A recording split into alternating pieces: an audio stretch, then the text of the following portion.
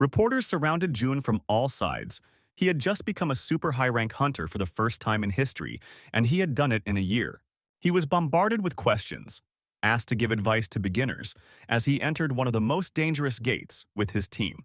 June thought about it. There hadn't been any operations like this for a long time, and he didn't remember telling anyone about them. But listening to the hubbub of journalists, he understood that for them this was a chance they could not miss. So when he stopped and told them that he was now focused exclusively on his raid, the journalists tensed up in anticipation of his words. So June decided to please them a little and turned around, full of pathos, like in a movie about heroes. He loudly assured them that his team's first concern was the safety of the residents and that this would never change. Having squeezed out only this, he turned back to the gate, to the disappointed cries of the media personnel who had hoped to hear more information. June already thought that this was enough to maintain his positive image. But then someone from the crowd asked him what he thought about the attack on the cleaners. Jun was taken aback by this statement and turned around to see the impudent person who dared to say such a thing. The impudent man repeated his statement and added that June had thrown a simple cleaner against the wall, which had injured him. But the stranger did not calm down at this. He assured everyone that it was true, especially since he knew the victim personally. The stranger taunted that the #1 ranked player in the world beat up a man old enough to be his father, and not a line was written about it. A whisper went through the ranks of journalists. Such accusations were a sensation in themselves, and everyone was waiting to see what the hero would say. But Jun simply waved it off, briefly replied that it was all rumors and headed towards the gate. The stranger wished Jun good luck, as if nothing had happened. As the best hunter in the world, Jun walked through the gate with his team, his face twisted in anger. After the world changed, an association appeared that protected citizens from terrible monsters. They also gathered all the people with unusual abilities and divided them into 4 departments. The task force was raiding. In other words, they were hunters and were considered elite, and Jun was the leader of this team. But now, he was haunted by the rumors of an attack that were quickly spreading on social media. His famous person was hit with a stream of speculation, anger, comments from sleepless slackers and haters. Jun was gritting his teeth and his manager asked what was wrong with him, since the raid had gone well. But the hunter reminded her that he didn't want publicity about the matter. But even though that was true, someone still leaked the information online, and Jun wanted to know his name. He went through several names in his mind, but the manager told him that the man who had told the story was the janitor's son, not the reporter.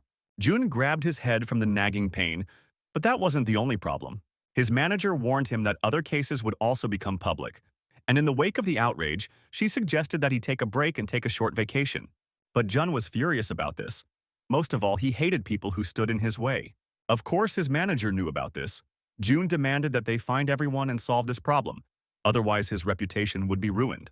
She answered briefly that she would try, and Jun sighed tiredly, as if he had spoken to a robot, and asked her what the association director thought. The manager said that the director was busy hiring foreign hunters and was just waiting for things to sort themselves out. But Jun felt like she was being ignored. Soon the director may simply forget about him, but he earned so much for him, and promised that he would not tolerate this. Manager Lee answered him with a blank face, and Jun was again annoyed that she spoke like a robot. She gave him the standard excuse that nothing would change because, despite public opinion, his rating was high, and he would keep his job. When Jun first read all these articles after the raid, he was so angry that he started shaking and started destroying everything, which alarmed his team. They barely calmed him down because Jun wanted to find the guy who spread the rumors. He had so many titles, the youngest and best hunter. In one moment, he achieved so much that would normally take years. It would be strange not to be angry about these rumors. While Jun was thinking about how to get rid of those who were bothering him, the manager asked him why he was behaving like this. But Jun replied that the guy was the first to step on his throat. Then Lee asked what the reason was. Jun had never liked cleaners, and this was the first time she had encountered them, she supposed. The hunter didn't answer and waved it off, saying that he simply didn't know and didn't remember. He asked the guy's name, his name was Gary, and Jun wanted to quickly calm down all the fuss as soon as he got back to the association. Jun sighed heavily. He was thoroughly fed up with everyone. There were only fools around, he told his manager. And at that moment, his face was illuminated by the headlights of a truck that was rushing towards them in the oncoming lane. Jun shouted at the manager, but she froze in fear, and then he used his time-exceeding skill. At the last second, he steered the car away from a heavy truck that was heading in the oncoming lane. Jun shuddered. Another second and he would have been painting the asphalt with his blood, and the truck didn't even think about stopping. The hunter didn't understand what was happening. Maybe the driver was drunk. Manager Lee grabbed the steering wheel with her hands so tightly that it was impossible to tear them away. Jun got out of the car. He was already in a bad mood, and now it got even worse. But as he took a step onto the highway, grabbers on long cables jumped out and grabbed his arms. Jun recognized the thing as a super powerful detention device. Now he couldn't move. The headlights of the truck illuminated him again, now approaching from behind. Jun was unable to use his skills and was rammed from behind by a truck, forcing him into its cab. To make matters worse, another truck was rushing towards him as if one wasn't enough. They collided and there was an explosion, as if the vehicle was packed with explosives, just like in the movies. But even these fire ships could not break the hunter. He laughed and said that today was definitely a hard day. Meanwhile, several lines of armed men in full gear were approaching him, covering themselves with heavy shields. It was a well-planned attack. A normal hunter would have died on the spot without even fighting back. But Jun had fought in battles like this thousands of times, and fought with more dangerous and numerous opponents. In the dungeons, he was often on the verge of life and death. He will not die from such injuries. That's what he thought. But there Jun was, kneeling in front of the people who had ambushed him. One of the militants pointed the barrel of a titan, the most powerful weapon for clearing dungeons, at him. Jun chuckled in confusion. It was a little dangerous, he said. A shot rang out and sent him into reboot, finishing what 2 reincarnation trucks had failed to do. When this happened, the system began sending him a lot of messages that he had died and was calculating the probability of his revival. Jun was drowning in deep water. His thoughts were somewhere else, and he just felt the water pressing on him more and more. Before he passed out, he saw a message that his hidden karma skill had taken him back 10 years. Jun looked around. He was in a dungeon. Again, after so many years, he knew well what they looked like and could not confuse them with anything. The cleaning crew dragged the monster carcasses, sorted them by type, hid them in bags. Someone called Jun to help carry the bodies to the furnace. The former hunter was breathing heavily. The job was not easy for him. Based on the karma of his past life, he became part of the cleaning team. All the events of the past flashed through his memory, his helplessness in front of the hired killers. Jun woke up as if from a disturbing nightmare and screamed. He had that stupid dream again, he thought, and got out of bed. He didn't know how long he had slept, but when he looked around, he noticed that he was lying in the middle of a terribly dirty room, littered with things and trash. The pig pen was cleaner. Of course, it couldn't be his house, the hunter thought. It seemed to him that it was Manager Lee's apartment. But it simply couldn't happen that she would bring him to her home. What kind of place is this, thought Jun. He remembered the notification that the death had been confirmed and a hidden skill had been revealed. So the former hunter realized that he had become the main character of the story. And now, he had to figure out whether it was a comedy or a tragedy. His own face looked back at him from the reflection in the mirror. But much younger. This is how he looked before he became a hunter. Jun opened the system and it showed him the hidden karma skill. The conditions of the purchase were death, 10-year regression, and it was impossible to cancel, the system told him. And Jun realized that everything he had seen had not been a dream. He really was dead, it dawned on the hunter, and he laughed nervously. Jun became a hunter at 18. 10 years later, he reached the first rank. 10 years ago, he was a rising star. But now he has received from the system the profession of cleaner. The system has given him the task of becoming the head of the association and 5 years to fulfill it. If he fails, Jun will disappear forever, but if he succeeds, his skills will be unlocked, and the hunter will be frozen with a harsh choice. An international association that stands at the head of all associations, the Secretary General of which has more power than the president of the country. Even when he was a hunter above the highest rank, he could not even become a candidate for this position. But now he had to get it in 5 years. This was simply impossible, especially since Jun himself had no desire to do this. So he decided to simply ignore the system's task. On the other hand, if he becomes CEO, he will be able to survive, in which case it is more profitable to be a hunter. With his skills, he could quickly rise to the top. But here's the problem. They were all blocked by the system, Jun realized. The system informed him that one new skill was available to him. Then the hunter was happy. Even one would have been enough for him. It was a skill that was appropriate for the cleaning profession, mysophobia, an aversion to disorder. After cleaning, he sprawled out on the bed and thought about his fate. In one day, he had gone from being an elite hunter to a simple cleaner. All the skills were sealed. All the achievements were gone. And what to do now, Jun thought. Would he really have to do ordinary cleaning? Still, he had the pride of a hunter. First, he wanted to know who those scoundrels were who finished him off. They were not ordinary soldiers. This was something that could be done by a private guild, which met rarely. Or perhaps it was a conspiracy of hunters from the association. At that moment, while he was thinking, someone called him from an unknown number and called himself Peter. Peter spoke in the voice of a grown man and wanted to know why June hadn't come to work, the hunter thought. He didn't know this man. Peter was worried that he might get sick, since the last time he encountered a difficult dungeon. It dawned on Juna that he was now a cleaning worker in the dungeons. Peter told him that, although last time was difficult, today would not be so difficult. The other workers were indignant that a newbie was complaining about difficulties. They said the newcomer was not the first to run away after a hard day, and they were outraged that they had not been warned. But then the hunter's pride stirred in him when June heard their offensive words that some cleaners dared to belittle him. Peter barked at his subordinates to be quiet. There could be different circumstances in life. He told Jun that if he was having trouble, he could rest today, but next time he would have to warn him. The hunter asked Peter's name again in order to write it down in his phone, which greatly surprised the foreman. The old man laughed. His name was not so easy to remember, and introduced himself again in full. He had already approved June's day off, but a familiar name stirred in the hunter's memory, and he declared that he would come now. He repeated that he would be there soon, and getting out of bed quickly got ready to leave. At first, he was surprised not to find suitable clothes, then not to find his usual transport. June didn't even have enough money in his pockets for a taxi, so the proud elite hunter had to take the bus like all mortals. Now he was living a dramatically different life, which meant that the past had to be left in the past. Now he had no connection with Peter. Their conflict remained in his past, now future. But if it was Peter who killed him in his past life, that would change everything. His death was very strange. Someone staged the accident to attract June's attention, knew his character well, and expected him to dodge. The Titan was an extremely powerful weapon for attacking monsters, but it was too expensive and difficult to use for a simple cleaner. But Peter could well have hired someone for revenge, especially since his son also disliked June. Jun was outraged. He only slightly pushed the cleaner, and this was already called a beating. He should have listened to him from the start, the hunter thought. Then Peter asked him to cancel. June was surprised that someone was addressing him and asked the man who he was, and he said that he was from the cleaning department. June had never heard this name before and asked the old man what his business was. Peter learned that June had suggested to his superiors that they cut his department, and the situation was already difficult. There weren't enough people. June nodded in understanding, but was surprised that the janitor was addressing him. He just made a proposal, but decisions are made by management departments and he doesn't have that authority. But Peter reminded him of his influence. One word from an elite hunter meant a lot, and bowing, Peter asked not to shorten them.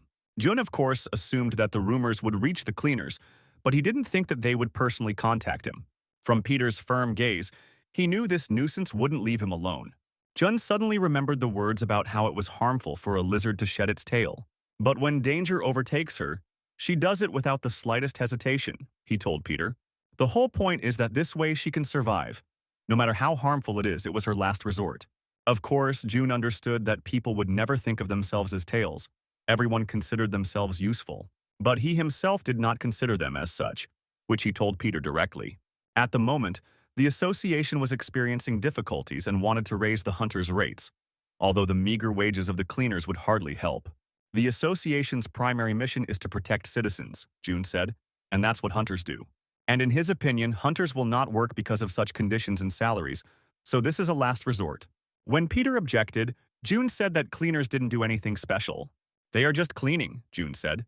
Workers can be hired later, and the situation must be accepted as is. Peter said they had pride too, but June was adamant. He said he wanted to do this many years ago, but he had been patient. But Peter got down on his knees and said that since the association protects citizens, they are citizens too, and again asked to reverse the decision. The hunter was angered by this annoying woman. He came closer and said that he had already chewed everything over enough. People like cleaners should be grateful to hunters because they risk their lives, and the rest benefit from it. We must be content with what we have. They are like parasites, June said rudely. Peter could not tolerate such an insult to his professional dignity and grabbed the hunter by the chest. But June brushed the annoying man out of his way, just like a bug. He realized that he had overdone it and scratched the back of his head. It was an unpleasant and annoying oversight. Although he only had a drop of his strength, the cleaner looked injured. He called his manager and asked her to deal with the parasite, and reminded her that he had asked her not to involve him in such matters. June saw a dungeon. The gate was yellow level. It was considered quite dangerous. The dungeon boss was a foxtrot centipede, the hunter immediately assumed. He had already participated in this raid. Without a doubt, he really did go back 10 years. When he arrived, someone called out to him from the side, noticing his arrival. Jun turned around and immediately recognized the parasite that had caused him to become like this. The cleaner. Peter smiled as he greeted the newcomer. He knew he would come. Peter caught the newcomer's heavy gaze and asked him why he was staring like that. He was an ordinary worker in his 50s, and looked the same as he would 10 years in the future. It didn't seem like such a simpleton could kill a man, June thought. The foreman asked him if he had had breakfast. He patted the newcomer on the back and told his staff that he could immediately see the integrity in this guy. But others did not take to June so warmly. Alex stated that the newcomer simply came because he couldn't skip class. And John added that the last time the newbie gave up everything and saying that he was tired, did nothing more. 4 were enough. Why take another one? Asked Asel, the only girl in the team. Foreman Peter immediately changed the subject and said that since everyone was assembled, they needed to get to work. They still had 45 minutes. There was so little time left because they had been waiting for the newcomer for a whole hour. Then Peter said that they had to hurry since there was nothing they could do, otherwise they would get a reprimand. He gave the newcomer a uniform, overalls, and a gas mask, telling him to put them on. Seeing June's thoughtful face, Peter asked him what was wrong. There was no problem. Without any ulterior motive, Jun asked them what exactly the cleaning department did. The Association for Tracking Supernatural Phenomena was divided into 4 departments, with the management department handling analytics. The hunter support department developed weapons and created all other useful items. Hunters from the operations department were directly involved in the destruction of monsters. As they walked along a deep adit supported by wooden beams, the foreman gave various instructions.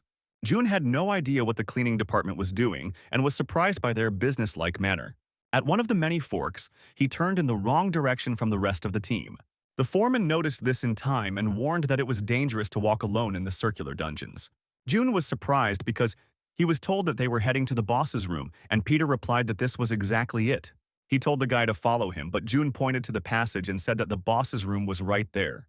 Alex grabbed his head and became indignant. The newcomer was talking nonsense again. Asel also grumbled that if June didn't want to work, then she should just say so. They were wasting time, which they didn't have much of anyway. June didn't know what to answer them and remained silent. Alex suggested not paying attention to the newcomer and moving on. He showed the map they were given in the management department and told Jun to check for himself where the boss's room was. After a raid, a map is made with the help of hunters who cleared the dungeon. Usually there were no errors in their marks. Jun insisted on his own and said that the carrot was wrong, and they really were in this turn. He was even indignant at the work of the management department. Alex was beside himself with anger and asked Peter what was wrong with this newbie who seemed to be out of his mind. Peter asked where he was so sure, and June almost said that he had cleared out the dungeon himself.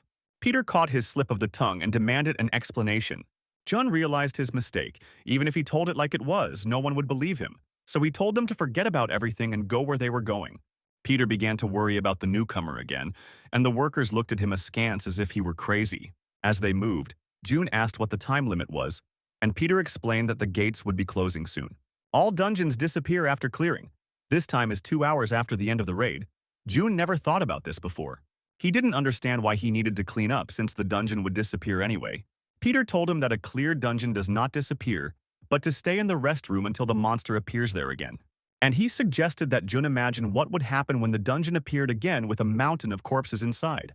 June still didn't pay any attention to it, but Peter explained that it would make it more difficult for the hunters to find their way. The gas released during decomposition can be dangerous to people, and if there are a lot of bodies, they will interfere with the hunters moving and killing living monsters. Simply put, cleaners help hunters focus on the raid and clear dungeons in peace. Peter was proud of his calling.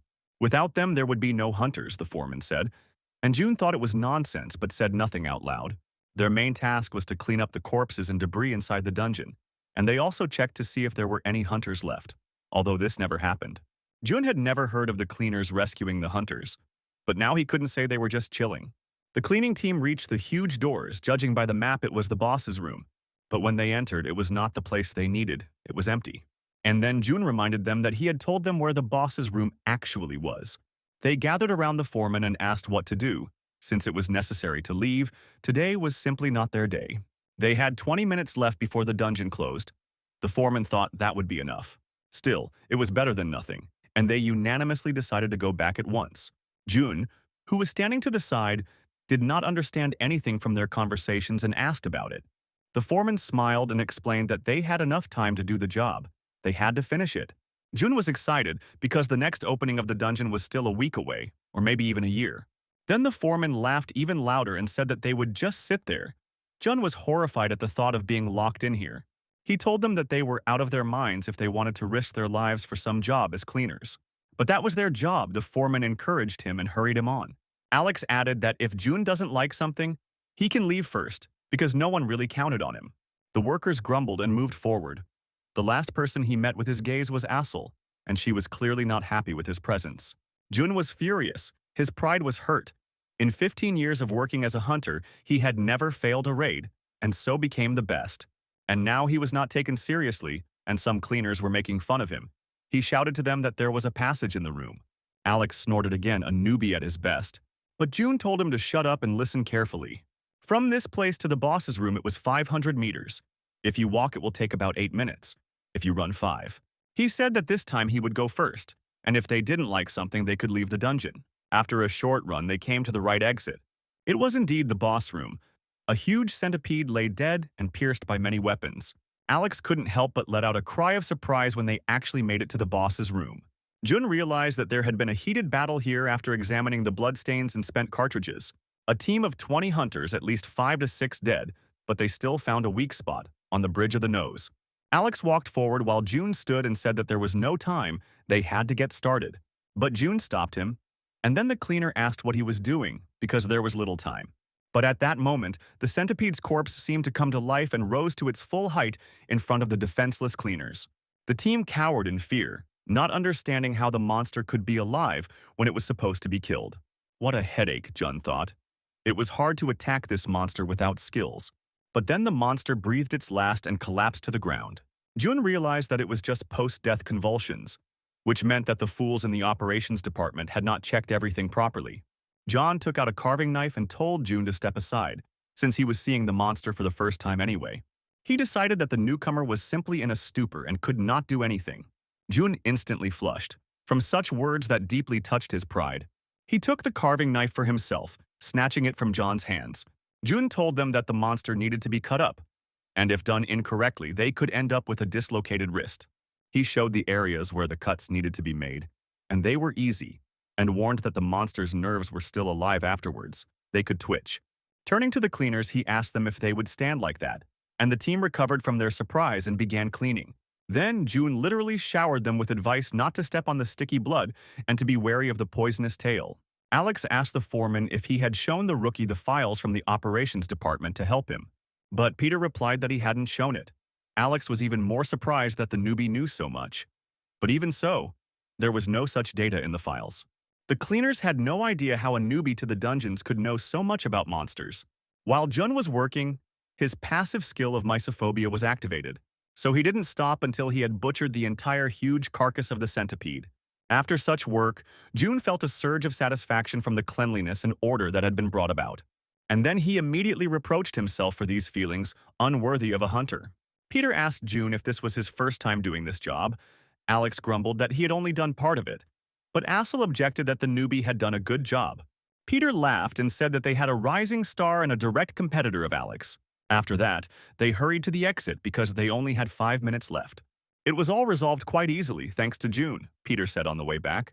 But then it turned out that there was a hole in the bag, and the centipede's blood began to flow. June stuck to the ground and could not move. He told them they were exaggerating, and he was fine, so they could move on. This monster's blood was extremely sticky, and when he was a hunter, even he couldn't handle it.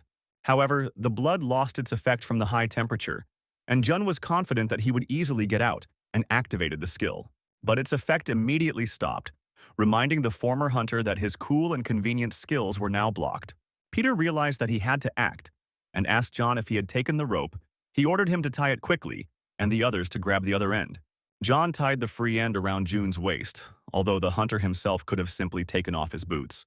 The team then decided to cosplay an old folktale about a turnip. They pulled with combined efforts, but they were unable to pull June's legs out of the bloody tar. He didn't even move from his place, and someone asked what was wrong with the restriction. With less than a minute left before the dungeon would seal, Peter suggested taking off their clothes, but the gas concentration was dangerously high. On the other hand, the short-term impact wasn't as bad as staying in that place indefinitely.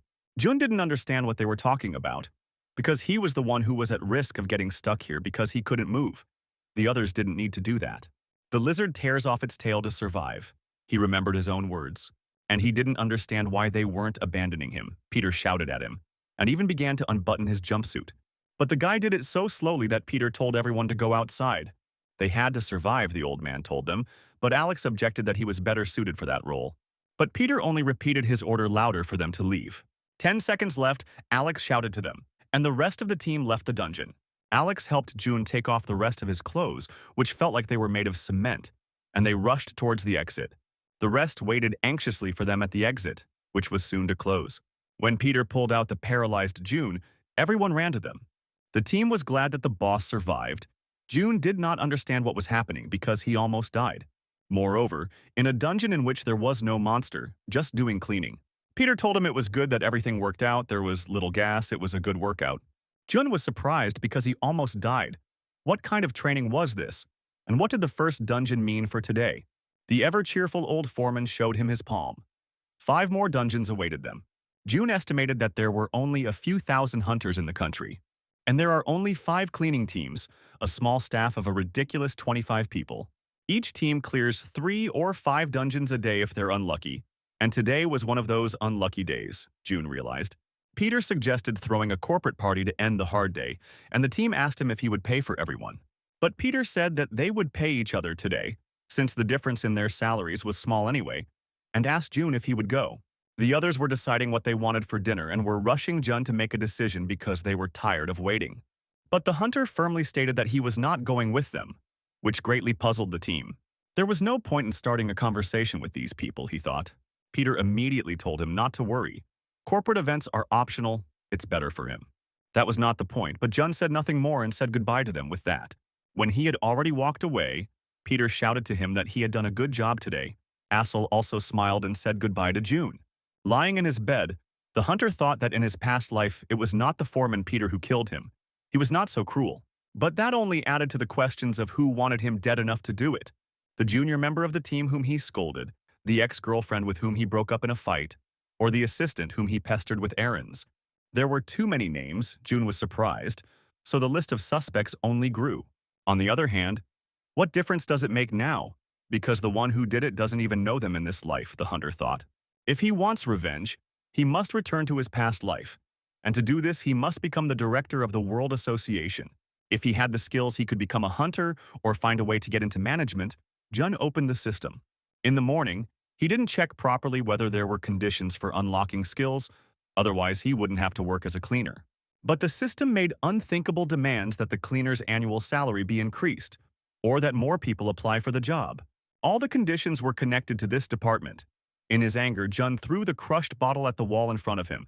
The system wanted him to be buried alive here.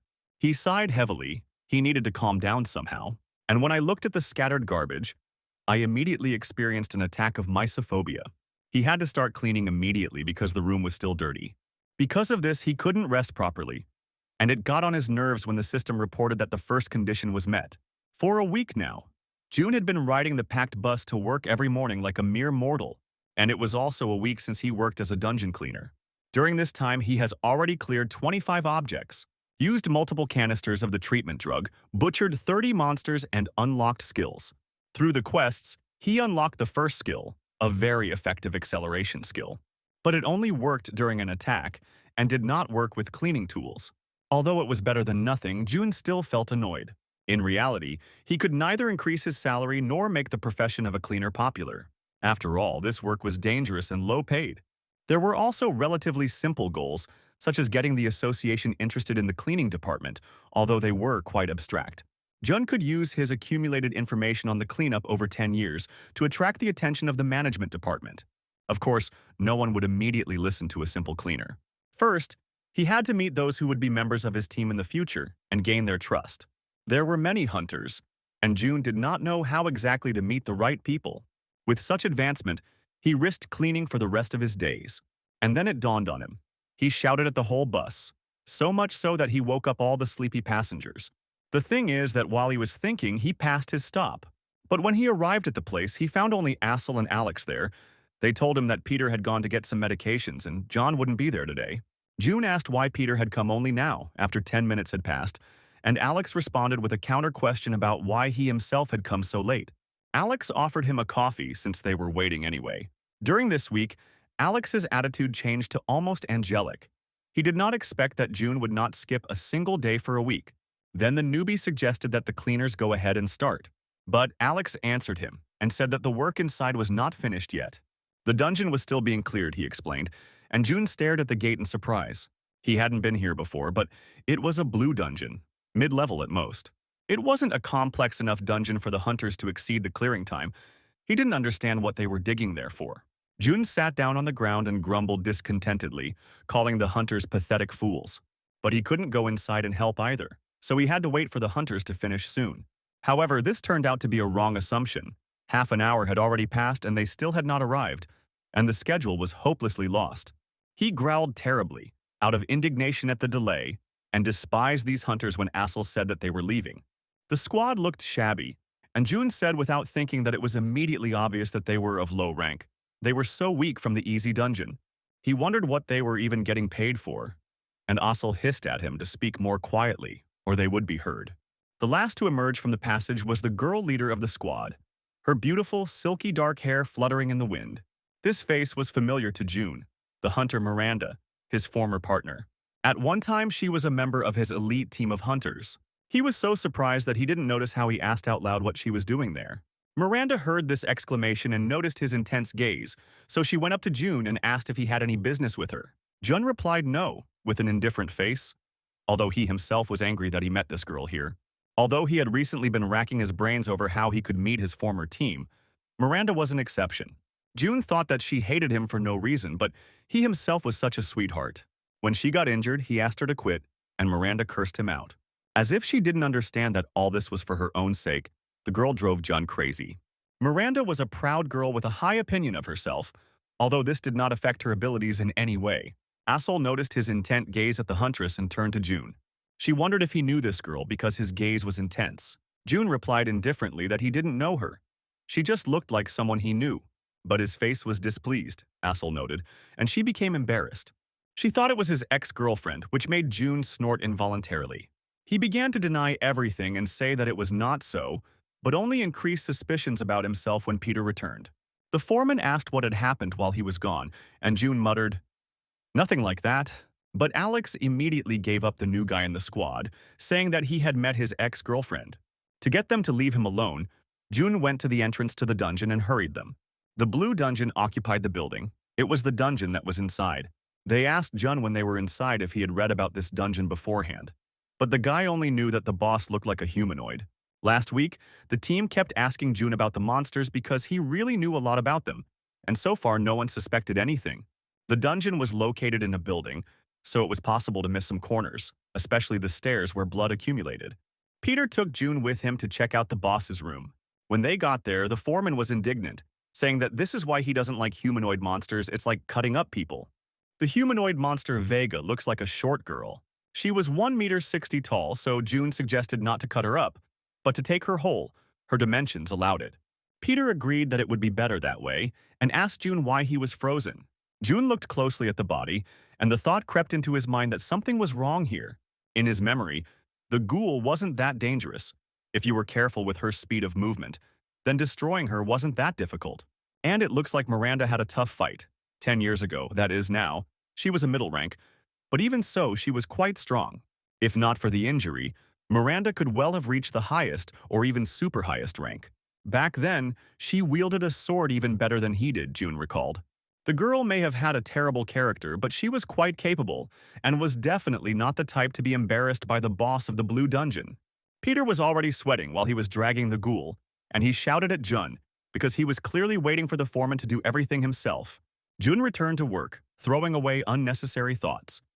He would never meet her again anyway, but then he looked again at the cuts on the monster's body. They were unevenly distributed. And then an idea struck Juna, while Peter had been busy and puffing all this time. June yawned. It was 5 in the morning, and for the third day he had woken up on the wrong side of the bed after a couple of hours of light sleep. Even when he was not so busy as a hunter, they were again waiting at the gate for the hunters to finish clearing. Peter understood the newcomer's indignation and tried to smooth things over. They were just delayed, he said. A whole hour passed, which could have been spent at home and sleeping. It is understandable why everyone was on edge. June turned to Assel and asked if she was okay. The girl turned around and forced a smile to hide the pain, saying that everything was fine. But from her appearance, June realized that she was just pretending. He advised her to take occasional breaks when Peter finally noticed the group of hunters coming out. The hunters looked exhausted and tired. This hunt had been difficult for them too. But June did not hesitate to grumble at them for the delay. And then June saw Miranda. Among so many dungeons and teams of hunters, he ran into this girl again. There was a silence as they collided, both trying to step aside but stepping in the same direction. After a few funny steps, they still passed each other. Miranda asked him why he was hanging around in the way, and June grumbled about how disgusting she was, but then he noticed how the girl was rubbing her shoulder. He remembered the marks on the body of the previous monster and wondered whether he should tell her or not. But when he remembered that day in the past, everything inside him turned upside down. He then came to visit Miranda in the hospital, and he asked her how she was feeling, although he noted to himself that she had not gotten out of bed when the boss arrived. The operation was done recently, Miranda explained, catching his gaze, and June scolded her for not taking care of her condition as a swordswoman. She needed to train her left hand more, but she relied on her own strength. And here is the result, June told her. But Miranda answered him reproachfully. He could have said so immediately, and not after everything had already happened, and June noticed her tone. He countered that he was saying this because he was sorry for her injury. In such a state, she could no longer be a hunter. He threw papers on her bed and told her to quit her job. Miranda was taken aback by such proposals. It was a statement of her resignation. The association thought so too, and the already broken girl felt empty inside, as if the whole world had betrayed her. If she continued, June insisted, she would have to give up not only her job but also her normal life, and that was wrong. Miranda trembled all over and said that it was a minor injury and he himself knew that she should work here. But in this state, she was just a burden to the team, June said. She had been in pain for too long. She should have said so right away, he objected. The girl turned sharply to her now former boss and repeated his words. June seemed not to understand what he was saying. He stated that he would have definitely noticed if she was feeling bad. Miranda told him angrily that she had spoken to him about her problems more than once and that she needed an examination. But then he brushed her off and said that everyone was in pain and needed to get to work. Because of his character, she has been enduring pain all this time and has reached this point, and now he is telling her to quit her job. But Jun instantly lost his temper and shouted at her. He couldn't stand it when people blamed him. Did he hurt her shoulder? She should have looked after her own health and not blamed others. Only a fool would work, he said. Miranda was too weak to argue with him and stand up for herself. She said she just needed to rest for a few days. Jun asked her who would work instead of her, and what she could do with such an arm. She is a swordswoman, and suggested that she stay in the cleaning department. Miranda asked him, her voice trembling, if he had ever seen her as a colleague, but June didn't even understand the question. The girl apologized for the stupid question. She realized that all this time it was a tool that could be thrown away after use.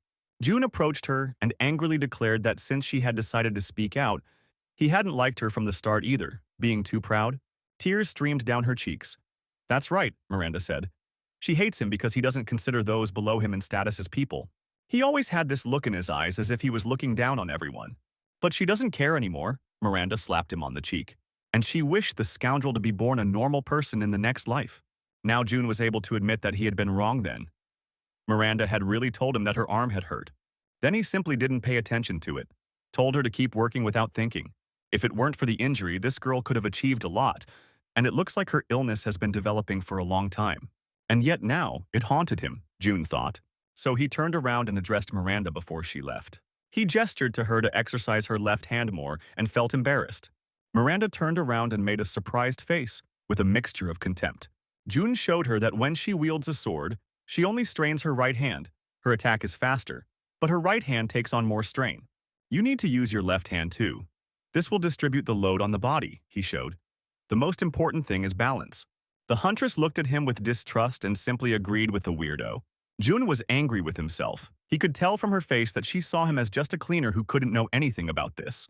He went into the dungeons, saying that since she was a hunter, she would figure it out herself, or let her undergo an examination. Miranda didn't understand what it was, but she went to the doctor anyway, and he told her that she had come in time. There was a small inflammation in her right shoulder. The condition was not critical, but if left unattended, it could cause big problems. He prescribed her anti-inflammatory drugs and said that the main thing was to change the position of her hands. Now the force is not transmitted evenly, and the left hand needs to be trained more. The doctor repeated the cleaner's words exactly. Miranda was surprised that the weirdo from the cleaning department knew about this.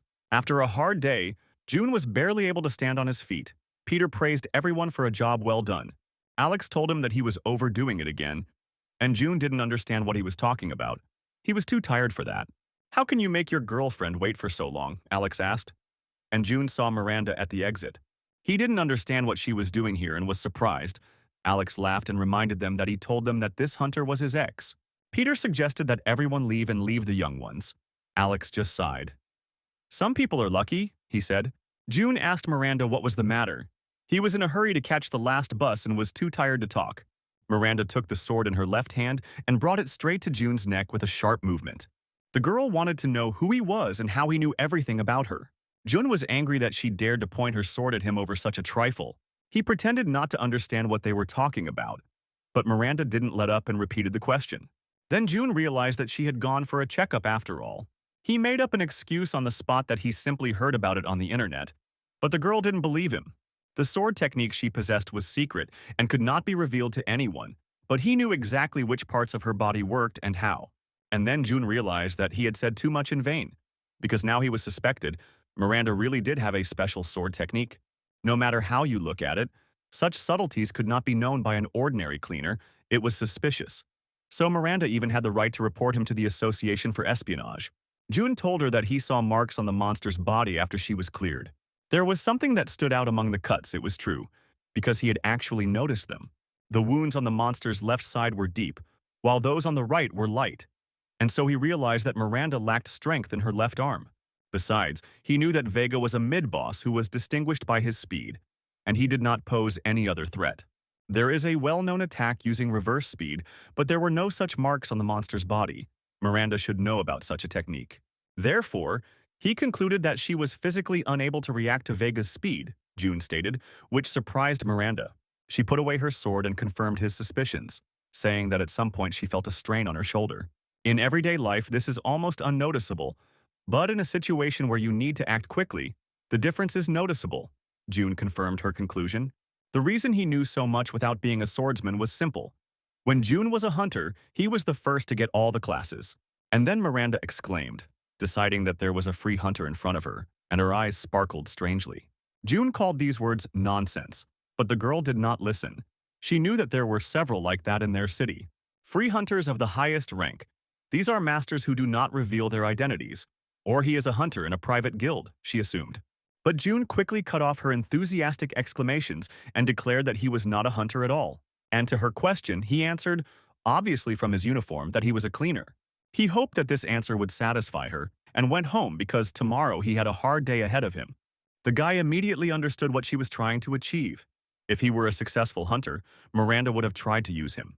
But now he is an ordinary cleaner, and it is unlikely that they will see each other again. The girl thanked him. It was so surprising that June even turned around. Miranda had never thanked him before, and the girl herself was embarrassed. The next day, Miranda asked her boss for leave. It was because of her examination. His name was Fox. He had gotten his position in the management department through his connections, and he was only a little older than Miranda. The girl explained that she wanted to improve her skills, and it wasn't just her injury, but the arrogant boss didn't believe her. He thought he wanted to go on a trip with his boyfriend, but Miranda said she would work on her sword technique. Fox assumed she had signed up for a course, but it was one-on-one lessons. He thought it might be a hidden master from the Murim, or her boyfriend, but Miranda admitted that it was just a regular cleaner. It sounded completely ridiculous. As a hunter, she should have found courses, Fox said. But Miranda said she would sort it out herself, so Fox suggested that it was the janitor who had advised her to check her shoulder. And Miranda thought that the support department might have told Fox about this, so she started going there often. It was definitely that nurse. Fox spoke angrily about this cleaner and suspected him of fraud. But Miranda said that June never gave his consent to her training. He directly refused her. Fox lost his temper. How was she going to study if he didn't agree? The boss was indignant. Miranda, barely containing her indignation, said that she would ask again and again until he agreed. It was a complete headache for Fox. He told her to sort it out herself and come back for the big raid in a few weeks. Miranda thanked him, and the boss motioned for her to get out of his sight. When she left, he snorted that it was simply ridiculous. What could one learn from a pathetic cleaner? Moreover, Fox was worried about what the other teams might think if they found out about it, especially if it reached the second team's manager. Fox decided to immediately contact the director of the second team. A few days later, they were still working. Alex noted that June was completely drawn into the work. A few days ago, he unlocked the counter skill, although Jun did nothing special for it. Peter approached him during work, although he felt awkward doing so and invading June's privacy. He pointed to Miranda, who was working with the cleaners, and asked him what she was doing there. June answered without a second thought that he had brought her himself. Peter shouted that this was obviously true. The newcomer said that since they didn't know when John would return, an extra hand wouldn't hurt, although Peter wasn't sure, since the girl was a hunter. He was afraid that the association might find out about it, but June had not brought Miranda here of his own free will. She came to him and knelt down to ask him to take her as his student, like in some manga. At first, June thought that she was out of her mind. What kind of cleaner could train a hunter? And he didn't know what to think of to make the girl leave him alone. Then he offered to help her with the cleaning, and then he would think about it, counting on the fact that a huntress of her rank would not want to get her hands dirty. But instead of the expected reaction, the girl only beamed. For her, these conditions were a mere trifle. Then June realized that he had underestimated her persistence and determination. The girl had thrown aside her pride too easily. Now he didn't know what to do with it, but there was another person watching them. In Asel's eyes, everything looked completely different from what it actually was. She made up the entire romantic story from start to finish out of thin air. June rubbed his face in exhaustion, the tedious work now being supplemented by the annoying Miranda. The girl called him teacher and said that she couldn't wash off the stain, which made Jun extremely angry. He suggested that she rub it with all her might. Perhaps that would wash it off. There were different liquids mixed in there. June suggested first removing one type and simply melting the other with fire, and he himself took out a carving knife. He showed Miranda how to scrape monster pieces off the floor and reminded her how important it was to wipe the knife after each use to prevent the steel from deteriorating. Seeing the confusion on Miranda's face, he said that if she didn't like something, maybe this job wasn't for a huntress, and then she'd better get out of here. But the girl replied that she saw the importance of this activity, and June did not understand what was wrong with her. Peter praised June for his increased knowledge. He had nothing more to teach the boy, and he was embarrassed by such praise. At that moment, his old pride stirred in him. How could this scoundrel praise a top-ranking hunter for his work as a cleaner? But that was in the past. Peter also praised Miranda for her first time she did a good job. Asel saw everything in her own light, as if she were watching a cute scene from a drama. When Miranda finished her section, she turned to June asking the teacher what to do next. But Asel intercepted her. Peter was worried whether they could handle it, but Asel insisted that she really wanted to work with the huntress. And without thinking twice, they retired to another area. Alex offered June a bet that Miranda would do everything herself, and he agreed. But when the girls were left alone, Asel did not know how to start the conversation, although she called Miranda herself. And yet I decided to just do it, not understanding why she was so worried. Miranda noticed these fluctuations and asked her partner if everything was okay, because she looked tired. And although Asel said that she could handle it, she herself did not look very cheerful. She admitted that she had not been sleeping very well in the last few days. Miranda immediately asked her what happened, but Asel quickly changed the subject and decided to talk about Miranda. It was the first time she had spoken to a hunter. The swordswoman said that she had nothing special to declare about herself. She became a huntress like her father. Asel thought that since her father was also a swordsman, they worked as a pair. But Miranda replied that he was suspended due to a shoulder injury. The management always told him not to meddle in other people's business and to do his job. The other hunters were constantly looking at him sideways, so he worked hard in fear of being kicked out and ended up getting injured. Asel couldn't believe this, because the hunters worked together. But Miranda said that everything was not so. There were no employees in the association, only those who were higher or lower in rank. Her father was of middle rank until he was fired. He was just a disposable weapon and no one cared about him anymore. That's the association, said Miranda. She had long since come to terms with the fact that hierarchy decides everything.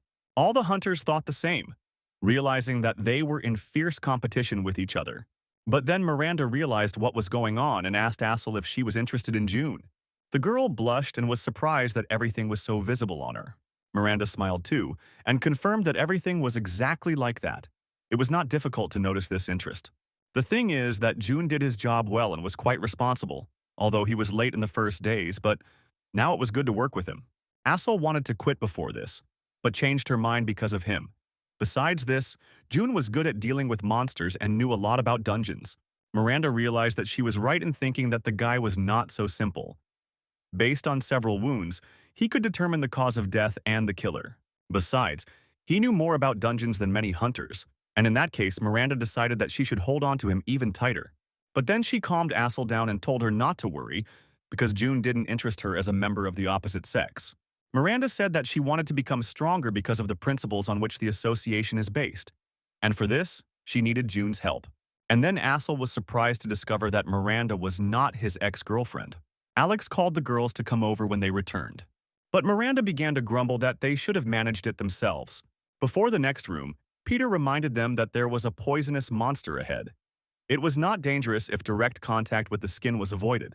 Then he personally addressed Assel, noticing that the girl was especially absent-minded today. She replied that the protective clothing was quite uncomfortable and that it was difficult to breathe in the gas mask. But she told them not to worry, stating that it would not interfere with her work. Alex also said that it was time to change equipment. It was necessary to send a request to the association, but Peter said that they had no money and he was powerless to do anything about it. The foreman understood Alex's displeasure, but told them to stop talking and get down to business, but carefully. In the boss's room, a deflated jelly and many of his small minions were waiting for them. Peter reminded them again to avoid skin contact. June knew this monster that looked like a regular slime, but its deadly secretions could lead to suffocation and even death. And although time had passed, there was still a chance of poisoning. Looking at the monsters, he realized that he still needed to be careful. Peter kept a constant eye on everyone to ensure that the cutting and disposal work proceeded without incident. But when he turned to Assel, she did not answer and fell completely unconscious. Peter picked her up first and examined her. He tried to bring the girl to her senses. They determined that most likely the filter on her gas mask had failed, and the protective suit had been eaten away by mucus. Peter ordered the girl to be pulled out. Jun thought he didn't pay much attention to preparation, and this is what it led to. The situation was critical. She needed an antidote. They only had 5 minutes, and Assel was in incredible pain. But then June turned to Miranda and said that he needed her sword. She did not understand what he wanted to do. But the guy insisted. Time was running out. He didn't listen to the shouts of the others.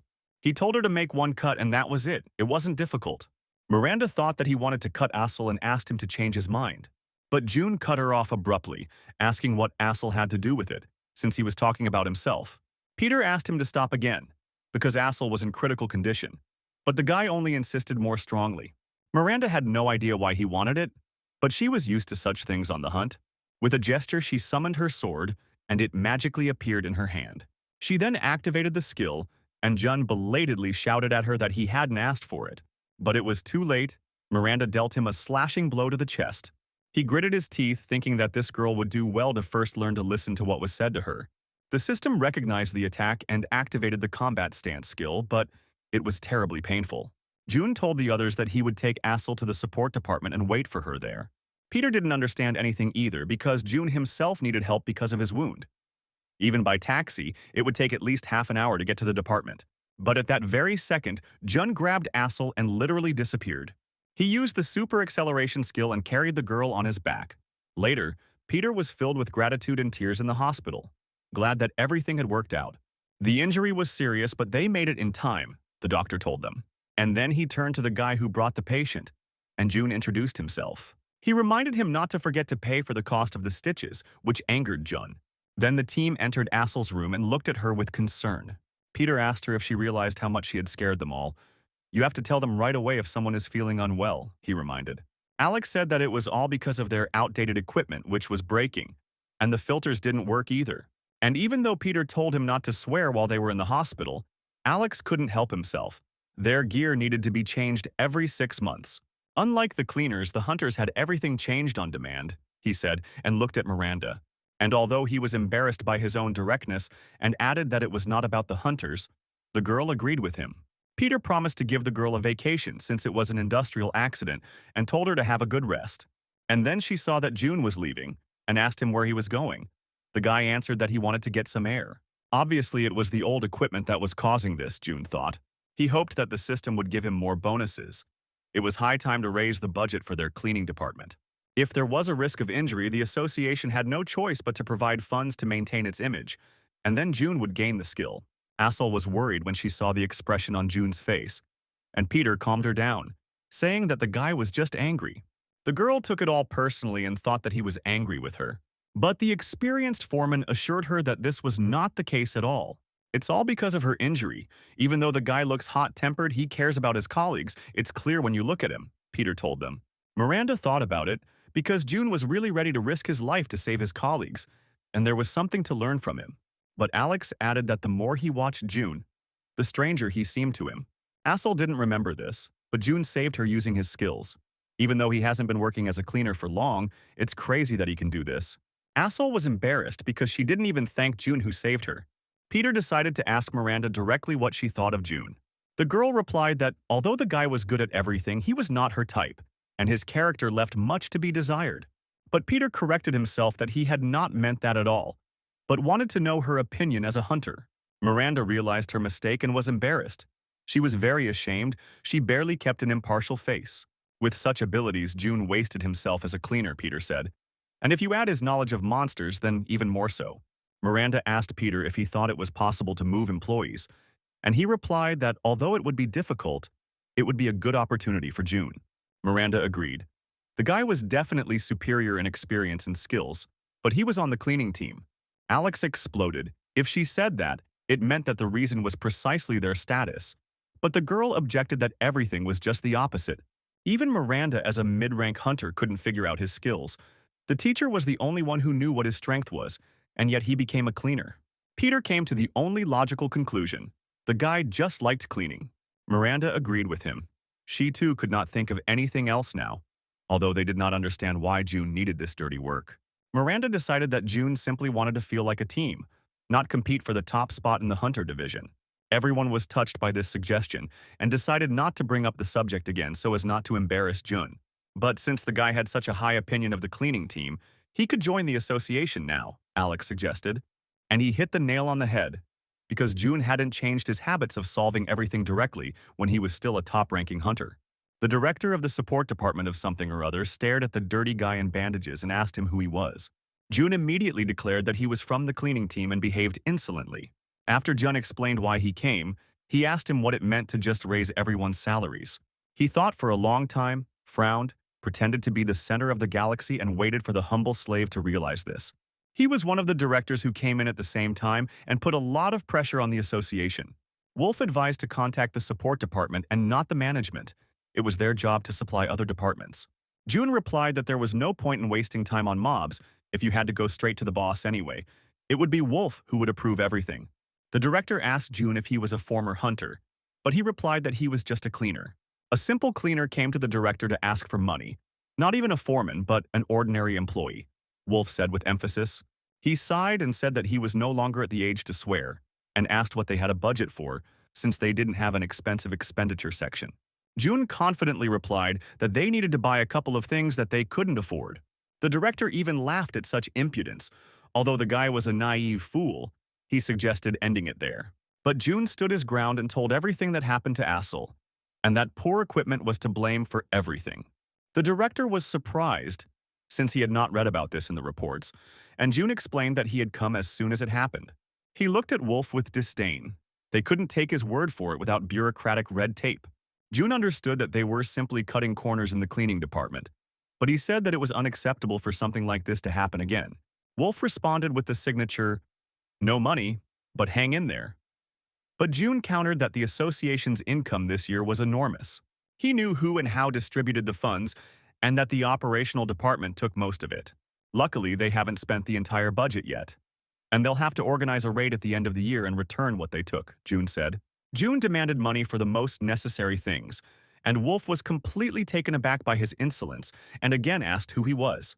June stated that Wolf had only been in the position for a couple of months and had waited so long to get it, having worked so hard to get it. But rumors could have spread about neglect of people from the cleansing department. His boyfriend began to blackmail him. Wolf was indignant and asked directly if this puppy was threatening him, And the guy replied that he was just thinking out loud.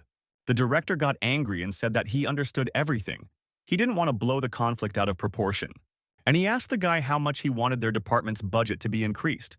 But Jun left that up to him. Jun didn't care how much the budget would be increased under the unblocking conditions.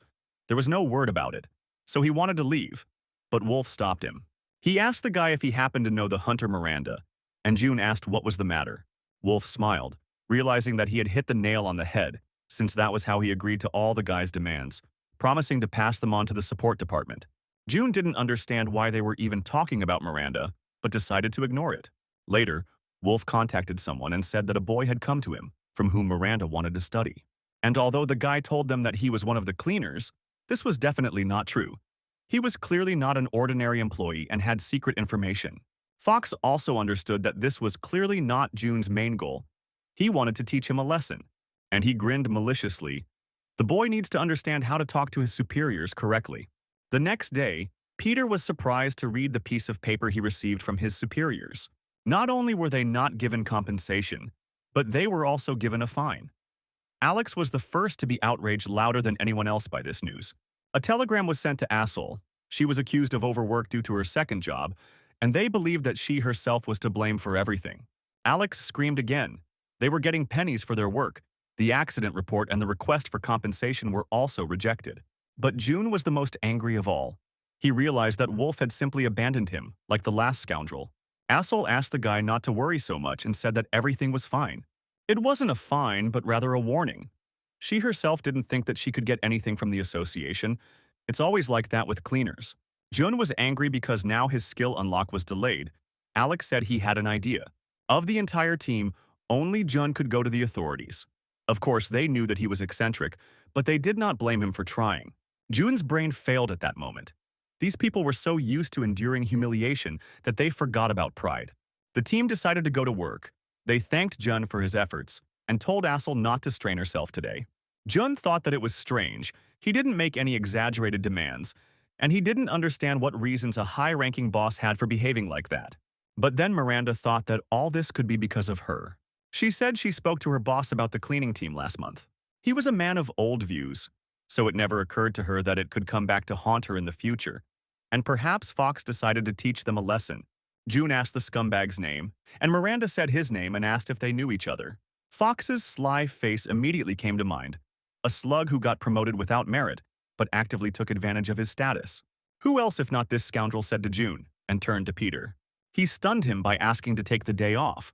The streets of the city, right in its center, were bustling with life and the usual bustle of a metropolis. The couple were chatting pleasantly, wondering what they would have for lunch today, when a shadow passed over them. A gate appeared from the ground, and there was a terrible roar and earthquake. It was a high-level dungeon. People panicked and started running. But one man did not run away, but on the contrary walked towards the gates. He expected to show what he was capable of. The monsters jumped on Jun, who was armed with only a pickaxe, but he could activate the skill he had recently discovered. Using his hyper-acceleration, he dealt with all the monsters in a flash. What he was doing was called interception, where a hunter takes a dungeon before the association does. Usually freelancers are guilty of this. Jun hadn't done this for so long that he couldn't really control his powers now. He had about 15 minutes before the task force arrived, which meant he had to finish early, even though it was a risky business. As a top-level master, he could do it quickly, but his enemy inside the gate had skills that Jun didn't. Without defense skills, the guy could be killed with one blow. There was a fourth boss in front of him. However, Jun's main advantage was that he had already completed these dungeons and had tremendous experience. He deftly dodged slow attacks and struck at vulnerable spots.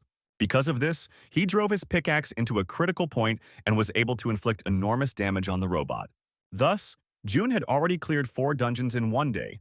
This was the weekly result of the Association Hunter, although his locations were not of a high level. When Jun came out of the dungeon, he saw several association machines there, which seemed to have an emergency. It's not surprising because it was his job. The workers were angry because they had to go to work on the day off because of this confusion. If he is caught, he will be fired and may even be forced to pay a fine, although it is unlikely that anyone will suspect a simple cleaner. Jun pulled his cap on. The hunters would be coming soon, so he decided to finish here and go. He wanted to see the faces of those blockheads. But after 2 days off, he himself had to stand there with a stupid face. Fox himself arrived at their site and stated that he just wanted to look around.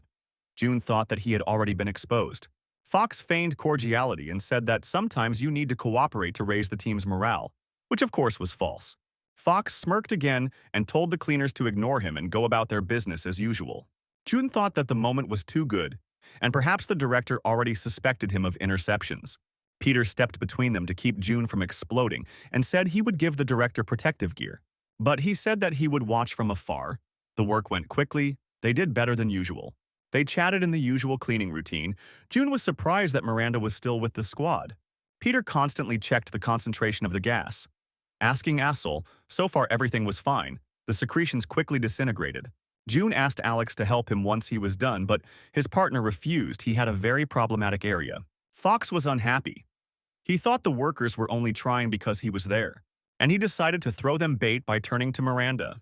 He asked her about the dungeon takeover that happened 2 days ago. June thought that Fox was suspicious of Miranda, who had recently been on vacation. But it was obvious that everything happened when June took the day off. All the team members except Miranda would have definitely noticed the traitor. June tensed up. He already thought that he needed to be honest because everything happened because of him. Miranda turned to the chief and asked if the hunter's objections meant anything to him. Fox said he searched everywhere but could not find the interceptor. This time, whoever catches the offender will receive a reward, the cunning villain declared. He told Miranda that if he caught the interceptor, he would add extra points to that employee's rank. The one who finds the interceptor will be promoted, he said, so that the others could hear too. In other words, if someone from the cleaning team catches a traitor, he will be able to move to another team or department.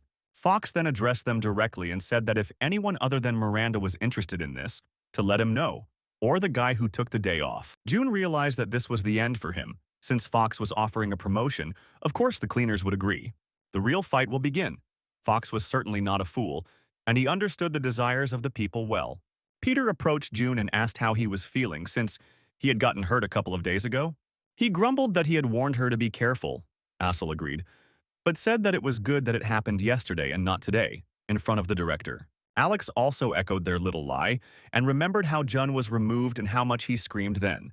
Peter told Fox directly that his offer was tempting, but there was no traitor among them. Together with Alex, they spoke in a conspiratorial tone that they regretted that there was no such person among them, and asked Fox to point him out. Jun felt embarrassed by the behavior of his colleagues. He did not understand why they were going so far, but Fox was stunned. Miranda was also glad that everything worked out and June was not exposed. Although he did not tell them anything, the team understood everything. Fox was nevertheless sure that June was the interceptor, because as soon as he came on shift, everything became quiet. And although Wolf had already agreed to a settlement, Fox wanted to punish June to the fullest extent, since he had exposed him. But Wolf countered that this guy was not so simple, and they were dealing with the wrong guy. And when he voiced his guess about June's true identity, Fox's eyes widened. June stood on the street covered in bodily fluids, everyone paying attention to him because he looked scary. June decided to take over the dungeons. Since the management doesn't want to increase their budget, he will do it himself. Fox did not relent. He demanded punishment for the cleaners, one of whom was an interceptor. Wolf replied that some sponsor had just transferred money for the cleaning squad, exactly the amount they had lost from the interceptions. Fox was indignant. He believed that everything needed to be checked, because it was strange that the money appeared immediately after the interceptions. If they caught him, there would be even more problems, Wolf replied, because then everyone would know that the cleaners were taking over the dungeons from the hunters, especially considering that there was a janitor who could take out an entire dungeon on his own. And Fox realized what kind of shadow this would cast on them. In this man's place, no one would have stayed in the cleaning department with such abilities. But that's not all. Even when June came to ask for a budget increase, he demonstrated excellent awareness of the association's affairs. Things are getting hot, Wolf concluded his arguments, recalling that conversation with the cleaner. He was firmly convinced that there was someone on the cleaning team who didn't belong there. This person has already worked in the association, and there may be an influential person behind him. Even the chairman of the organization himself, stunned Fox, was his colleague. Then Fox realized why the whole team had lied to his face. They felt the chairman's support. He was horrified. It was a warning to them, Wolf's voice said on the phone, that if he got fired, Fox would be in trouble too. Now Jun didn't have to deal with interceptions. He just waited for them to send him the budget that he himself donated. At the exit from the dungeon after clearing, boxes were waiting for them. A whole mountain. and everyone was puzzled about what it was. Upon opening the contents, they found new chemical protection suits and breathing filters, and also cleaning products, medicines. The management decided to give them everything they needed, as if their conscience had awakened. Peter was surprised. June thought that the ghouls from the administration had given them the funds after all, until Peter got the official notice. June was sure that he had done everything anonymously, but the amount of goods clearly exceeded the budget he had left. In fact, the amount was 10 times greater, and June almost lost his eyes in surprise. It was an incredible success that he could not even imagine. Alex read out an official letter. These were the results of a re-inspection. The association fully sided with the cleaners. They increased the budget of their department and also added compensation for the accident. A whole 100 million, half of their new budget, which brought tears to Asel's eyes. She thanked Jun and said that it was all thanks to him, but the guy was doubtful. Peter also praised him for his efforts. Patience and hard work will overcome everything. But June denied everything. June asked Peter if he thought it was suspicious that management had suddenly changed its attitude and paid out a huge compensation. Peter was completely satisfied with the official paper. They wouldn't tell him the truth anyway. So that was enough for him. But now they had another problem. How to transport all this cargo? Asel suggested bringing everything into the office. June was surprised that they had an office, and Peter laughed and replied that they did. But there was nothing to do there. Miranda was also surprised and asked the foreman where he was. She offered to take everything there with June, and they could rest. Peter was surprised, but Miranda insisted that the two of them were enough and looked at June. While he was carrying boxes, he received a notification that his fire skill was unlocked because he fulfilled the condition and increased the budget for the cleaners. He was happy, and a malicious grin blossomed on his face. A couple more skills, and goodbye to the job of a cleaner. Miranda, who was left alone with him for this question, said that it was he who intercepted the dungeons. June didn't deny it. Even if it was so what? He answered her. The girl calmed him down and told him not to worry. She promised not to rat him out for the sake of a promotion. She wanted to know if the compensation was money from the interception. June realized that she knew everything. The girl said that the whole department knew about it, which stunned the naive June, who thought that he had hidden everything. Miranda decided to speak frankly and reminded him of the saying, "You can't hide an awl in a sack." His skills are at such a level that it would be impossible to hide them, even if he wanted to. Even if he won this time, the association will definitely be on guard. If he was caught, he wouldn't be allowed to stay on the cleaning team, Miranda said. But June only cheered up. He thought that if Miranda was asking him to move to the operations department, then for once she would be useful, and soon he would leave the cleaning staff. But Miranda got it completely wrong. She thought June wanted to stay in the cleaning department, which caused him extreme bewilderment and complete cognitive dissonance. The stupid girl blurted out that she would help him and do everything possible to ensure that he continued working with them. Of course, she was a mid-ranking hunter, but she promised to rise to the top and help him stay on the cleanup team. June gritted his teeth in anger. He didn't understand why life was mocking him like that. Although the dungeon takeover situation was over, another incident occurred almost immediately. Their team was subjected to harassment, and curses and insults began to appear in the dungeon addressed to them. Inside the dungeon, the situation was no better. All the walls were stained with the blood of monsters. The monsters were deliberately dragged into the farthest room to make it more difficult to remove them. Asel was upset about this. She did not understand the motives of the offenders, and Alex demanded retribution. June said that even if they find the culprits, they will simply deny it, so they won't be pinned down. Alex screamed. He didn't think June would want to leave it like this, but the guy thought that if he didn't react, it would end soon. June knew who did it, but he decided to avoid clashes with the operations department. He still wanted to unlock his skills. He thought that it would end in a couple of days, but even after 3 days, the bullying did not stop, which added to their troubles. Asel felt depressed, and Alex asked Peter to contact the operations department. But the foreman had already tried to do this, and as expected, the hunters claimed that it wasn't them, and weren't the least bit embarrassed. But Alex didn't want to leave it like that and decided to call the hunter Miranda. Then June told him to forget it. Alex thought that the guy would start persuading them to leave everything again, but it turned out that the newbie was furious. June told them not to touch anything and promised to sort everything out himself. He was furious that the operatives were doing such childish things, but he had something to surprise them with. And in addition, he was terribly tormented by an attack of mysophobia. The cleaners sometimes worked 15 hours a day, while the hunters allowed themselves to commit such nasty acts. Jun burst into the administration building and immediately scattered everyone who was in his way. One hunter yelled at him to stop, outraged by such rudeness. But June was determined to put an end to the bullying today. It all came to this because of what happened 3 days ago. When they came out of the gate, there was a couple of hunters standing there, insulting the cleaners, calling them stinkers. They behaved rudely and pushed the cleaners, using their strength. But there was a logic to their insults. The hunters didn't like the fact that the cleaners had knocked out a budget for themselves. They insisted that cleaners should just clean and not meddle where they shouldn't. Alex couldn't stand it and became indignant. But then Miranda entered their conversation. She asked her colleagues in the department which group they were from. The blockheads immediately began to press the girl, asking why she didn't address them as you, and promised to teach her some manners. But then Miranda looked at them as if they were trash, and repeated her question with emphasis. One of the dummies still didn't get the situation and was rude to the girl, but the second one shouted at his friend to cool down. The first idiot already recognized Miranda from their department, and her rank was higher than theirs.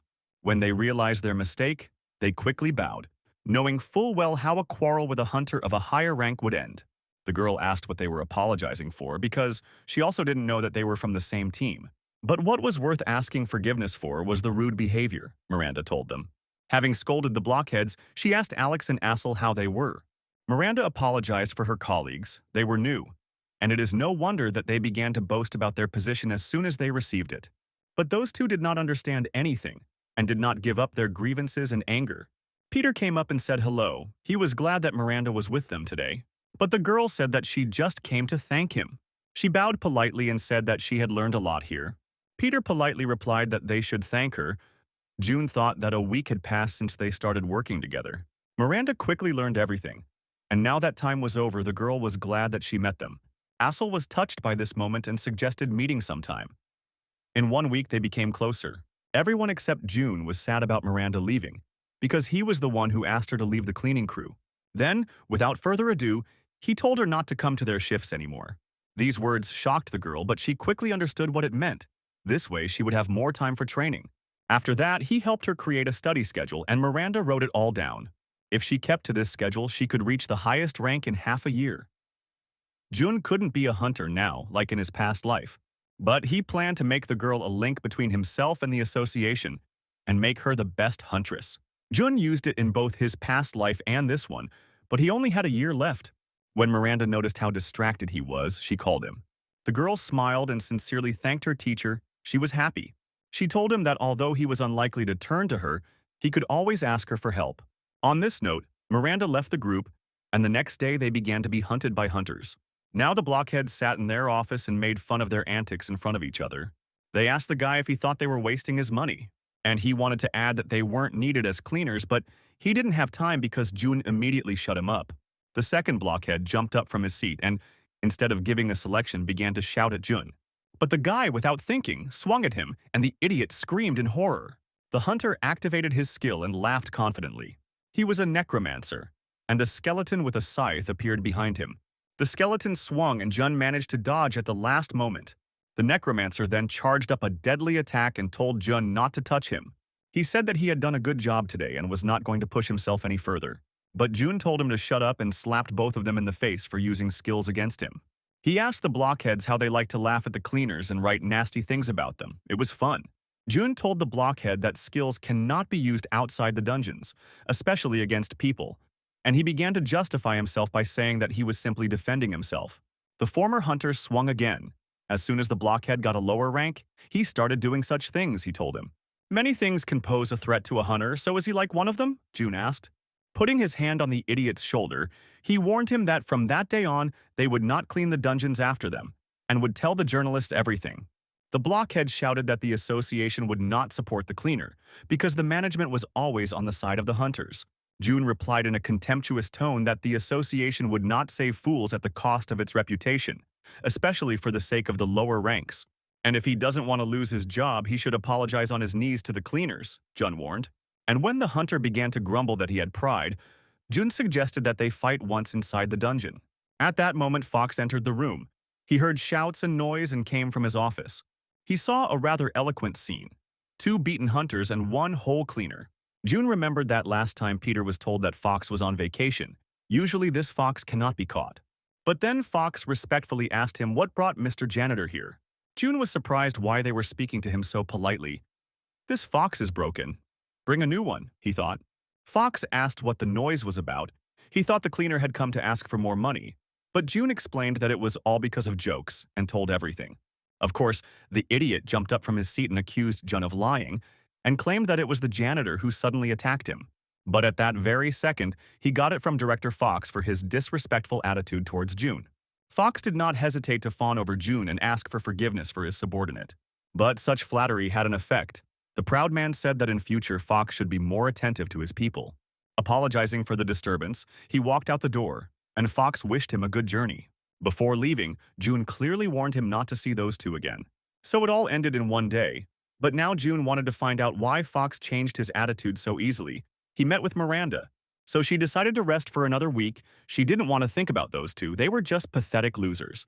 June replied that they had at least apologized properly, although he himself felt that he had gone a bit overboard.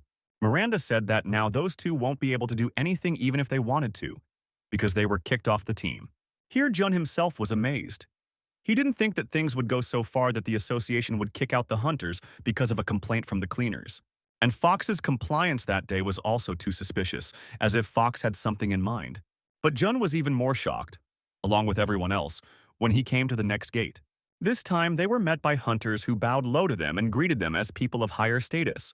They thanked them for cleaning, which was very embarrassing because this had never happened before. This continued after each cleanup, moreover. Inside, the hunters put all the monsters neatly in a pile. Asel said that it was impossible to get used to this. This was the first time something like this had happened in 10 years of their service. Alex noted that it would be like they were holding the hunters hostage. Peter countered that it was all thanks to June. They were truly grateful to him. Everyone in the team understood that without the guy these changes would not have happened. But Asel was still worried about this, although June thought to accept everything as it should be. She was afraid that this situation could harm the guy. Many were watching them closely, and the hunters could take revenge on him. June answered calmly that it must be a very fearless person. And for now, the hunters will remain quiet as a mouse. Asel sighed with relief, glad that June had not done anything bad. But this did not calm Alex's suspicions, so he approached June. Although June said he didn't ask for a budget increase or for hunters to be fired, his department kept an eye on them, he said. And Alex suspected that June was a big shot, since even connections with the bosses weren't important to him. June just laughed and told Alex not to talk nonsense and to get to work, which angered his partner. Fox was already in a bad mood, and it got even worse when his colleague got wind of him spying on the cleaning crew. Hamster knew that Fox's men were doing this, and noted that Fox himself was doing well. Fox replied with annoyance that he knew nothing about the kind of guy who worked in the cleaning team. But Hamster had already heard the rumors. It was all anyone talked about. He knew about the suspicions that this was the chairman's man. Hamster laughed and said that was why Fox hadn't gotten a promotion. You didn't have to run after your boss to get one. Fox got angry and told his senior colleague that if that was all he came for, he had better leave. And despite his irritation, Hamster declared that he would sort it out completely without stopping munching on chips. As a senior colleague, he promised to help anyone who believed the story about the cleaner. Fox froze in surprise with chips in his teeth and asked how exactly they could help him. Hamster replied that it was just a service. Even if the cleaner was the chairman's man, he could not help but make mistakes.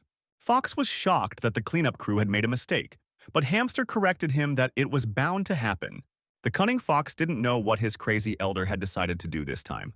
Hamster told him to think carefully, or he would have to spend the rest of his days on surveillance, and his squad was considered elite. Fox asked him what in return, and Hamster praised him for his intelligence, replied that he would, and spoke of a dungeon that would go to the younger one. It was a special multi-hall dungeon that opened up the next zone after clearing the previous one. It was quite difficult and required preparation, and Hamster demanded it for himself, although Fox had been preparing for it for a month. It was too much for him, so Fox even jumped up from his seat, but Hamster did not insist. After all, he had already gotten permission and thought they could work it out between themselves, Hamster said. Hamster has stolen loot from other teams this way before, but without his help, Fox won't be able to get close to the cleaning crew.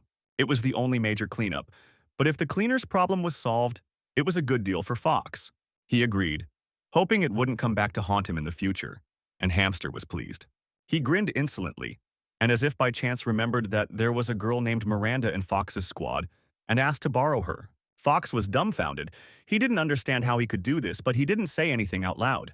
In the end, he had to endure everything, because he had already agreed. June studied his status. So far, everything was going smoothly and according to plan, so he was satisfied with it. the skills became easier to unlock. The system offered him different ways to unlock skills, and now they no longer seemed so unattainable. He was thinking about how he could bring publicity to the cleanup crew when the phone rang. Miranda was on the line and June asked her what was wrong. She said that she was assigned to a multiplex dungeon as a squad leader.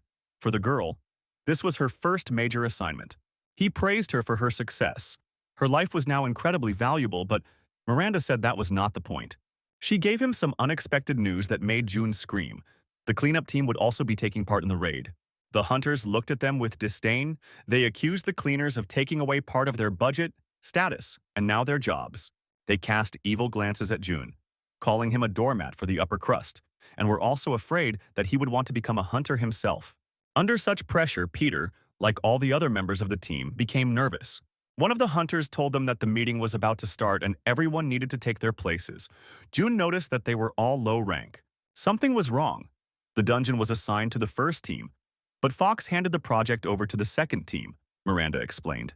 June was surprised that such a large project was simply taken and given away, having spent so much effort on preparation. But the girl did not know the details. Hamster appeared, opening the doors sharply on both sides, apparently to go through them. He greeted everyone and said that he would lead the cleanup. As soon as June saw him, he immediately recognized the fat man. He would have recognized that round face anywhere, and he remembered Hamster well. When Jun was a new hunter, this jerk stole his raid. He was well known for taking everyone's orders. And now Hamster became the captain of the second group. June trembled so much that the others noticed it. He warned Miranda to stay away from this scoundrel and not to get involved with him. Hamster announced from the podium that the raid would last for 24 hours, and that it was impossible to leave the dungeon without completing it to the end. He gave a chance to those who didn't want it to refuse. They could say so now.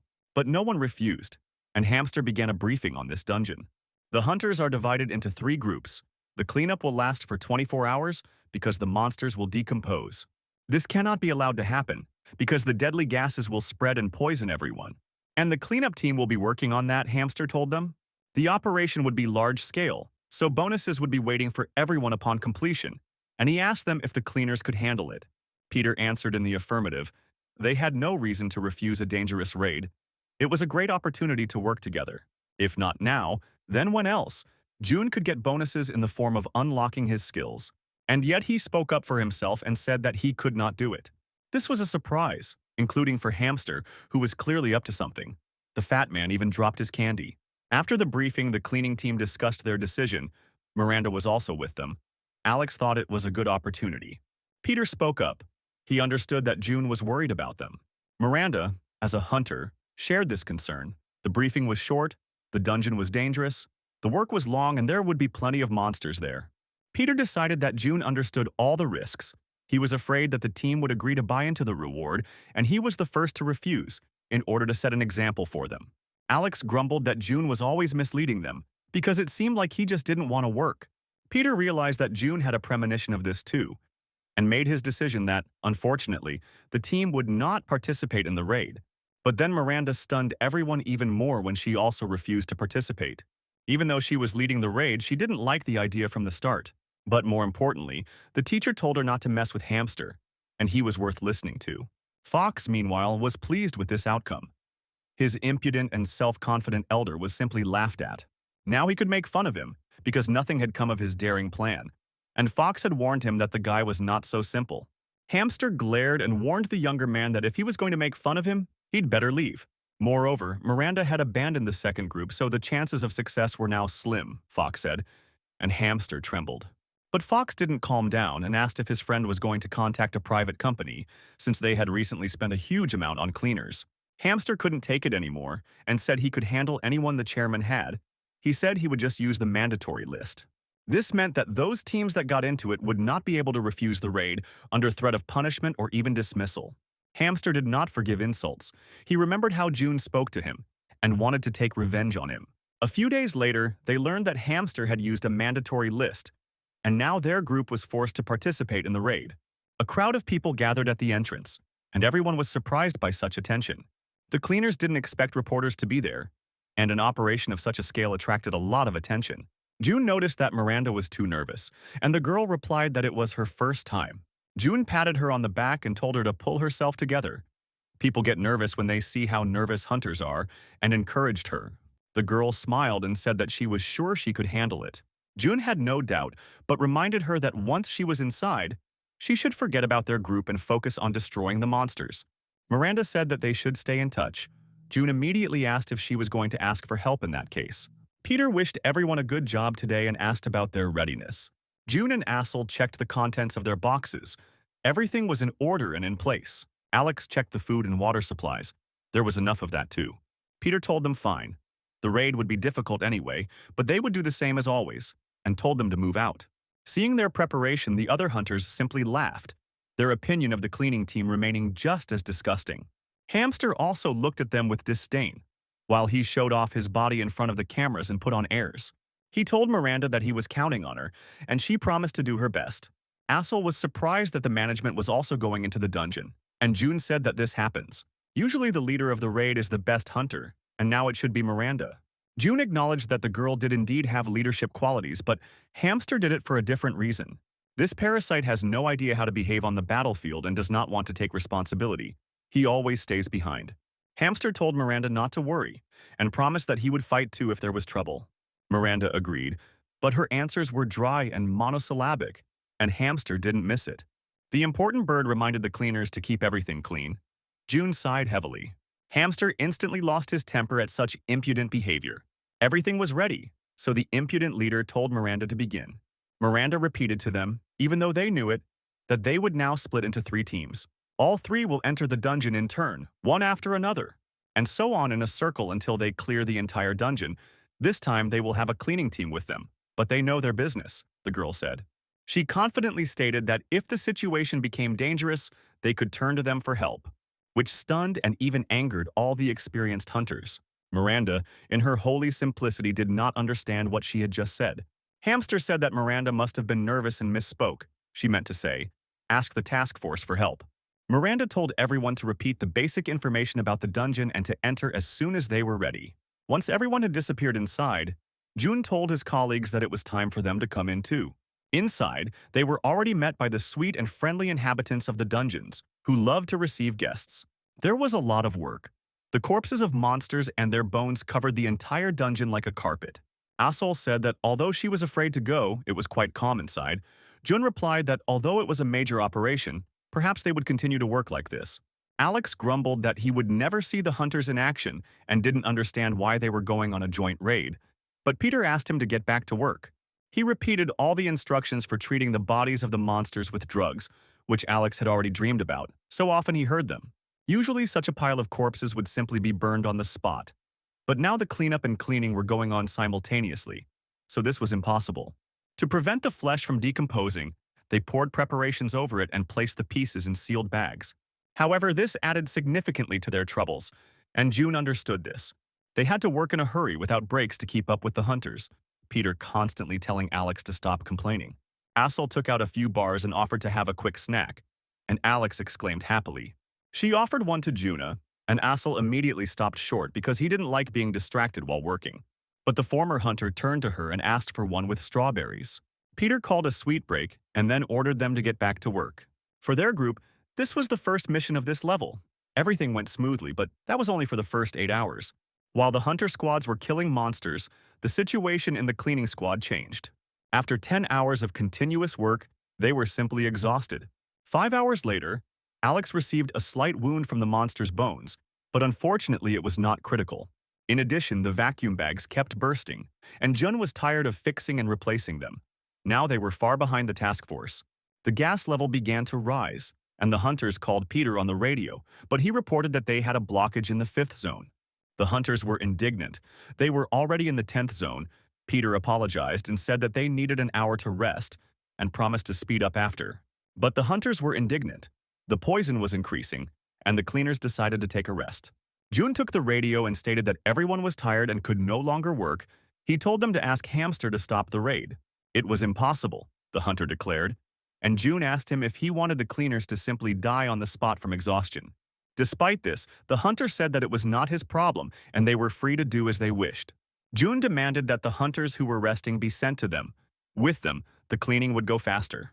But when he balked that this was not a matter for hunters, June demanded that he call the head of the raid. Hamster asked him what they should do and whether he was doing the right thing, since the gas was already visible to the naked eye. Instead of dragging themselves to the 10th precinct, they should have been cleaning up, he told June, who was furious. But the guy ignored the fat man and asked him where Miranda was. He became indignant and sarcastically replied that she was working. June recalled that they worked 18 hours without a break, although they are not robots. But the fat man didn't care that they had no strength left.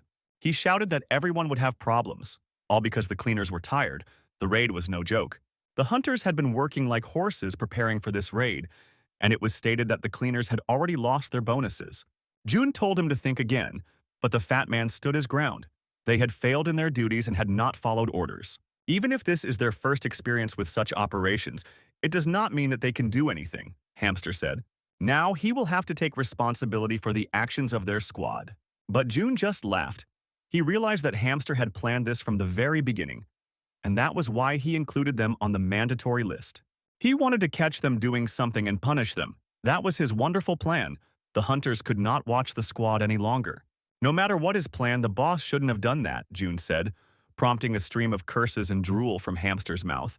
June chuckled and stated that if the cleaners simply refused to continue, what would the hunters do? The fat man grabbed the radio and turned to Miranda, who was now busy fighting the monster. He told her that they had a problem now because the cleaners were refusing to work. Hamster told Miranda that at this rate they would suffocate before they completed the raid, and removed her from her position as commander, taking over the operation himself. When the girl asked what this meant, he called her a brainless chicken and said that she would not be able to handle the controls anyway. June chuckled. He called Hamster a fool because his decision didn't change anything. Miranda turned to June on the radio after hearing his voice and asked if he really refused to continue. But June replied that the cleaners did not want this at all, because then everyone would suffer from the poison. Miranda was breathing heavily. She had just dealt with another bunch of monsters. The fat man kept pressuring her to let the little upstart hand over command to him and threatened to throw her out of the department. He shouted that just because she was given command once, it didn't make her a big shot. Miranda grimaced in disgust and handed over the authority to him. Hamster smiled contentedly. But unexpectedly, she announced that as the head of the raid, she was handing over her powers to Jun and the cleanup team. And now it was time for the former hunter to feel vengeful and touched. He immediately remembered that he had not led the cleanup for a long time. In his new status, June felt much better. He declared to everyone categorically that from that moment on, he was in charge of the raid. Naturally, Hamster started laughing and spitting in his face. It was unthinkable that a cleaner would be in charge of the operation. Hamster told him that he was still in charge here, even though Jun had been given the authority. June asked if the fat man had done anything useful in this raid, and reminded him that he knew who was responsible for everything. Hamster was surprised and asked June where he was from, assuming that he was a hunter. June didn't understand why everyone he met wanted to know if he was a hunter, but Hamster replied that the fate of the raid was at stake. Hamster expected June to hand over the raid to him, since he was an experienced manager and not some janitor, and even promised not to punish him. June chuckled and said that Hamster knew better whether to punish them or not. But when he looked at him, he immediately remembered a past that never happened, June said, calling Hamster a mangy dog. And he asked him to raise his rating well day by day. But the fat man did not understand at all what he was talking about. June told the fat man not to interfere because he was suspended. Removal is a status that deprives the manager of all powers. He grabbed Hamster's slack jaw and told him to close his mouth before the fly got in. Then, over the radio, June announced his decision to everyone else as the fat man sat down heavily in the mud.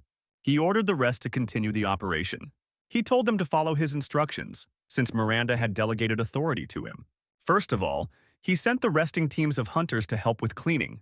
Of course, they began to object that they were hunters and would not scratch the floors. But Jun calmly announced that the two groups would be suspended for failing to follow instructions, without any ceremony. June was still waiting for a response from Team A, led by Miranda. She replied that she was ready to carry out the task. Everyone would have to work more, since most of the team was now suspended. She was currently working in Zone 11, but the monsters here were resistant to physical damage. June told them to wear down Winnie the Pooh with tanks supported by healers, and then deal maximum damage to him. Miranda will need to use the counterattack skill, which is why she trained her left hand. Having received the order, the hunters rushed into the attack. Their actions were coordinated. They reinforced each other and used their strength efficiently because they now had a plan. The bear struck with its paw at the hunter, who was acting as a tank. After he recoiled, Miranda entered the battle, charged up for an attack. She activated the counterattack skill and her eyes filled with power. With a powerful stroke of her sword, Miranda sent the clubfoot to rest. Afterwards, she sent him a message that Zone 11 was free. The other detached hunters did not believe that this was possible. June told her that was great because they still had 50 minutes to clear the rest of the areas. In the 12th zone, a ghost immune to physical attacks awaited them. The swordsman went to the rear, the magicians came forward. Then they could start hallucinating. And the healer needed to apply a purification in time, Jun said, to attack the boss and retreat. His skillful leadership caused a lot of bewilderment among the hunters. June told Miranda to back off, but the girl said she wasn't coming out. The problem was that they were simply exhausted and lacking skills, and June was indignant that they were such weaklings. He walked towards Miranda and told her to hold on a little longer. The swordswoman had not faced the most successful opponent. The monster was too strong for her sword. She herself noticed that this boss defended himself well. He was completely different. Strong armor and good mobility made him practically invulnerable, and in addition, he was not small. While she was jumping back and forth, the boss grabbed her leg as if he was in a vice, after which he hit the floor like a frog, giving no chance to escape. Miranda was hit hard and couldn't get up, a trickle of blood dripping down her cheek.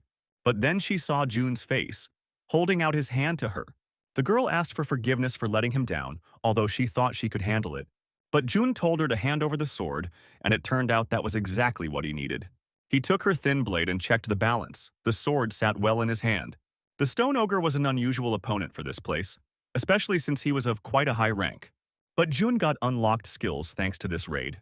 Now he could destroy the giant's armor in one fell swoop using special skills. June hit the weak spots, so the battle was not a problem for him. The monster swung its fists furiously to hit him, but Jun was too fast. He instantly attacked and retreated, and when the monster froze in place, he used his fire skill. The combination of different skills created a special penetrating effect, and the monster was destroyed. The hunters of the first group surrounded Miranda and asked her who he was, but she replied that he was just a cleaner. With skills like that, he should work in the operations department, but Miranda said it was better if no one knew about it. Jun experienced a bout of mysophobia because he got a lot of dirt on him during the battle. After the raid, the media was in full swing. Hamster's reputation was in tatters. His shameful suspension and past misdeeds all became public knowledge. Wolf yelled at Hamster when he read the news that the leader could be removed from the raid. But the fat man could only apologize, although there was no point in it. He said it was likely that Miranda and the cleaners were working together. Wolf snapped again. Even the kids knew now that Hamster was trying to use Miranda. The fat man shrank and almost cried, asking why everyone was blaming him, since they had drawn up the plan of demands together. But Wolf grabbed him by the head and said that they were not friends, and Wolf was superior in rank. He couldn't just forget that everyone in the department was discussing the fat man's behavior. Before anyone could press charges, he told Hamster to go to the police station himself. Fox entered the office and asked to tell the cleaner that it was he who helped him. Wolf asked Fox what he thought about appointing Miranda as squad leader. Hamster was ultimately demoted and punished, and was removed from his leadership, which is tantamount to being fired. His place was taken by Miranda, who was congratulated by the entire cleaning team. The girl was glad to accept their congratulations and that everything worked out well. The girl even burst into tears from the excess of her emotions, so Asel began to console her. Miranda said she just got something in her eye, and June thought it was wrong. Miranda is still not used to these changes and new responsibilities. She was now a leader on par with Fox, although Miranda herself did not think so. Her office was a bit empty.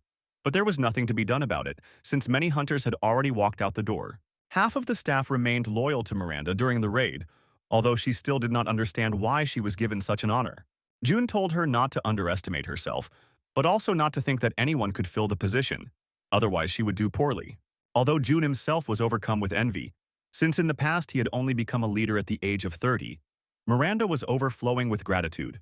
But June immediately told her to watch her words and not say anything like that here. June explained that no hunter wanted a cleaner in their group, much less as their leader. But then the hunters entered the room.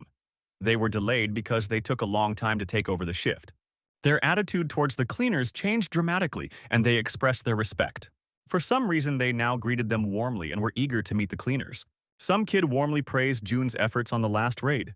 They asked to be considered part of the team and promised to always come to the rescue, for some reason striking picturesque poses. June didn't understand who brainwashed the hunters, but Miranda liked their attitude.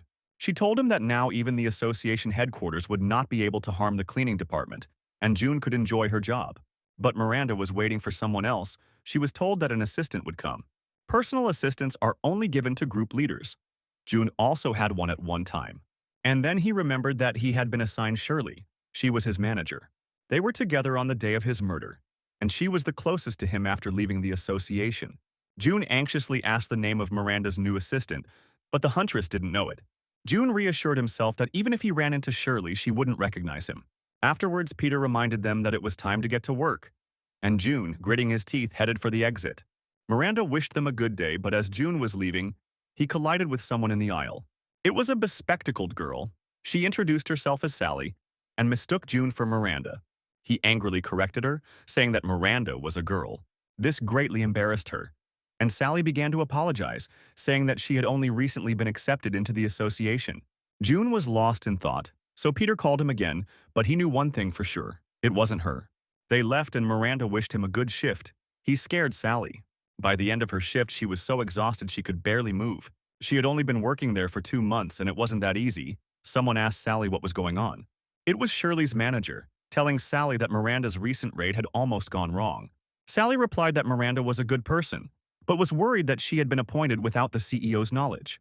Shirley has heard rumors that Miranda is on good terms with the cleaning crew, which is under the patronage of the CEO. Sally said that she ran into June today and she didn't like him at all because he was arrogant. Sally launched into a torrent of speculation about June and his behavior that made Shirley's ears bleed. But she didn't respond in kind, but noted that June was doing well. He was able to increase the budget for his department, which was rare. She also heard rumors that June had given the hunters a dressing down for insulting the cleaners. Sally agreed. She was confident that if such a situation arose in the future, she would quickly resolve it. Shirley agreed with her, but she wanted to know what kind of person June was. The guy felt his ears burning and thought that someone was remembering him with a quiet, not evil word. June hummed the song from the commercial to somehow dilute the cleaning routine. Miranda, who was working next to him, informed him that rain was expected after lunch. He asked the girl if she had too much free time, and Miranda replied that she was at work. Jun was skeptical about this statement. For the team leader to have fun with a mop in the cleaning squad, not many people would like that. But when he looked behind her, he saw her team of hunters there, diligently scrubbing the floor and walls. Peter rushed to their aid to show them how to work, and June stopped understanding what was happening in this world. Asel asked cheerfully who could help her with disinfection. And then the hunters struck a dramatic pose and said that they would cope completely. June simply settled as a solid precipitate at the bottom of the test tube. After work, he asked Miranda why she had come, clearly not for a date with a wimp, and she said that she had some tough raids coming up this month. June understood why she had come and hurried her, and the satisfied girl took out a pencil and a notebook. She had about 50 dungeons to clear, but there weren't enough people. Jun agreed with this. Plus, she had to work with high and mid-level dungeons, and Jun told her to listen and remember. The level of the dungeons is determined by the headquarters. The association had nothing to do with it. Even if the gate is green, there may be strong monsters in it. Jun said that at their level, they needed to do sweeps twice a day, splitting into 2 teams. Miranda was surprised by his plan, but many even experienced managers did not know the subtleties that June possessed. The girl was extremely grateful to him for such valuable information. June told her to stop and just leave. They could handle the cleaning themselves. Miranda thought she was bothering him, but June pointed her in the direction of the one who was causing real pain with her gloomy appearance. Miranda came closer to him and whispered to him if he knew Sally. Miranda smiled. She also met her yesterday, like June, and suggested that he take a closer look at her. Maybe she would become his girlfriend. Although June did not appreciate the joke, Sally approached Miranda with an important air and said that they had to go to an important meeting, but the huntress wanted to have lunch first. Miranda asked to reserve a table for her in the dining room, since it was not possible to use the telephone in the dungeon. June was surprised, and Miranda explained that she lied because she wanted to discuss something. Miranda wanted to ask if he knew anyone from the support department. She was told that someone from that department wanted to see him and asked to keep it a secret. June had no idea what the support wanted from him. Maybe it was related to that fat guy. June told Miranda to tell her he would stop by as soon as he had time. Miranda told everyone that she was responsible for lunch, and everyone was incredibly happy about it. The next day, they arrived at the gate where there was a little boy calling for help. Someone called him, and the boy thought it was his brother and answered. But it was the monster that called him and approached him. The walking screamer smiled affably, But the boy did not appreciate it. It turned out that he entered the dungeon by mistake, and there he was attacked by a monster. Fortunately, the wounds were not fatal. The victim said that the dungeon had no fence and that is why he went in there. Miranda, after hearing this news, said that civilians by definition are not allowed to enter the dungeons. Director Wolf yelled at them for not putting up barriers. June found the boy when he was returning home. A little more, and everything would have ended badly. The director demanded that the culprits be handed over, the one who forgot to put up the fence, before this news spread. Jun replied that it was his doing, he should have done it, but he forgot. Miranda was indignant because she saw how June put it. But the cleaner told her to shut up, because he was talking to the director now. Wolf realized that it was the cleaning department's mistake, but June corrected him that it was his own. Wolf asked with what part of his body he thought it didn't matter who was to blame, June personally or the whole team. He was simply stating what had already happened. June suggested that he be suspended from work so that he could speak to management and explain his mistake. Wolf was pleased with this decision. He announced that he would hold a meeting tomorrow at 9. Nothing would prevent June from escaping punishment. At this point, he announced that the conversation was over and they should leave his office. Miranda was shaking with anger and indignation. Her assistant was crushed by such a reprimand. The girl asked Jun what he was doing and the guy didn't understand what she was talking about. She screamed that she had seen with her own eyes how he put up the fence, even though he was protecting the others. But Miranda didn't understand why he was lying. Even if the boy got into the dungeon, where did the monster come from if they cleared everything? The huntress asked. It was pointless. Someone clearly set this up, and Jun was setting himself up. June told her that even if it was someone's setup, they had no way to expose that person. It is obvious that it is not an ordinary employee who is behind this, and they will not find out anything by the morning, so he will be held responsible. Of course, it was all set up. The Vega monster does not live in dungeons of this level. He was let in there on purpose, but who is unknown. June didn't care, because one of the conditions for unlocking the skills was increasing the citizens' attention to the cleaning department. Even if someone removed the barrier by mistake, how could a child get into the dungeon half an hour before closing time? And how could there be a monster there if the task force completed its work? So Miranda came to the conclusion that this was all arranged to frame her teacher.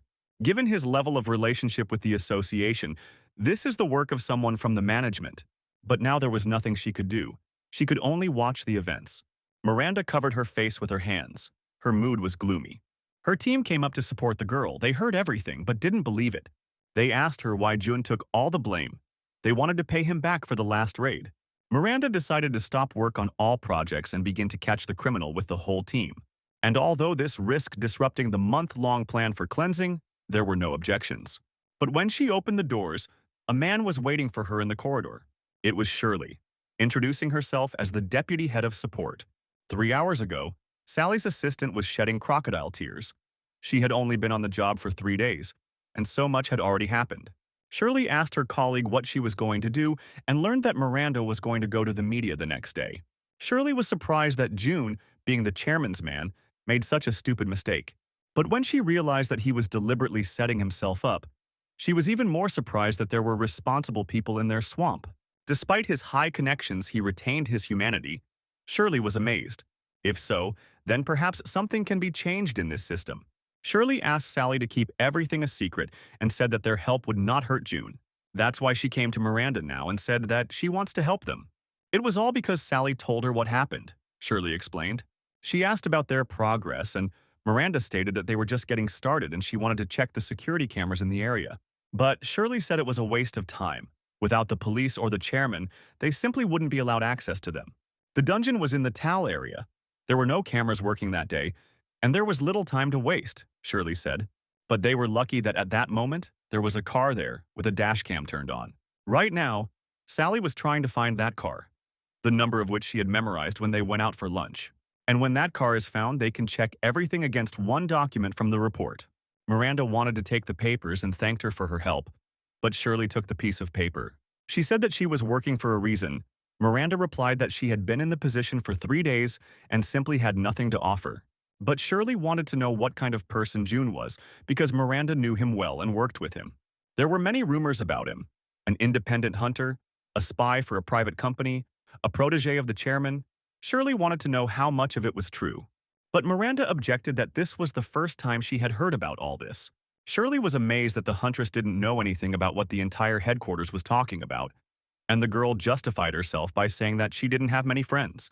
And then Shirley realized that the hunter knew June only as an employee of the cleaning service. Miranda's colleagues sympathized with her loneliness and decided that they would communicate with her more. But Shirley only laughed, under the hunter's intense, disapproving gazes. She was amused by the situation in which the cleaner took all the blame on himself and the head of the department, who rushed to defend him. She didn't understand how these people ended up in this rotten place. Shirley promised to help, but asked in return to introduce her to June. Now all that was left was to find a car. Everyone in the group rejoiced at this success. Meanwhile, June bought clothes for the press conference. On the way to his destination, Asel called him and asked if he had contacted Miranda. Asel tried to call her but couldn't. June said not to worry, this happened often with managers. But the thing is that Miranda sent her a message that she would help June, and if she didn't make it in time, Asel should dissuade him. June hung up. He realized he had to hurry before silly Miranda ruined all his plans. So he immediately called the distressed student and asked what she was doing. The girl picked up the phone and said that she was going to an area where she didn't even work. She was going to find evidence of his innocence and told him about the dash cam. June croaked into the phone that he asked her not to interfere. He thought that it would be better if the girl did nothing, and then June would get a new skill, but now she definitely won't listen to him. He asked her for the license plate number and decided that he would never let her get the evidence. June hung up the phone and banged his head on the ground in despair, which really scared the people who saw the blood on his face. But thanks to this, he was able to activate his skill, which was tied to the combat situation. Using hyper-acceleration, he shot into the sky like a rocket. June raced along the highway at the speed of a bullet to get there before his lazy student. Shirley came to the hospital in the meantime and said that she was a representative of the association. She asked the person next to the boy if he was his relative, but the man refused to talk to her. Shirley said that there would be a conference on the matter tomorrow. The investigation was not yet complete, but it was already clear that the cleaner was not guilty. But the man turned to her and said that she was healthy, and if June were to suffer, he would only be glad about it. The young man was sitting in his car in the parking lot. He was thinking about what he would have for dinner today. Nothing foreshadowed it. But then a bloody zombie knocked on his window and the guy screamed. The zombie said that he was from the association and asked for help. The young man was surprised because he was an ordinary citizen and did not know what they might need. But June simply crushed his recorder, no questions asked.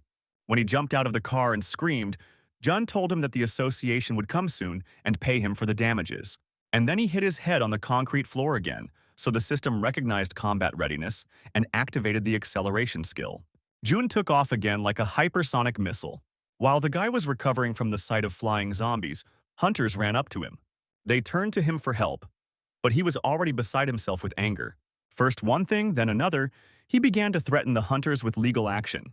The hunter looked at the car and told Miranda, who was taken aback by such aggression, that someone had already taken the recorder. The girl was shocked by this. Their opponent had gone too far. Shirley, meanwhile, was interrogating the boy's so-called relative. He immediately stated that he was fired because of June, so he won't listen to anything that the people of the association tell him.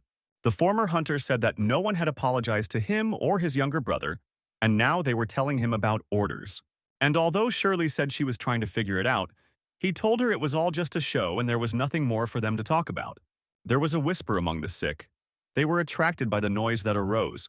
Shirley did not need witnesses. The older brother closed the doors. He grumbled at Shirley and at the association. The boy asked to stop everything already. He didn't like sitting in the hospital all day and getting injections. But the brother reminded him that they had agreed on this, that it would all end tomorrow, and he had to endure it. But then someone broke into their room, and the brothers turned around, alarmed. It was June himself, telling them that if the boy had just walked by, there wouldn't have been a problem. An ordinary person, especially a child, would not be able to lift the barrier, and even more so to plant a monster in an empty dungeon. But for a former hunter, it was within his power.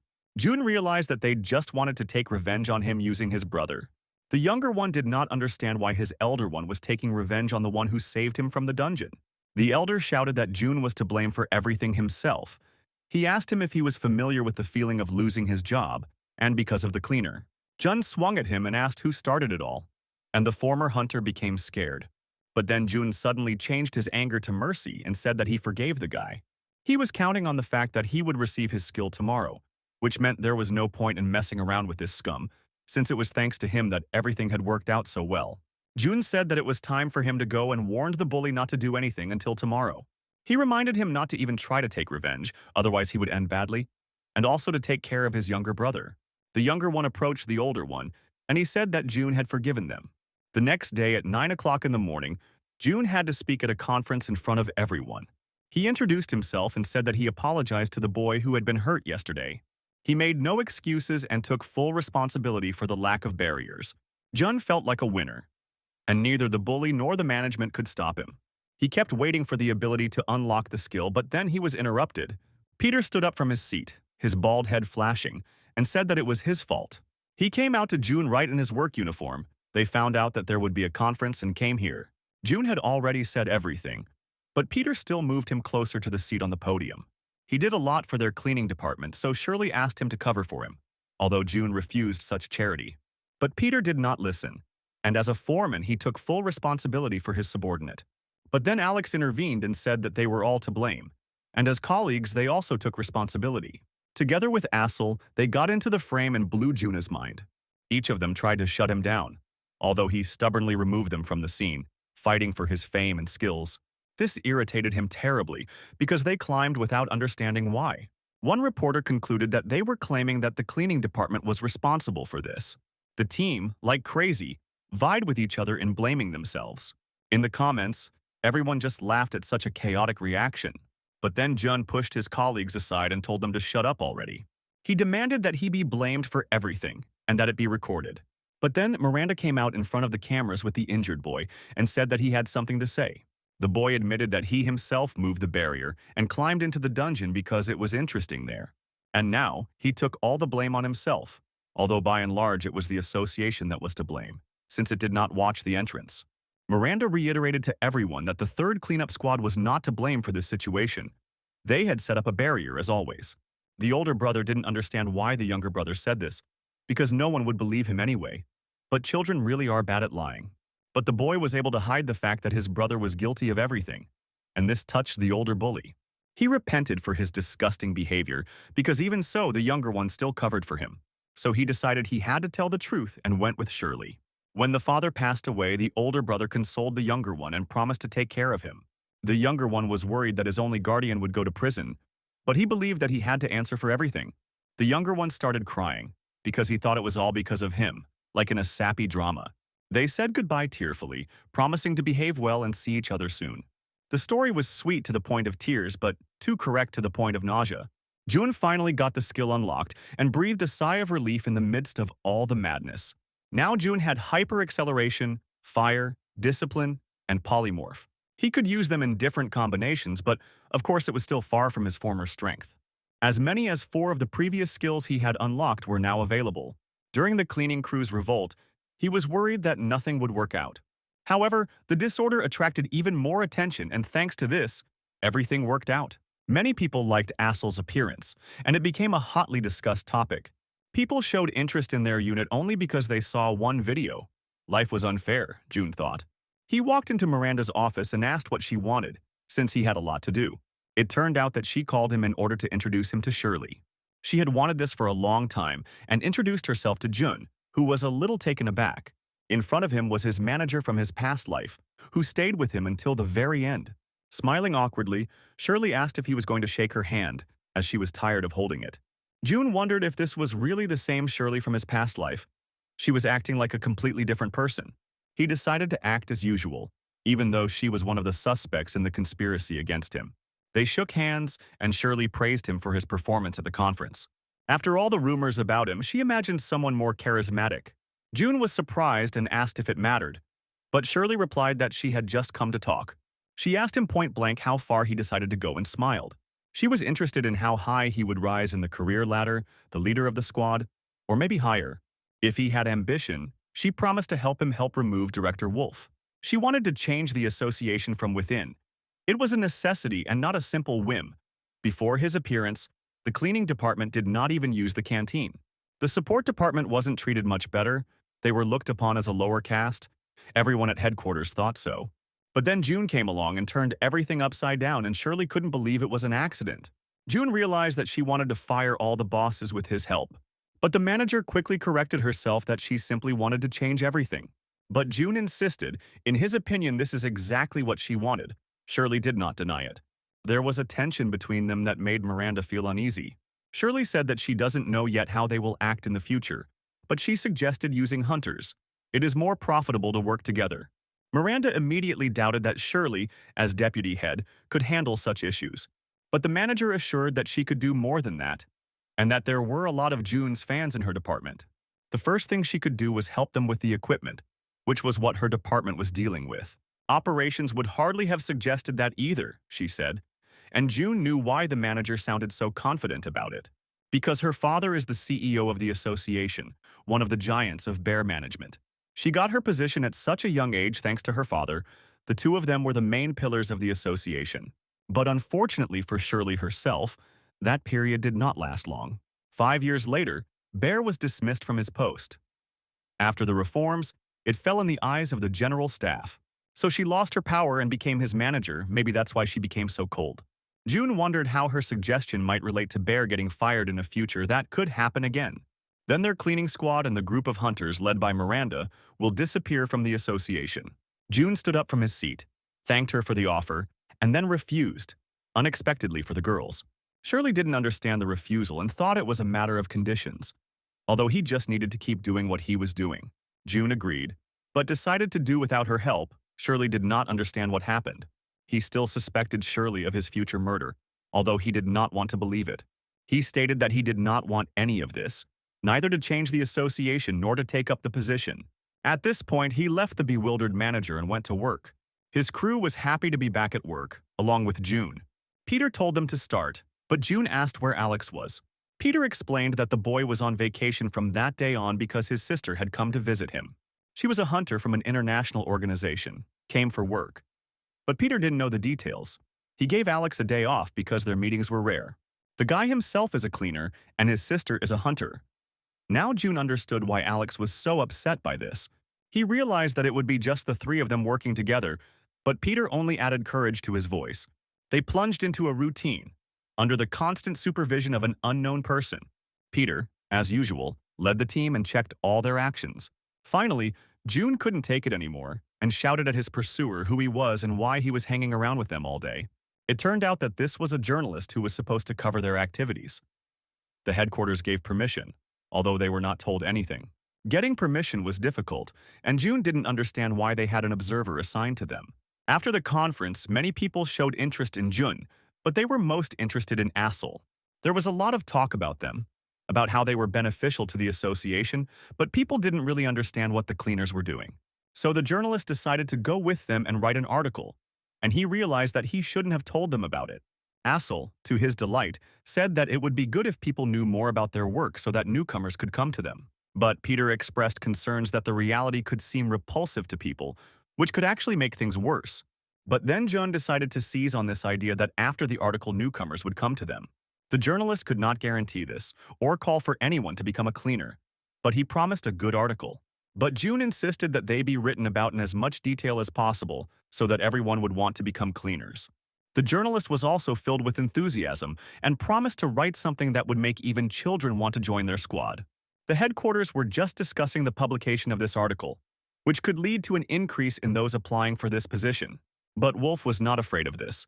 Because the cleaner's work was dirty and hard, Fox habitually nodded in agreement with his superiors.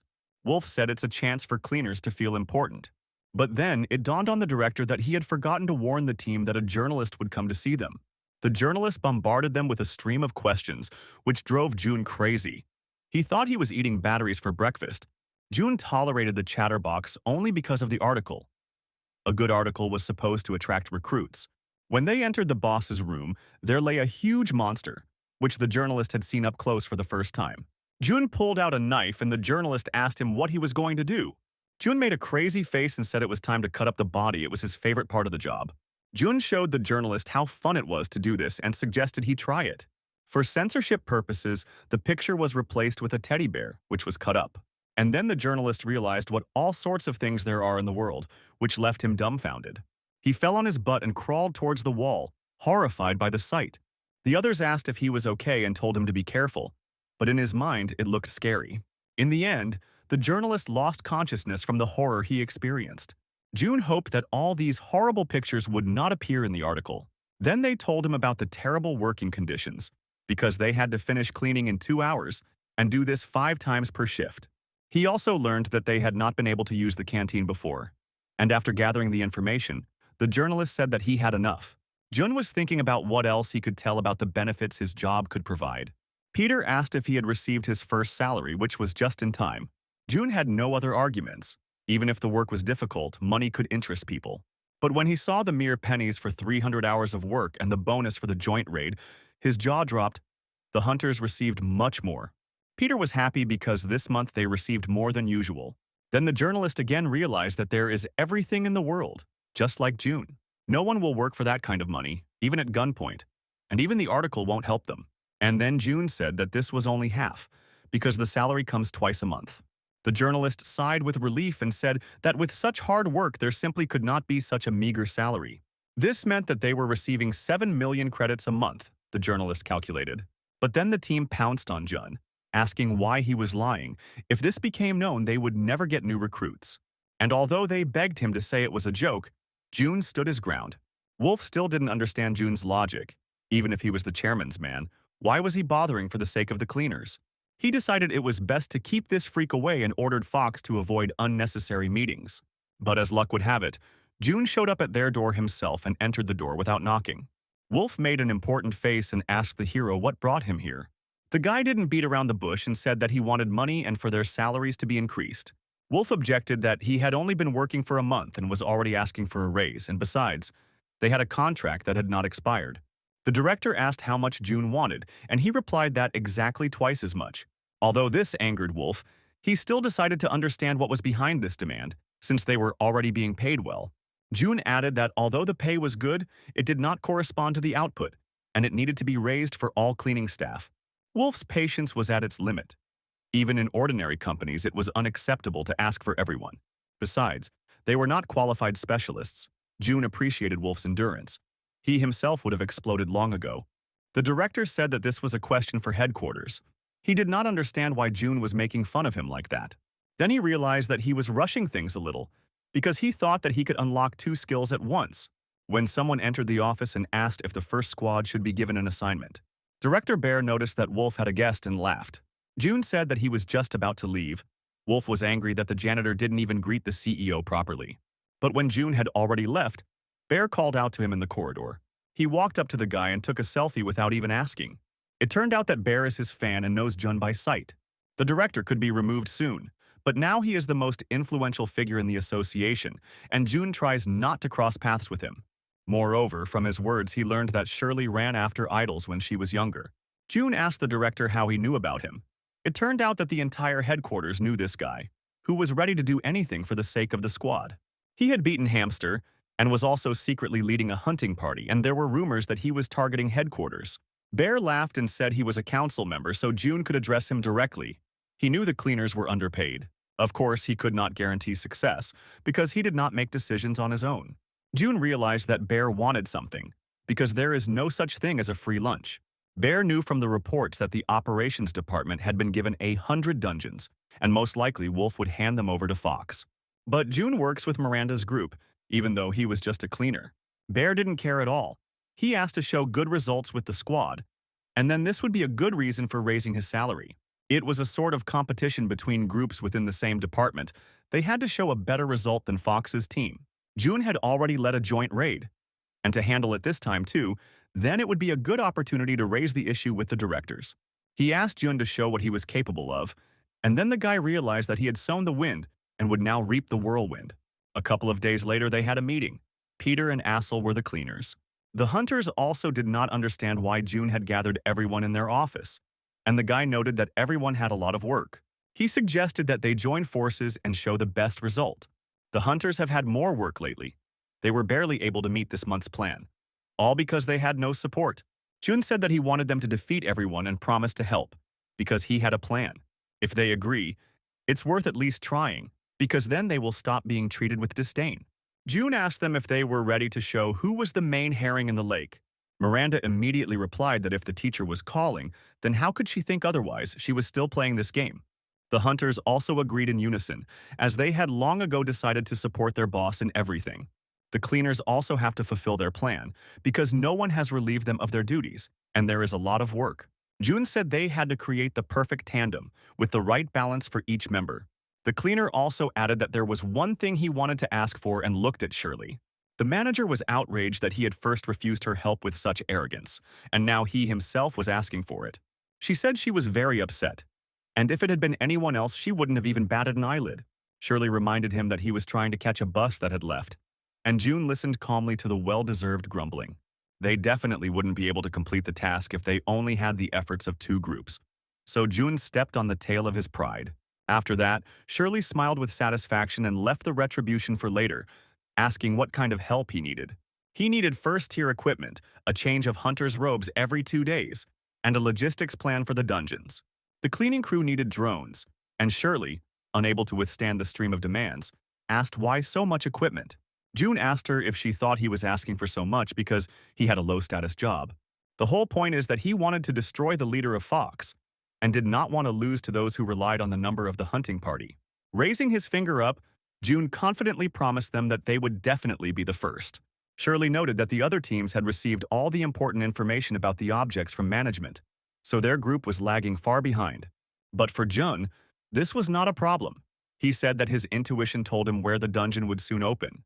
But then a journalist spy guy appeared, who was noticed only when he spoke up. He was surprised that the cleaners would lead such a large and important raid. And then everyone started to think that from the outside everything should look like this. After the meeting there was a noise. It was the dungeon that Jun was talking about, and he ordered everyone who agreed to follow him and act according to the plan, and threw a stunning Shirley who relies on the support department. And so it happened. She headed the operational information headquarters and took control of the surveillance cameras. They had serious problems with the schedule. No matter how they made up the time, they might not make it on time. Shirley told me to spit on everything and get more weapons and equipment, and if they don't give it to me, to steal it. Sally asked her if everything would be okay. The first group of hunters could find out about it. Shirley replied that it didn't matter what headquarters said, they had to follow her orders because she was responsible. A branch of the cemetery opened up in front of Miranda, and many skeletons stood before her. The skeletons were made of metal, as durable as ogres, June noted, and ordered them to use their skills. The cervical vertebrae were their weak point. It was necessary to attack the monsters from behind, he ordered, taking on the larger ones himself. Miranda repeated the order to attack when ready. Now the hunters could break through the line of small skeletons in a coordinated manner. One of them knelt down to become a springboard for Miranda. They tossed her up, while the others covered her with ranged attacks. The archer struck the large skeleton in the eye, blinding the monster. Jun used another skill that had been revealed again. Miranda used her ultimate attack and her sword glowed like a torch. The girl swung her sword and let out a cry of victory. The skeleton liked her fighting spirit and smiled welcomingly. But her sharp, ordinary swing of the sword had already cut off the monster's head. June noted her skills. For a young leader, she was doing an excellent job. He looked to the side and saw a bony hand descending on him. But June didn't even move and slipped through the monster's fingers. He picked up the sword lying on the ground and kicked it. The discipline skill enhanced all other skills. Simple as that. June balanced the sword on the tip of his foot and then used hyper-acceleration. The sword turned into a deadly weapon with enormous energy and destroyed the giant skeleton. Then he turned to Peter. The monsters were dealt with. It was time for the cleaners. Peter appeared by flying to the battlefield with the help of a drone. After all, men are more like children. In his hands, the foreman held a new cutter that easily crushed the bones of skeletons as if they were plastic. These were excellent nippers, but also expensive. Shirley reported the next dungeon as soon as they finished this one. People and equipment were sent there in advance. Peter dreamed of keeping these nippers for himself. They were too good. June was pleased. At this rate, they were guaranteed first place. It is not surprising that we came in second place based on the intermediate results. The secretary reported to Fox that the second team was closing the gap. Wolf couldn't take it anymore and slammed his fist on the table. He didn't understand what the hell was going on, and it was all because of the refusal to raise his salary. After cleaning up, Shirley had to rip the wire cutters out of Peter's hands because he had glued himself to them. The first task force also worked under intense pressure. Fox was in charge of their work on site, but all he could do was shout and swear. His cleanup team was exhausted and working at full capacity. The second task force was doing better, since they were led by the all-knowing Jun. He stood in the rear and gave valuable advice while the others worked. They did a quick cleanup so the cleaners had enough time to finish the job on time. The third group had a freelance hunter, helping them with the cleanup. And so on the third day, Team June beat Team Fox, and Wolf was furious. The secretary reported to them that the groups of hunters and cleaners had united, and the rear was covered by the support department. Wolf understood who was behind this. The CEO himself and Shirley, although they were not happy with the first group, would not have done this to the face of the association. But even if he was involved, this kind of interdepartmental cooperation was extremely effective. The secretary feared that in the overall standings, the second group would take the lead. Wolf demanded that the oxygen supply to competitors be cut off by any means necessary. The head of the Department for Control of the Work of the Squads, Chuck, had no choice but to agree. Wolf ordered that no further permission be given to clear the dungeons. They must stop giving jobs to the freaks from the second group and others. The cleanup was complete, and Miranda suggested taking another dungeon, but June said 5 a day was enough. They had to save their strength for the final push, June said, turning to the reporter and asking if it was a good job. Cutters can easily cut up monsters and drones do disinfection. Such work is feasible for everyone, but the journalist looked skeptically. After all, the equipment would have to be returned, and then June grabbed him by the shoulders. The cleaning department needed new people, and June asked for a little help. They've gone this far because of this guy anyway, June thought. Shirley got in touch and said she had some urgent and important news. They just received word that the first task force had been granted a license for the entire remaining dungeon. The second problem was that there were 3 times more hunters in the first group than in the second. The rest of the cleaners can't cope, but they just follow orders. As always, they saved on them and carried out this work on a residual basis. With this scenario, June's team was losing. They simply had no chance to overtake the first group. Those at the top understood that the time for cleaning was limited, and they might simply not have time. But they didn't care, and besides, June's group also had to clean. Shirley asked what they should do. Everyone looked puzzled. If they didn't take first place this time, they wouldn't get a raise or a good article. They couldn't fail this thing, thought June. He understood that the first group would soon reach its limit, and then they would have a chance. However, the problem now was that some dungeons might remain uncleaned, and even a mask wouldn't protect you from poisons there. The cleaning schedule could go in one place, and you will also have to clean the dungeons where monsters may remain. This wasn't scary for June, but the same can't be said for the others. After discovering 3 uncleaned dungeons, Bear began yelling at Wolf for this miscalculation. He ordered the secretary to contact Chuck, who was in charge of controlling the squads. But then Shirley came through the door and told them to wait. Bear reminded her that he had asked her not to come here after hours. But she replied that she came on business and he need not worry. Then her father reminded her about manners when talking to her boss. But Shirley just laughed. This man didn't even wash his own dishes. She suggested that he not make a fuss about the unexplored dungeons, although they posed a serious danger.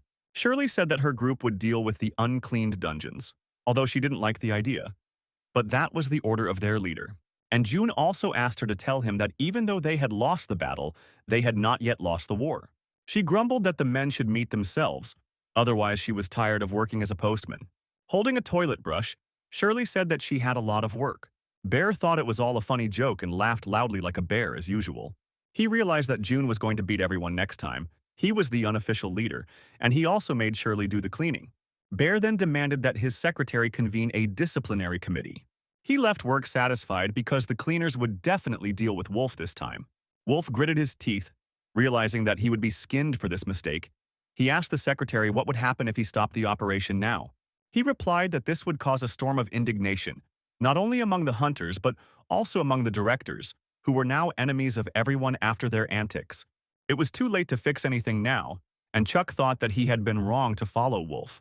But then another bespectacled man burst into the room and said that they wouldn't have to stop the raids because June's group was busy cleaning up. If so, then there was nothing stopping them from cleaning anymore. Chuck was surprised by such a change because they were competitors. This was lucky because the second group could not participate in raids, which meant that the first one would win, and there was no need to worry about cleaning. But only Chuck realized that they had been robbed of their chance to make amends. Wolf realized they had screwed up big time and was in shock. Shirley asked Miranda why she could cut the monster, and she explained that brute force wouldn't help. You had to cut in the right place. Now Miranda had to wash the blood off the knife, but she promised to help do it right. She placed the monster sashimi in front of Shirley and said that for a first-timer she was doing well. Shirley was surprised where the head of the hunters got such knowledge, and Miranda told how she helped them at one time. And then Shirley was upset that it was without her, and now everyone was doing a good job except her. But then she smiled and said it was just a joke. Miranda thought this girl was weird. June came up and said that it was time for them to wrap up, because the dungeon would soon close. Miranda praised him for his excellent work. Everyone did a good job. She noticed the worry on his face and asked what was wrong. June felt guilty because he had promised everyone first place, and now they had to back down after putting in so much effort. Miranda was surprised that he was so worried about them, realizing that June was not as insensitive as he sometimes seemed.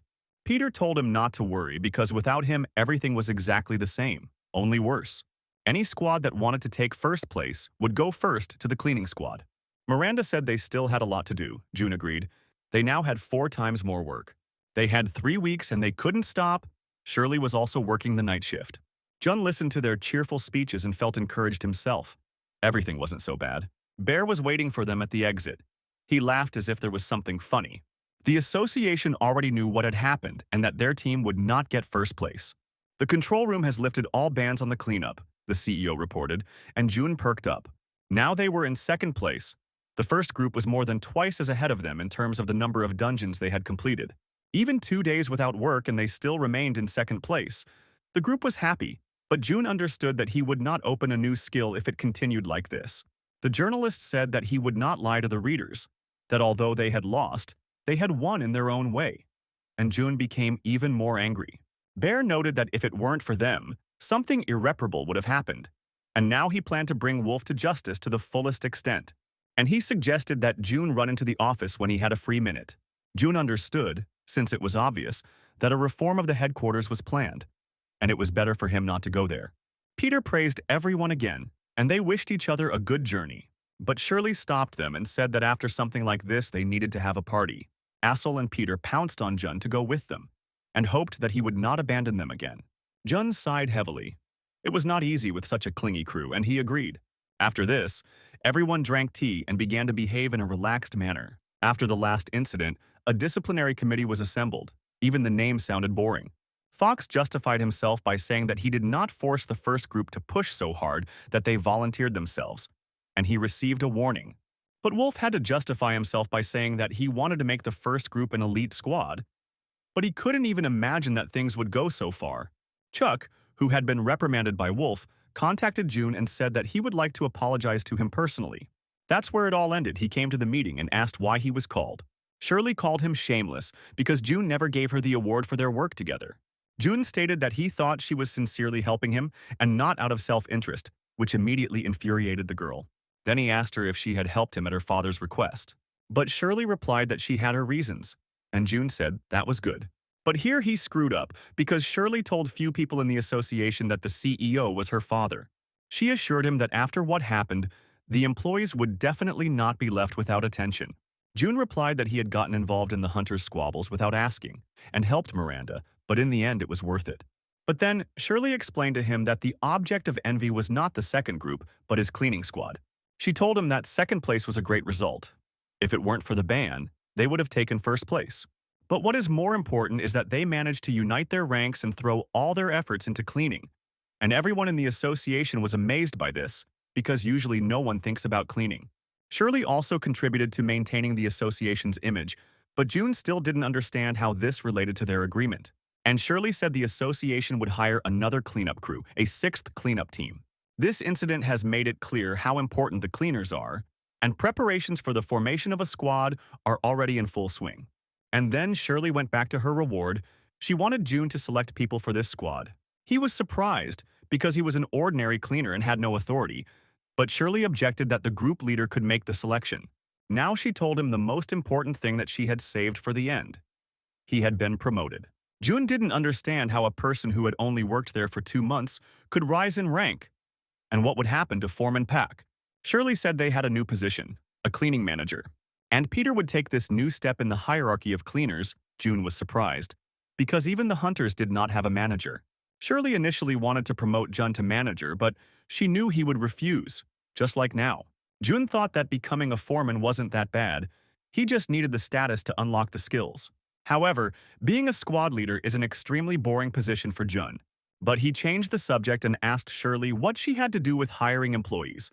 But she replied that she had nothing to do with it. But the girl reminded Jun that he himself wanted new employees to join them. He should take a closer look at his surroundings, she added. He could choose employees from private firms or hire them from an advertisement. June replied that there was no need for that. because the newcomers would soon ask to join them. June asked the journalist to write a decent article to present their cleaning department in the best light, and hoped for it. Shirley knew the article had already been published, but June knew nothing about it, even though he had asked the journalist to contact him. However, when he read the contents, he became furious at this nonsense. The article talked about the daily life of cleaners, cutting up monsters and working with poisons. The work is exhausting and high intensity. You might think it's a virtual game, but it turned out that dismembering corpses and cleaning everything is not all the cleaners' work. Due to the hunter's heavy workload, Jun led the teamwork with other departments. The cleaning team is not just a cleaning team, it is the backbone of the entire organization, ensuring the efficiency and quality of work in the dungeons. The association's hope is the planning team, which is why they need the most talented workers. And although their salaries are low, they have no shortcomings, despite the fact that they are considered reserves in the organization. Jun was described as an excellent leader and the soul of the company, a man who looks to the future and a leader of this era. When asked what nonsense he had written, the journalist sent him a heart. Shirley asked him how he liked the article, as it was better than expected, causing June to clutch the phone tightly. People's reaction was also good. They thought that the cleaners were also an operational team, and people gradually began to sympathize with them. She told him that no one had applied yet because the article said the skills required were outstanding but the salary was low. It was enough to keep everyone from rushing to work, and June screamed. Fox was surprised to learn that June had been promoted to manager. Wolf added that a new position had also been created for a cleaning manager, and it was obvious that the only one who could do it was Director Bear. Wolf said it gave them a headache. No matter who took over the new position, the real power would be with June. In addition, a sixth cleaning group was created, which increased the proportion of cleaners. Wolf decided to have the new squad displace June's group. Then they will put in place their own person, more suitable than June, as the leader. After all, he even influenced Miranda, and she now helps him, so now they wanted to create their own cleaning team and increase their influence. Fox recalled that they had been told not to contact the cleaners again, but Wolf said that if they brought new people into the association, all was well. Moreover, some were also targeting leadership positions and were on their side, and were looking for people in private organizations. A month ago, a vacancy in the cleaning squad would have been of no use to anyone, Fox thought. But this made sense. Now the people responsible for monitoring the squads, and not just the support group, wanted to unite with the cleaners. It all depends on who will be put in charge of the cleaning squad, and then their opposition will be able to gain the upper hand. Wolf clapped Fox on the shoulder and asked her to find someone among the hunters, and he himself would do the same. He insisted that it was just cleaning. It was important that the person had experience working in dungeons. Wolf hoped to find a young, strong guy who would be stronger than Junu, and then see who would be better. He reminded Fox that they couldn't lose this time, even if they had to fight. Jun drank coffee and thought that a lot of time had passed since the last raid, and he had had a lot of fun then. Miranda didn't understand whether June had friends to say that, but she kept silent. June became the leader of the squad after 2 months of work. Others might not understand him and not accept him. Miranda also insisted that he shouldn't have remained a rank-and-file cleaner and asked him what about the newbies. But Jun smirked and said he wouldn't do it. He couldn't find any workers, although he justified himself by saying that he had someone in mind. And Miranda realized that June had no friends. June just didn't want to work. After the last marathon, the skill unlock conditions would still be met, so why bother? Miranda asked him if he were to hire a worker, which one would it be? June replied that it should be a docile, good-natured guy and imagined a kind of butler. Miranda was surprised, and June asked her who she would choose. And the girl said that she would like a fair employee who would take care of his people like June. While they were talking about all sorts of nonsense, someone came to June. It was Chan from the control group, another of Wolf's mutts, Jun thought, and even felt sorry for the guy who had been reprimanded for nothing. Jun asked him what brought him here, and the boy cleared his throat before answering. He grabbed June by the shoulders and said that he absolutely had to recruit people for the 6th cleaning group. He warned him that Wolf and Fox wanted to assemble the 6th cleaning team from their own fighters. June told the persistent Chuck to back off because he was pushing him and shouting that he came to help. Chuck explained that now all eyes were on a new squad that didn't exist yet, but everyone wanted to grab a piece of the influence. June realized that now everyone was ready to tear each other's throats out for their squad, and Chuck added that they were looking for another guy to take his place. June wondered why a man with such skills would join the cleaning squad and realized that they were trying to corner him. So he had to train people himself, and Chuck gave him a list of the best employees for this role. Jun didn't understand what the rush was about and asked if he just needed to choose from the list. Chuck warned that even though he had been promoted, the new squad could become a threat to Jun. But even so, Jun still didn't want to do it, and he didn't understand why Chuck cared so much about the fate of the cleaners. Jun brushed aside all the warnings. He didn't want to do anything. Chuck was surprised, because the other team members would be happy if Jun himself took care of their selection. He still thought that it had nothing to do with it. But then it dawned on him and Jun slapped himself on the forehead. In an instant, he rethought Chuck's words and said that it was a tempting offer. He immediately beamed with joy because the matter had moved forward. The whole point is that the system lured him with another skill unlock if the workers are satisfied with their work. Some boy held his nose from the stench in the room, but even that didn't help. When the body in the pile of rubbish made a sound, he exclaimed, because he did not immediately notice that there was a person on the sofa. He screamed at the body of indeterminate gender, saying that just because he was fired was no reason to live in a garbage dump. But then the girl said that she came across an interesting article about how a squad of cleaners led a joint raid. The boy was taken aback and asked his sister with concern if he was going to join the cleaning squad. Her name was Chloe. She was a former employee of an international organization and had been looking for an interesting job for a long time. Now Jun was puzzled about how to increase job satisfaction among his employees. Their motivation to work is directly proportional to their salary. But they will never see good working conditions, nor will they be treated with respect for their participation. Working as a cleaner didn't seem like a positive thing to do, and Jun didn't know how to do it. But if you form a new team, the work will go better. The main problem is the mood. A person who sets the tone for the entire team understands its needs well, and the new team needed such a person. The cheerful Peter always came to mind, but instead I came across some gloomy guy. He said he had a rough idea of what they were trying to do and said it might be worth considering. He was no longer a member of the guild and currently had no job, but Jones said he wasn't asking to join them. He just wanted some advice over a cup of coffee. He stunned the gloomy guy. Jun wanted to know which guild was best for finding people, whether rank and experience were important for hunters, and he offered the man a job as a hunter. But then the man couldn't stand it and shouted at Jun, because he was some great someone. He wanted to promote the association and said that Jun would regret it, but he muttered that he already regretted coming here. The former hunter muttered that they would meet soon, and Jun didn't understand who he was pretending to be, having only the highest rank. Past candidates were divided into two types. The first were excellent hunters. The second ones are complete idiots who thought they were cool enough to get into the cleaning squad. Jun didn't understand why everyone was rushing to them and why they gave him this list. Then Shirley called him and congratulated him on his success. She was happy to dump the job on him. She told Jun that there was an interesting lady waiting for him. Her name was Chloe, and she suggested returning to the office. Jun even asked again when he heard this name. A pocket girl stood in front of him and introduced herself as Chloe. She had not known what a comb was since birth. Jun looked critically at this walking misunderstanding that wanted to be a cleaning worker. Shirley asked Jun how he found this young lady and persuaded her to come to them, but the guy had nothing to do with it.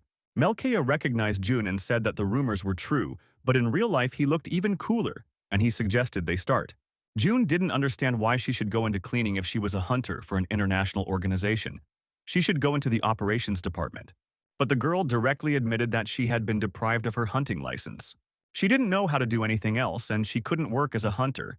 And she came to them because they were doing something similar. Jun agreed. Of course they were looking for people, but he wasn't sure Chloe understood what the cleaning department was doing. Jun didn't care about the reasons why Chloe's license was revoked. She replied that in her country, cleaners scrub floors until they shine. A very dull job. Jun realized that she understood, but Chloe interrupted him with an excited cry. After all, in this country, cleaners are involved in coordinating special tasks and participating in large raids. At first, Jun thought she was crazy, but then he realized she was just reading an article about them. And he was quick to disappoint her, because they were exactly the same cleaners as in her home country. Chloe said that she had heard these words before in her home country. Contrary to rumors, the operational department is busy with trivial things and the salary is low.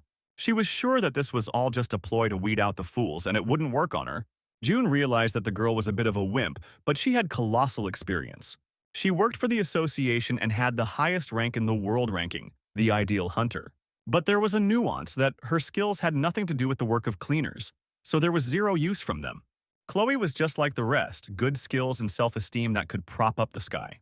Besides, she never understood what the cleaning department was doing. She was talented, but didn't fit in with them. June studied Chloe for a long time while she just sat there with a stupid face.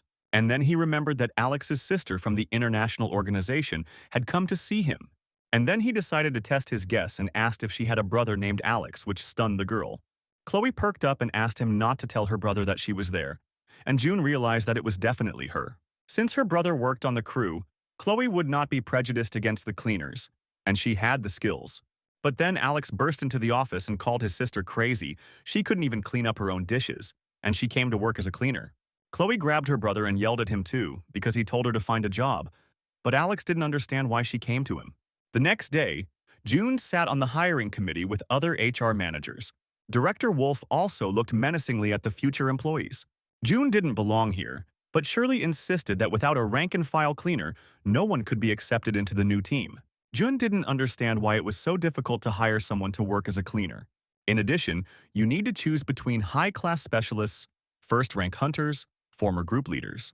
A former member of the international organization, he looked at Chloe. Shirley insisted that they didn't have much time, and Chloe seemed like an interesting person to her. June really wanted to choose a man. Even though he looked strange, it depends on how you look at it. Then the HR manager declared the interview open. She gave them the task of imagining that during a raid, they encountered a monster that they could not defeat or pacify, and to name their actions.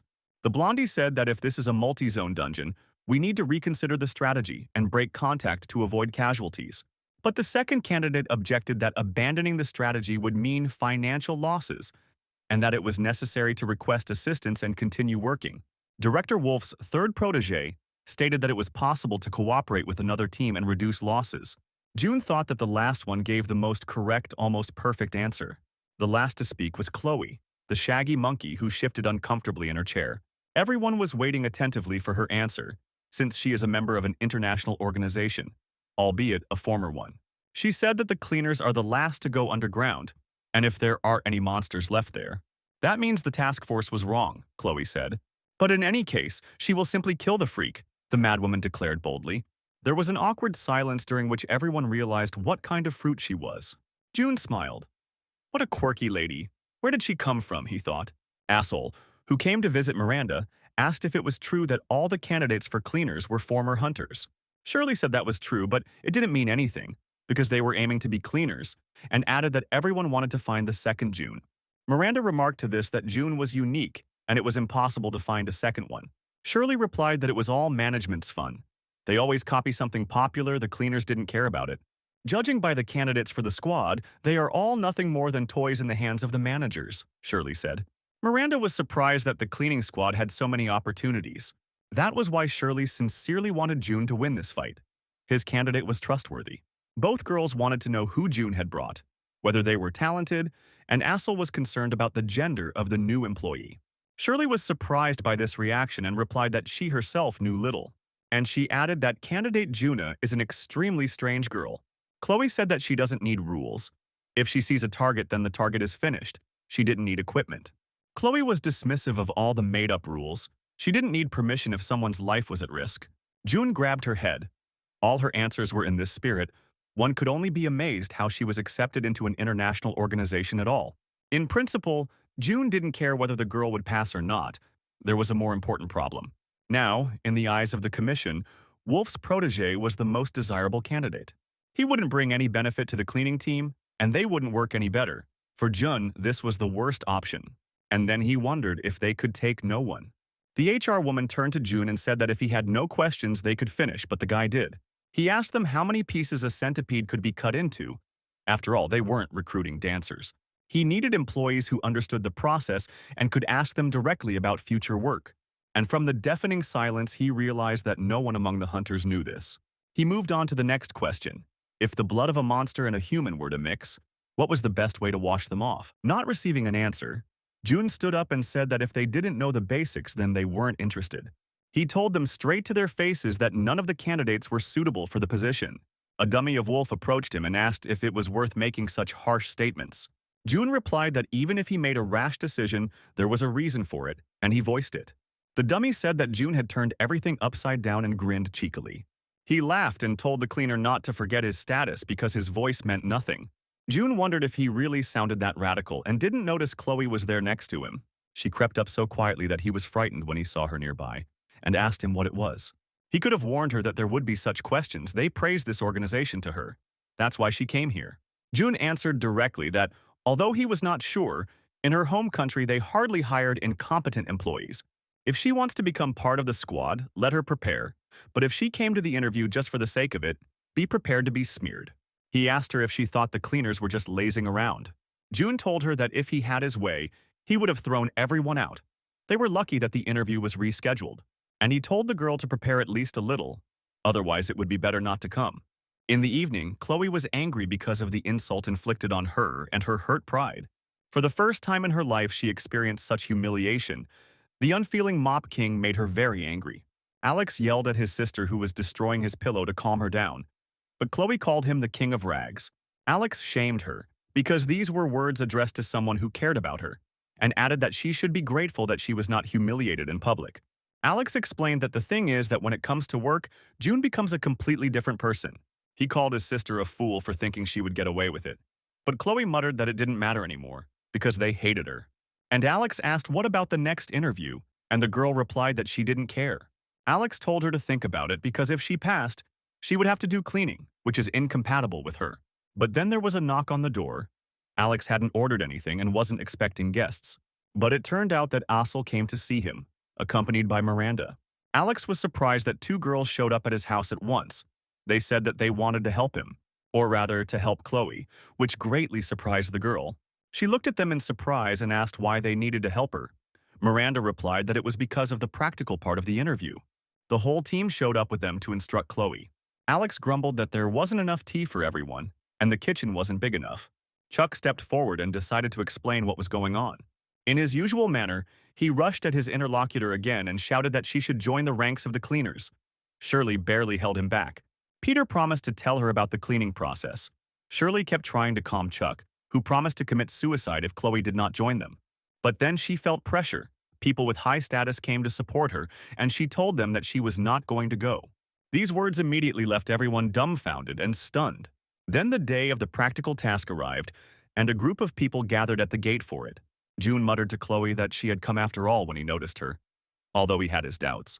Chloe was indignant that it was possible to support her with a kind word. She was not here of her own free will. June didn't understand why she was so confident, because it was obvious that the girl hadn't slept all night. Chloe stated that she came to apologize, and Chuck gave her a robe.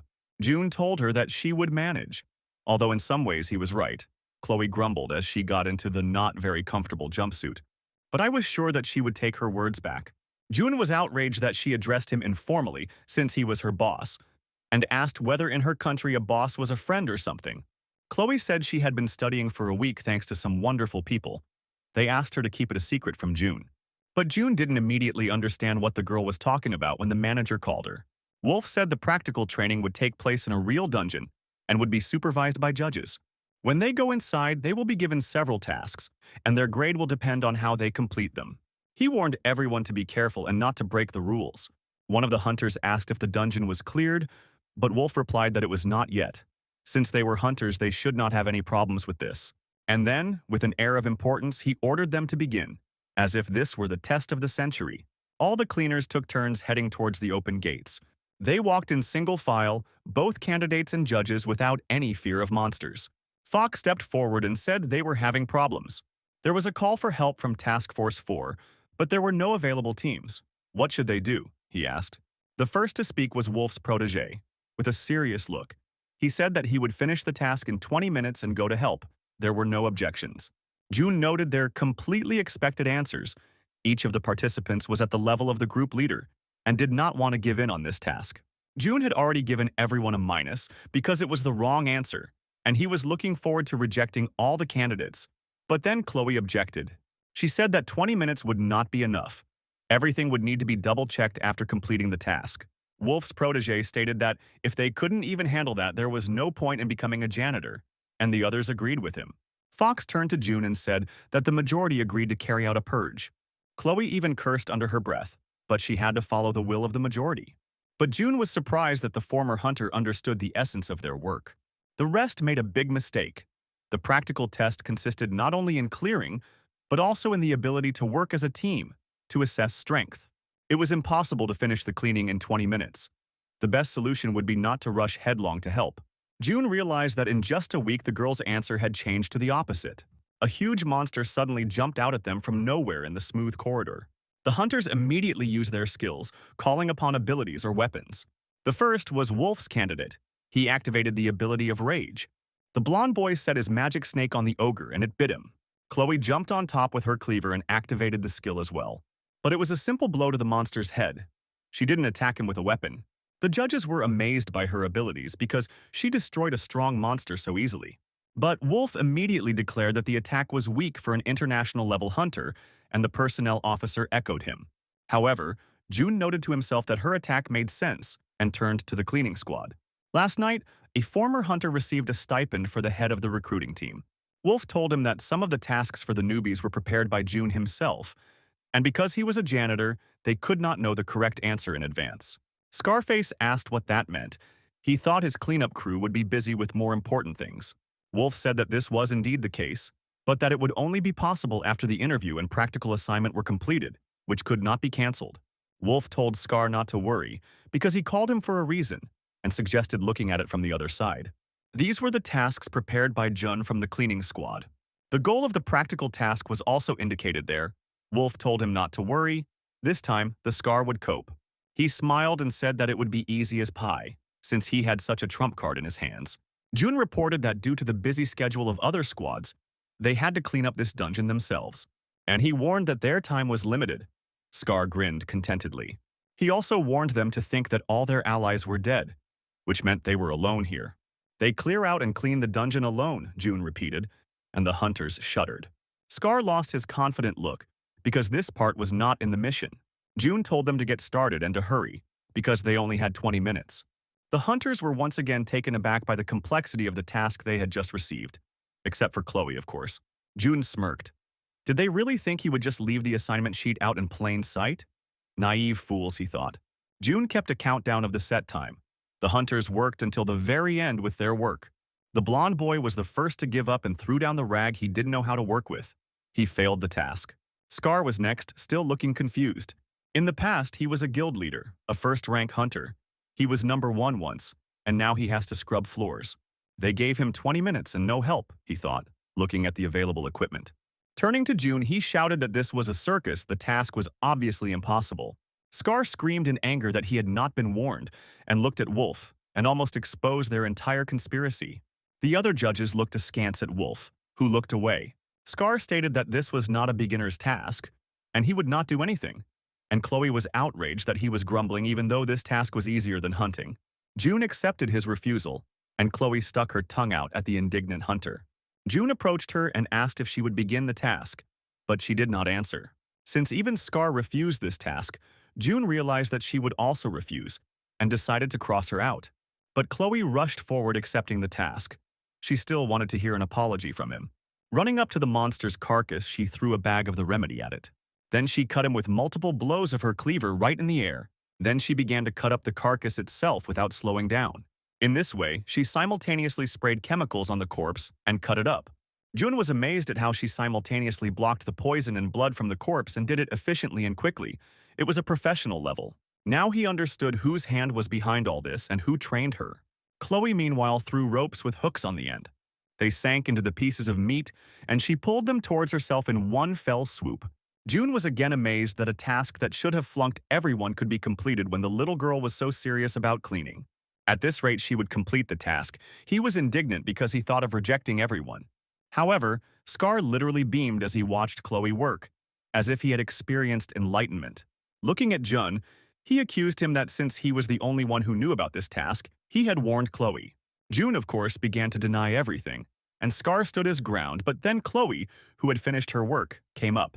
She stood against the backdrop of a freshly butchered carcass collected in bags. The girl turned to Scar, and he told the brat to be more polite.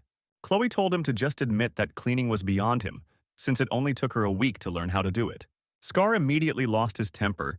Chloe continued to mock him and said that he is not as smart as he thinks he is. She thought he knew something because he had made fun of her so much before, but he turned out to be a dud. But after what she saw, she was sure that he had been fired from his post as manager for incompetence. But then Scar finally lost his temper. He was the #1 berserker in the country and immediately used his skills, unable to tolerate the insult. But Chloe was also a world-ranked berserker. He didn't know why she was kicked out of the association. Things smelled like trouble, and everyone tensed up, looking at the two hunters who could start a massacre here. Both did not want to retreat and attacked simultaneously, although Scar understood that he had underestimated his opponent. But their movements were intercepted. Jun activated his acceleration skill. He tripped Scar, and he ended up at his feet, and he simply asked Chloe what she was doing. Jun told them to calm down before they got into trouble. Scar told Jun to move his leg. He was surprised because a simple cleaner could not move at such a speed. Jun responded sharply that Mr. Cool Hunter had started it all and that he was simply defending himself. And he pressed harder on Scar and then again ordered Chloe to lower the weapon. After thinking for a bit and looking at her hand, the girl nevertheless put her sword aside. Jun announced to everyone that the test was over and there was no point in continuing any further. In the end, he did apologize to Chloe. He was rude to her during the interview. Even though she didn't show herself last time, today she showed her best. A great result, except for the outburst of anger. Chloe admitted that his colleagues helped her. It was a kind of cheating. Jun replied that it didn't matter who helped her, because in the dungeon she did everything herself, so everyone could be proud of her. Chloe sheepishly stated that she accepted his apology and that they would never see each other again. Jun was surprised that she didn't want a job, and Chloe said she only came to apologize. She said that it's always like this. You take a test and lose interest, and the work is dirty and difficult. With that, she said goodbye and hoped never to see him again. Jun gritted his teeth, not understanding what was going on in the little girl's head. The next day, Alex grabbed him by the throat and asked if he was crazy. What was he thinking when he took Chloe to them? She shouted while the girl read the association's invitation. The day after the exam, something unexpected happened. Chloe was glad she had gotten an apology, but now she was tormented by the question of who Jun was. He managed to block her berserker skill and do it in one move. She was amazed that some cleaner was capable of this, and she didn't understand why a person with such skills was sitting and cleaning. Chloe fidgeted with her pendant and thought that they would never see each other again. But then her phone rang, and the message said that she had been hired. The girl was alarmed. This was a completely unexpected turn of events for her. Some mustachioed guy at the association's headquarters was indignant that someone had not deleted some file even though he had ordered it. He didn't care about his assistant's excuses. If the file fell into the hands of journalists, there would be a scandal, said Jason, the manager. He shouted to his assistant, tormented by doubts, because if they already had the file, it was strange that there was no reaction. A couple of months ago, there was a small incident in which Chloe played the main role. When the monster attacked her, she fell into a stupor, but at the last second her partner managed to save her. However, now her hands were hurt, and Chloe noticed it. The evil monster again pressed on the two hunters, not giving them a moment's rest. Chloe said she would detain him and pulled out her cleaver. But her partner threw something into her hand, and Chloe barely caught it. It was a gold pendant. The girl told her partner that she had to survive and pushed her. She did this with a special skill, so Chloe flew away. All she could do was watch as her friend was left alone. Chloe screamed at her not to dare die and promised to return with help. She just smiled and said goodbye. The monster was already reaching out his greedy paws to her. Chloe got to the radio and called for help. She called the third group. But she was told that all the troops were busy and there would be no support, Chloe screamed at them, because they should have had people in reserve. Not even one person was there, and Chloe was furious at such negligence. Because of one person, they had to send people to a loss-making dungeon and spend the entire budget on this madness. Just one huntress cost them hundreds of thousands of credits, and as someone who profited from it, the boss thought she wasn't worth it. After the huntress died, so the money was a waste of resources, the management didn't care, and they falsified the report. But then Chloe went off the rails, and the boss took advantage of this and kicked her out. Then Jason thought that everything had worked out for the best possible reason. But then he found out that Chloe had taken with her a particularly important flash drive with documents that her dead partner had. If the facts come to light, the world will learn about the corruption and dirty dealings of the World Association. Because Jason had to return the flash drive by any means necessary, his assistant Eva suggested starting with negotiations. But Jason knew Chloe's character too well. She wouldn't say anything, and asked where she was. Eva reported that, according to the information, the hunter is working for the association again. Even though her hunting license was taken away, she joined the cleaners, and Jason was surprised that the crazy woman became a cleaning lady. And then he remembered that they were planning a joint operation with the regional department. It was in the Loop dungeon. Jason told Eve to contact the locals and make sure the operation took place. He was sure that he would get Chloe everywhere and laughed evilly. Everything went according to plan. Chloe had already been working in the department for a week, and June had received a new skill and could soon receive another one. Even though he became the leader of the group, no one cared about this position. Asel called him for help. Alex was outraged that after June's promotion he stopped working. Asel said that the monster had turned to stone and could not be cut. Alex kept teasing June by calling him a big boss, and he didn't understand why they were treating him like that even though he was the boss here. June thought that with the new position it would be easier to unlock skills. He was still a cleaner and had no influence on the decisions of the headquarters. Chuck called him and said that a new dungeon had appeared, which meant that the hunters and cleaners needed to team up. June wasn't free, and Chuck realized he needed to send 2 task forces, but that would throw off the schedule. June called Chloe and asked how she was doing. She had just finished and was on her way to lunch.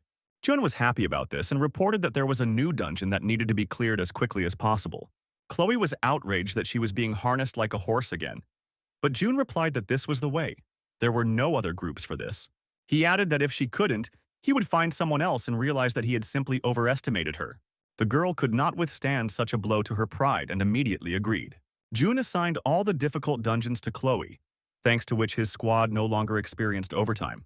By giving Chloe double the workload, June increased the job satisfaction of the rest of the staff, which was a plus for his new position. Peter's son brought him washed clothes when he was getting ready for work. The cleaner looked at his robe. It was very worn from many years of hard work and said that it was not worth it. He told his son that he was no longer needed. The boy was surprised and thought that his father had been fired. But everything was the other way around. Peter was promoted to a new position as cleaning manager. Now he has become an important bird for ordinary workers and an ordinary office worm for the corporation. The huntress read the leaf and wondered what to do with it. There was a meeting in the operations department recently and they made a decision. The hunters argued and said that everything was on schedule and their priority was to destroy the monsters. One of them hit June, who took days off whenever he wanted, and because of him, surgeries had to be postponed. They also heard rumors that Chuck had defected to June's side, although his job was still to keep an eye on the hunters, and he agreed. The hunters didn't understand why they had to adjust their schedule to fit the cleaners. Their schedule should come first, they thought. They blamed Jun for everything and were outraged that they now had to coordinate their schedule with the cleaners, and he was just a newbie. One hunter stated that all this chaos was due to the fact that some fool was put in charge. Miranda was indignant that this was going beyond all bounds and dismissed their claims, saying to look at the effectiveness. Someone shouted to her that she was in the same boat with the hunters and should be on her side, but Miranda put 2 thick volumes on the table. The girl said that the number of cleanups had increased by 1/3 this month. It was an incredible result. Their accusations were baseless lies. Fox spoke up for everyone and told Miranda that the month was not over yet, but that was not all. She asked them how many incidents there had been in the dungeons. Out of 100 pieces, not one. They not only began to work better, but also without force majeure. Miranda shamed them for calling the man who had organized everything so stupid. It was sheer stupidity. Even though many people didn't like Jun as a person, he was appointed by the management department, and they didn't dare question their decisions. Miranda didn't understand why the hunters refused to adjust their schedules to June's, even though they all worked in the same office. They started to put pressure on Miranda that she could do everything herself if that was the case, and they actually started a boycott. Since she was on the side of the cleaners, then let her adapt to them. But the proud hunters will not tolerate this, they sarcastically said. A new dungeon was discovered and they offered Miranda to clear it out alone. The meeting ended with the smug hunters dropping everything and leaving. But then a bespectacled man entered, an assistant from the control detachment, and he told everyone that they had received a call from the international department. Chad picked up the phone and said that the CEO was not in and had no right to change the schedule without his knowledge. He promised to send them the contacts when the director returned. The daring hunters were shocked. Chad told everyone that the internationals wanted to organize a joint cleanup and asked for permission. But since the dummies had just abandoned the joint raid, boycotting the cleaners, the task automatically went to Miranda. Chuck smirked and asked the proud and short-sighted if they wanted to fit in with the cleaners now. Fox answered for them and said that the second squad should go on the raid, but warned that the dungeon was not an easy one. He hinted that a separate person would be needed there to plan the cleanup. And Miranda realized that he had changed his tune as he went along. Chuck readily agreed with Fox and suggested appointing June to the position. This news doused all the proud and stupid like a bucket of cold water. And at this point, Chuck declared the meeting over. June looked at Chloe and asked if she had just finished. Chloe replied that he had no conscience. She was breathing heavily sitting on a pile of corpses. He asked her if she should use all her skills. She was obviously a berserker and could turn the monster into mincemeat with her powers, but Chloe countered that it would make it harder for her to clean up. Jun replied that it was an appropriate answer for the exam, but not for real work. June told her that cleaning always came first and cleaning came second, and Chloe was surprised that he wasn't on the side of the cleaners. But June was just doing his job. Chloe was surprised again. She thought he only supported his department. June asked them whether they had had lunch or not, and then told them to finish cleaning up here before going to eat. Chloe's good opinion of him evaporated like dew in the sun. But then a leader from an international association contacted him. June told Chloe that he had an urgent call and would not be able to help with the cleaning, even though he had promised to do so. And he ran away before the berserker started to rage. When he was alone, he asked them what they wanted to talk about, and the voice on the phone said that they knew about a new dungeon. They were a rare occurrence, and the internationals had little experience with them, so they proposed a joint raid. The loop dungeon was different in that if the monsters were not defeated properly, the entire dungeon would revert to its original state. The number of returns was infinite. If you didn't meet the time limit and fulfill the conditions, it might never end. Even in his past life, in order to conquer it, June had to go through this dungeon at least 100 times. It was pure hell. It was understandable why they were offered to clean it up together, and Jun should have been grateful for it. But these foreigners always meddle in other people's business. June was indignant. Under the pretext of gaining experience last time, they asked to go on a joint raid in exactly the same way. And then they secretly stole the time stone. Of course, this became known. And there was a scandal. The director took it out on June. And although the headquarters and the planning department were to blame for everything, all the dogs were hung on the hunters. He had been deceived that time, but now he knew their motives and had no reason to accept the offer. So June politely declined. Director James was surprised that he was refused. He said that he understood. The offer was sudden. He then added that he was ready to support this operation financially and promised to transfer the money to his personal account, effectively bribing him. June was about to refuse because he considered himself proud and incorruptible, but then he was promised 1,000,000 credits. The amount was so huge that he lost his breath and thought of agreeing. Then he read Miranda's message. She wrote that the hunters had boycotted and he had been appointed raid planner. June didn't understand what happened at the meeting, but eventually agreed to participate. James told him that the mission was difficult and that they needed to take a cleanup squad with them, one that could help them clean up. June replied that they had just such a one, and so that James wouldn't worry, he grinned conspiratorially. June realized he would have to change his schedule and take Chloe with him, and then he remembered that her former colleagues were coming. A week later, everyone lined up in front of the gates, and it was pouring rain, drowning out Miranda's words. She met a delegation of foreigners, and James answered something to her. The noise of the thunderstorm was echoed by sparks that shot out from the spatial rift. Asel was surprised that they had been standing there and solemnly enduring it for an hour already. June replied that this did not happen often and that there was much to discuss. Moreover, such a dungeon requires a special kind of preparation, because if you make a mistake, you can get stuck in it forever. June added that they had no guarantees that this would definitely not happen, and Asel was horrified. Alex asked why he was escalating the situation from the very beginning. After this, Asel would definitely have a hard time working. The problem was that international players could play a double game and were difficult to rely on. There was one hunter who went through this dungeon 1,500 times and eventually went crazy. It was a very dangerous task. No one had detailed information except June himself, who had already conquered him in the past. Of course, he could arouse suspicion if he knew something that foreigners did not, and Miranda needed to gain more experience. His main goal was to quietly obtain the Infinity Stone before a Titan could get his hands on it. But then a furious Chloe approached him and asked why he didn't tell her that they would be working with her former colleagues. But then Chloe would have refused the task, June thought. Alex and Asel were already making bets on who would win their duel. June said he understood her feelings but asked her to treat it professionally, although Chloe herself suspected her former colleagues. But even so, June told her that they should not cause any trouble during the raid. Chloe made him uneasy because he couldn't understand what she was thinking. And their temporary allies also clearly had their own plan for this game. If the operation went badly, Jun knew it would have repercussions for the entire cleaning department. The stakes were high, hard to find, easy to lose, like a second sock. He could lose everything he had worked on for a long time. James approached them and greeted the cleaners formally. They formally introduced themselves to each other and stated their names. James had heard of June's talents.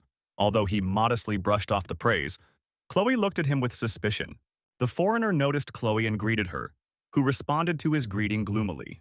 James said he was glad to see her on the team, but she didn't look happy herself. Chloe replied that there was nothing she could do about it. James wasn't particularly pleasant to her.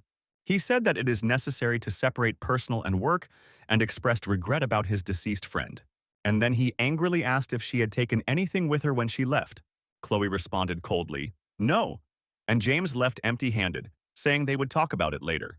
He told Eve that the Infinity Stone was on her, and she had to get it by any means necessary. And he should deal with the data that the little shrimp stole, James said. Miranda announced to her hunters the start of the pre-clearance briefing. Today they had to enter the zonal, loop dungeon, even though there were not many of them. But working together, they should cope. Considering that the dungeon could return to its original position, they did not know how long they would be there, and Miranda told them to conserve their strength. They also had to keep in mind the demands of the international group. When everyone reported that they were ready, Miranda said to begin the operation. 3 hours later, she was fighting hard on the front lines, cutting down monsters. Miranda also gained new skills and was now doing better. She reported to him on the radio that she had destroyed the first boss. June praised her and told her to help the second group, ignoring the small monsters. Then June asked Alex how the cleaning was going, and he said that everything was fine. June reminded them to remember to write down the exact time and number of stitches. He instructed Asel to check the number of people and their status in each loop. He ordered that the corpses of small monsters not be cut up, but burned whole. And Chloe was tasked with making a map of the entire dungeon. With her skills, she should be able to handle it easily. The girl objected that this was usually the manager's job. June replied that it didn't matter and insisted on instructions. Chloe realized that she was being used and decided to take revenge when the opportunity arose, and June thought how he couldn't stand such smart people. The second group, led by Miranda, was engaged in cleanup. The foreigners were in the rear, and the cleaners were at the very end. At first, it seemed like the raid was going without a hitch, but June was very worried about the mustachioed and red-haired James. Some time ago, June noticed that his every move was being watched. If the goal was only the stone, there wouldn't be so much attention to him. But in any case, while he was here, the foreigners would not receive the stone, June was sure. Miranda stopped in front of the last room where the boss was. She checked the readiness of each hunter and gave the command to enter inside. But when they got to the big arena, the boss was nowhere to be seen. Miranda looked around. They were maintaining a battle formation of readiness. She told everyone to stay alert when she noticed something. Heavy steel spears of enormous size were flying at them from above. Miranda shouted for everyone to take cover, but the squad had already been scattered by debris. And then an armored monster of enormous size attacked the hunter, who was left alone. It was a sudden and deadly attack, and Miranda was left dumbfounded by the monster's strength. The huge giant grinned at her, holding 2 spears in his hands. James didn't understand why June was watching him all the time, so he couldn't do anything. He saw how this strange guy couldn't take his eyes off him. June was thinking about the same thing, that they were not taking their eyes off him, as if they were devouring him. James didn't know how to get rid of the vigilant cleaner when June tried to contact Miranda. But then some suspicious noise was heard from the other side of the door. He was told by radio that the cleanup was complete, and June didn't understand what was going on. The hunters were badly mauled, although they defeated the monster. June saw that they had their first victims, which shocked many. Miranda was crying when she turned to June. She just couldn't contain her feelings. It all happened too quickly, and she simply didn't have time to react. June realized that it was his mistake. He thought that 2 groups could easily deal with a strong monster, but he did not take into account the skills of foreigners. Moreover, a notification appeared that the conquest did not go according to the conditions, and the system declared a failure. Failure to comply with the terms meant that they would all now be returned. After that, they carried the fallen into a distant room and closed it. Everyone's mood became depressed. Foreigners also did not expect this, and even announced an emergency meeting. Since this was not a simple dungeon, the cleaners were covered and accompanied by foreigners. The second group of hunters was physically fine, but mentally crushed. Besides, Miranda had really aged, and that was really bad, because she was the leader of the squad. But the death of her subordinate hit her hard. June didn't want to approach her, but then Miranda herself approached him. The girl asked what the Atlantean golem's weakness was. June saw that she was furious and looking for a way to best get rid of this monster. It was good that they were in the ring dungeon. She would be able to destroy it sooner or later. But June gave her a painful flick and asked what was wrong with her. He reminded her that now she should think about the cleanup, not about revenge. As a leader, she cannot endanger the others. He told her to come to her senses and analyze the situation. It was her responsibility as a leader. Miranda laid out the information. There were two bosses, red and blue, without any special features. After they were defeated, they only lit up with bright colors, and that was it. June asked why the monsters were emitting color. Miranda thought that the system window was also blue.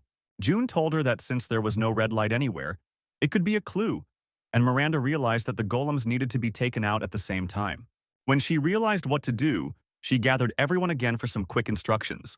This time they split into two teams and attacked simultaneously. After the bosses appeared, the connection would be lost, and so they had to finish within 20 minutes, although they were all exhausted, but the foreigners could help them. Miranda was confident that no one would get hurt this time, and both groups lined up at the boss's door. Miranda asked him how Chloe was, and June wondered what to tell her. Then, James asked to send Chloe with them. Because they were short of melee fighters, and she was already working with them, everything should go smoothly. But Miranda refused, because Chloe's license was revoked, and besides, she didn't want to let her go to her former colleagues, but the girl herself didn't care. June said that there was no need to worry about it because Chloe was much stronger than Miranda herself, although the girl was still worried. June told her to focus on the cleanup. They had no choice. They couldn't allow more casualties. The red golem attacked as they entered. As usual, it did so decisively and quickly. Miranda stepped forward and June ordered them to cover her. It's good that the team had archers, who were reinforced by priests. Now Miranda could not be afraid of sudden attacks because the monster was distracted. She struck at the very tip of his spear, making it more beautiful than useful and existing only in the movies. But then she froze, and everyone realized that due to fatigue, she lacked fighting power. The girl was wounded in the right arm, unable to withstand the giant's blow, which she could not have been exposed to at all. She hung in the air, completely defenseless, and didn't know what to do. The monster immediately reached out its greedy hands towards Miranda. But then a hero appeared and saved the beauty by making the monster burst into flames. Miranda thanked the hero for saving her. The teacher had never let her down before. June told her to take the sword, because the girl had to defeat the monster herself. And he added that she would let everyone down if she did not defeat him, although Miranda's right hand could no longer strike. June reminded her that she had been training her left hand all this time. June remembered that if this had been the Miranda he knew in his past life, they would not have had a chance of salvation. However, now he was a completely different person. She became his student in this reality. Miranda applied the skill. She became a true master of the sword, who fights equally well with both hands. A shadow loomed over Chloe as she fought alongside a team of foreigners. She had a hard time because she dodged the monster's blows in close combat, distracting him onto herself. Chloe yelled at Jason to work harder, or she would kill him after the fight. He stated that they were all tired and in a hopeless situation. Eva reminded the girl that there were only 5 minutes left, but Chloe already knew that. She knew that the mustachioed cockroach was lying. All this time his team was saving their strength. But the girl could not give up so easily. She activated her unique skill and decided to push harder to finish what she started. Jason smirked as Chloe played her trump card. June thought that this fight was a great opportunity for hunters to level up their skills and become unique. Despite this unique skill being able to be activated only once, June told Miranda to trust him and attack. Miranda did just that and boldly threw herself straight into the lion's mouth. She used her new sword mastery skill, which strengthened her many times over. A falling rain of many spears formed in her path. But Jun broke them all by dispelling the attack with his fire skill. Now the way was clear and he shouted to Miranda ahead. The girl did just that, bravely rushing at the monster. With one blow, she cut off his head, once again strengthening herself with the extermination skill, and knocked out a critical strike. The system reported that this time the conditions were met, and the cleanup was complete. Chloe on her side also completed the task in time. June asked Miranda how she was, and the girl smiled happily and replied that she would live. Then her restless team ran up to her with the same question. June received a message from the foreigners that they had completed their work and could move on. This is exactly what he was waiting for, and he shouted to the others that he would go and see for himself how things were going with the foreigners, using acceleration. Chloe asked what was going on. They definitely won't get away with this, even if they are international, she said. Jason threw Alex and Assel to the ground, and Chloe was too tired to fight. The sneaky cockroach replied that he didn't care, because dead men tell no tales, and no one would care about a couple of murdered cleaners. He grabbed Chloe by the throat and decided to ask her one last time, holding a knife to her throat, where she put the files she stole from them. Chloe replied in a choked voice that she had no idea what he was talking about. She realized that Jason was waiting for her to use up her skills. But Jason didn't even hope that Chloe would answer him, and promised to send him to his friends because they were colleagues. But then Jun appeared and used his skill to knock the knife out of the villain's hands. Jason turned to him, not knowing what to do because he was caught off guard. Jun knew they were on bad terms, but asked why they would attack allies during a fight. First, he had to get out of here, and they would answer for what they did later. He held Chloe under his arm. But then a ghost armed with a Gatling gun appeared in front of him because, why not? Jun sighed heavily. He just wanted to talk. Chloe screamed that they were in danger. Jason ordered to destroy the runts and open fire. The magicians who summoned a dead skeleton with a machine gun pointed the barrel at Jun. They began to pour fire on him as if from a shower. At such a short distance, accuracy no longer mattered. Someone asked Jason if it was worth doing, and he explained to the boy who had been dropped as a child that witnesses could not be left. But then they heard Jun's voice, wondering how much noise there would be if a couple of foreigners were gone. He stood in the middle of an ocean of flames and was not harmed in the least. Hunters, mages, and even a necromancer, there were about 36 of them, all of medium rank. But they kept their distance. Jun couldn't get his head around it, as if they were saving money. And Chloe asked why he was provoking them when he would have to fight alone. Jun replied that she was already boring him and that it would be better for her to keep quiet. But then Jason's assistant appeared. She grabbed Alex and Asel, who were unconscious, and said that first they needed to leave. Chloe didn't know whose side she was on and looked at Jun, who was preparing for battle. Juna told his opponents that keeping only long-range fighters on their side was suicide. One wrong move, and they were finished. The Berserker class would be perfect for taking them down. Jason shouted that there was no point in believing in these little things, because after activating the skill, Chloe couldn't come to her senses for hours. And Jun said that she could rest for now, and he grabbed a mop. Chloe didn't understand how he could think she could fight after resting, although he was not a fool. Thanks to the replica skill, Jun could copy others' skills for 1 minute, and he took her skill for himself. Now Jun himself turned into an enraged berserker with a mop and asked if they were ready to pay for everything. Jason told his men not to be afraid because they were only up against a janitor. He finally stopped understanding what was going on and how a cleaner could use such high-class skills. Jun somehow took away the golem's skill, polymorph, which allowed him to change the shape of his weapon. He applied it to his mop and duplicated it several times. Since he's a cleaner, it is time to remove all the trash from here, said Chistaman, and directed the mops at his enemies. They hit the orderly ranks of the archers and instantly scattered them. Jason shouted for his men to gather, but it was useless. Cleanman was already flying towards him on a huge mop like a snitch catcher. Jun hit the stupid Jason on the head with a mop as hard as he could, after which he landed between a group of hunters, none of whom had even a melee weapon for self-defense. Jun switched back to Berserker Rage, a skill that allowed him to deal blows by spending stamina. He then combined 3 skills at once, a retort, a boost, and a counterattack to give each villain a facial massage. And while they were falling like a sudden rain, he jumped up to the main bad guy, who had not received a spanking for bad behavior since childhood. Jun suggested that he clench his teeth harder, and the mustachioed man suddenly felt a desire to talk. Jun agreed, and they talked in the most intelligible way for bad guys, face down on the asphalt. On the ground there remained a flat, single-color carpet which, unfortunately, lacked a red tint. Jun rubbed his hand and grumbled that the bad guy liked to chat, but he got tired too quickly. Chloe couldn't believe her eyes. It wasn't enough to just copy a skill, you also had to know how to use it. Every move Jun made was perfect. Jun was so strong that he could easily stand at the head of the association. If he had been with her then, they would have saved everyone, Chloe thought. Jun pulled out another argument for important negotiations, in the form of a sharp piece of a mop. And Jason immediately capitulated. And although the scoundrel threatened that the association would definitely not leave it, Jun replied that they simply would not find out how exactly he died. But Chloe told him to stop and not to get involved with internationals because he could get hurt. But Jun just stepped on Jason's foot. It was a free boot massage. Chloe called Jun crazy because Jason was the head of an international organization. But the cleaner replied that cleaning was more important because he needed to be sure that he would not be disturbed again.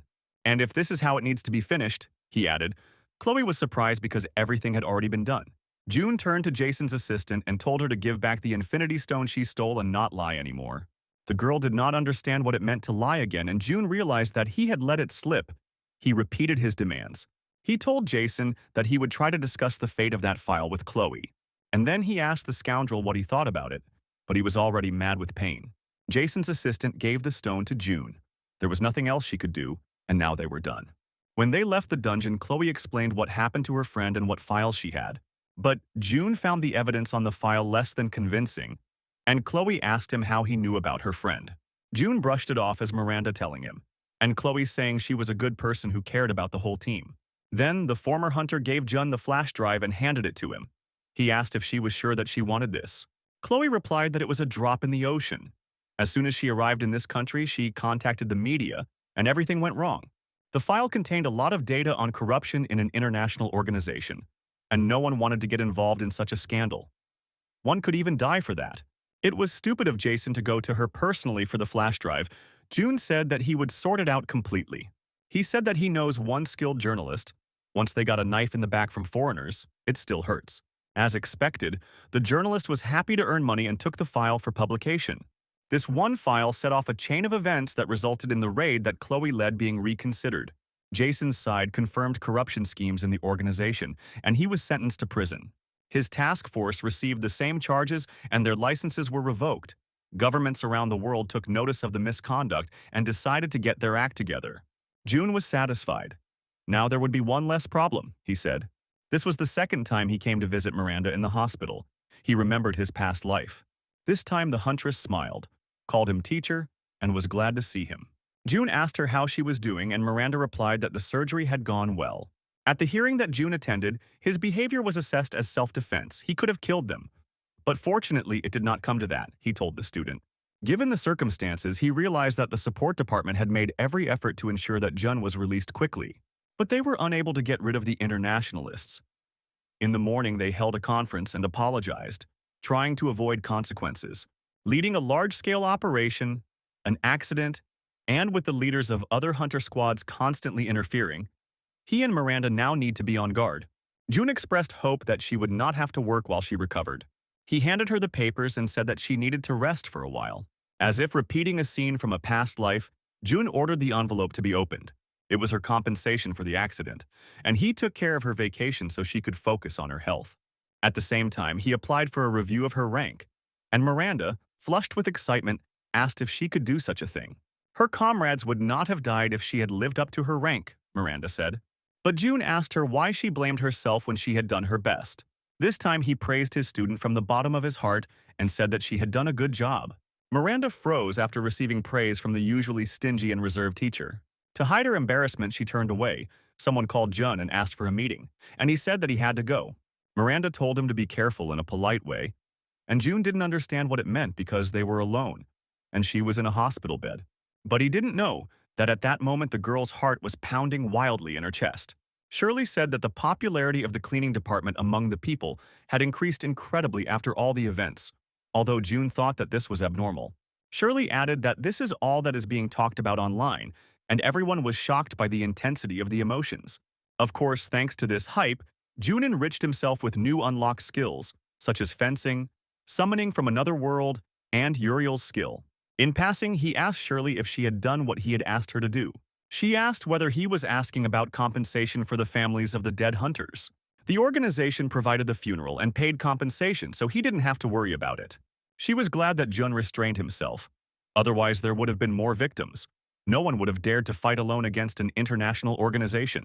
But they are lucky to have brave souls like June, Shirley added. She asked him to be more careful in the future since the public was watching him. June agreed. He didn't like fighting. Bear grabbed his head.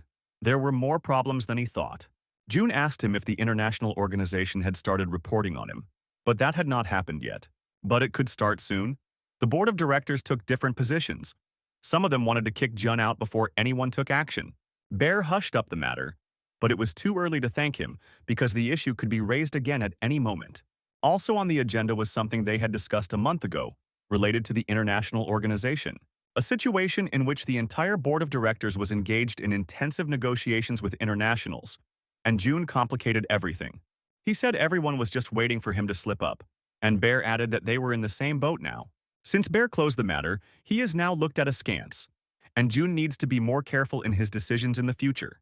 An inspection was scheduled for next month, Bear said, and although June promised there would be no problems, it was hard to believe. June thought that there were many people and problems that he had not known before. The previous him would not have been able to cope with this, but now he was confident in himself. Bear warned that all this time June was focused on personal growth, but now his strength alone is not enough, and they need to move together to survive. That's why the director directly asked June if he could help him. Bear promised that if June cooperated with him, he would be guaranteed not to lose his job, and might even get a promotion. Although June would rather be demoted, he now had many enemies and could no longer be a loner, the director warned. He reminded the cleanman not to let his guard down until the final decision of the board of directors, because he was their main target. But first, June wanted to hear the request itself, and the director said that it was not a difficult quest. June must convince the association's chairman to return to management, as he has been in hiding for over 3 years. Bear thought that Jun knew where he was, and he asked him to convince the chairman to return. The guy asked why he was assigned this. Who else should he have entrusted this task to? After all, June is close to the chairman, Bear said, and the boy felt dizzy. He had heard these rumors, but he didn't believe that there were people who believed them. But now it was clear why Wolf and Fox behaved this way. June decided to directly report that there was a misunderstanding, since he had no relation to the chairman, and it was Bear's turn to fall into a stupor. The director looked disappointed and couldn't hide it. He realized that this task was impossible for June.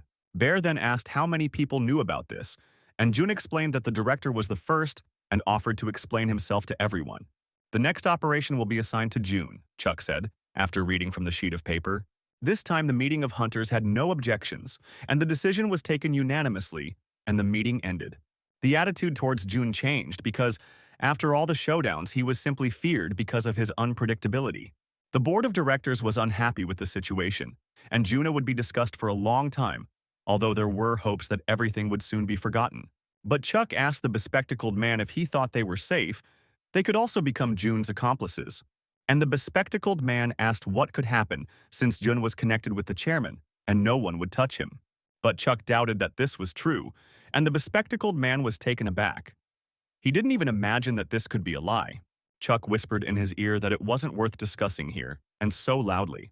During the last operation, Chuck spoke to some of the board of directors and no one knew about June and his connections. But since they were the second most influential directors after Bear, it was doubtful that they knew nothing about June. It's strange that they hadn't crossed paths before, or heard of him, and there was no record of June before he became a janitor. It was just a guess, Chuck said meaningfully, and he didn't notice how his story had gained another listener. It was Fox, who pretended that he had not been eavesdropping at all, but had simply forgotten his documents, and he jumped out faster before Chuck and the bespectacled man could catch him. They were horrified, having no idea how long Fox had been standing there and how much he had heard. Of course, Wolf soon learned the news that June was not connected with the chairman. He suddenly felt taller, as if his shoulders had straightened, and asked what they were going to do with this little rat. Wolf calmed down a little and asked to repeat this information to him, because he could not immediately believe it. He asked Fox if he was absolutely sure that this information was authentic. Fox placed copies of his personal file, certificates of family ties, a certificate from kindergarten, and a vaccination card in front of Wolf. Fox said he checked everything, even did a DNA paternity test. Now he was sure that June was not related to the chairman in any way. It was worth admitting that June was a talented cleaner, but it was unlikely that he was acting on the chairman's orders. And despite the major incident with the internationalists, the chairman still hasn't shown up. Wolf sighed heavily and agreed.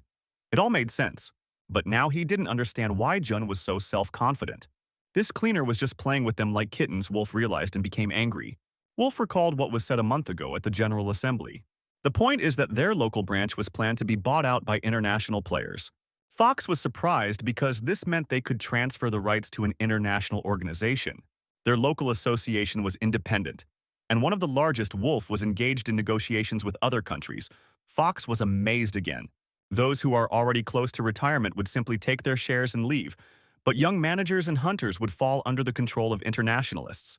The problem was the old chairman, who handed over control to Bear, who would never sign those papers. That's why Wolf did everything behind his back together with other directors and subsequently just wanted to put pressure on Bear.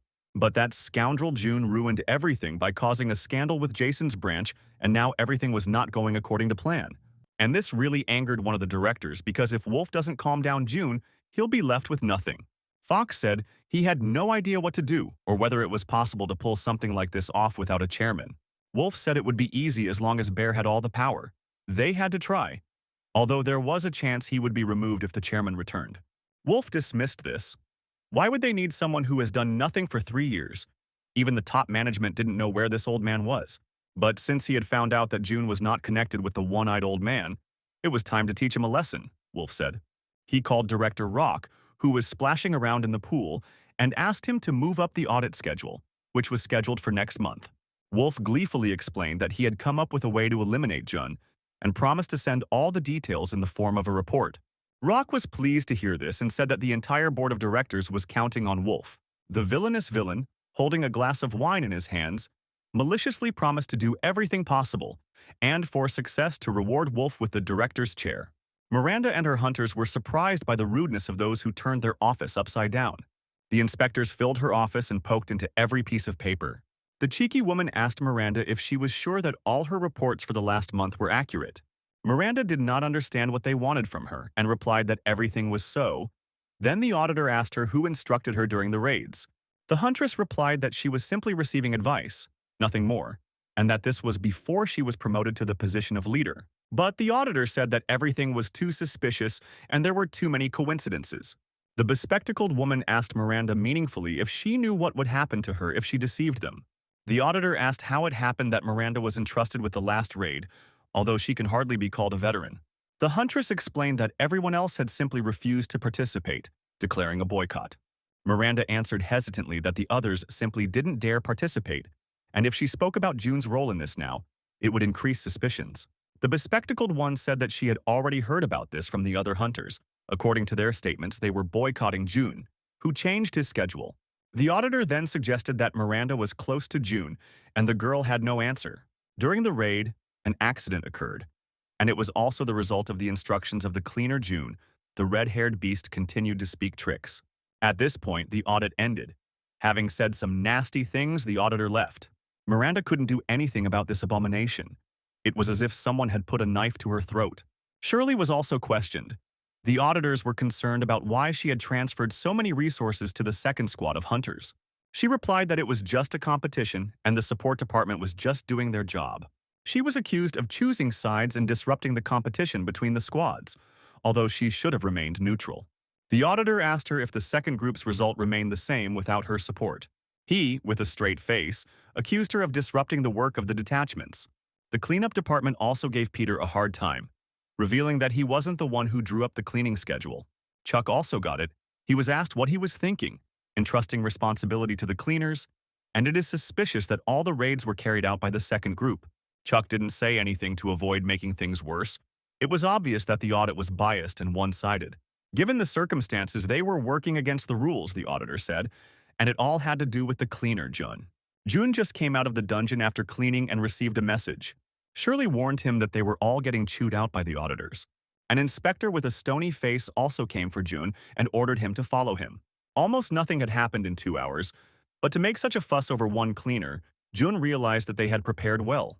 They checked everyone except him. It was a very dirty trick. June's phone was confiscated so that he could not contact the others. They decided to simply put pressure on his psyche so that he would begin to doubt others.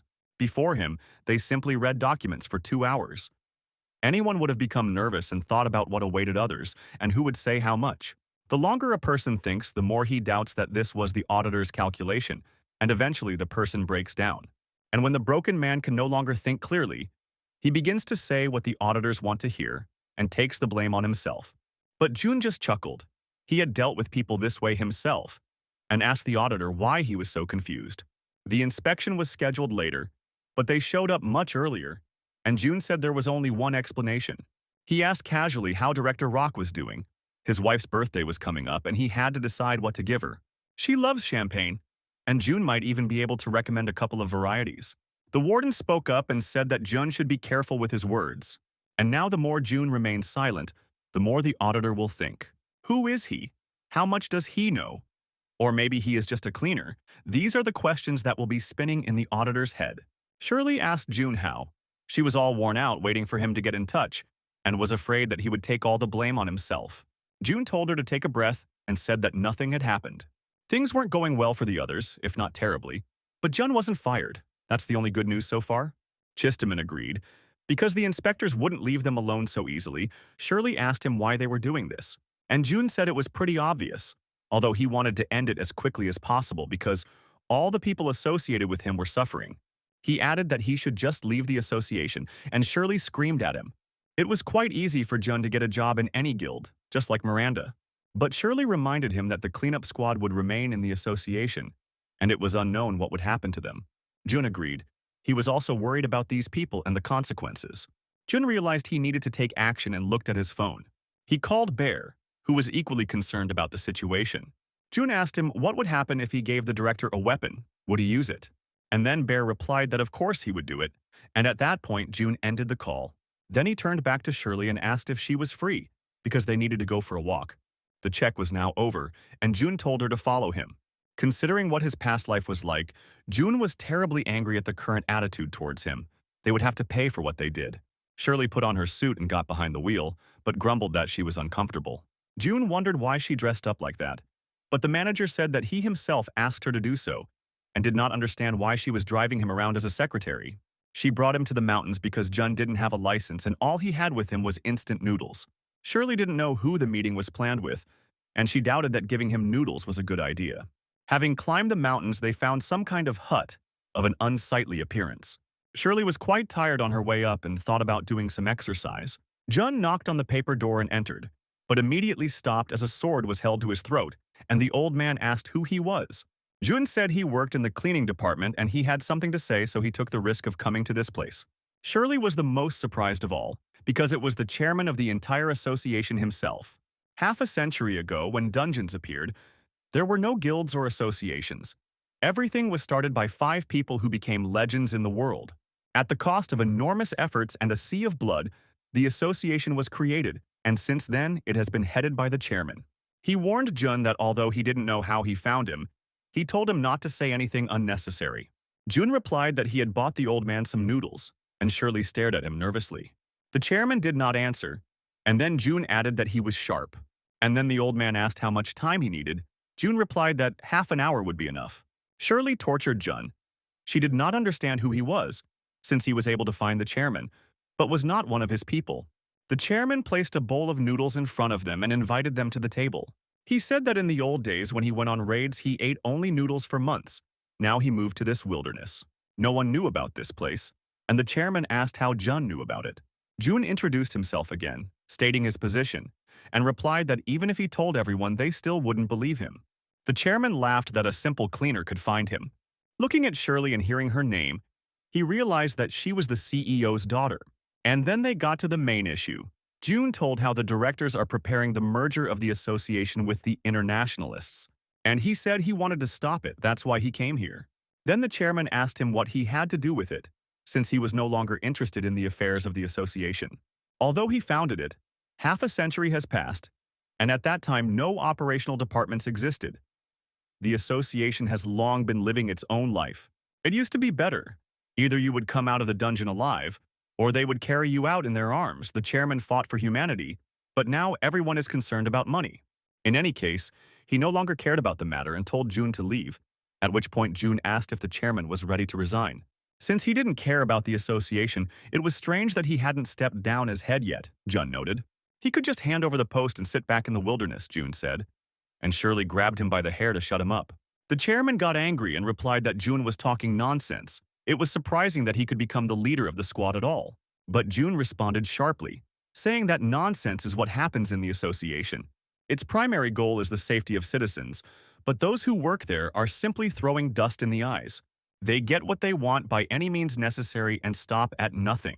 Jun asked if he still thought he was crazy. Jun told the chairman to stop saying such heartless things. No matter what the association is like now, if he doesn't care, he should just give up. If not, then Jun would leave. But he knew that the chairman cared. He did not leave his post because he still hoped to return. The chairman replied that he was still too old and the board of directors was just waiting for the moment to get rid of him. He didn't trust anyone. Jun reminded that Director Bear could be trusted. He could even hand over the chairman's position to him. But the old man said that Bear wasn't ready yet, and that teaming up with him was the only way to get things back to normal, Jun said. The chairman agreed that he believed Bear, but asked why he should believe Jun himself.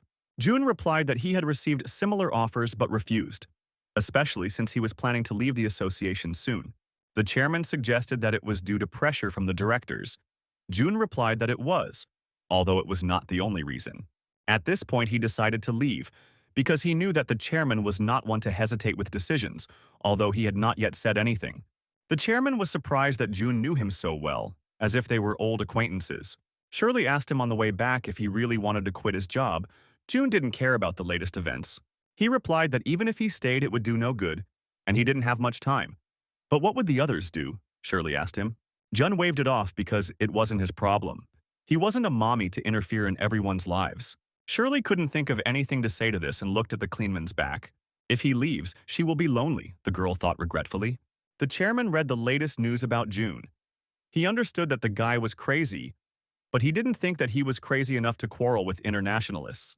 The boy was very strong. The chairman had never met anyone like him before. It is possible that even in the whole world one cannot find such a person. If he had met him earlier, he would have kept him close to him. The chairman looked at the framed photograph that stood in the closet. The associations were created to protect people from monsters, but ended up becoming a threat themselves. Power is in the hands of the operational department, the internal politics of the managers. He got tired of looking at all this, and the chairman withdrew. However, he still did not dare to leave his post. The rest was over, the old man thought. The hunters were meeting again, planning a joint raid. Chuck asked who wanted to participate, and was noticeably nervous this time. One by one, the squad leaders began to refuse this, citing a tight schedule. Everyone was busy and they turned the blame to Miranda, asking her to sort it out. The second squad was always ready to work. The hunter commanders looked at Miranda with malicious glee. June had not been in touch, and there were already whispers that the second squad was in trouble. The hunters laughed at who could trust the schedule to the cleaner and were endlessly clever. The rock director received information that June was alive and wanted to find out the details, interrupting his lunch. Wolf responded that June had most likely gone into hiding due to the inspections, and it was unlikely that anyone would support him again. Now all they had to do was resume the merger process, and Rock praised Wolf. The last problem was Bear, who might not sign the contract. But even if not, Rock had a plan, because Bear hadn't come to the meeting yet, and he was planning to bring up the issue of the CEO's resignation. Wolf asked what would be the reason for removal from office and learned that the term of office was about to expire. When the chairman is absent, his powers are transferred to the board of directors until his return. However, at the moment, the chairman has been absent for 36 years in self-isolation. Now the board of directors could decide that Bear had failed in his duties and vote to remove him from office. Wolf asked if they could do the same with the chairman, and Rock replied that he could also be put on indefinite leave. But there were doubts that other directors would vote for this, because they do not want others in the role of chairman and CEO.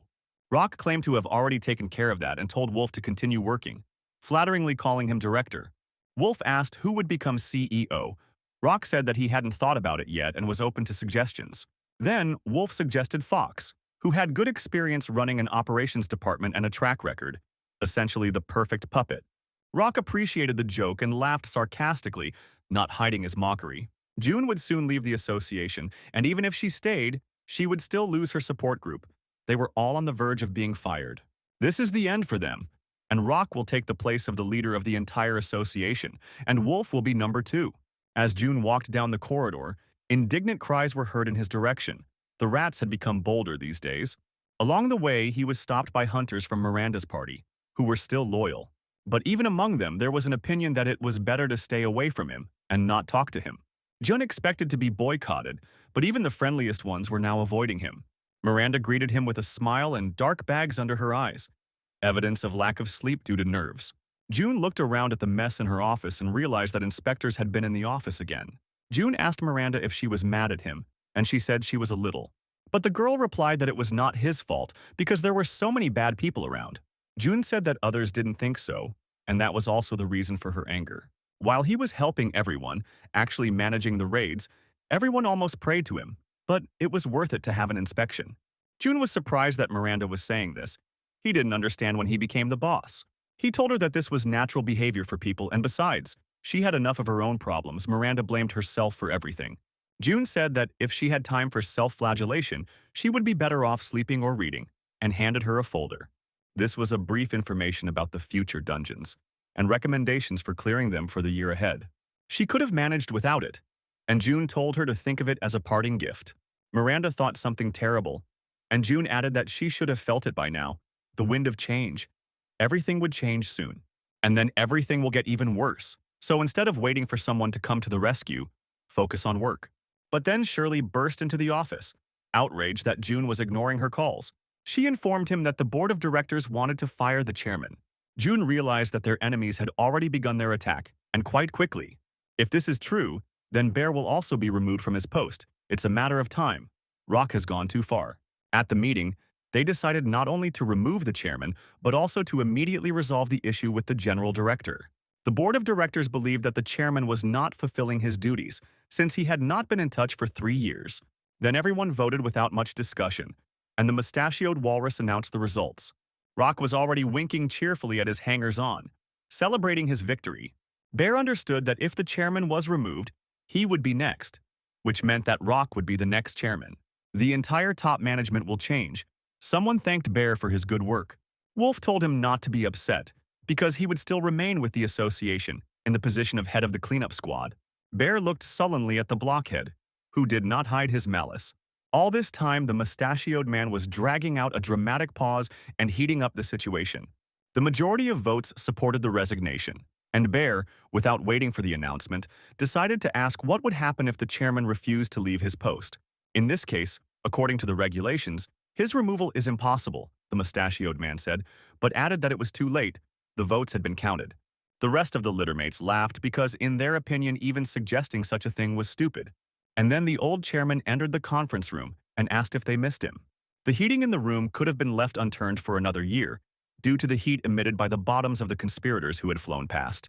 The chairman said that one cleaner whispered to him about dirty and very interesting deeds that were being carried out without him.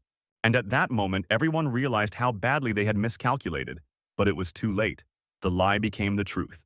The cleaners said that they wanted to distance themselves from the leader June, because all the problems of the other squads were connected with him. Chloe realized that while everything was fine, they doted on him. And now they decided to distance themselves. She added that it was their decision, but warned them to be mindful of the consequences. The workers did not agree with her position. They did not consider themselves selfish. They needed to hold on to their jobs. Chloe stated that as long as they hid their heads in the bushes, she had pride and told them not to worry. She had a debt that she had to repay to June, so she did not leave his side for a single step. Meanwhile, the group of losers tried to collect their sagging jaws. The chairman looked at them with disdain. They were as vile as when he left, and he greeted Bear, noting that he had lost weight since their last meeting. And although he found out that June was not related to the chairman, there was no other way to explain this situation. The chairman grumbled that while he was away, they had done a lot of damage here, imagined themselves to be the bosses and appointed blockheads to key positions. Someone jumped up from their seat and asked them not to react so emotionally because they were acting according to the rules. The chairman told him that the rules were nonsense. They should have sent him a notice of suspension, but they did not do so. Rock recovered from the shock and objected that the chairman had been in hiding for 3 years and they simply did not know where to send the notice. But then the chairman noted that it was a simple cleaner who found him, which again threw the conspirators off track. Rock glanced sideways at Wolf. It became clear who would be blamed for all the blame. Here, Bear stood up from his seat and became indignant when he realized that the question of resignation had been raised without notifying the chairman. Then Rock, mad with fear, shouted that they even had the results of the vote and demanded that they be announced. But the mustachioed manager froze in place. Voting lost its meaning, since the chairman himself was already here. No one expected the head to show up, so now all the other directors got scared and blamed Rock for setting them up. Taking advantage of the notice excuse, the other directors immediately relinquished their voting positions. They immediately sat down next to General Director Bear and began to fawn on him, pretending that nothing had happened. It was clear that the board of directors' consensus had disappeared, and they began to argue and grumble like a flock of squabbling hens. Rock shouted again to the chairman that if he had any conscience he should retreat, because he had been hiding for 3 years and now he had appeared. It was somehow offensive. The chairman looked at the mustachioed man and asked him what they were going to do. Usatii, of course, was not ready to sacrifice his career in a futile adventure and declared the matter closed. The chairman slammed his cane on the floor and declared that he would no longer tolerate any rat who was only interested in profit. From that day on, he introduces a planning headquarters and carries out a complete reorganization, personnel purges, and Friday shootings. Turning to the CEO, he asked him if he could handle it. Bear wanted to jump off, but the chairman insisted that everything be done for the good of the association. Then Bear remembered Jun's strange question. If he gave him a weapon, would he use it? And then it finally dawned on Bear that the chairman was that weapon. It's no wonder they wanted to remove him from office. Loudly slamming the table, he announced that he would undertake reorganization and finally introduce executions. Assel couldn't believe her ears and asked to repeat it. She was again denied the right to use the canteen. Someone said that an order had come from above not to let the cleaners in, but it was not specified from whom. The team immediately began to drag June to another place. The food here was lousy anyway. But then Fox stepped forward, playing the mother of mercy, and asked to let them in, since they worked together. He smiled warmly and said that there was nowhere to eat at this time anyway. June asked him whose order it was, but Fox pretended not to know the details or names. He told them that other departments had complained about the cleaners smelling, which he thought was pretty accurate considering the work they did. June objected that the hunters were doing the same thing. But then Fox added that he was now in command of the second group. June didn't care, and Fox was surprised by his calm, because it meant that June and Miranda would be accused of abuse of power and suspended. June explained that Miranda had come up with the whole plan for that operation, and when everyone else had left, she turned to him. Fox was quite pleased to point out that June should worry about himself rather than others, as the cleaning staff would soon be cut and his chances would be poor. Fox contemptuously threw a radish at June and said that everything had gone according to his plan for too long, and now their time was up. The team was outraged that he, a grown man, was allowing himself to do this and was throwing food around. But then Fox turned the entire tray of food onto the table and called Assel a scrubber, and also declared that he would not grovel before the cleaners.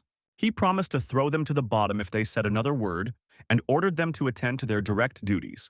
Fox maliciously ordered them to lick everything here, but he himself did not notice how a white fluffy animal crept up to him. When Fox saw the chairman, he was stunned. June muttered that the old man had arrived just in time. June noted that the old man must be tired, since the journey to the capital was not short, and the chairman said that he wanted to see him, and he added that he did the right thing by coming here, after which he issued Fox a severe reprimand. He reminded Fox that he should watch his language if he wanted to work for the association. Turning to Jun, he was surprised that he had let himself be offended so easily, but the boy said that the chairman was exaggerating. Then the chairman asked to inform him that if something like this happens again, it won't be difficult for him to throw out a couple of scoundrels. At this, the old man took his leave, expressing the hope of having dinner together sometime, and June wished him a good journey. The old man ordered his men to wipe Fox's face and put him away somewhere when he woke up. Alex grabbed Jun and started shaking him by the collar, asking who he was, and the chairman didn't understand why the guy was so friendly. Wolf managed to squeeze out a stingy, sorry, and bowed his head. He began to justify himself by saying that Rock had pressured him and left him no choice, and June answered meaningfully that he knew everything. Then the scoundrel was glad that they believed him, and thought that June would talk to the chairman. But June scratched his chin and was surprised, because it was not in his power. He was a simple cleaner. And then Wolf realized that his happy life had come to an end. But then the two-faced scoundrel fell to his knees, casting aside his pride, and asked him to understand and forgive him, only this time, promising to hand over his accomplices. June also knelt down to see those eyes, which were still insolent to the last. And he asked him why he needed information about Director Rocca if he already knew everything. He's just a janitor, June said again. And then Wolf sank to open flattery and said that June could handle dirt as well as monsters. The guy laughed. All this time he was considered a nobody, and now he was listed as an expert. June said that he still had much to do and would go, and Wolf asked him what he should do in a pitiful voice. June said he had no idea, but he whispered, "Seppuku." Wolf threw a pile of papers in Fox's face, angry that he couldn't get through to the chairman. Fox made excuses that he was told that these were the chairman's contacts, and then Wolf asked how he knew about this. Even the board of directors didn't know, Wolf shouted, not understanding how Fox had gotten the number. According to Jun, he was in no position to ask the chairman for anything, but in the dining room it seemed like they were old acquaintances. Fox tried to calm Wolf down, but he was indignant. How could he be calm if they were about to get hit? He was so angry that when the phone rang, he involuntarily lost his temper and shouted into the receiver, calling the caller a freak. It turned out it was Rock calling. He was angry at Wolf because he promised to take care of June. And how can he now explain what happened? Wolf blamed it all on Fox, saying he trusted him, but Rock didn't care. The entire board of directors of idiots was furious and demanded blood. Wolf asked why he was being made to feel guilty, since he was not the only one who wanted to remove the chairman. They shouted at each other in unison because everyone was looking for someone to blame. Rock was the first to threaten Wolf to expose his schemes for illegal enrichment and raids. He promised to scalp Wolf with his own hands if he continued to behave like this. Wolf told Fox everything as it was, and he didn't understand why they were again to blame for everything. Wolf turned away and said in an offended tone that it was all because of Fox's stupidity and told him to go. And then he cursed filthily and ordered them to get out as quickly as possible. Fox was extremely indignant that in the ladder of fools he was the last one to get all the blame. He had known for a long time that Wolf was a piece of trash, but now he wasn't ready to just let it go. But before he bit, he had to think everything through carefully. At the same time, news reports began to appear about corruption in the Hunters Association, with 14 directors being accused. The chairman took this opportunity to announce large-scale organizations. It is known that Director Rock spent huge amounts of money on bribery and lobbying. This news caused a great resonance in society. Wolf was also accused of dungeon buying and selling schemes, and all because the investigation had a talkative informant in the person of Fox. Everyone watched this report from the Hunter's office and was outraged by the chaos in the management. Mustachioed Bear said that he would take full responsibility and create a new association. In his past life, he was the main corrupt official, but now everything was different. All the criminals were exposed, which meant that Bear couldn't be accused and fired. In his past life, June himself eliminated Bear, and now this man succeeds in reforming the association. Then June did everything to become the first and reach the highest rank. He walked over people's heads. But now these people surrounded him and supported him with all their might. Bear entered the office with Shirley and said that while he was working, June was lounging around here. Bear laughed and suggested having dinner with the chairman. Now June understood why people said about the director that he was like a high school student. Dinner with the boss of bosses, this is a great opportunity, the CEO said, and June asked him why. Bear replied that he didn't know. It was an invitation from the chairman himself, and June agreed, since he was going to meet him anyway. At dinner, the chairman told them to choose, since he had already made his choice, and June wanted spicy beef soup. The chairman was surprised that June chose so quickly, as if he had already been to this place, and the guy realized that he had been caught. In his past life, he was always next to the nasty old man, and they ate together, although now he realized that even the smell irritated him. Then June got straight to the point and asked why he had been called. The chairman said he wanted to talk because Jun must have heard about all this squabbling between the directors, and the chairman thought that he didn't want to deal with them, so as not to destroy himself. Director Rock was fired. Wolf was sent to the logging site, but the chairman didn't know what to do with Fox. Of course, he was canceling the merger with the International Association, and June asked what they had said about that. June realized that Bear must be swamped with work now, and he agreed, since he hadn't seen his wife for a long time. But it was better than sitting and doing nothing, June noted, and Bear laughed. He said that he would owe the guy for such a relief. Now the chairman asked what he should do next since he was back in the association, and June again did not understand why they were asking him about this. But the chairman replied that everything rested only on him. June recommended not to carry out reforms too quickly, so as not to cause a rebellion. Hunters are the most important. It is better not to disturb them. They need to show that they want change, and not just act rashly, the chairman realized. The chairman agreed and suggested continuing the conversation in a less crowded place where June would tell him what she wanted. June said he didn't need anything, just that they raise the salaries of the cleaners, which surprised the chairman. The old man grabbed his bald head and agreed with Bear. The guy really was a very interesting person and regretted that he had not returned earlier. The chairman then suggested that Jun try himself as a manager. He was ideal for the position. Jun immediately refused, although he understood that it was impolite. But he knew that he would not have another chance to do it. He handed the old man a prepared envelope with a resignation letter. The chairman looked at the paper as if it were a piece of trash. Bear worriedly asked June what he was not happy with and promised to fix everything. June replied that it was for personal reasons. The merger issue was closed, and the internationalists would have a hard time if he stayed here and couldn't advance. Now Jun must seriously work on getting into the International Association. The chairman accepted his envelope, albeit with regret, but there was nothing he could do about it. But he asked to work hard for another month, and June agreed. But then it dawned on him that he had fallen for the old man's trick, because he had not planned to stay. The chairman reminded him that according to the labor code, June was obliged to work. Bear had a request too, and June asked him what else. But the cunning Bear did not specify. He only said that he had some business to do in the evening. Mark and the international organization's leader received information that the merger had failed. Raid leader Kane angrily declared that they had lost a lot because of one scoundrel, and he asked Jason if he would continue to make excuses. But Jason had just been fired and had nothing more to say in his defense. Mark turned to Jason's assistant and asked why she was unable to obtain the Eternity Stone during their joint raid. She replied that one of the employees had become suspicious of them. She had to deviate from the plan, otherwise they would have been easily discovered. Mark asked if they had exposed it or were simply trying to interfere. Assistant Eva didn't know, and then he wanted to know who had stood in their way. And then Eva said that it was just a cleaner from headquarters. Mark chuckled. It was the most ridiculous explanation he had ever heard, and Kane asked why the merger had failed. Eva reported that the missing chairman had suddenly reappeared, and according to their report, it was the janitor who found him. Then Mark asked who he was. They had been preparing for many years for this stone, and now they would not see it. And then Eva reported to them that the cleaner had been appointed head of the operational headquarters after the announced reforms. Mark didn't understand how a cleaner could get such a position. Eva didn't know anything. There was nothing special about a cleaner.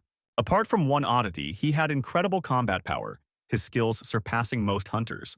Mark asked who this cleaner with combat skills was, and if he was on the hunter registry. But he wasn't there either, and this confused the bad guys even more. Then some woman said that the cleaner was just a deviant. He took the stone from them and asked them how they would deal with it. Eva said that they would come up with something, because there was no longer any legal way to resolve this. The moment for negotiations had already been lost. Eva added that they planned to use the space stone. If they knew about the time stone, they would have already taken action, the strange woman realized, and asked if it was possible to get information after the reforms. But the old woman snapped her finger and told Johann to take Eva and return the time stone. And then he entered, with two lamps in the form of skulls on the sides and full of pathos. Freelance Hunter number 1 said he accepted the assignment. He was asked to remove the skull, and Johann agreed. He wanted to update it anyway. He placed his hand over the dead Jason's head and used the skill. His head was stripped of skin and flesh and torn away from the dead body. The strange woman said that she would report to the secretary, and the meeting was over for today. They all grinned evilly, and she told them to keep in mind that the janitor was their main enemy. June sat at a corporate party, not knowing what he was doing while everyone else was just celebrating his success. The journalist played the saxophone, or rather thought he played it while he was blowing into a fire extinguisher. In the meantime, June poured himself some rice tea and thought that he didn't have much time. His karma skill was only revealed after his sudden death. Now June is set to become the Secretary General of an international organization in 5 years. The most obvious suspect was his foreman, Peter, but he turned out to be nothing like that. During his time as a janitor, he tried to find other suspects, but they had neither the skills nor the motive. There is only one conclusion. It was someone very influential. If nothing is done, June will simply disappear. Fortunately, he has already unlocked many skills. All that remains is to find a way to get into the International Association. But then, Shirley interrupted him from his thoughts and asked why the hero of the occasion was sitting alone. She said her father just wanted to have fun, and everyone was celebrating the fact that June was finally safe. Although the guy didn't really appreciate such gatherings, where everyone respected each other. However, this is exactly what life looked like. Routine and momentary joys full of courage. The chairman was also present at the party and ate only instant noodles. Jun looked at everyone skeptically but realized that everyone was having fun. Before his regression, everyone present looked at him with anger and hatred. Now they gathered here for him and raised the temperature of the party. Jun was persistently called, and in the end he agreed to go to everyone. Life is not so bad, he thought. In the port city, not far from the pier, a dungeon appeared. The hunters were stuck in the dungeon, the water rose, and they could no longer carry out the cleanup, and then they contacted headquarters. Shirley said she would look into it and find out the reason. She asked where Miranda was now. She responded and said that she would not let them down and would deal with the boss herself. The huge snake hit Miranda with its tail and she flew away. Then the cobra hit them with magic from its open mouth. But when everyone had already given up and fallen, only Miranda remained on her feet and she was able to stop the monster. Although she did everything as June told her, that was all, the girl thought. A hunter from her team reported that Miranda was not responding, and they were ordered to wait for the exit, so they could not even go to her aid. But then June got in touch, and Shirley told him that the first task force was in critical condition. In half an hour, the dungeon was supposed to collapse, and June said that he was rushing to the place. He was tense because this raid could not fail. It was all the fault of the international organization that told them, let's try. But then, out of nowhere, a truck appeared in the middle of the highway at an intersection, and he rammed June's car, which flew towards the port containers. 2 weeks before, June had been busy with pettifogging and cursing his new position as chief of staff. Much had changed. His main enemies had been fired, and others were also facing repression and logging. Miranda became the leader of the first task force that was reassembled, now leading the elite. 10 cleaning teams were created. Alex and Asel refused leadership positions. All that could be said about little Chloe was that she dyed her hair. In the support department, Shirley took all the power into her hands. The more June thought about it, the more absurd it seemed to him. He didn't understand why he was appointed head if he would soon be fired. June asked the chairman if he would really leave in 30 days, and he slyly replied, if nothing happens. June hoped that there would be no incidents and that he would quietly get out of this swamp. This month was supposed to pass calmly. On the other hand, his position had an advantage. He unlocked a ton of skills in one fell swoop, fixing the janitor's situation. But even so, there was something that remained hidden. It was one of the most powerful skills in his past life. But the conditions were too difficult, Demon Lord. It looks like he will have to give up this skill. June had advanced in the unofficial rankings and could now easily qualify for the top rank. And he thought about registering. After all, he had planned to become a hunter again from the very beginning. But even without that, he had risen quite a bit. There was a knock on his office door, and June said they could come in. June got a secretary, the beautiful Shirley, who brought him plans for raids for the next month. And she placed in front of him an impressive stack of sheets of paper that needed to be approved by the end of the day. June took up the matter with fervor without even reading it, and approved everything at once to the horror of his assistant. There was a request from the support department to do more research. They wanted to study the timestone and needed equipment. The amount was impressive. They were demanding 50 million credits, and June asked how much was left in their budget. Shirley said it was only 80, and then June ordered it to be approved, even though they might be left with almost no funds. June said he didn't care. He demanded an increase in the budget for the cleanup department for the next quarter, and to provide them with the latest equipment. It was also necessary to completely replace the equipment of the control department. The connection was interrupted. There were errors on the dungeon map every now and then. June was taking revenge. He said he would inform the chairman himself and left the confused Shirley to continue her business. But then Chuck walked in. He looked exhausted as always and said that they had problems. As usual, Chuck cleared his throat to get it all out, and June winced. As a result of the reorganization, too many hunters left their association, and they soon faced the problem of dungeon raids. Chuck has done his research and needs 30 more people as he is currently understaffed. They won't be able to handle the underwater dungeon at this rate, Chuck said. June said he would sort things out with the help of the hired hunters as Shirley helped him wipe his face. Shirley was amazed that her request for a larger portion of the budget was approved. She deliberately asked for more than necessary in order to haggle, and was amazed that they approved everything. Shirley was also confused. June was definitely different from the others, Shirley agreed. Her research was always rejected because it was considered useless. Shirley added that June wanted to support other departments as well, and Shirley laughed, remembering herself. Before, she thought he was acting unreasonably, difficult to understand, but that didn't mean he was frivolous. Shirley asked if her new boss was a genius, and Shirley agreed. He was on a whole other level, always one step ahead, unpredictable, and a quick learner. When he was a simple cleaner, he took care of his colleagues because he understood that they could easily get hurt in the dungeon. He would never tolerate injustice, an incredible man, Shirley admired. And then Shirley asked, apologizing for her directness, if she liked June. And Shirley, smiling, replied that it was true, she liked him as a person.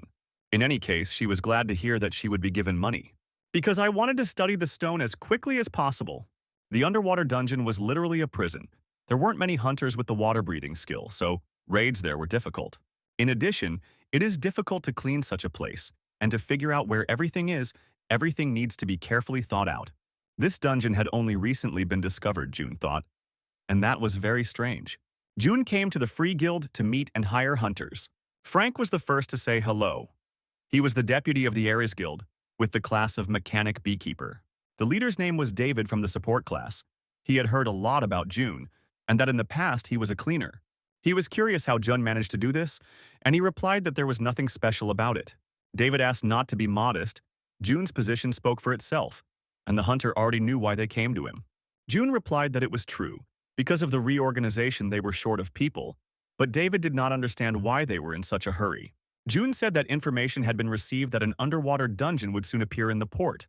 Dave asked why they chose their guild then, and Jun replied that they were the best. Dave said he thought they were out of their sights, plus they had conflicts with the former deputy squad leader from the association. June said he kept personal and work separate, and Dave called that commendable. June handed him the contract and offered to read it, because it was profitable, but he was interrupted mid-sentence. Dave stated firmly that they were not interested and rejected all agreements. He rudely tore up the contract without reading it and said that he would not work with the association. Jun thought it was strange, since it wasn't every day that the guild received such offers. Dave said it wasn't about the money, so June asked what the problem was. Dave said he thought they had found a backup guild to recruit hunters. June replied that things had not gone according to plan, and Dave said that in that case, accepting their offer would be even more difficult. The relationship between the guilds and associations was not very good, and Ares was not in the best opinion either. And lately, things have gotten even worse. And if June thinks about how the association treated them, she will understand their choice. Private guilds are not part of the association, but it cannot be said that they are completely independent. If after distributing the dungeons within the associations, only then do the guilds sort out the remaining ones. The association takes all the items, but the guild gets the raid income without the commission. And at first glance, it seems like a good deal. If the guilds had not been given this, they would have been left with nothing at all. And in the end, they would have to submit to the association in order not to be left without work. So the association constantly takes advantage of this to exploit the guilds, and that is how their boss-subordinate relationship began. June had no doubt that the scoundrel Wolf personally led to this situation. Even after his dismissal, he made his presence known. Dave said that if you agree to cooperate with the association, you will become an enemy of society. They do not want to feud with other guilds. Still, it was business, June said. He didn't think they would give up the reward easily, but Dave replied that was the wrong word. Without thinking twice, June stood up, accepting their decision. There was nothing he could do about it. Dave warned him that other guilds were of the same mind, so he shouldn't expect any hospitality. June thanked him for the advice and left empty-handed. He didn't understand what was going on. Johan appeared behind Dave, looking through his eyes, and now knew what June looked like in real life. Johan asked Dave if he had tried to join the association without his knowledge and said that it upset him. Frank was indignant and asked why on earth he should care. Johan told him that the association's lifespan was short, considering that their leader was a cleaner. What's wrong with them not working with the association? Johan asked, and told them to sit quietly and then everything would be fine.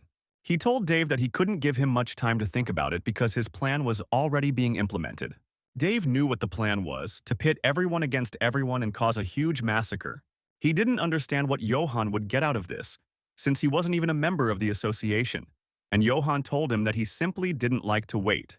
The association was about to fall apart, and Johan was upset that his proposal was being ignored. But he reminded them that the most important thing is that they not tell anyone about this. Frank whispered under his breath that Johan was a crazy bastard, but they were afraid of him. Frank asked the boss what they were going to do, and Dave said they would have to choose a side soon. If they take Johan's side, not only them, but also other guilds will be able to make good money. But being under the patronage of an association is more profitable, but it is also worth considering the opinions of other guilds. One thing is for sure, Jun was very different from Johan. He could be reasoned with, and he was clearly not rotten. Dave insulted the association and rejected their offer, but June didn't even bat an eyelid. Wolf wouldn't mince words. He used to think that Jun was a dumb guy since he started out as a cleaner. But now his opinion had changed. The guy looked like he didn't care. There were only two types of people who radiated such calm: those who were about to die, or those who live on such a grand scale that they simply don't notice these little things. Frank still had no idea who was drawing what when someone came into the room and told them they had a problem. All the guilds in the capital are conducting large-scale dungeon interceptions, the girl guild leader said ahead. And Frank and Dave were amazed, but they realized that all this was the work of Johan. Jun was angry, as Dave had warned him. He visited other guilds without much results. They didn't even let him into the registration desk and said that the leader was not there. In other cases, they simply refused to deal with him. In the past, June would have simply given up. But now I couldn't do something like that because I wanted to leave this office in a month. A big conflict was brewing, and he also didn't understand why he had to pay for Wolf's sins. Chuck contacted June and told him that recruitment was not going well, but he interrupted him and shouted that it did not matter. There was something so specific, Chuck yelled, that June almost dropped the wheel. Right now, 24 dungeons are being intercepted at once, And all this in 2 hours, Chuck shouted. According to available information, it was the guilds of free hunters who were behind this, and not just one or two. Almost all the guilds in the capital participated in this large-scale attack. This aggression most resembled the beginning of a war for the redistribution of spheres of influence. While Jun was driving in the middle of the city, a loud explosion was heard. The private guilds had declared war on the association, and Jun didn't understand what they had done wrong. But more importantly, why now? The guilds finished intercepting and contacted each other. So far, there has been silence and the association has not responded to their actions. There were still doubts among the captains that this operation would work out, since the association could sue them. But Johann, villainously sipping grape juice from a glass, reminded the dummy how he had groveled before the association. Johann asked if he thought the association had only approached them because of a shortage of hunters. Their new leader is a janitor who knows and understands little. Now was the best time to attack, the villain convinced. If all the guilds rebel, an inexperienced leader will try to negotiate and make a deal. And then they can bargain and get dungeons for themselves, so they can take care of themselves, said Johann. If they miss this opportunity, they will have to pay reparations for the rest of their lives. The leader of the fools agreed with this and told his men to continue with the plan. When someone approached them, they recognized their Big Dipper Guild uniform. It was Miranda. She introduced herself and looked at them menacingly, and she told them to stop this circus, or she would have to use force. And everyone knew that she was the 5th hunter in the country's ranking. In fact, a war for spheres of influence had already been unleashed between the association and the free guilds. Chuck demanded that June not show weakness at a time when fate was challenging them, and one had to make their move. Chuck also warned that armed conflict should be considered, which was not at all in June's favor. Chuck added that they would begin the trial immediately, and he would report to the chairman. But June refused him, because the old man could already be up to his ears in business. Of course, he just didn't want bad news to reach the top. Chuck started yelling into the phone, in his usual manner, that they couldn't report what had happened. If it continued, the damage would be enormous. June understood that after wide publicity, everything would definitely reach the chairman, and then he would hardly get his dismissal, so he told him that he would sort it out. Chuck could only hope that June knew what he was doing, but warned that they couldn't lose any more dungeons. June understood this and told them not to worry, promising to contact them later. He then contacted Chloe and asked her where she was. The girl had just finished cleaning the dungeon. She had already heard about the interceptions. June confirmed these rumors and ordered her to stay a little longer. The former hunter was indignant, because she was already going to go home, but the call was cut off. June understood all the hostility towards the association from other hunters. It was also understandable why he was ignored, since he used to be a simple cleaner. But was all this a reason for such a risky operation on their part? What benefit there was for the guilds from participating in this? He did not understand. The Free Guild dummy dropped his bag and repeated Miranda's words that the association would use force against them. The huntress replied that only if it was necessary, all their actions were illegal, and took out her sword. The teacher did not give her precise instructions, but she could not remain idle. She had to personally stop all the violators. And then she asked if they would be able to pay compensation, but the idiots brazenly declared that they were not going to. They themselves justified their robbery by saying that the association treated them badly. Miranda stood her ground. This did not give them the right to seize the dungeons. Dissatisfaction had to be addressed in official letters. The dummy, who got involved in an adventure that he himself did not plan, was indignant because they wrote letters, but answered them only now. Miranda coldly replied that she understood, but demanded that they come with her. In the end, might is right. The blockhead thought the same and refused her. He used his unique skill of turning into a beast and became a freak. The other slow-witted ones also drew their swords, making it clear that the negotiations were over. But Miranda had skills too. She increased her strength and gave them a final warning. The freak growled his no and rushed at Miranda, hoping to knock her down. But she stood her ground and easily knocked off his claws, while other blockheads were already approaching her. Scarface explained that he knew nothing about current events. Of course, they had suspicions that something was going on, but they didn't even imagine mass interceptions. Only their guild and one other were unaware of the upcoming plan, because they did not bend. Jun was surprised. The interceptors could definitely use the help of 2 of the strongest guilds. They had a variety of skills. He asked them why this happened, and if they had any problems with other guilds. But Scar countered that they had good relationships with their colleagues, and if it had been a planned attack, they would have known about it. Then it looked even stranger, Jun noticed, because in the capital there are 20 guilds and about 1,000 hunters. To manage such a number of people, You need a leader who can unite them. Scar asked if June doubted them, and his face darkened. June replied that it was just the opposite. He trusted them 100% now. He didn't think that anyone who valued commerce would act in such a way, especially at the risk of losing his reputation. Given the circumstances, the leader was not from the association, June said, and Scar remembered Johan's warnings. He asked June what he planned to do next. Call lawyers? June agreed that the association wanted to do something like that. But June did not agree with this decision. He wanted to sort things out personally, and he confidently stated that he wanted to resolve the issue through dialogue. Someone still had to clear the dungeons, and it wasn't such a problem if others did it. Moreover, clashes between the guild and the association cause concern among citizens, so it is better to resolve everything peacefully, he said. Scar was struck by such a character, but he understood that Johan was unlikely to agree to the deal, although there were still some people in the association who were not rotten. But then the secretary reported the situation to them, that the Free Guild and the association's task force had clashed with each other. Jun was horrified. He had to stop them right now.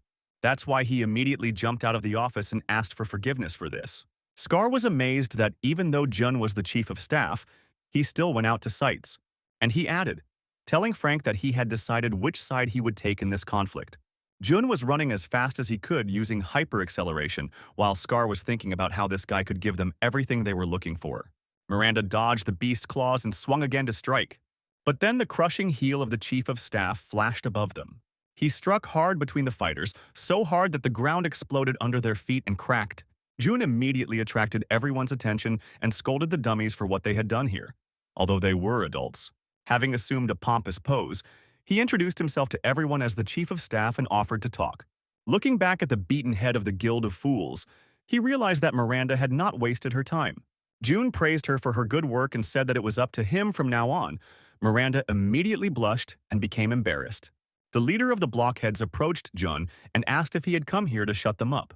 He looked at Jun angrily, as if he didn't understand his strength, and said that he wouldn't sit idly by in front of the scoundrels from the association. Jun was surprised at this behavior. He just wanted to talk, but warned that he would not remain inactive. The blockhead fell to the ground and offered to show him his face and kill him if they refused to negotiate. Jun looked at these antics and thought that he could just beat the idiot up for real. But then Miranda was contacted again, because problems had been discovered due to interception. The hunters there asked for help, because they cannot cope with the monsters inside. And then it turned out that in that dungeon there was the Guild of the Fool's Wife. Miranda demanded more explanation from the dispatcher, but June took the radio from her. He ordered that all operational teams be immediately assembled and prepared for a rescue operation. There was smoke over the city, and the glow of the fire could be seen from afar. People ran away from the monster that had burst to the surface from the dungeon. But his raking limbs were quickly cut off by Chloe, who arrived in time. At this time, June asked the hunters what was going on. There was an orange dungeon in front of them, very dangerous, so the hunters planned the raid for a long time, but the dummies burst in and chaos began. They had walked in about an hour ago and hadn't heard from them since. June gritted his teeth. This is what happens when you burst in unprepared, he thought. A lion from another raider guild was rushing towards the dungeon with all his might, and his minions were having a hard time holding him back. They shouted at him to calm down, because he wouldn't be able to do anything in this dungeon anyway, because they would simply eat him there. June quickly calmed down the troublemaker, who decided to create chaos here too. He told the idiot to be as quiet as a mouse, because if he thoughtlessly broke into the dungeon, there would only be more victims. The blockhead was indignant and accused June of asking him to stand and watch while he wanted to take all the credit for himself. June didn't even deny it and asked if the fool had any more questions. He did not listen to his indignation, but turned to face the entrance to the dungeon. And he added that he himself would go to this hole, because he ordered everyone to stop crying. Chuck, who worked as a part-time coat-check attendant, appeared nearby. He said that June didn't have to do it. Even a trained task force might not be able to handle it. Moreover, this operation will not bring much income, even if successful. The priority map was uneven in June's head. The association's budget was last in his mind. What concerned him most was a quiet dismissal, so he ordered the first squad with Miranda to follow him. There was no time for chatter. He ordered them to be vigilant and follow him. Eva watched June's performance from spy video cameras. She noticed that the guild had entered the wrong dungeon by mistake, as if someone had deliberately leaked them the wrong information. And so she quickly realized that this was Johan's plan as he sat there drinking his zucchini smoothie. He replied that there was nothing better to stir up conflict than mass murder, and that disputes with the guilds would weaken the association. Eva grabbed her head and said that it would have been better not to start this. At this rate, he could get caught. But then they learned from the news that June had started a rescue operation and was leading it. Johan chuckled and said that the new manager was concerned about his image, but he thought he had overestimated himself because the cleaner couldn't do anything. It was a dungeon where a newbie couldn't cope. The association always pursues its own interests, so they hardly went just to save people. But Eva told him that Johan doesn't know that June is not an ordinary person. She will have to use the stone because everything didn't go according to plan. She reminded Johan that the plan was not meant to entertain him. Johan was so indignant that the smoothie glass in his hands even evaporated. Then he began to think hard about who June was instead of just finding out. June used the destruction skill on his fist, causing it to become covered in sparks. After which, he knocked out the monster with one blow of his left hand. They quickly went through the entire dungeon and found themselves at the boss room. The dispatcher reported to them that the name of the monster was Tigracon, and June assumed that the creature was flying. But it didn't matter. He told everyone to gather because they were going inside. The room was dark and dirty. June ordered to inspect everything. Miranda found the weapon that the previous group used. There was no monster blood on it, only dirty slime. Miranda showed miracles of deduction and assumed that the slime belonged to a monster. But then June noticed the threat and shouted for Miranda to leave, then immediately used the fire skill. When they thought to look up, they saw a huge spider above their heads, and a bunch of dummies that had allowed themselves to be caught. At least they are alive, thought June, looking at the people. He instructed Miranda that saving people was a priority and that cleanup could come later. Miranda used a skill called Iron Meteorite, and a magic sword appeared in her hand. With this blade, she was able to attack at long range and cut through the sticky web. And June, meanwhile, using acceleration, was able to catch all the captives. He deftly dodged the spider's paws, which were left without dinner. Miranda, who was watching from the side, noticed another spider from above and shouted to June. He found himself between two fires, and the attacking spider was vomiting green mucus on him. June was doused with a foul-smelling muck and fell to the ground, but he was able to get up. Uriel's skill helped him recover. He soared into the air like an angel and hung there, blinding the spiders with a bright light. The passive skill Mysophobia instantly brought out the previously cold-blooded June. Chloe sat and remembered June, when Alex told her to watch her language and asked how much longer she would behave like this. But the former huntress did not listen to him and continued to show her character. Then June ordered the dungeon to be isolated and ordered the first squad to follow him. Chloe was overjoyed. She hadn't had a raid like this for a long time. She wanted to stretch her legs. But June ordered the little one to stay outside, which stunned the berserker. This was a rescue mission, and they were only taken along for routine cleanups. Alex reminded Chloe of the difference, though that didn't reassure her. She thought it was unfair because she couldn't enter the dungeon and she couldn't go home, and she wished June had quit yet. Chuck reminded them of the situation, that it could only be called a rescue operation if everything turned out to be a success, and besides, they had spent a lot of money. All the blame will fly at June. But despite this, he still decided to lead the operation and save people. So Chuck told them to stop bad-mouthing the boss behind his back and promised to always follow June. Chloe almost threw up from this outburst of strange feelings from Chuck. With shining eyes, he waited and hoped that June would return unharmed. Meanwhile, he was going crazy with anger that his clothes were stained with slime. Turning to the monsters, he told them that he would finish them all off.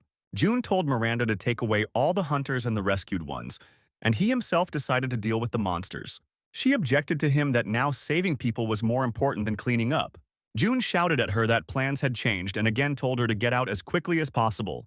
The huntress told her subordinates that June would buy them time, though he simply couldn't contain his mysophobia urge. The teacher changed his strategy to give them time to get out. Miranda misunderstood. June once again activated the destroyer skill he had acquired recently, and he rushed towards the spiders to hit them with all his might. A flash flashed. The spider fell to the ground with its legs up. Its chitinous shell could not withstand the impact and cracked. June took one down, but there was still one left watching him from behind. But this spider, instead of attacking June, aimed at a more vulnerable target and shot acid at the hunters. June realized that this pack had intelligence and used the fire skill. But when he was about to shoot, his hand was entangled in many threads, and a movement was heard from the body of the defeated spider. Miranda noticed a cloud of green slime approaching them. But then June jerked his hand, and the spiderlings that were holding him flew into the air. Then June activated the divine protection. Like a true hero, he had skills for all occasions and very successfully unlocked them. The hunters were now protected by a golden shield, and green slime spread across it. Then he flew on his fairy wings towards the monster, who was frozen in surprise. The spider tried to escape, but June told him it was useless. With a wave of one finger, he used the hand gesture of a great magician and split the spider in half. However, because of this, he was again covered in disgusting sticky slime. The hunters quickly reached the exit, Miranda walking in front. Chuck praised them for their work, and the dummy from another guild recognized his wife among those saved. Miranda told them that June would be coming out soon, and he appeared behind her, complaining that there were too many people there, like at a show. And then he demanded that Chuck give him something to wipe his face with, help the victims, and take them to the hospital. He didn't forget about his head cleaner and turned to her. June told her to stop shirking her work and to clean everything up properly. Then he looked at the troublemaker who had caused chaos in their areas. The blockhead said that Jun saved everyone out of fear of punishment, and they would not forgive the association so easily. He knew his words sounded stupid, but their tiny guild couldn't afford to pay compensation, so he accused them of fraud. But at that very moment, he received a slap on the head from the Scar that had arrived in that place. On behalf of all the guilds, he asked June for forgiveness. And he added that they had no right to judge a man who risked his life to save one of them. Scar was impressed that Jun would put his life at risk in such a situation, and even worried about the citizens. Jun didn't know what to say to this after all. He just ran away from the Ares Guild office. Scar expressed confidence that they would be able to coexist with such a person in the association. For all free guilds, his actions should serve as an example. The dummies began to praise and honor June. Shouting flattery as if on command, they instantly changed their shoes. The hunters asked June to stay and lead the association for life. The guy's head was spinning from the circus they all created here. Scar bowed low and thanked Jun for saving his dummies. Without him, they would have died. But he added that he could not help but agree that their intentions were obvious to him. He hoped that June understood what the association had done, and the cleanman sighed heavily. Looking straight at Scar, he asked who he thought he was in an angry voice. June knew what was going on, but was that a reason to just take away the dungeons? Moreover, when the amount of damage reached such a level, Scar asks him to simply understand and forgive, and asked if they understand who they are dealing with. Here one idiot screamed again, unable to bear the pressure, and justified his actions by the cruelty of the association. June wondered why he should forgive them. Just because they were having a hard time, it was capitalism. It was hard for everyone. June didn't care why the free hunters decided to intercept him if he was going to quit anyway. Future relationships were more important. There was no guarantee that such an attack would not happen again. If they officially declare compensation for damages, the free guilds will go bankrupt and declare bankruptcy. And since they don't have money, they must pay with services. And he said to join the association for a while and handed them the agreements to sign. The hunters were outraged that they were being offered to work for free and under June's command. Jun replied that the contract guaranteed them permanent employment if they paid a percentage. This meant that they were guaranteed dungeons. Scar couldn't believe his ears. Jun said he wanted to make a mutually beneficial deal for both sides because it was unreasonable to leave so many hunters without work. Scar was surprised because the association had never met them halfway before, and asked what the others would say about this. But Jun replied that it didn't matter because he was now in charge of the operational headquarters, and they shouldn't worry about anything else. Scar realized that this man was completely different, and the hunters were already overjoyed. Even after massive interceptions and losses, June carried out a rescue operation and even offered them a profitable deal, instead of going to court and bankruptcy. Scar realized that he could trust Jun and said that he had a private conversation. June left everything else to Miranda and the cleaning to Chloe and hurried her. She was indignant that she was not a slave, and Miranda replied that the teacher need not worry. Scar said he knew who was behind the interceptions, and Jun asked who.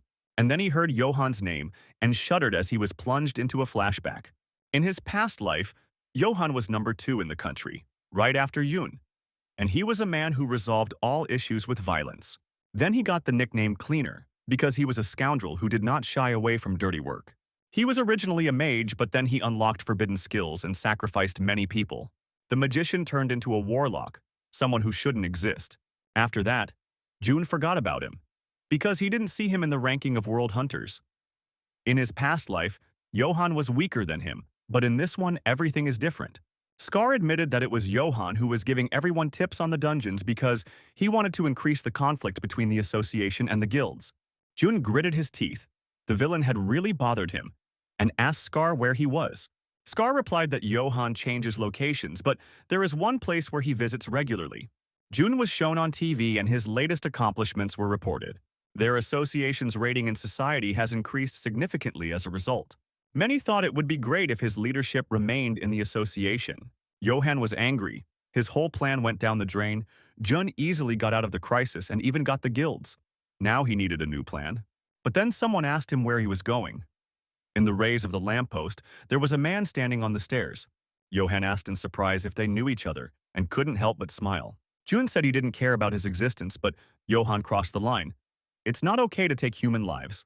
He poked the scoundrel in the chest and for some reason warned him for the first and last time, although he could have slapped him on the spot. Jun threatened Johan that if he stood in his way again, he would skin him alive. He just grinned and asked why on earth he should listen to him, even though he was the head of staff, for Johan Yoon was still a dummy. Where does the cleaner get so much confidence? He can't even imagine what he's capable of, said Johan, and glared angrily. Jun agreed. How can you imagine something if Johan only trembled with his tongue and moved sharply? But when he was about to make a cutlet, he heard shouts that there was a fight and that the police needed to be called. And he stopped, as if it was a huge problem for him. At the top of the stairs stood two frightened girls who appeared out of nowhere. And Jun warned the scoundrel to be careful and promised to kill him. The girl daughter was talking on the phone with the father of the family, who was driving home late in the evening and promised to buy her some treats. The father promised to be more careful and wished her good night. But then he saw a man on the road in the light of his car's headlights. The hunter slammed on the brakes and, losing control, sent the car into a skid. The car flew off the road, hit, caught fire, and next to it on the ground lay the body he had seen on the road. Scar didn't understand how this was possible and approached the girl to check on her. But when she turned around, he saw only a skull glowing with green fire. Johan appeared and reminded him that he had told Scar to keep quiet, but he still chose Jun's side. Scar chuckled. Jun offered them an option that suited everyone. Johan chuckled and said that this decision cost Scar's life, and snapped his finger and destroyed one of his skulls. Scar tried to use his divine light skill and turned around abruptly. When Johan waved his hand, a wave of green light covered Scar. His body dissolved into it. His skull lost its flesh and began to obey Johan's will. Chuck held a meeting. He told everyone that although the losses from the interceptions were huge, now everything was fine. Now they were helped by free mercenaries. The association's profits have grown along with the number of possible cleanups, and they will soon be able to compensate for the damage caused. Moreover, the association's reputation grew, and many hunters joined it. Solving the problem of personnel shortage, Jun praised Chuck. Shirley said that she would show him the research materials of the Infinity Stone personally. But Jun didn't care. He was going to quit soon. All his assigned goals had already been achieved. From that day on, he heard nothing from Johan and naively believed that he was finished. Now he has one more thing left to do, and once he does it, his resignation is assured. Jun moved on to the matter of the underwater dungeon appearing in the port and hoped that nothing would prevent his departure.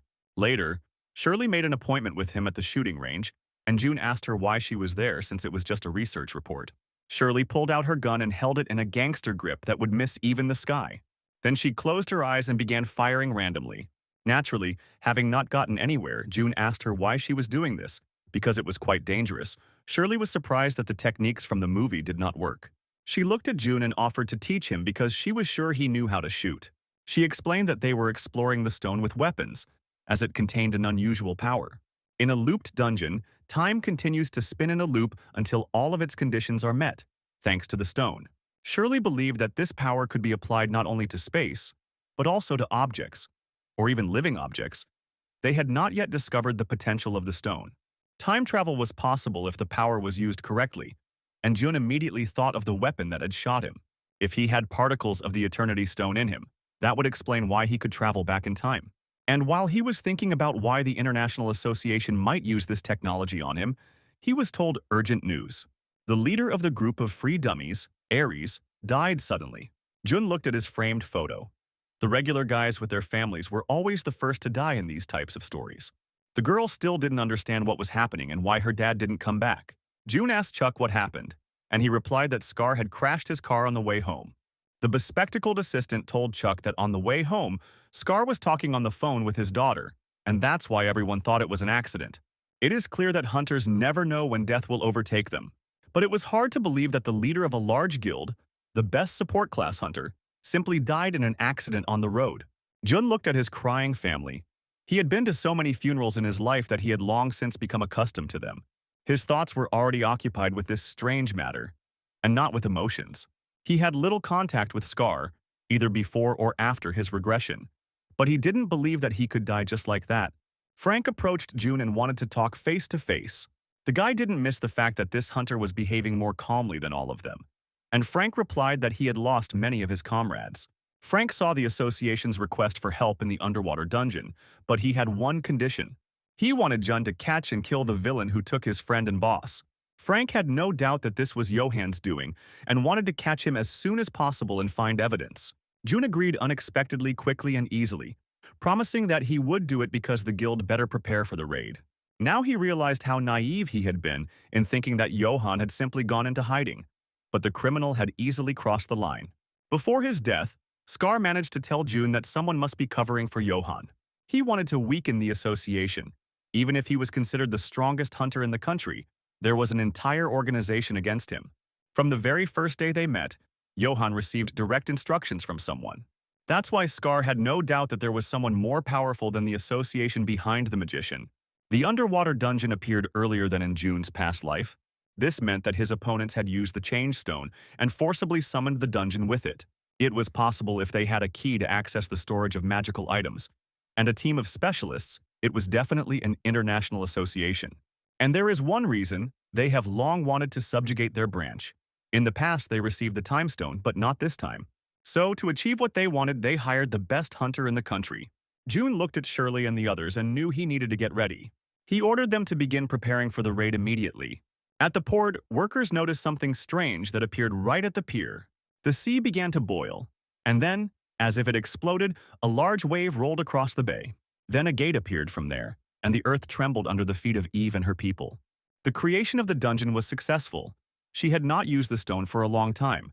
Everything was normal so far, and the dungeon should last a week. The boss found out that it was a red dungeon, but she didn't understand why Eva created it. Eva explained that this is how the association and guilds will start the raid. The boss thought that they would then take advantage of the association's confusion and steal the stone from them. But Eva thought that was risky. She suggested doing everything legally and using the dungeon as bait for the merger. The boss was surprised by Eva's terrible mood when she realized that she wanted to do this. But there was still the problem of June. Mark advised to watch, because the guy was seen in public too often. The guy was too unpredictable, the old woman decided, and ordered to get rid of him as quickly as possible. The guild was preparing for the raid. The hunters were loading equipment into the cars. 2 large guilds immediately took 10 of their best people for this raid. Miranda led the first detachment of the elite from the association. A second operational detachment, led by a minor talent, was also going with her. Jun warned everyone that the operation was quite risky. Then he began the actual briefing. He was serious. An underwater dungeon awaited them, so it was not easy to clear it the first time. And he told them not to overexert themselves, and if necessary, to retreat. Miranda led the raid. The rest followed her. The second squad was at the forefront. The guild squads would cover the rear. June advised them to split the attack into several stages, and to report if even the slightest change occurred during the raid. The boss of the dungeon is a python with viper fangs. The map is still being compiled, so you need to determine its exact location yourself. It was a one-way dungeon from which you could not exit until you passed through it. At this point, the briefing ended and June told them to wait for the equipment to arrive. Frank wanted to clarify something with June, and he agreed. He wanted to know if June was a hunter, and the boy didn't know what to answer. When he first heard about June, he was told that he was a simple man, a cleaner. But now Frank doubted it. Just his animalistic look was worth something. Besides, June personally commanded the rescue operation. Who else but the hunter could enter the orange dungeon? June agreed he really wasn't that simple, and said that he was an unregistered hunter, so he didn't have a rating. There was no need for that. He replied to Frank's cry that he was being too curious, and said he could always register. Frank laughed. He really didn't care about ratings because he saw with his own eyes what June was capable of. But then Shirley came up and said that unfortunately June would not be able to participate in this matter. She waved to the side and said that containers with new clothes and equipment had arrived. It was special equipment for underwater raid. It reduced water resistance. Miranda was slightly embarrassed because the new form did not hide her shape. Shirley said that there were only enough suits for the number of raid participants, and there were no spares, so she told June not to even think about it, so that he wouldn't even hope to take part in the operation, because he would have rushed to help them anyway. That's the kind of female logic you have, guys. She said that it was better for him to avoid dangerous situations. June had had a hard time during this time, and no one would criticize him. Shirley quickly turned away and commanded everyone to hurry, get dressed, and get going. This maneuver of hers left everyone a little shocked, even Shirley herself. Miranda said goodbye to him and smiled at June. He didn't understand why she was saying goodbye as if she was going to her death. June told her that he would watch over them from this place and would not let them die just like that. Therefore, they can continue to fight with full confidence. Chloe hurried them. There hadn't been such operations for a long time, and June was surprised that she was here because no one invited her. And that's why he said that there would be no cleaners on this raid. There was no guarantee that they would get through everything the first time. June told everyone to be ready. He would give them valuable instructions from headquarters and took the little one by the arm. The whole team loaded into the transport and they drove to their destination. But he had questions about the Red Flea, he told Chloe, holding her like a naughty kitten. Meanwhile, Eva watched through secret cameras as a squad of hunters arrived at the dungeon. She asked Johan, who was drinking a tomato smoothie, if he had read the surgical plan, and he answered in the affirmative. He called her plan boring, but Eva told him to shut up and follow it. He was now in charge of coordinating the country, and she demanded that Johan take this responsibility seriously. The CEO was also expecting good news from them about June's elimination. They were all members of a secret organization within the International Association, and Mark was their leader. Evil cardboard scum from around the world who were abused as children. People with superpowers began to appear simultaneously with the dungeons, controlling abilities whose source is still unknown. In the name of order in the world, the organization ensured that everything remained that way. They monitored the balance of the superhumans so that those who went beyond what was permitted would not appear among them. For Johan, this order is simply an excuse to kill countless times in order to unlock skills.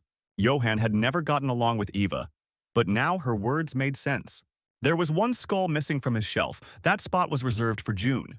The bespectacled man frowned and said that they were there, and Eve ordered to stop the work of the dimension as soon as the hunters entered the dungeon. They were approaching a point near the pier in motorboats. Miranda radioed that they had arrived, and June told them to contact him once they entered the dungeon. Everyone put on their scuba masks, checked the mixture, and prepared to dive. Then the group entered the water in an organized manner and began to quickly sink to the bottom, causing everyone's ears to pop. The rift was right in front of them, beckoning them with its failure. Miranda reported that they were inside, and June told her to stay in touch and let them know if anything happened. At first, Miranda wanted to make a map, but then there was interference on the connection. June shouted to her that the connection was bad and that she should check the equipment. But if they had taken a reel of wire, there would have been no problems. As soon as the squad fully entered the dungeon, the connection with them was broken. The positioning sensors also stopped working. The dungeon disappeared. Miranda tried to get in touch several times but heard only static. Miranda thought it was because they were underwater. She turned the receiver a few times, but it didn't get any better. And then they saw the entrance to the dungeon close, and Miranda ordered everyone to move away from it. They watched as the entrance collapsed right before their eyes. The girl was confused, not understanding what was happening, because they had not yet defeated the boss, and the exit had already disappeared. No one could contact headquarters, and the water in the dungeon began to rise. On top of everything else, the monsters came out to them themselves, and it all looked like a disaster. Frank said that we need to take care of the monsters first. He called upon his robot dog assistant, nicknamed Bucket of Bolts. However, Miranda liked this robot parody of a pug. Frank ordered the robot to attack, and it jumped straight at the monster, after which it exploded like a self-propelled mine, to Miranda's horror. She was not mentally prepared for this type of fighting, and Frank summoned another robot dog, a copy of the previous one. Panic began at headquarters. They did not see the dungeon on cameras. Contact with the squad was also lost, although technicians were still trying to restore it. Even in his past life, June had never seen a dungeon close immediately. If you are locked in one of these, there is no way out until the exit opens itself, and this could take weeks or months. There's a year until the next underwater dungeon. It's absolutely impossible for 50 people to last that long there. June thought hard. The sudden appearance and disappearance of the dungeon was not accidental. Someone was in control of the process, and there was only one place where this was possible: internationalists. June asked how much time they had. The squad suits contained enough oxygen for 4 hours, but with active movement, the time was reduced. June understood everything and left control to Shirley and Chuck. If he activates the Dimension Stone, he will be able to save his people, which means he must first contact an international organization. June asked the chairman to gather the board of directors because they might have to fight with the internationals. While he was driving, he thought about why they would do something like this, because of a failed merger, an investigation into corruption. But then a truck crashed into his car, and Jun was pressed against the airbags. Killer Trucks Attack, that's what this story should be called. And at the wheel was Johan, who appeared out of nowhere and so conveniently. He mentally replayed Jun's threats in his head and thought that his self-confidence had not saved the guy.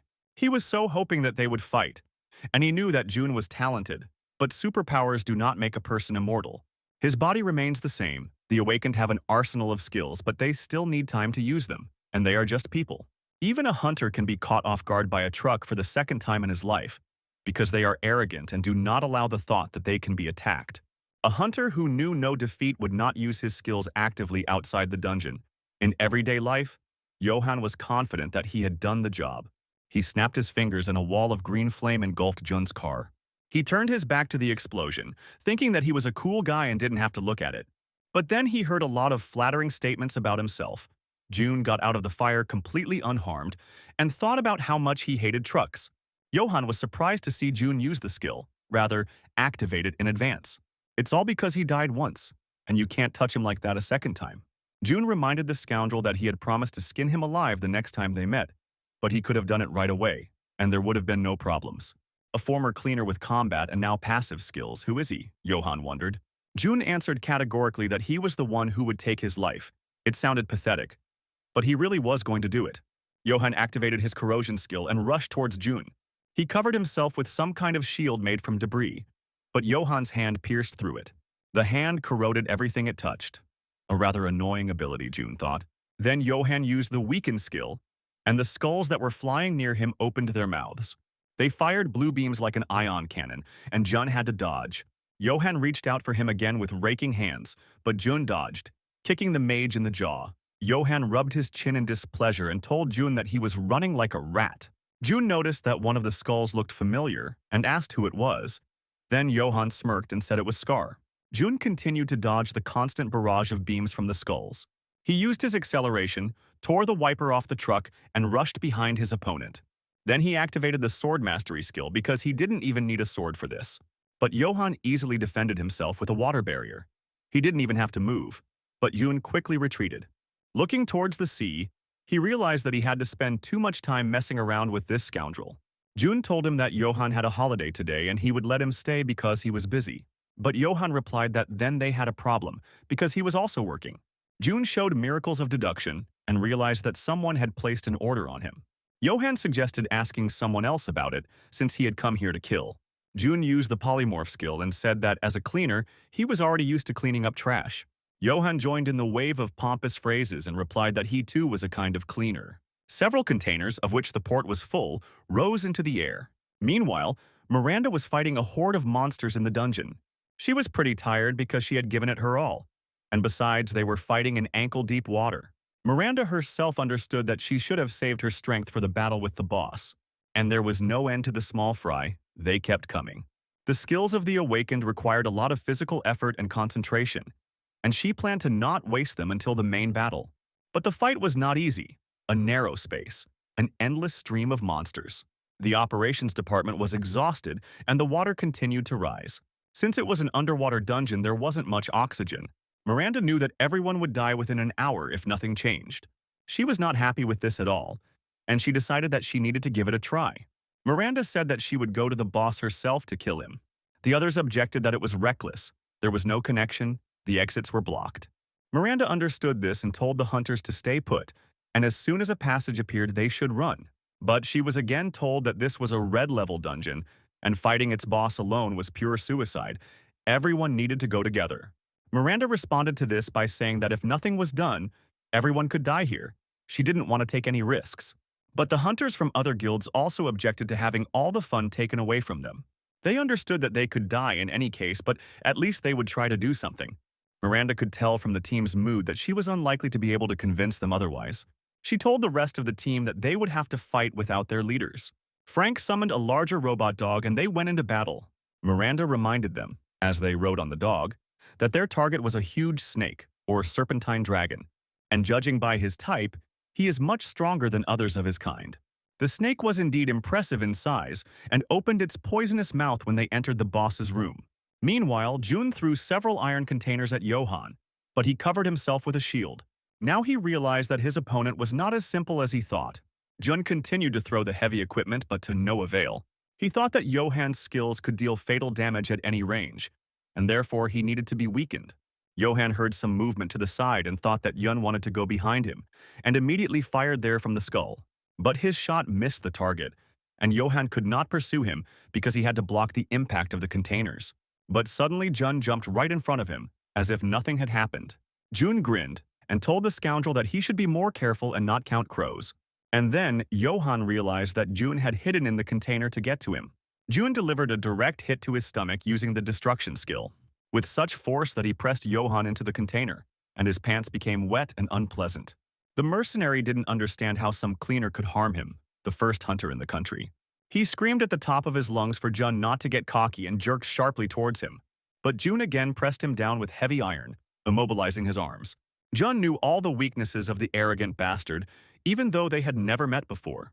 He knew that people like Johan, although they had deadly skills, were unable to fight for long, so they always made surprise attacks. Johan originally belonged to the magician class, and Jun knew this well. Johan should have avoided Jun's attacks from the start, but mages weren't good at that. Jun told him that he had done well and could even have finished second in the country. The proud scoundrel could not tolerate such an insult. He still considered himself number one. But Jun told him that no longer because he was now on the list, and swung his fist. Peter sat in the cafe and was glad that they could finally relax like this. He wished Jun was with them too, but he was busy with the raid. Alex noted that the more he thought about it, the more absurd it seemed to him that Jun, who had been working as a cleaner, had now become the chief of staff. Peter looked at Chloe and asked what was wrong with her face. Alex answered for her, saying that Jun simply didn't take her on the raid. Peter, as usual, was optimistic that everything would end well and without problems. Chloe was still remembering how Jun had grabbed her like a small dog. Then Jun had a question for her, and she was very surprised. He told her that he thought an international organization was involved in Scar's death, and asked how often people died there. Chloe didn't know what happened, but she agreed that deaths were common, and that hunters even came up with conspiracy theories. Therefore, there were rumors within the organization that hunters without registration and those who posed a threat were eliminated without mercy. And so Jun understood where this was coming from and that he needed to be on his guard.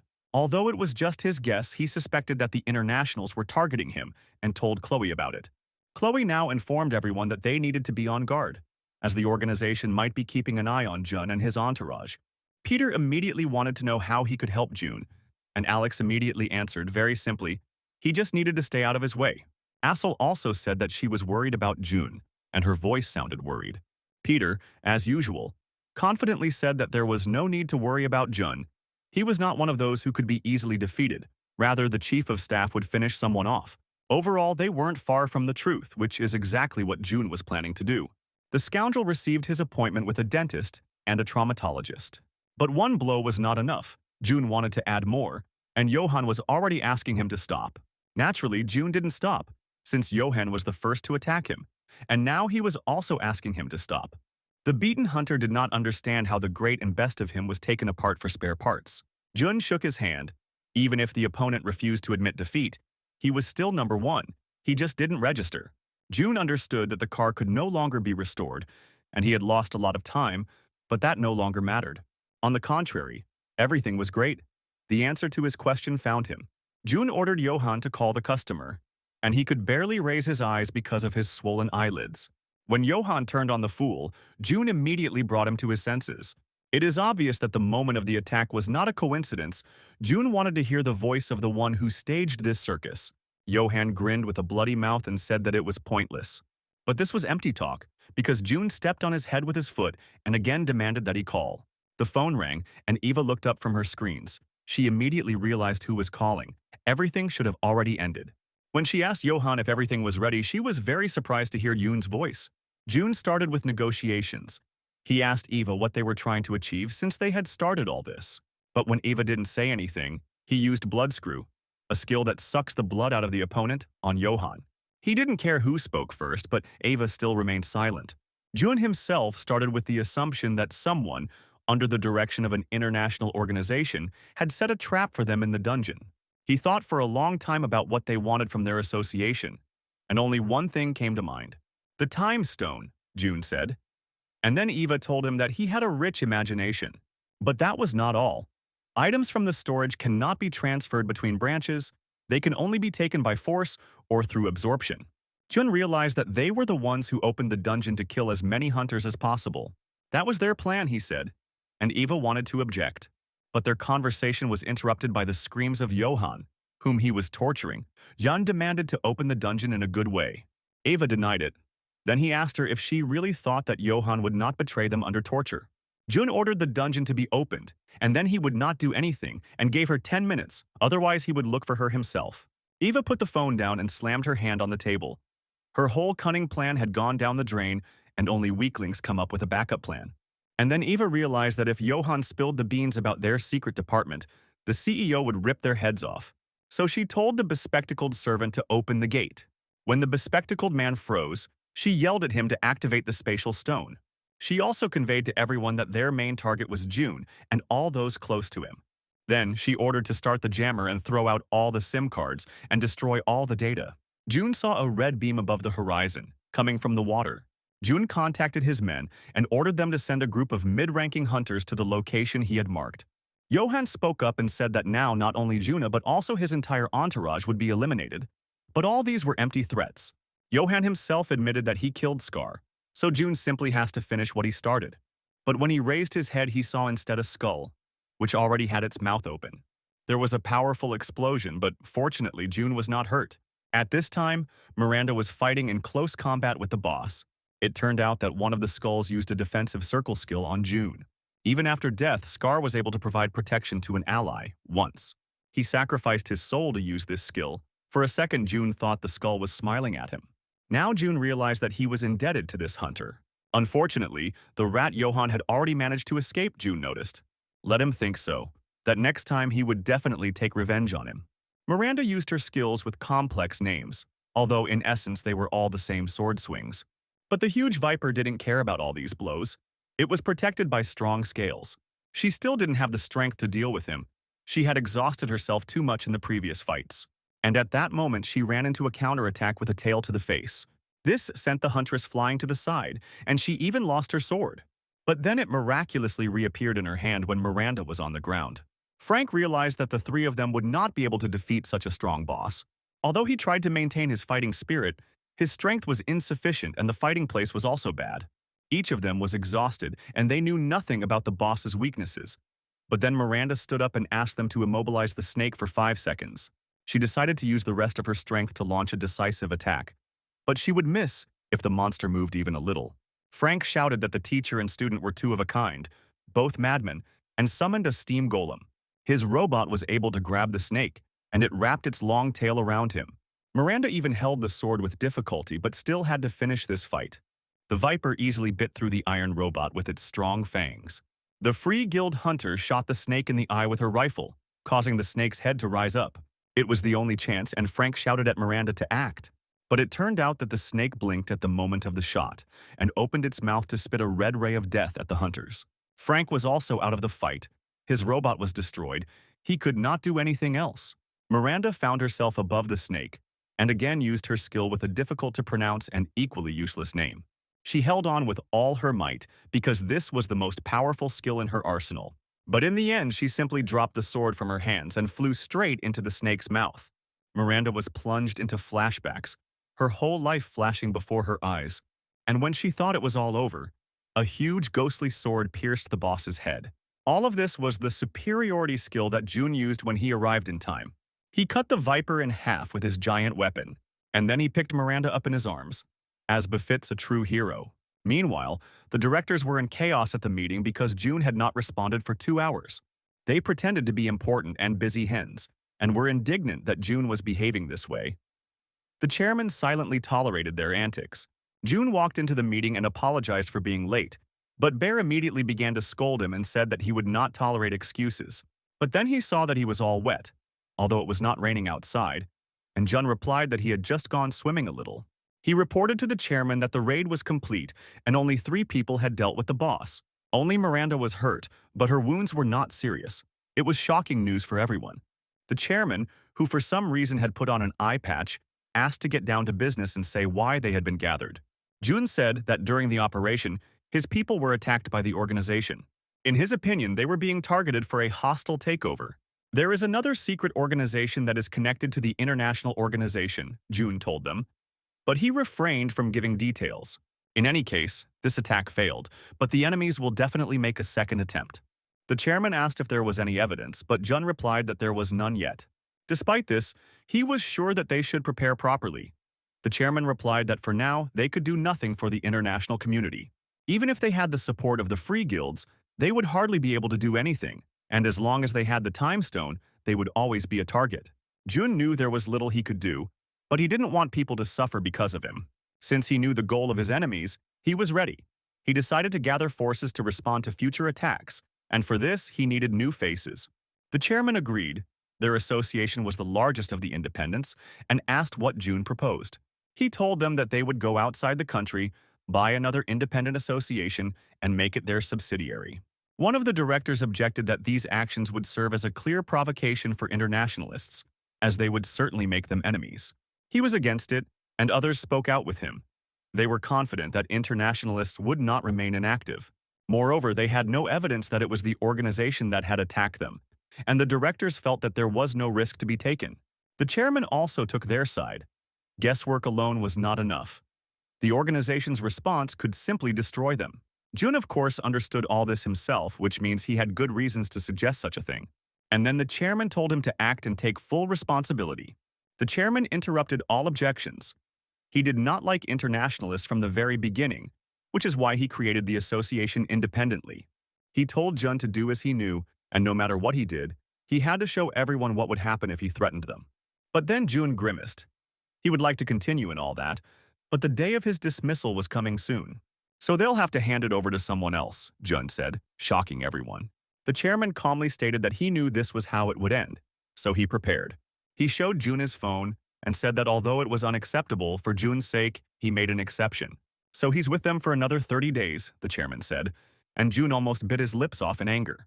The hunters walked down the corridor and discussed the last raid, which almost became their last. They thanked Jun and Miranda for saving them. Rumors that Jun was leaving his post had already started to spread, and then they saw him and said hello. But Jun answered them, gritting his teeth, that there is no such thing as a good morning. And just as blazing with anger, he went on, leaving the bewildered hunters behind. The damn old man delayed his dismissal for a whole month, so naturally, Jun felt like he was being held hostage. On the other hand, he could hardly entrust the matter of expansion to anyone else, so everything went as it should. Jun wanted to take revenge on the internationalists. Not only did he suspect them of his death before his rebirth, but now they had angered him. It will be difficult to reach those who sit in high chairs, but this time their plan failed again, and the Infinity Stone remained with the association. But soon they will come for him again, and then Jun might be able to find the one who gave him a bullet in the forehead. But there was no guarantee that he would remain the only target. Last time, 50 hunters could have suffered at once. The worst outcome is that someone around him might just die. But then he remembered his old self. Now he was worried about people who had not bothered him before. Getting up from his seat, he decided to finish this matter, leave the association, and continue working alone. The chairman also understood this. Jun was grumbling about a business trip he had to take at the end of the year when someone came to him. It was his secretary who brought him documents about an independent association in a neighboring country. Jun was flying out this week and she offered to book him a ticket, asking if he would be flying alone. But Jun was still thinking about it and said he would let her know later. The secretary also told him that Miranda had regained consciousness in the hospital and asked if he was sure he did not want to visit her. He had no intention of doing so, and brushed off his assistant's words, earning her a withering look. Jun told me not to look at him like that. He had already been to Miranda's. And he left her a note that she was getting too many injuries, and if it happened again, he would fire her. But then a whole camp of visitors came to see her. Miranda was worried that everyone was busy because of the dungeon, and Chloe replied that it didn't matter because she personally had a vacation coming up. She told Miranda to rest because Jun was raging all the time and would bother them even on vacation. Assel was worried that Miranda had also had a hard time these days. Alex wished her a good recovery after the massacre. Frank asked Miranda if she was definitely a first rank, since she was clearly closer to a higher rank and would have handled the boss herself if she hadn't been tired. June appeared so suddenly and ended the fight, although Miranda could have handled it herself. Frank told her that when the passage opened, the support squad informed them that June had joined the battle. After that, June asked him whose decision it was to fight the boss, and learned that it was Miranda's. And then he said just one word, "Well done," and Miranda's imagination went wild at that. She blushed all over and turned red from head to toe. Alex noticed this and asked why all of a sudden, and Assel looked intently at her friend. Then, June's assistant entered the room and asked how Miranda was feeling. Then she said that June was going on a business trip soon and asked her to give her a message. The mission was important, so he takes Miranda with him.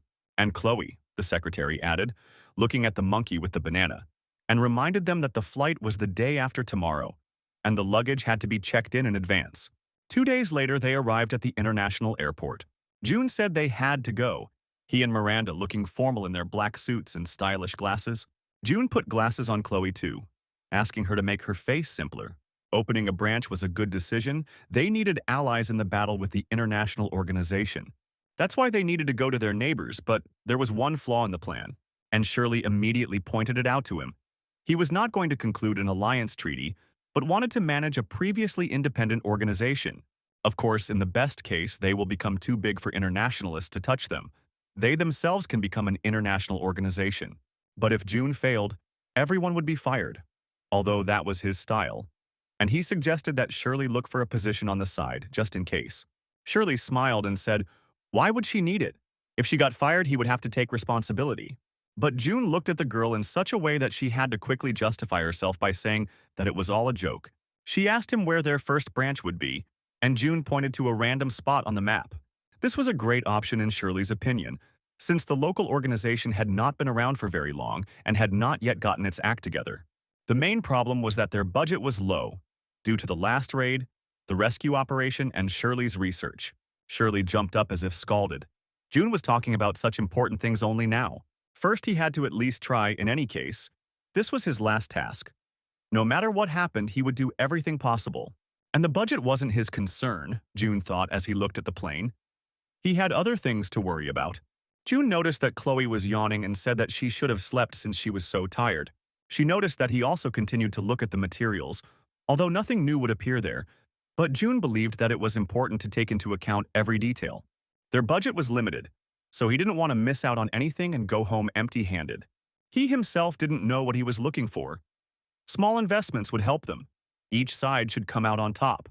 Chloe believed that the neighboring association had enough of their support with hunters and resources. Miranda listened to their next argument, and June replied that the problem was that the neighbors didn't have a support department. They had no conditions for creating such a detachment. Each country had its own priorities, but if you give them this, the costs of the native association will increase. June stared at Chloe. He had forgotten that she was the leader of the squad. The organization of the neighbors was much poorer than he thought, although a couple of ideas came to his mind, but he could only solve everything on the spot. The guy with a boxing bandage on his head introduced himself as Khan. He was the head of the coordination squad. Khan knew the language, so there were no problems with communication. June introduced himself and offered to talk at headquarters. Han said that their flight was not short, and since they were tired, he promised to wake them up when they arrived at their destination. But June wanted to look around. But there was nothing to look at. The country lay in ruins, as if a war had swept through it. Entire villages were devastated, and while the central cities were put in order, the outskirts were not even cleaned up, which is why Khan wanted the guests to sleep. June asked him what happened, although it was strange that he didn't know anything. Half a century ago, holes began to appear, which were later called dungeons. That day, a comet collided with the Earth. A new dimension opened up to them. Chaos reigned in the world. No one knew anything about abilities. While other countries were smashing monsters, their first local organization fell behind. June was surprised that they didn't have people with skills. Han countered that they did, but the difficulty was finding the dungeons in the mountains. June expressed understanding. In his homeland, conditions were similar, and it was difficult to solve problems quickly. Han countered that June's country was smaller and had a better information department. That was also true. They set up the work quickly because they could determine the location of the dungeons instantly. The association was able to solve two important issues of reconnaissance and arrival at the right place at the early stages, and this saved the country. Khan added that nothing much had changed now. They still hadn't recovered from the damage, and the dungeons continued to appear. If access to the dungeon was limited, and it was located in the mountains, you had to wait until the path was cleared, and during this time the monsters would scatter around. June was surprised that they didn't sell their organization to internationalists or ask their neighbors for support. And Khan told how about a year ago a red dungeon appeared on the slope of a mountain. 36 of the task force's hunters were trapped in the boss's room, unable to carry out the operation on their own. The Khan then asked for support from all his neighbors and international partners, but no one helped, and all the hunters died. June's home country also did not respond to their call, Khan said angrily. June knew about this from his past life. Then the chairman asked him to organize a rescue operation, but he refused. There was no benefit in this, so Wolf and Fox also refused. But Khan said that he was still glad, because someone had appeared who would lead their organization. Without noticing it, June became a pillow and also decided to take a nap. But when he woke up, he found it was night outside and he and his company were tied up. They were surrounded by armed men, and Chloe couldn't believe her eyes that someone had dared to kidnap them. Miranda asked what to do, and Chloe said she would break free and break their arms. But June told them to stop being cruel and settle things with words. Miranda agreed. In the car, it didn't seem to her that the locals were bad people. She hoped they could come to an agreement. June asked them what they wanted, if they were going to take revenge for what happened a year ago. But Han replied that they just needed money. June said they had nothing, and Han replied that that was true. But the association definitely had it, although that was already an international crime. Khan replied that everything was simple and brilliant, that in order to continue the raids they needed money. June agreed, and it was true that the dungeons needed to be cleared. So Khan and his team decided to kidnap people and get funds that way instead of cooperating. June understood their situation and made an offer to join, for which he came, promising to provide them with all the necessary assistance. But Han refused. The association wanted to capture them, and that's why Jun came. Jun was surprised to learn that the local organization had already been disbanded, and Han said that it had long since become a fiction and existed on paper to take money. A year ago, that incident ended their organization, Khan said, and they wanted to sell their branch to internationals. But they were not allowed to do this because then the officials would have lost the subsidies that were allocated for this, after which many hunters simply quit. The entire association now existed as a money laundering facility, but Khan still tried to clear out the dungeons. Jun knew the deal would be tough, but he never thought he'd see the organization as a ghost. Chloe was outraged that it was a complete failure, but June replied that it was even better this way. It's easier to start from scratch than to arrange complex negotiations, and there is no need to spend a lot of money because there is nothing to buy. June suggested recreating the local chapter, on condition that it be re-established as a branch of their association, and warned that there would be no other chance. Khan pointed a gun at his face and told him to stop messing around and calling his bosses. Bear was worried whether everything would be okay with this deal. He was aware of what happened a year ago. The chairman replied that he understood everything. He also did not want to become unemployed after returning to work only a month ago. But then he was contacted from an unknown number, and he picked up the phone. But when he heard what they told him, he was dumbfounded with horror. And he yelled into the phone about what they had done there and even jumped up from his seat. Bear asked in surprise what happened when the old man almost broke his table.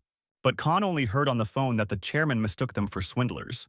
The chairman told Bear that he was demanding money from them and that they had taken June and the others hostage, and he also agreed that they were scammers. The internationalists were holding a meeting, and the old lady chairwoman of the secret department listened to Eva's report. She apologized for the fact that the operation had completely failed, and they had been exposed. Eva immediately received a severe reprimand and was sent out by laser beam. Eva fell to her knees, clutching her hand and barely holding back a scream. The evil old woman asked her how she would deal with such a failure. She angrily stated that she hates people most of all who undermine her trust. But no matter how angry they were, it was obvious that the time stone had once again eluded them. Their secret organization became known. Johan was defeated and things looked bad. What's especially bad is that this could have reached the chairman. The old woman asked Mark, who held the position of CEO, how they would proceed. The first thing they need to do is deal with whoever is stopping them, he said. The old woman added that those who failed should not go unpunished, and her eyes flashed. Mark said that he himself regretted that she trusted this to Eva. Status is not an indicator of professionalism. And then the old woman entrusted this matter to Mark, and he grinned contentedly and accepted the task.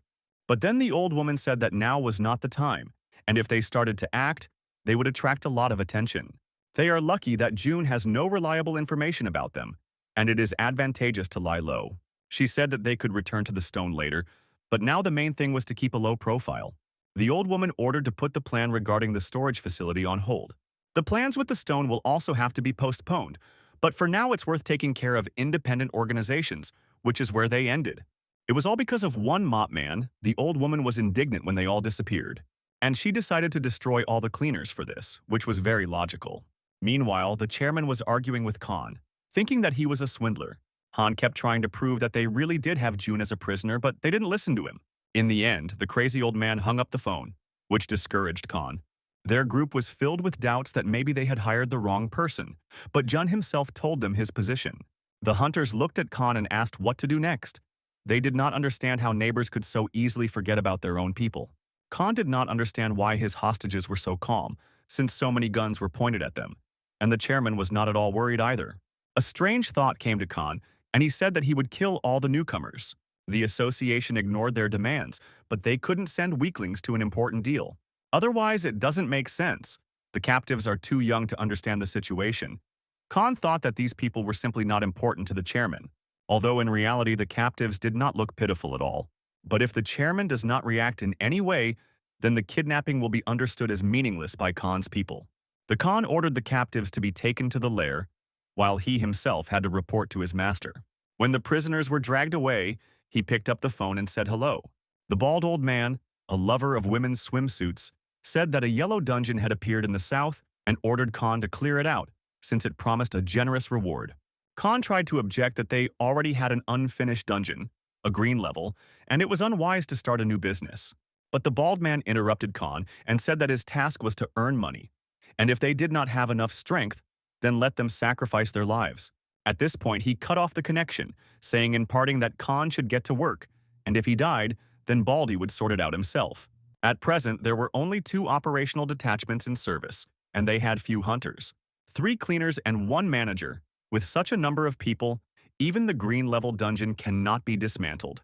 Raiding the yellow dungeon would be like repeating last year's tragedy. Khan informed his comrades that plans had changed and they needed to go to the yellow dungeon. They were outraged that with their budget, they would not be able to afford even protective equipment. They had already abandoned more than 100 dungeons. The bald one cared only about himself. The hunters were indignant. The Khan agreed. But if not them, then who else will deal with these? If they refuse, their country is finished. Chloe suggested looking for other people. They had no reason to put up with all this, but June said they couldn't back out. He chose the country for a reason. This country was the only one that had not yet been absorbed by the International Association, although they could hardly be called an organization. Some items are given to the head office by the branches, but they cannot be transported by plane due to possible interference. The only delivery route was overland, through the north of the country, June said, but the locals were never able to use this corridor. June wanted to solve this problem and open a branch here. So all the treasures of this region will be collected in this country, and it will become the largest center on the continent. Chloe said it was too ambitious and the internationals wouldn't allow it. Jun replied that this was his first goal.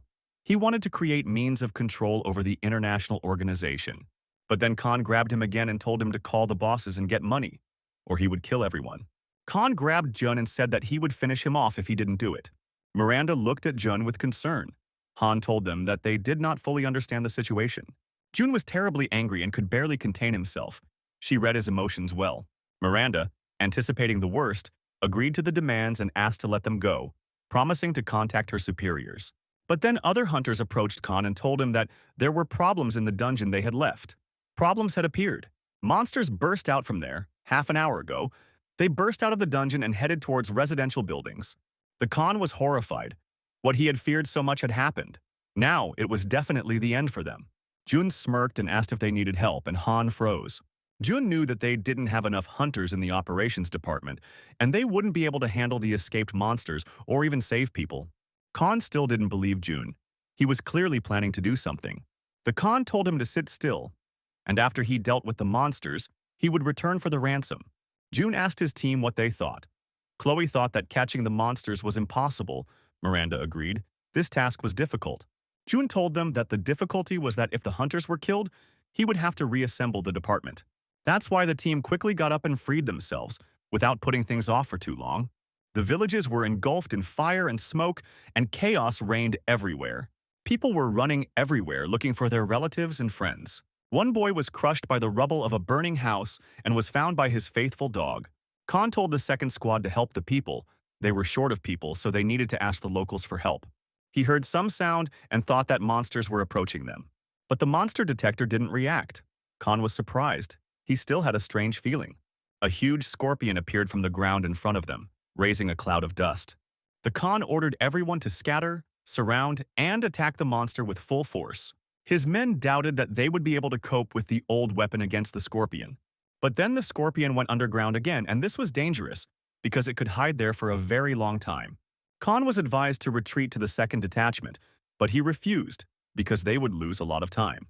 But his people didn't want to just die in this place. They believed that they had to survive, because otherwise there would be no one to occupy the dungeons. The Khan hesitated. He understood that if he left, the lives of civilians would be in danger, and this would only prove their weakness. He imagined everyone who depended on him, whom he had helped at one time, and his tyrant boss. The Khan realized that if he retreated now, it would be the end of everything, so he told his men that he would fight to the last. They had no other choice, and the hunters accepted it. They stood back to back, because they did not know where the enemy would come from. When the scorpion appeared, he again told everyone to be ready, and that they absolutely had to stop this creature. But then they felt as if they were falling into the ground. The hunters caught on a rock and almost fell into the abyss that formed beneath them. Two people shouted at Khan to help them, and below them the scorpion's jaws were already waiting for them. He turned to the remaining hunters and said that they must help the fallen. But they reported that a scorpion had also appeared in the rear, and they needed to leave. Khan realized that the worst had happened. They could do nothing, and would simply die here. And when he was already begging for help, the cavalry appeared and saved them. Jun activated the skill on the go. Han was stunned to see them here. Chloe grabbed the poor guys, who were about to fall, into the monster's mouth. Jun used omnipotence and struck the monster with a huge halberd. Jun gathered the feeble-minded and the brave, and asked why they decided to become heroes posthumously. They understood that they wouldn't be able to cope and would simply die without any meaning. Khan justified himself by saying that if they didn't take risks, no one else would. Jun called it stupidity and naivety to go into battle relying only on luck. Human lives must come first. If they all die, there will be no one to clean out the dungeons. Khan understood everything. They didn't even have the ability, to which Jun again replied that this was no reason to take risks. Jun added that the biggest incompetent is their boss, who can't handle even the weakest monster. They have everything they need to fight, but because of the stupid orders of their superior, everything turned out for the worst. Now Jun understood why Han didn't accept his help. It wasn't about trust, but about what their association had become. The monster appeared again, and Han told his men to run, but Jun replied that they had to fight. He added that if you attack the ground, the monster will crawl out completely. He took charge, and would not tolerate any objection, ordering the hunters to do as he said. The Khan shouted to his men to open fire, and they began to shoot at the ground. It worked, and the monster really did appear in full. Jun told everyone that such monsters have high defense. Thanks to their hard shell, they cannot be penetrated by simple blows. But if you strike the ground, it crawls out of the hole completely, exposing its vulnerable spots. If you think through the strategy well, you can defeat the monster. Even with small forces and outdated weapons, when the movements become sluggish, hit it in the head. The monster moved towards Khan and hit him, but he did not retreat. Then, gathering his courage, Khan jumped on the monster and dealt him many blows. And so he defeated one whole scorpion, although he could hardly stand on his feet after that. He shouted to the team, asking them if there were any casualties. They answered in unison that there were no losses and let out a joyful cry of victory. Jun was surprised that they were so happy to defeat the strongest monster and realized that they had a long way to go. But since these blockheads were so happy about their victory, they could have come to some good. Jun suggested that they celebrate later and first think about his proposal. Han asked him if he was sure it was like creating a guild from scratch. Jun replied that he was ready from the very beginning. He warned them that they would have to go against their tyrant boss, and perhaps he would even declare war on them. So Jun looked at him with complete seriousness and asked if he was ready for this. If there was any doubt, it was better to retreat, because there would be no way back, Jun warned, and Han looked at the monster he had defeated. Then he looked at his comrades, and then he resolutely accepted Jun's proposal. But then Jun objected that this wouldn't do. A person asking for help should speak more politely, especially when he is offered a lucrative offer. Khan blushed and politely asked for help. He had to moderate his pride. June said he would start by meeting with their boss. He thought this situation needed to be sorted out quickly. A couple of days later, they were sitting in a restaurant where they had an appointment. Chloe was indignant that they were being made to wait, Miranda agreed. The boss was a tyrant who was violating basic etiquette. The tyrant chief was a big shot. Moreover, he could soon become the Minister of Defense. The bald man's influence was very great, and June understood that this man would live well even if he gave them the hunters. Finally, this miserable man showed up, but he didn't even think of apologizing. He justified himself by saying that he was all business, busy with construction cutting, and hoped that he had not caused them any inconvenience. June said straight out that he delivered it. They waited too long for it. The bald man raised his thick sausage-like fingers and pointed at June, saying that he was too young. June agreed that he had not been in the state for long, and then Baldy recalled that he had once asked the association for help, and they had been refused. After exchanging pleasantries, June said that he had come here to obtain a local association and carry out a merger. But then Baldy grinned and said that June did not quite understand the complexity of the situation. June told him not to continue. He understood that there was no organization. It existed only on paper. He also knew that the bald man was taking all the sponsorship fees for himself, and he immediately glared angrily at Khan. The impudent tyrant asked what the point. Was June really thinking of using this against him and taking away the association?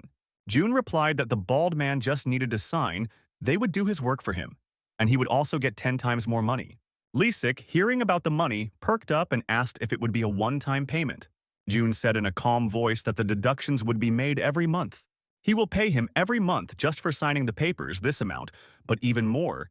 He is ready to pay half of the future revenue.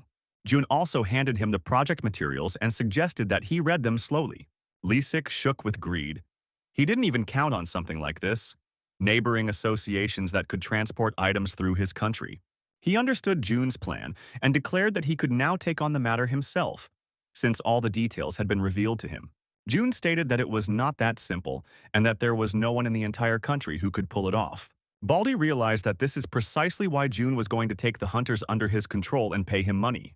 The conditions were not bad, the bald geezer admitted, his mouth already watering. All that was required of him was a signature, and in order for him to allow the project to be realized, Baldy agreed that it was only better for him. But June added that he would keep the income from clearing the dungeons for himself, and the bald man was surprised how this was possible. He knew no bounds. June agreed with his claim, but the question was who makes the biggest contribution to the cleanup? The reward goes to the one who takes the risk. That's why Jun told him that he wouldn't even be able to touch that income, which caused Bald's extreme indignation, so much so that he even jumped up from his seat. June firmly stated that he was not making this offer to please. It was a deal. Everyone would get something for themselves. And if they want to maintain friendly relations, they had better agree to the terms and take what they are given. Otherwise, they will lose both money and allies. But then the bald tyrant declared that they were not at home. Jun asked the bald man who would lose more if he refused the deal. They were in the same position. The bald man grinned. He admitted that the guy had some sense and agreed to the deal. The profit from the dungeons was his. June assured him that there would be no deception and that the deal was fair. The bald man put his cross on all the papers and wanted to know the plan of what June would start with. The guy replied that he would first start with reconnaissance and infrastructure in order to quickly locate the dungeon and get to it.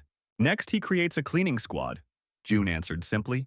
Chloe asked him how they would build the roads since they were expensive, and the boss replied that they had saved money on the deal. Approximately the entire amount.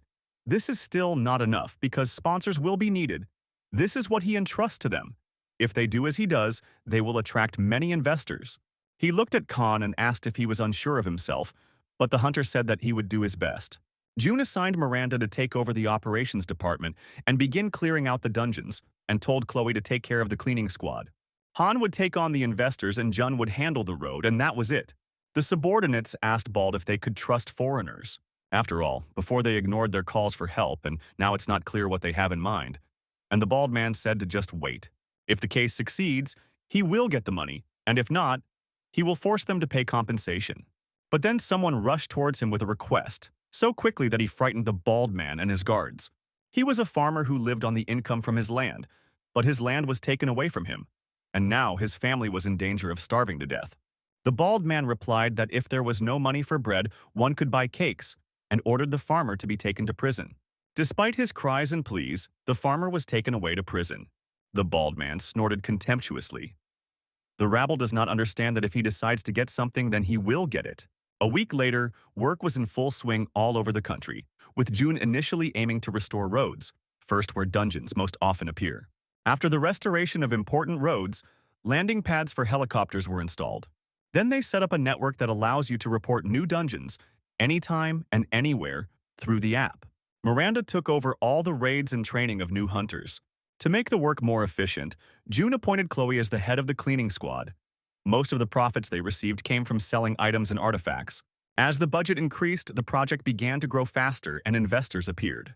When they made their first profit, June spent it on creating a full-fledged support department. They requested staff and equipment from the parent company.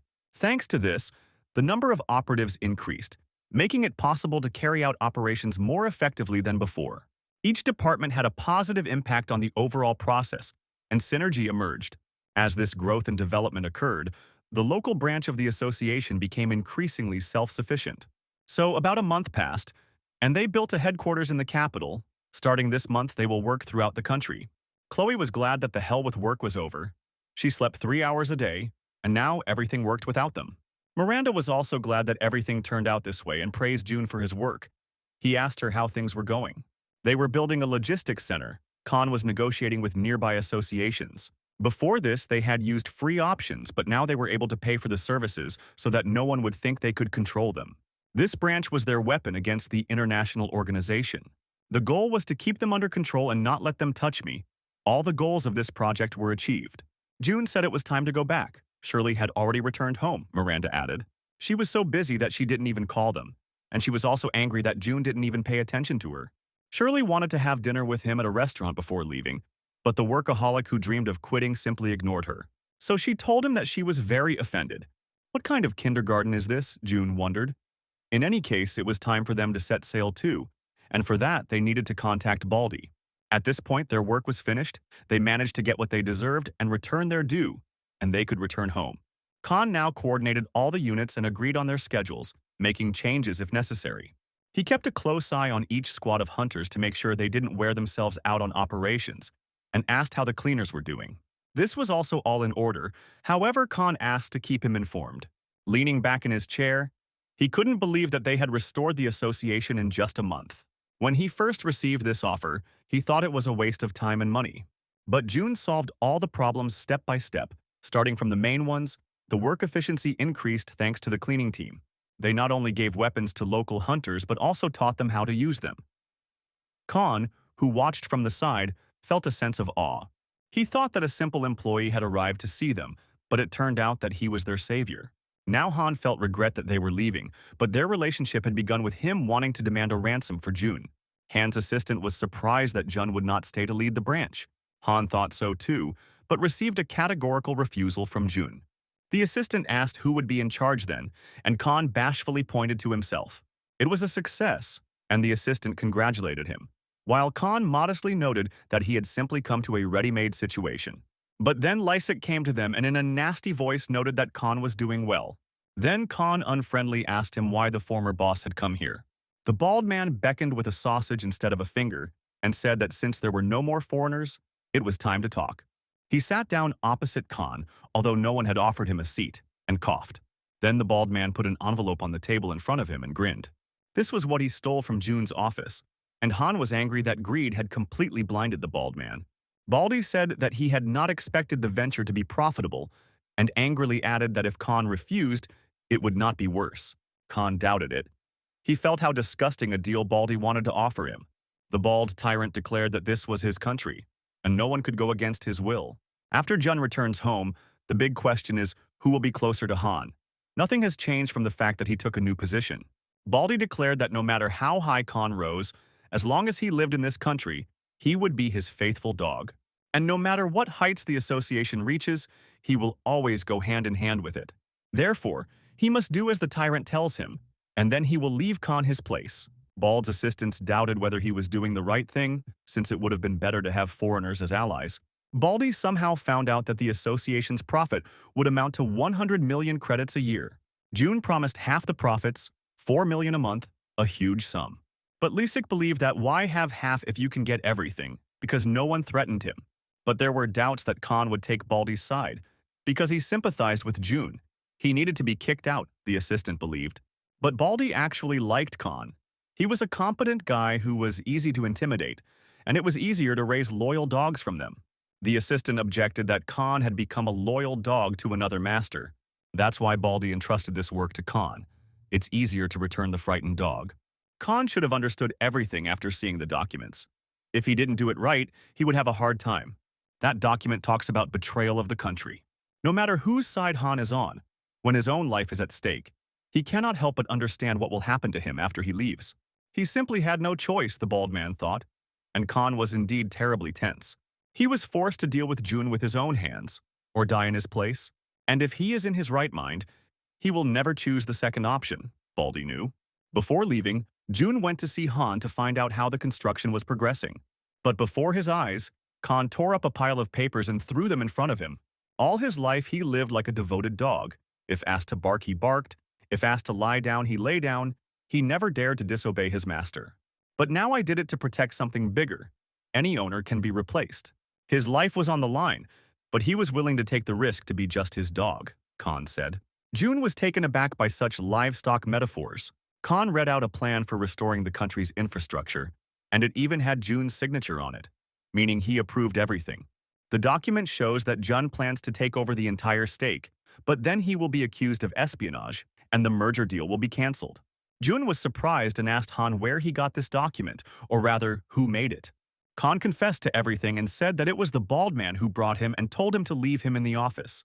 The police will come tomorrow, and if they find the document, then June will be arrested for treason, and all work will stop.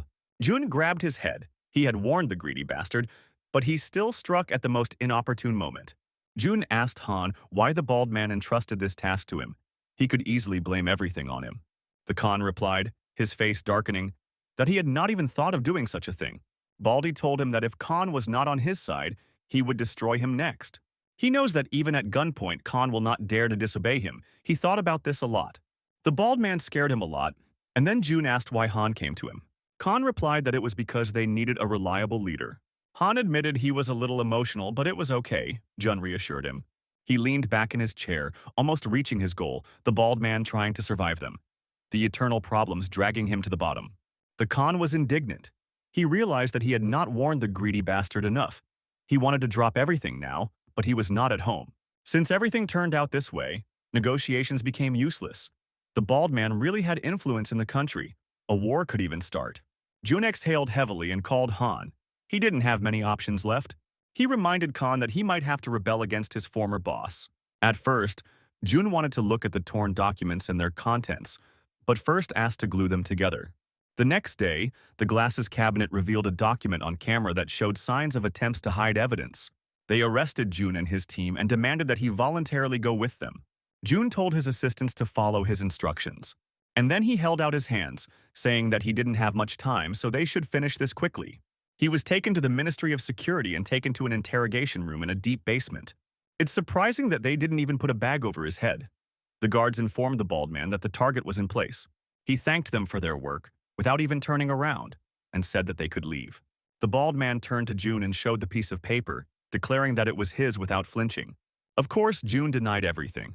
It was the first time he had seen this nasty thing, he said, although the bald man said that he had found it on him. The tyrant grinned and replied that it would not be difficult for him to make a copy of the document, and that June would not escape punishment. But June bowed down with a fit of laughter and said that Baldy was mistaken. He didn't think to ignore this incident. The bald guy will get what he wanted. From this moment, his association refuses local control. And of course, they won't demand any compensation, he surprised the bald man. He couldn't believe his ears and asked what June was planning, but he only repeated his words, "They are giving up control." The tyrant believed that they should also beg him for forgiveness. Jun agreed, in any case asking to let them go after the branch was handed over. June promised to give Baldy what he wanted so much without any obstacles, and he said that he loved bald dogs.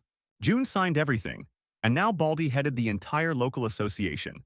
Now, as they agreed, June and his colleagues must be released. But the bald degenerate pointed a gun at June and said that he didn't have a chance. Jun knew that, as he had thought, this man could not be trusted. Having said goodbye, the bald man pressed the trigger, and at that moment a cabinet with glasses burst into the room, saying that they had problems. The bald man said that he was kind of busy, but the assistant insisted that it was an important matter. They were contacted by an international association, the cabinet reported. Lissik was shocked and opened his mouth like an idiot. The case concerned a unilateral price increase by their country, and neighboring associations also joined in the measures against them. The bald man didn't understand what kind of demon had confused everyone, just like his assistants. And only June smiled so kindly, without a shadow of malice. And then it dawned on the greedy sausage that all this was his doing, so he even turned the table over. And June was still smiling contentedly and sweetly, because now these were not his problems. Last night he told everyone that they would hand over the association and ask to be released. There was no other way. No one had any ideas. Chloe's proposal to kill everyone was not taken seriously. June asked his subordinates to go to the southeastern branches and demand a threefold increase in prices for services. In addition, 5% of the sale of artifacts, and if they refuse, it will be tantamount to a declaration of war. Miranda was surprised, because it would cause an international backlash if she did this. Chloe thought June was crazy. June simply decided to fatten up the bald pig until he simply burst. And now he pointed the gun at Jun and demanded to know what was going on. But he stood up and said that he didn't understand what he had to do with it, since the only one responsible for everything was bald. That's why they must solve their own problems, said the cleanman, and took the pistol from the bald man. Members of international associations were outraged. They realized that they were trying to declare war on them. They didn't understand where the bald guy disappeared to after he raised prices. The bespectacled chief sighed and agreed with everyone. The greedy boar dug his own grave. The international organization's headquarters were like a palace. They were the first to introduce a system of hunter ratings, and they spread to 52 countries. Wesley was informed of what was happening in the southern countries, and he said he already knew about it. He held the post of head of the Hunters Association, was their general secretary, and understood that when a normal organization appeared, it would raise prices. But now he was greatly worried that in this southern country the income from the cleanup had grown greatly. The bald idiot would hardly have thought of this. So he had an assistant, and the secretary explained who had a hand in it. In this case, the name of June, who had stood in their way more than once, a very calculating and interesting person, came up again. The organization did everything it could to ensure that countries honored the treaties and prices. But Wesley didn't think anyone would cross the line. Wesley mistakenly thought that this was not June's idea, but Baldy decided to set them up. The secretary agreed with him. This means that the problematic politician needs to be eliminated, but then the entire association will fall out of their hands and will roll down to their neighbors. But they could not let the situation slide, otherwise all the countries of the southern region would become embittered. But they didn't really have a choice. Even if they eliminated June, they still wouldn't get the Southern Association, so Wesley said to back off. But at the same time, a warning must be issued to June's association, he said. If prices cannot be agreed upon, neighboring countries will take draconian measures. The bald man understood everything and continued to demand that June return everything to the way it was. But when he realized that he could be killed with one blow, he fell to the floor and began to threaten June with violence. But he dropped the gun. June reminded that he had warned that greed would destroy the bald man, and he would lose not only money but also friends. And a wardrobe had already attacked him from behind. But Jun easily put him down without even breaking a sweat, and warned Baldy that he would also lose his position as head. Another man burst into the room and said that they had big problems. He reported that all neighboring branches in other countries had contacted them. They said that if their country did not reduce the cost of services, they would be subject to a blockade or even military invasion. And although they tried to explain that June was the one who started this whole mess, no one would listen. June said it was all because the bald guy was acting as if the internationals were just an ATM with money. He had made so many enemies that if he died, no one would even cry, June said. And the bald man thought he was being threatened. But the guy just chuckled and said that death was a common occurrence in their world, but a greedy person could just disappear. Khan and someone else appeared from behind and screamed. Khan put his sword to the guard's throat. It was the party secretary. He accused Lacey of pretending all this time that he was not there. The bald man said that he would sort everything out, go to the neighbors and beg them on his knees. But the party secretary slapped him in the face and called him a fool, because that wouldn't change anything. The secretary then turned to June and asked if he was the one pushing this project. The secretary said that they wouldn't be able to handle everything, And since this was June's doing, he had to figure it out himself. That would have happened, but there was one problem, said June, and looked at the documents. The secretary simply tore them up and said that there was no problem. He ordered that the association be taken away and that he not be touched again. Jun must figure everything out himself, the party secretary explained his words. They wanted to know nothing more about his affairs, thus giving him complete carte blanche. The bald man took out his pistol and shouted that this was all a setup, and they were mean. He wouldn't play like that. Baldy shouted at Han to go to the secretary and blame everything on Jun. Khan drew his sword again, although he had already held it in his hand before. Maybe he just liked doing it. Having applied the skill, he rushed towards the impudent former boss, and he slashed his sword in front of him, and the bald man immediately repented and admitted his guilt. The flag he was wearing was cut and fell off his chest. Khan said that the bald man was not worthy of wearing this sign. And he himself is no longer the regime's watchdog, Khan said, looking contemptuously at his former boss. After this, Bald was fired in disgrace and accused of corruption, and June set about compensating everyone for the damage. Immediately after his dismissal, the bald man was taken to the courtroom. For a whole year he had been embezzling money from a non-existent organization.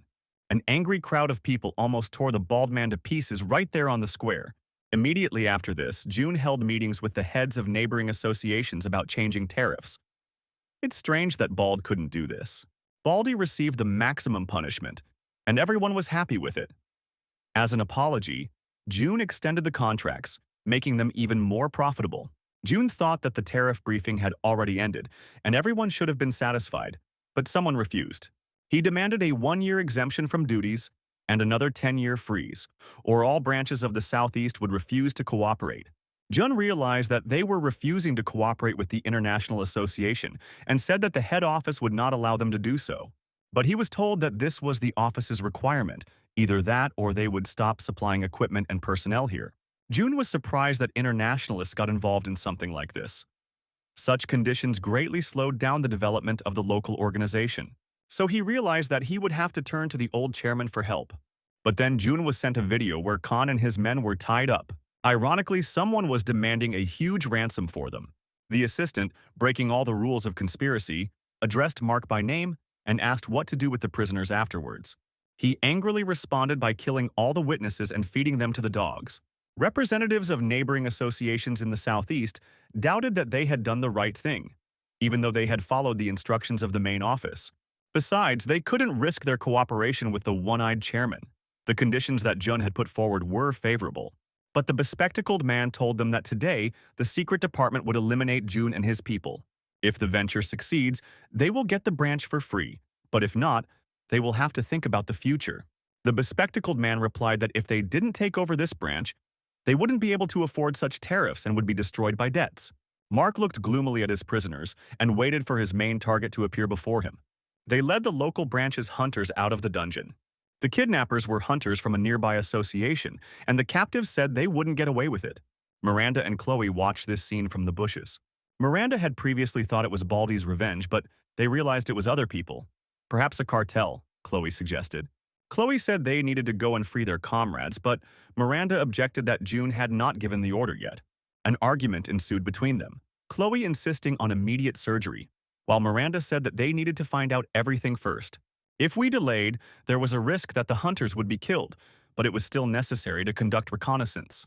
The situation became tense because the hunters did not agree on their working style. But then June got in touch just in time, Miranda said, and looked at the phone. He asked them to report the situation and say where they were, and found out their exact location. Miranda said they saw 2 squads of hunters who took the hostages out of the dungeon. She assumed that the cartel was from a neighboring country, and its fighters were an operational department, and was just deciding how to save the hostages. June said it was too early, they still had an hour to negotiate. However, he was confident that the girls would cope together. June was at the point where he was invited, but he arrived earlier and dealt with the mercenaries, and he assumed that they wanted more than just money. He told the girls that it would take him some time to get to them, so he trusted them to rescue the hostages. The girls stood up and were determined to do it. Chloe was glad to finally get some exercise. They needed to get into the building, Miranda thought, but she didn't know how many guards there might be. They saw a guard lagging behind walking along the road, leading a prisoner. Chloe smiled and said she had a great idea. They staged a masquerade parade in front of the militants. Chloe said she had brought back a straggler captive. Of course, Security informed the center that there were suspicious individuals at the entrance. That's why Miranda knocked them out faster than they could finish speaking. Chloe was genuinely surprised that those guys were able to figure her out. Miranda decided it was best to act alone, split up and find out where the hostages were being held. Mark was informed that uninvited guests had entered the base. He realized that the local dummies had brought a tail with them and said that he was leaving, and the detachment commander should deal with the problem. The hunters used their skills. Someone became a lizard, someone became Robin Hood. The lizard said that she was bored, but it was much better this way, and went off to deal with the offenders. Khan hoped everyone would be careful because it was not ordinary hunters who tied him up. Miranda, meanwhile, dealt with everyone in a flash, but I was surprised why the operatives were so poorly trained. The lizard that crept up on her thought that Miranda looked more like a hired killer than a hunter. The monster attacked suddenly, turning all the walls into ruins in one fell swoop. The monster called Miranda's name. He knew that she was the commander of the first operational department. He said with his stinking mouth that he was bored waiting, so he would finish her off quickly instead of just doing it. Miranda thought that Chloe spoke in much the same way. This hunter was different from the idiots before. Miranda immediately used the skill. She couldn't afford to lose. She decided to destroy the monster with one blow and suddenly moved behind him. The lizard laughed at her, but at the same time Miranda dealt many blows. The monster screamed in pain and realized that he could die like this. But the girl swung her sword again and ended his short-lived torment. However, she had put too much strain on her shoulder. It was not a skill she would use often. But when Miranda let her guard down, she was hit on the back by a lizard's tail. The monster used its awakening skill and became a chimera. He stated that he would add some spice to their fight. Miranda was stunned that the forbidden skill really did exist. Each such skill took away a part of humanity. June had already encountered a hunter who used forbidden techniques, and Miranda suspected their connection with internationalists. Their opponents are not ordinary killers, they are more like monsters. Miranda calmed down and remembered June's instructions to relax her shoulders and use her hands. She was surprised when she heard these words behind her back and saw Jun there, who had just arrived. June admitted that she has certainly become stronger, but to move forward she needs to use her body better. He took out his sword and told her to look more carefully, because he would only show her once. The lizard hissed that he was a fool and had fallen into his trap, but the voice suddenly cut off as June decapitated the chimera in one fell swoop. The chimera managed to swear even with its head cut off, without the help of its lungs. June crushed the head before she could do anything else and told Miranda to always do that and not to blab. Several armed militants held June at bay, opening fire with automatic weapons. He contacted Chloe and asked if she had found Han and the others, but the building was large, but she should soon reach the top floor. June told her that he would free her as a cleaner and help her. There might be people like the lizard. The militants shouted at Jun to come out, you vile coward. Mark ordered his men to get rid of everyone, both the target and the hostages. As soon as the commander accepted the assignment, June appeared next to him, and he cleared the sinful earth of 3 idiots at once, after which he tore the bonds off the captives and ordered them to escape through the back door. The hostages told him that the others were in another part of the building. June realized that they had been deliberately separated so far from each other so that they would waste time. The enemies fired a salvo of 4 rocket launchers and broke through the wall. June activated the defense and covered his cleaners. The problem, however, was that his enemies were further away than he thought. Chloe was glad that she had finally found her target. She stood in front of a bunch of armed men, complaining about how tired she was from running all over the building. The Khan recognized her voice and thought that there was no place for a fragile girl here. He shouted at her to run because it was too dangerous here. But when the bandage was removed, he realized that Chloe was completely fine. Chloe, who had scattered all the cartel fighters, told him not to count the crows, but to quickly leave the building. Han was surprised, since she was the leader of the cleaning team, but Chloe asked him not to ask questions. However, at that very moment she felt like she had missed a blow. Sir Robin Hood said he would kill her if she continued to bother him. One shot told Chloe that this guy was on another level. She yelled that he was on her, and everyone else ran. The archer chuckled. It was still a big question who would deal with whom, he said, chewing grass. He used the forbidden skill of the centaur and crushed Chloe with his hooves. In one fell swoop, he gained incredible strength. Khan jumped on the freak, shouting that he would cover her, but in doing so he gave away his intentions. And as expected, he caught a shot from a bow at close range. Half a second was enough for the centaur. The Khan fell to the ground, wounded and bleeding to the unanimous shouts of his comrades. Chloe also activated her ultimate skill, Berserk, and immediately attacked. But the enemy slipped away, His strength and agility were no longer like a human's. Chloe was amazed at how much forbidden skills could give. The centaur turned his back to her, and now he could kick Chloe with his hooves. At the last second, Miranda saved her again, pulling her out of the line of attack. Miranda told her that these creatures were nothing like the normal hunters they had encountered before. Chloe had never heard of such monsters, and this led her to think that they really were somehow connected to the International Association. Chloe suggested not to drag out the fight and work together before it got worse, but Miranda suddenly told her to wait. Han was on the brink of life and death, and Chloe's skill had a limited time, and if they didn't finish it quickly, they would be in trouble. There were two of them, one enemy, Chloe insisted, but Miranda said they needed a little more. She remembered the wisdom of calming down and analyzing the enemy. After Miranda lost people in the raid, she became more reserved. Then the teacher told her not to give in to emotions, and to think for everyone and not about revenge. Calm down and soberly assess the enemy, this was the only way. When she opened her eyes, she told Chloe that she would tie the horse's legs and she was to strike. Miranda shouted at Chloe to prepare her most powerful blow and rushed forward. The centaur used his wooden spear skill, moving into close combat as Miranda approached. He launched a powerful blow, but Miranda dodged it, sending up a rain of debris. A quick change of positions, and Miranda was approaching from behind the self-confident monster. He dodged it, saying it was too predictable an attack, and mocked Miranda. But then he realized that all this time he had been driven into a trap, and he was acting according to the enemy's plan. Then the centaur simply flew up into the sky and told them that he was about to finish everything. "A creature on 4 legs is most vulnerable when jumping," said June, who suddenly appeared and protected Miranda from a quick lunge. And when the enemy lost his balance, it was Chloe's turn to hit. She used a powerful cutting skill which, although it was called a guillotine, did not cut off heads, but cut the centaur in half. The reception was so strong that even June and Miranda were surprised by the power that was hidden in little Chloe. True, now she couldn't move. June said that Han was wounded and they needed to get out. He carried the wounded man out like a princess in his arms and left the building with everyone else. Khan decided to play out the scene of a dying comrade and moaned that his time was up. June recognized the falsehood and ordered him to stop talking nonsense. But Khan still smiled stupidly and continued to make a scene. The sky he saw last was clear and quiet. He hadn't enjoyed such a landscape for a long time. His idiot hunters were crying next to him. He told Jun that only thanks to him he was able to get rid of the shackles and become free. Now he was happy and did not regret anything.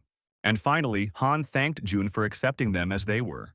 Of course, a few days later, Han saw June and company off at the airport, although he promised to die. This time he really was leaving, and Han asked June to visit them at least sometimes. The chief of staff was indignant that he did not have time for this. Then he should come for work. Keep an eye on them, Han said. But for June, this was an even more meaningless occupation. They shook hands and June praised Han for his good work. The bespectacled chief was informed that he had been contacted from June's homeland, and they said that they would not get away with their behavior and demanded compensation for all expenses and losses. They also stated that there would be no support from their branch. All responsibility lies with the organizations of the southeastern region. Several members of these organizations have already appeared in court, and international organizations have announced that they will not get involved in this conflict. Mark promised to protect the bespectacled man because he was the only one who maintained direct contact with the secret headquarters.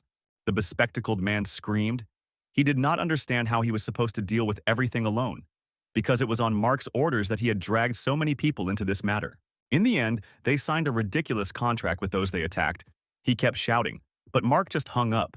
He came to report to General Secretary Wesley, who said that he had already received a report on the operation. The elite squad was routed by 3 people, and all those involved were exposed, and negotiations failed.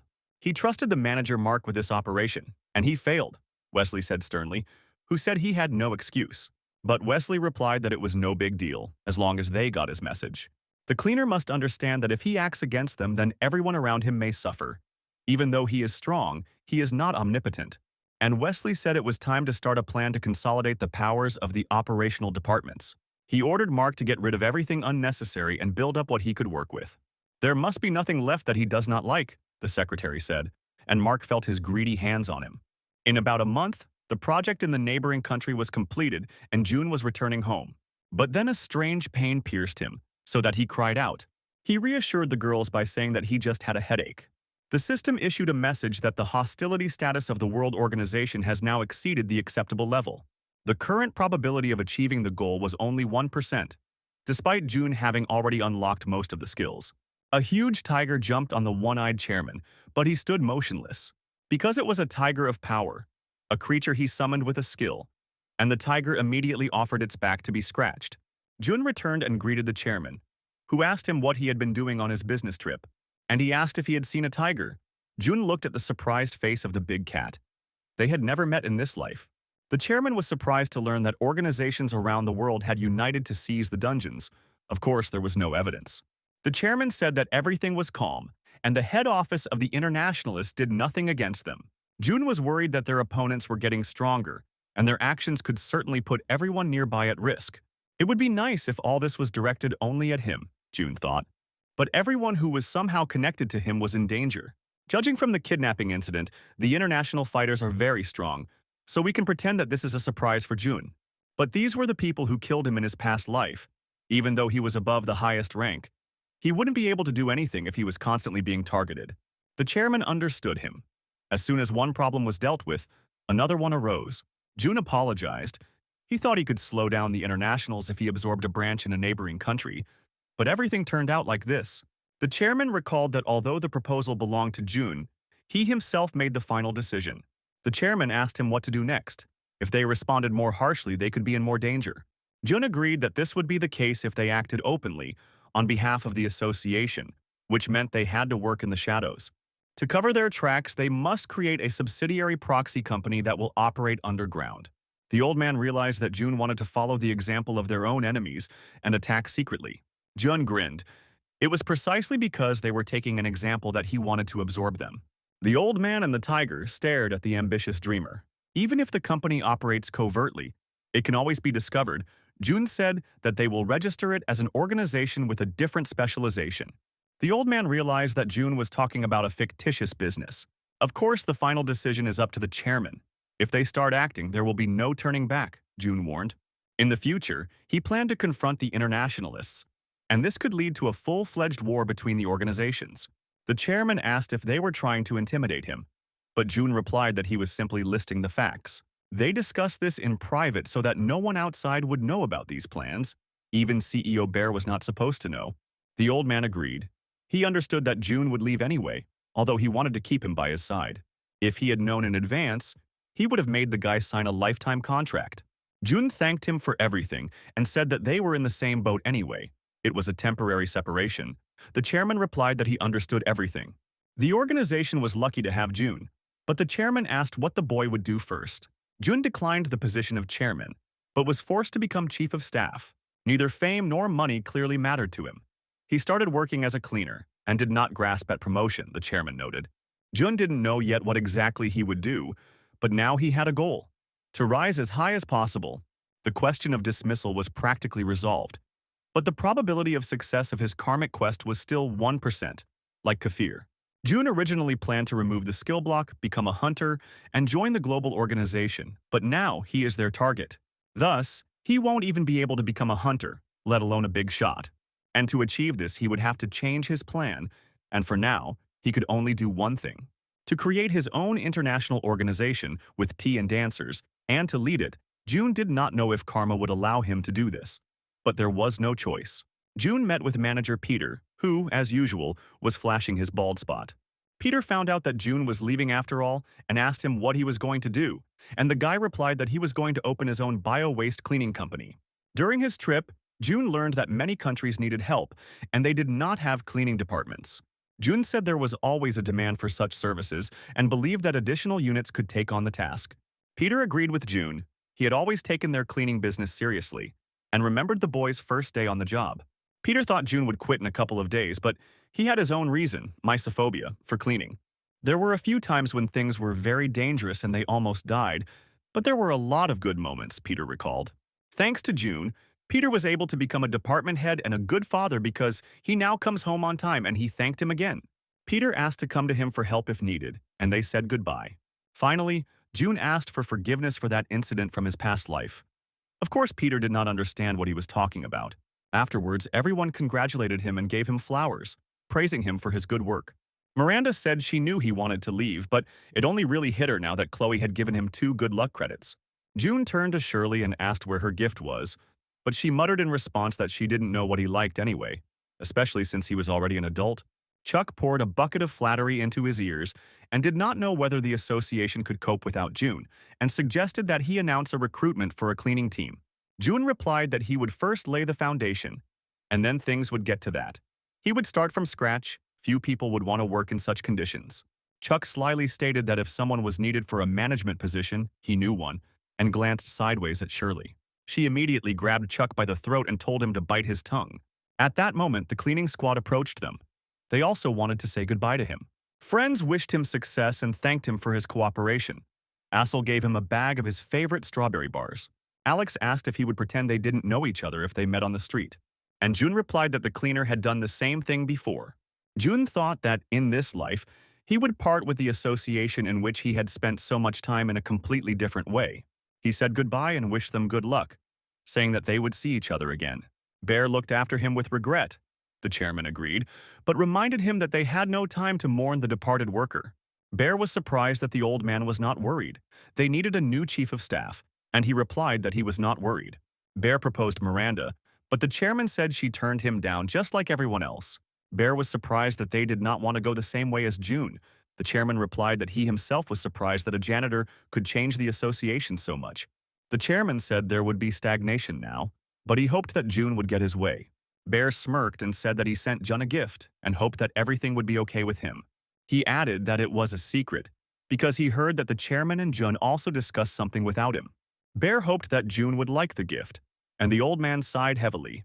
Immediately after the news of June's dismissal, many discussions appeared online. Wolf grumbled as he read the paper. He knew June was just putting on another show. The heads of all the guilds across the country tried to lure June over to their side. The youngest employee with the greatest achievements simply disappeared, and it left everyone worried. Mark laughed. His followers thought that since June had quit, their message had reached him, and now he would stop being an eyesore. But Mark grabbed the talkative idiot's face with lightning speed. He slammed him into the wall so hard that it cracked and called him a donkey. Some little man, a cleaner, was getting in their way. Mark was shouting at them, and they couldn't even kill him. And now they feel relieved that June just quit. Mark shouted at them with contempt and anger. He let the blockhead go and asked the second one if they had found Johann, and he replied that they had found the trail, but that was all for now. Mark told them to get to work or their office would be painted red. The main office was merging with the raid control squad leader, so Mark demanded that everything be done perfectly and that the Eternity Stone be obtained. Jun cleaned his room, surprised that no matter how much he did it, it was still dirty afterwards. Someone knocked on his door and he was surprised because he was not expecting guests, Shirley muttered, seeing his surprised face, so he wouldn't stare like that. Big deal. She just came to visit, said the girl with a huge suitcase on her back. June asked her why she had come, and she asked if he was so busy setting up a new company that he couldn't spare her a minute of his attention. Shirley looked into his house and was surprised that the bachelor apartment was so clean. June asked her why she was not at work. Shirley said she was fired after she said she wanted to quit, and June promised to take care of her if she became unemployed. June thought, even if she wanted to quit, she still couldn't be fired so easily, as if something happened between a father and daughter. He told her to go back because he couldn't help her, but the girl had already entered his home. She brought him a gift, all the information about the cleaning departments in the country, including budget, workload, and so on. June was so surprised that he asked her if it was legal, and Shirley realized that her gift was appreciated. Later, he studied the documents, but kept getting distracted by the girl eating chips and scattering crumbs in the apartment he had just cleaned. Shirley told him that if he wanted to work abroad, he needed to improve his reputation at home. Since June had started working as a cleaner, the number of cleaning departments had increased, but Shirley knew he wouldn't compete with them. Most of these departments were in poor financial condition. Due to a shortage of hunters, they rely on free private owners. And because of the shortage of cleaners, firms can only carry out a limited number of raids per day, but they do not have the funds to expand their staff. This is a great opportunity for June to fill this niche. There will be a lot of work: hiring employees, negotiations, concluding contracts, contacts with suppliers, equipment. Peter had some examples. June suddenly became puzzled by the question of why Shirley was so energetic and joyful, and suspected a setup. It was hard to believe that this was the same Shirley from his past life. She was more like a robot. If he had known about this earlier, he would have communicated with her differently. Shirley noticed that he was not listening to her and was distracted, and asked what was wrong. She asked him if he had already thought of a name for his company, and June said that he had an option. Karma. He spelled it out.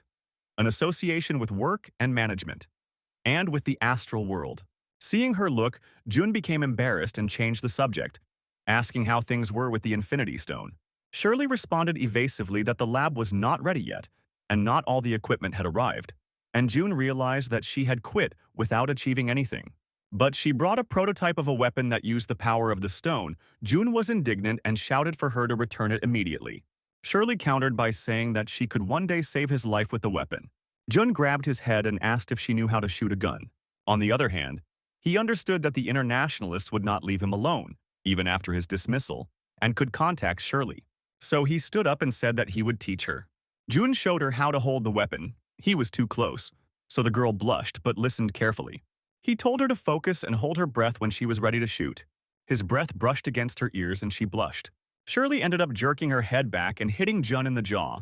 He even bit his cheek and lay on the floor, not understanding what had just happened. Shirley asked him, confused, why he was breathing in her ear.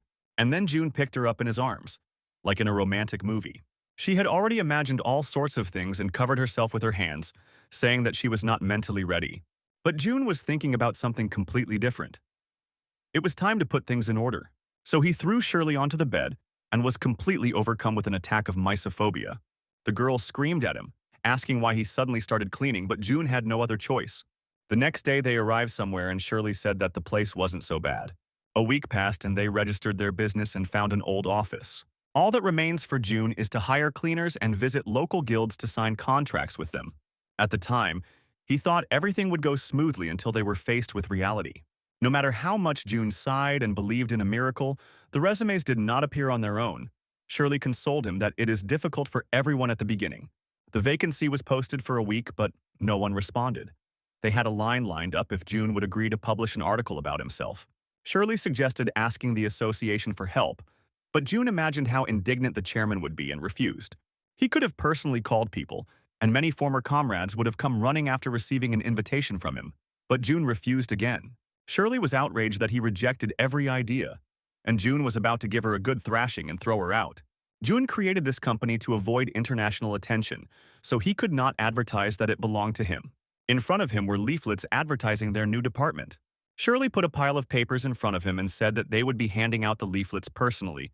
She was annoyed that he didn't have the entrepreneurial streak, and Jun thought that it was a mistake to quit at all. Everything was too much of a hassle. Meanwhile, some guy took the empty seat of chief of staff in the association. This man was the head of the branch in the capital for several years, at which time Wolf had a lot of influence. And then an unknown janitor took over the job and Bill was so sick he thought he was going to die. But heaven took pity on Bill, and 2 months later the cleaner disappeared. The chairman himself offered this position. Bull pretended not to be very happy, but he himself was overjoyed. Now it was his time, and he couldn't stop giggling maliciously. But then he saw that June had already spent the entire budget for 2 years in advance. His secretary said June wanted to support every department. Bull was surprised that the entire budget for the next year was spent on this support, and that his superiors allowed him to spend such money. Although profits were guaranteed through contracts with free guilds and foreign branches, they would pay for themselves in a few months. As a result, they were faced with a hole in their budget for several months, and if the hole was not plugged, the association would be finished. Bull didn't understand why they gave such a job to some cleaning person, and he was the one who had to clean everything up. And he wondered what if June had arranged everything this way on purpose. But the secretary objected that this was unlikely, since June was not that kind of person. But Bull did not believe him and demanded a copy of the budget documents. The more advertising a product receives, the louder it is, the more likely it is to be a dud, Bull thought. But no matter how much June was praised in society, he gave everything away as bonuses and awards to the cleaning department, as if he was obsessed with cleaning. Even if he was from the cleaning department, how could he spend the entire quarterly budget on equipment? Bull was amazed. He spent huge sums on researchers, suits for underwater missions, a foreign branch at least he didn't steal. Bull could only start with salaries. The association's hunters were a priority and needed better support and equipment, but now they were being delayed in their payments. If he couldn't handle this, Bull realized he would quickly be fired from his position, and he turned to the secretary. The first thing to do was to reduce the number of cleaning staff and order preparations for restructuring. A lizard sheds its tail in emergency situations. The chairman listened to the purpose of the meeting, to reduce the number of cleaning staff. The first suggestion Bull made was a restructuring, and the old man asked if he knew who had held his position before. Bull replied that he knew, and the old man called the proposal strange and demanded an explanation for the decision. He showed on the graph that the budget was spent due to June's actions. This month, there is nothing left to pay the hunters' salaries. To this, the directors proposed to temporarily cut the hunters' salaries. If they suddenly cut so many people for 6 months, their reputation would suffer. But Bull objected that the directors' salaries would have to be cut further, and they squirmed in their chairs, saying that this was too much. Bull added that now is the time to come together and get through this difficult time together, and the best solution is to cut back on cleaners who are not essential. But Bear loudly objected that this was not true. It was thanks to the cleaning department that they improved their performance. But still, a lot of money was invested in the department. The operations department always occupied the main place in the association. The chairman agreed with Bill. Everything he said sounded reasonable. He then informed Bull that if anything went wrong, he would be held responsible with his head. Restructuring, a scary official word behind which hides the unsightliness of dismissal, poverty, and a humiliating labor exchange. Peter was taken aback by this and asked the chief of staff if this was too radical a decision, as he had only just taken up the post and was already leading in a tough way. Bull looked at him with disdain, saying that the cleaning crew had a good life and that the idea had been approved by management itself. He told Peter to interview those employees who were ready to leave and make a list. The staff was cut in half.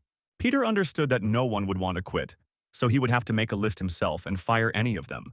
But then Peter saw that the chairman was calling him, just when he was in complete despair. Soon, news of the changes in the association leaked to the media. Everyone became aware of the company's dire financial situation, and the chairman promised to help all those laid off. Shirley worked for 3 without raising her head from her desk. At this time, June was calmly drinking his coffee and lounging in his chair like a king. Shirley pounced on him, saying that the applicants he had been waiting for so long would soon arrive here and they had no time to relax. But June brushed her aside like an annoying fly. He had seen those faces 100 times. Someone entered their office and demanded to see the director. June saw his old company. Alex grumbled that the office was small. Asel dressed up. Chloe demanded that she return 2 loans. June grinned, glad to see those old bandits under his wing again. They were not new to the group. As soon as the onion-headed one introduced himself, June said that he was accepted. The next guy was also an old acquaintance, so June quickly accepted him.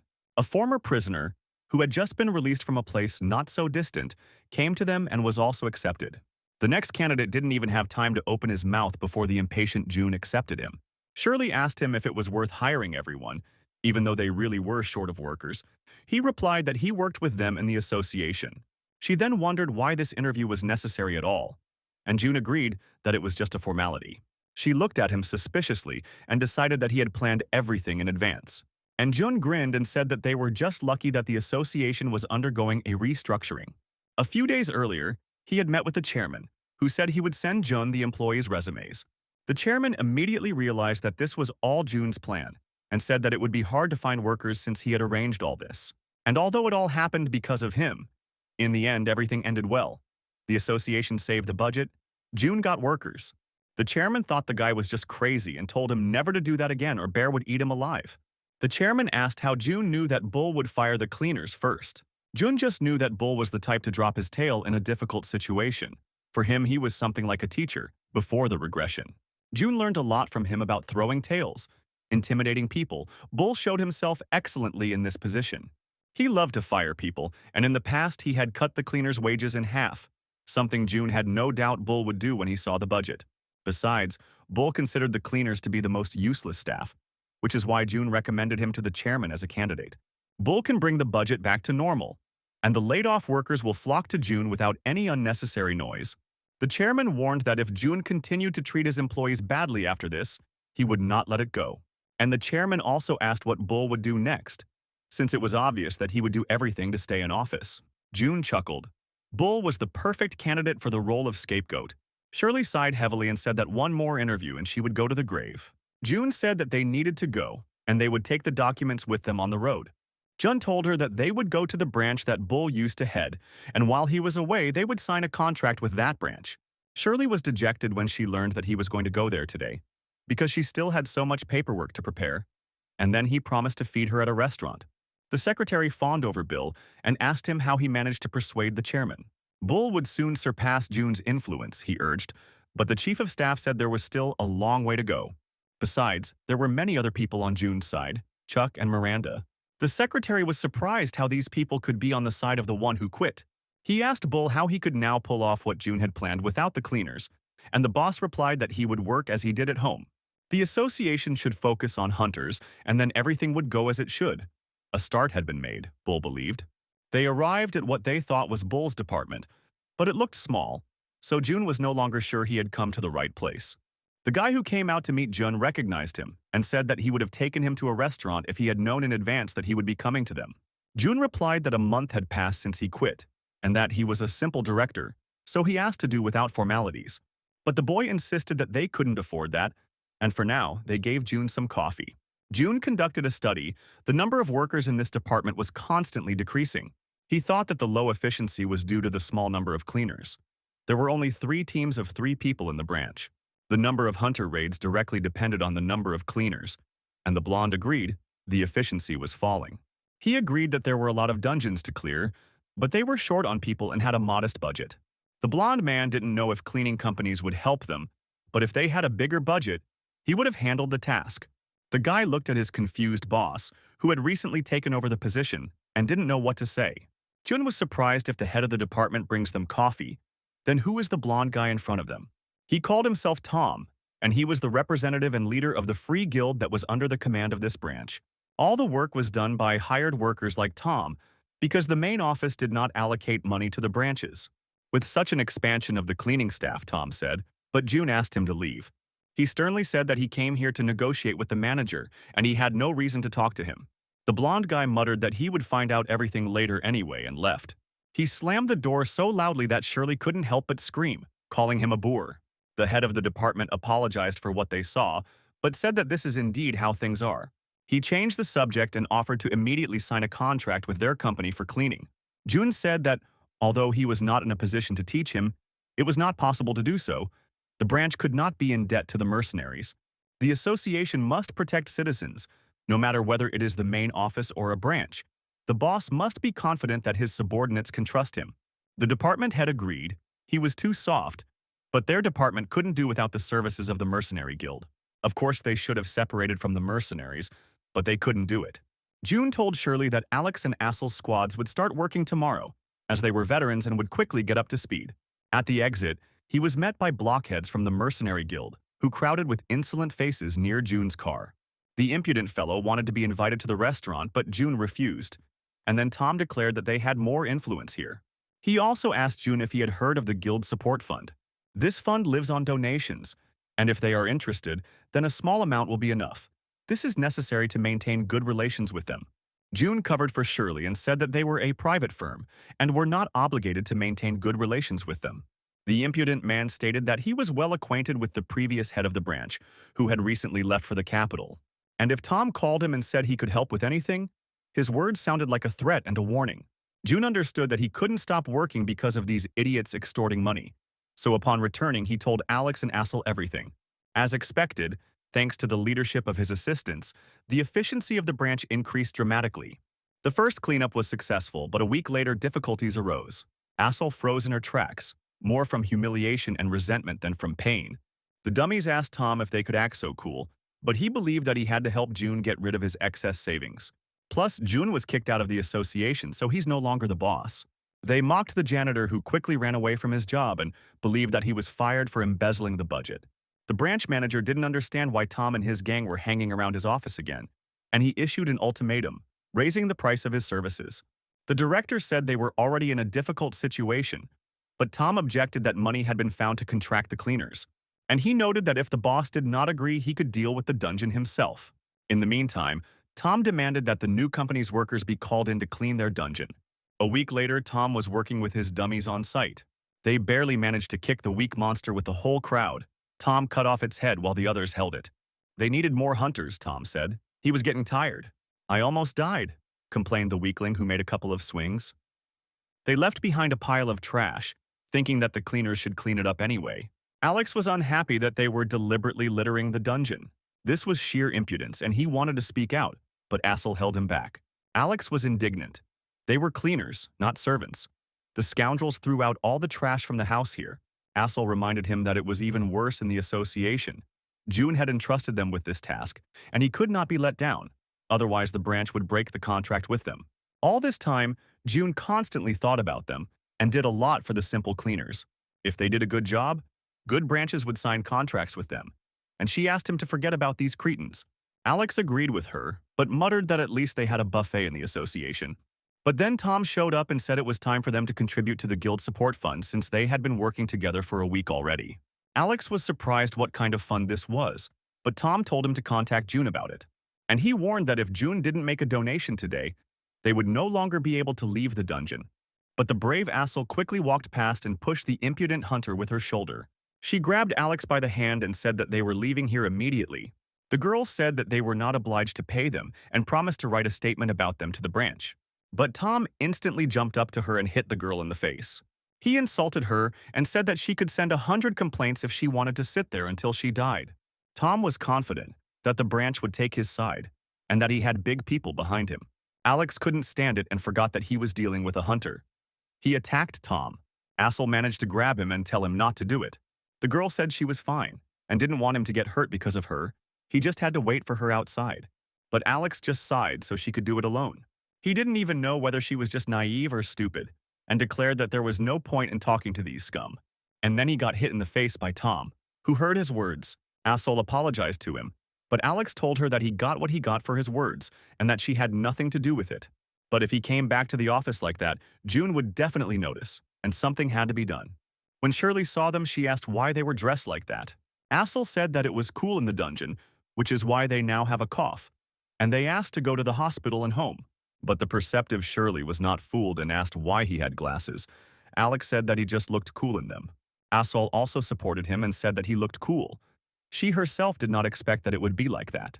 Besides, nothing terrible happened during the work, so they wanted to leave with these words. But June managed to jump up and tear off the glasses, and the truth became obvious. Shirley was horrified and asked what happened. But June immediately realized that these were mercenary extortionists. He demanded that they take off their masks, and when the cleaners did so, he saw bruises on their faces, and then advised them to tell how it all happened.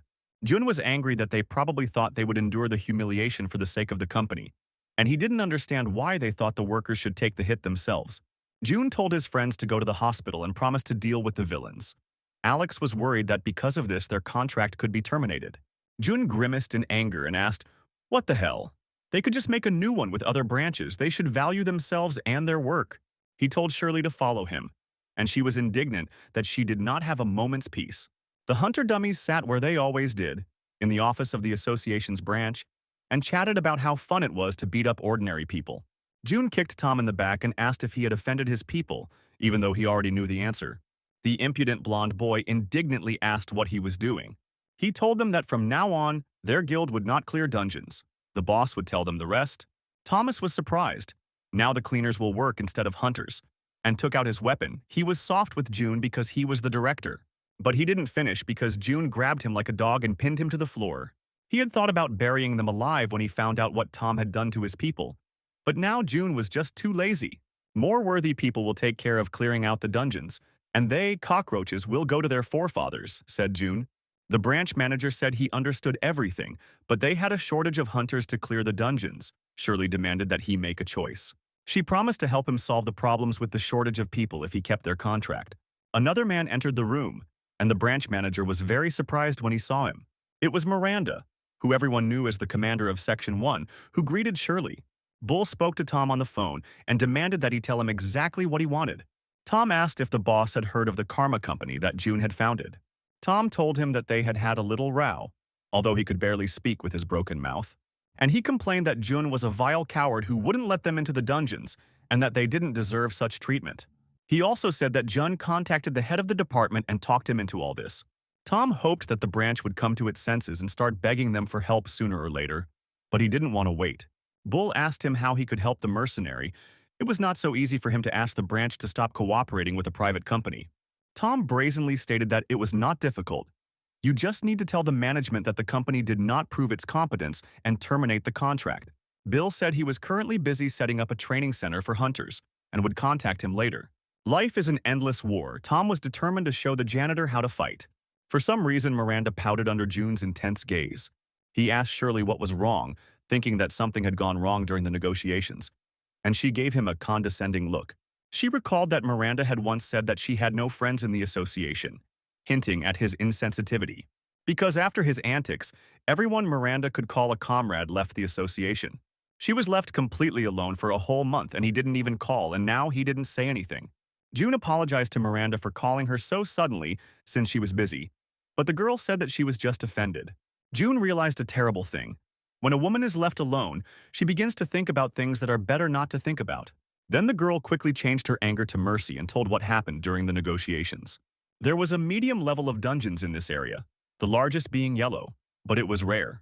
100 breaks a month, 30 a week, 4 squads of hunters on staff, and they are smaller than in headquarters. The main feature is the high turnover of personnel, which is why most of the hunters are greenhorns, and the raids were not so successful. Many ended up here through assignment. Few successful hunters would choose the province, so after gaining experience they are transferred further. Miranda said her team would be here for a week to handle emergencies, and then she would need his help. And June was surprised that she would ask for it openly. The situation turned out to be worse than she thought. Even if she helps here for a few days, everything will return to the previous state. June told her not to worry. He had to deal with it. Inexperienced workers and shortage of personnel, all this could be solved in one way. We need to expand the board, June said, and Miranda didn't understand what he meant either. June explained that they needed to open a new association training center. 3 months for newcomers, low-level dungeons, this is the ideal place. Shirley said it was a great idea. The profits from the training center and the cleanups were the same. June said the project has been with the association for several years now, and unless they decide to open it elsewhere, there won't be any problems. Miranda suddenly spoke up and said that this plan would be difficult to implement, because Bill is already trying to organize a similar project in another area, and wants to be fully responsible for training hunters. June realized that Bill had been affected by the lobbyists' activities. He told the girls that he would convince the new chief of staff and asked Shirley for his business plan, and asked Miranda to continue helping the branch. The girls suggested contacting Chuck from the control department, and June agreed. Bill shouted in anger and asked what it meant. He told the chairman that he had chosen the perfect location, but he stood his ground and changed the area where the training center would be located. The chairman said that their task force was short-handed and they were dependent on the guild in the area, and he knew there were problems there. The branches have their own pride, the chairman said, and asked if there was anything Bill didn't like. He realized that he had gotten too excited and needed to control himself. Bill noted that he should be responsible for creating the center, but the chairman did not listen to him. He agreed with Bill's choice, but also pointed out the need to open the center in a place where there was a weak branch. The building contract hadn't been signed yet, so it shouldn't have been a problem unless Bill had something to gain from it, the old man asked. Bill cowered under his gaze. He denied everything, and the place was confirmed. Leaving the office, Bill punched the wall. The chairman is a real snake, because he had already promised this position to others. Besides, the construction work had already begun. Bill had signed the contract in advance and received a discount, and now all this had fallen on him. The old man argued his decision too confidently, and Bill had no choice but to agree with him. At this rate, Bill will not only have to return the money from the difference but also pay a huge penalty. So he could lose his job, Bill thought when Tom called him and reminded him of his request. Bill told him straight out that his problem was being made worse by the fact that a training center was being built in the area. Bill said that the chairman came to him, but from his demands it was clear that he had not made the decision himself. Someone had already warned the old man, and said it at the most inopportune moment, Bill declared, and the ground slipped out from under Tom's feet. Bill told Tom that he now had to use his brain and stop the construction of the center in the area. Because the dungeons here are not very strong, and the center will give 100 hunters, and then the mercenary guild will be left without orders. Bill added that Tom could lay down his life, but he had to go on strike and stop the construction. When the blockhead objected, Bill shouted at him that they both wanted to live, and he couldn't decide the matter for Tom. The next day, Tom organized a strike. He said that the association cannot risk the lives of civilians. The guild is enough to protect everything. He was outraged that they were thrown out overnight, although they had risked so much for the sake of the association, and accused June of taking advantage of his connections. The branch director looked with alarm at the crowd of unemployed idlers, which made unreasonable demands, but still could not be ignored. Miranda noticed that there were not only the local guild but also slackers from other areas. Tom used his influence to attract them. Shirley called June and asked where he was while they were having a rally here, and he replied that he would be there soon. June rushed over at that very moment in his car, as if he had been waiting around the corner. He told the girls that he had to pick up someone, and that was why he was late. They were very surprised when they saw who June had brought. It was Frank from the Mercenary Guild and CEO Bear himself, and Jun suggested that they hold a meeting right away. Jun looked at them like they were the scum of society, but that was his usual misophobic look. There was talk among the protesters, and Tom promised that the association's headquarters would not interfere. And although he told them that June was no longer involved with the association, he showed up for a meeting with the entire CEO. To top it all off, the leader of the best free guild, Ares, arrived with him. And then Thomas realized that he was in deep trouble. Bill hadn't warned him about this. Some idiot said that even though the dungeons were weak, they couldn't trust them to newbies. It would put everyone in danger. June said directly that they were simply afraid, because the construction of the center would completely deprive them of their income. The most important thing is that the local branch will not assign dungeons to private guilds. He stunned them. And Tom should understand the reason better than anyone else, said June. And the extortionist bit his lip in anger. Another guild leader said that the decision was too sudden and that they should have discussed it with them first. Bear replied that branches were more important to the association than guilds, and the training center was being opened to support the local branch. The blockhead was indignant that then they would all die if the association cooperated with the capital guilds and not with them. He was being dramatic. Here, Frank stood up and said that that was why he came here, to improve relations between the guilds and the association, as he had done. The training center is opening because Tom's guild wants to gain a monopoly on clearing dungeons. The alternative is permanent contracts with branches. Thomas jumped up from his seat and shouted indignantly, and told them to wait. Here, Frank interrupted him and said that he had heard rumors that Tom was extorting money for the benefit of his guild support fund. He slammed his hands on the table and declared that everything was lies and slander. But then June turned on the recording of his conversation with the blonde guy. In this video, Thomas completely discredited himself when talking about the foundation and donations. June reminded that the guild's fundraising was illegal, and they had also treated his cleaners poorly and extorted money from them. And this is already a clear criminal offense, and how can we now trust them to clear the dungeons? June asked. Bear agreed that this was not an isolated incident, and therefore they had no other choice. Tom's guild would be blacklisted nationwide, he said, and Tom felt like he was being electrocuted. Tom shouted at them that they had no right to take his job away, and that the department manager had to make that decision and he would contact Bill immediately. Bear agreed that only the chief of staff had authority, but he had already taken their side and completely agreed, saying that he knew nothing about Tom. And then the boy realized how powerful it can be. Life unfolds, and now he is no longer a king. Only then did he fall to his knees and say that he had made a mistake. He begged to give him another chance, and promised to do everything possible, and in general he is good. We need to understand and forgive. June put his hand on his face and asked if it was necessary to do this to his employees. He smirked and told Tom not to worry. They would compensate him for giving up their services, almost like a donation to the support fund. At this point, June declared the negotiations complete and told everyone to return to their business. Later, the guilds would notify which branches they could sign a contract with. As planned, a training center and dormitory were opened here. Veterans worked here from time to time, training newcomers. The center became a mandatory stage of training. The effectiveness of raids increased greatly, and under the supervision of experienced instructors, there were no problems.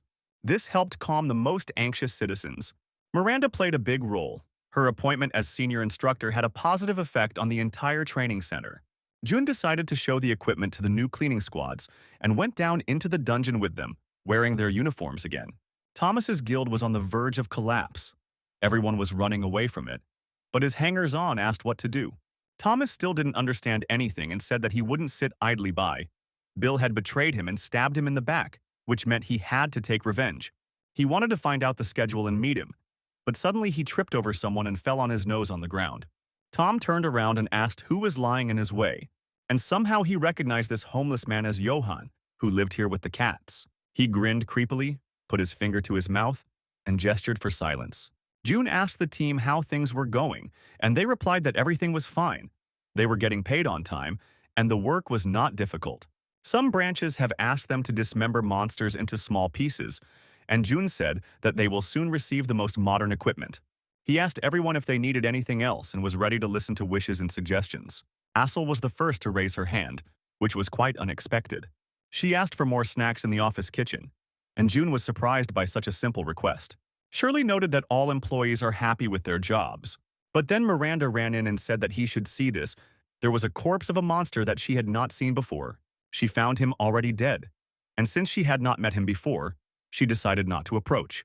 Chloe also saw something like this for the first time, and some kind of mucus was flowing out of the corpse, and she offered to take it for analysis. But then something crawled out of the monster, like a rainbow worm. June barely managed to catch her and ordered her to get out of there faster and faster. In place of the monster, a strange tree without leaves appeared. June said that it was a monster in demonic form and could not be defeated by normal means. This one was dangerous because it oxidized everything it touched, and Jun was indignant that it appeared so early.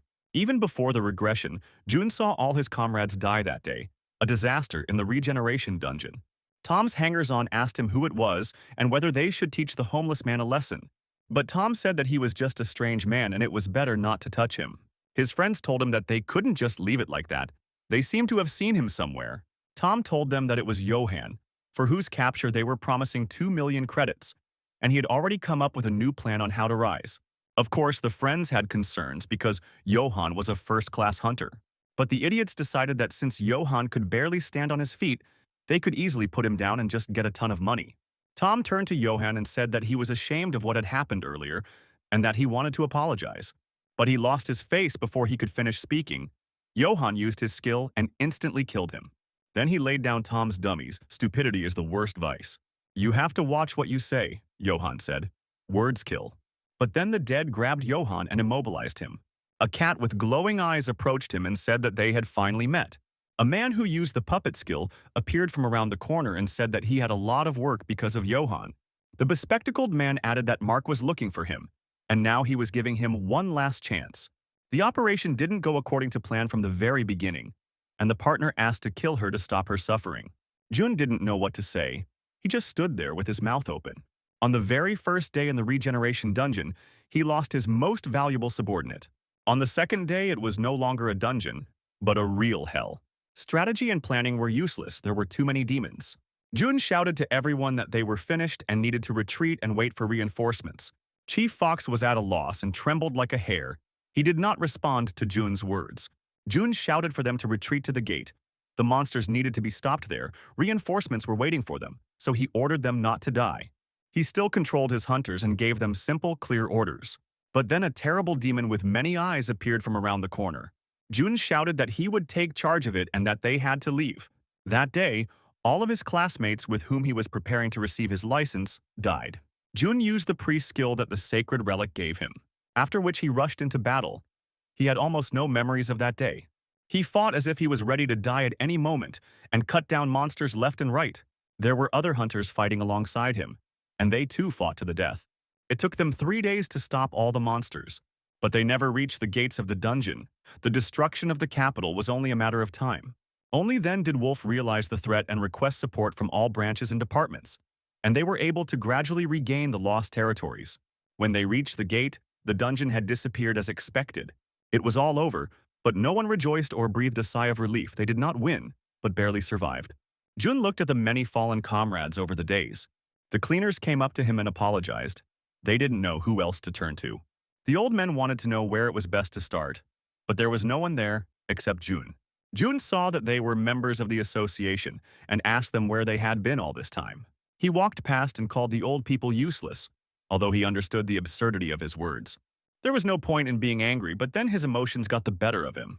Jun didn't know any of these cleaners, but rage blinded him as he woke up from his flashback. Shirley asked him what was the matter because he kept muttering something under his breath. She realized that he was thinking about something bad, because his face was gloomier than usual. Jun's head was spinning from the thought that there was a month left before the disaster, because it was the only dungeon he hadn't been able to clear in all his years of work. They only appear once in the entire story, and the dungeons of this level were impossible to clear. Something similar appeared on another continent, and since there were no hunters in that country, it could not be closed, and a catastrophe occurred. Jun asked the chairman to summon all operational departments to the capital in a month, but he reminded him that there was a law restricting such actions. Jun realized he would have to take action himself and asked Shirley what she was doing next month. She looked anxiously at her desk and said that she had a lot of work accumulated, June asked her to get him weapons, swords, guns, sacred relics. She started yelling at him, not understanding why the cleaning company needed weapons, especially since they weren't in the association. June asked if there were any interviews for today, but there was nothing on the schedule. And then Hamster looked in on them and asked if they had any other vacancies. June immediately recognized the arrogant fat man who was the director, but was fired for failing the raid. Assel instructed him on how to remove which types of corpses, and Hamster listened attentively. Each type of monster had its own type of cutting. For humanoid monsters, you had to start with the head and cut it off in one cut. Hamster immediately did it, and Assel clapped her hands at how well he did it. She didn't expect the former hunter to do so well. June understood that the former head of the operations department was well-versed in monsters and dungeons.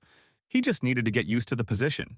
Hamster was also surprised that the cleaners had such a clear work algorithm. Assel said that June personally made all the instructions.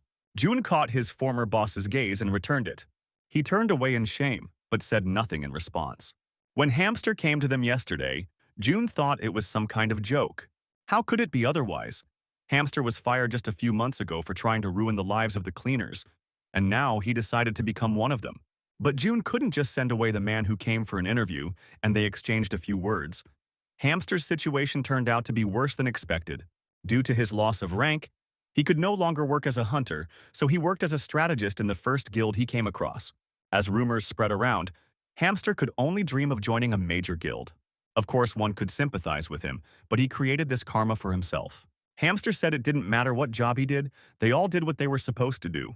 After these words, June decided to give him a chance and hired him.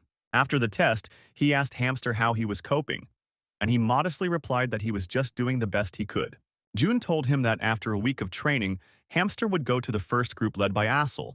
He also added that he plans to expand the staff, and if Hamster is patient, he will be the head of one of the new squads. And although Hamster doubted himself, June was confident that he could handle it.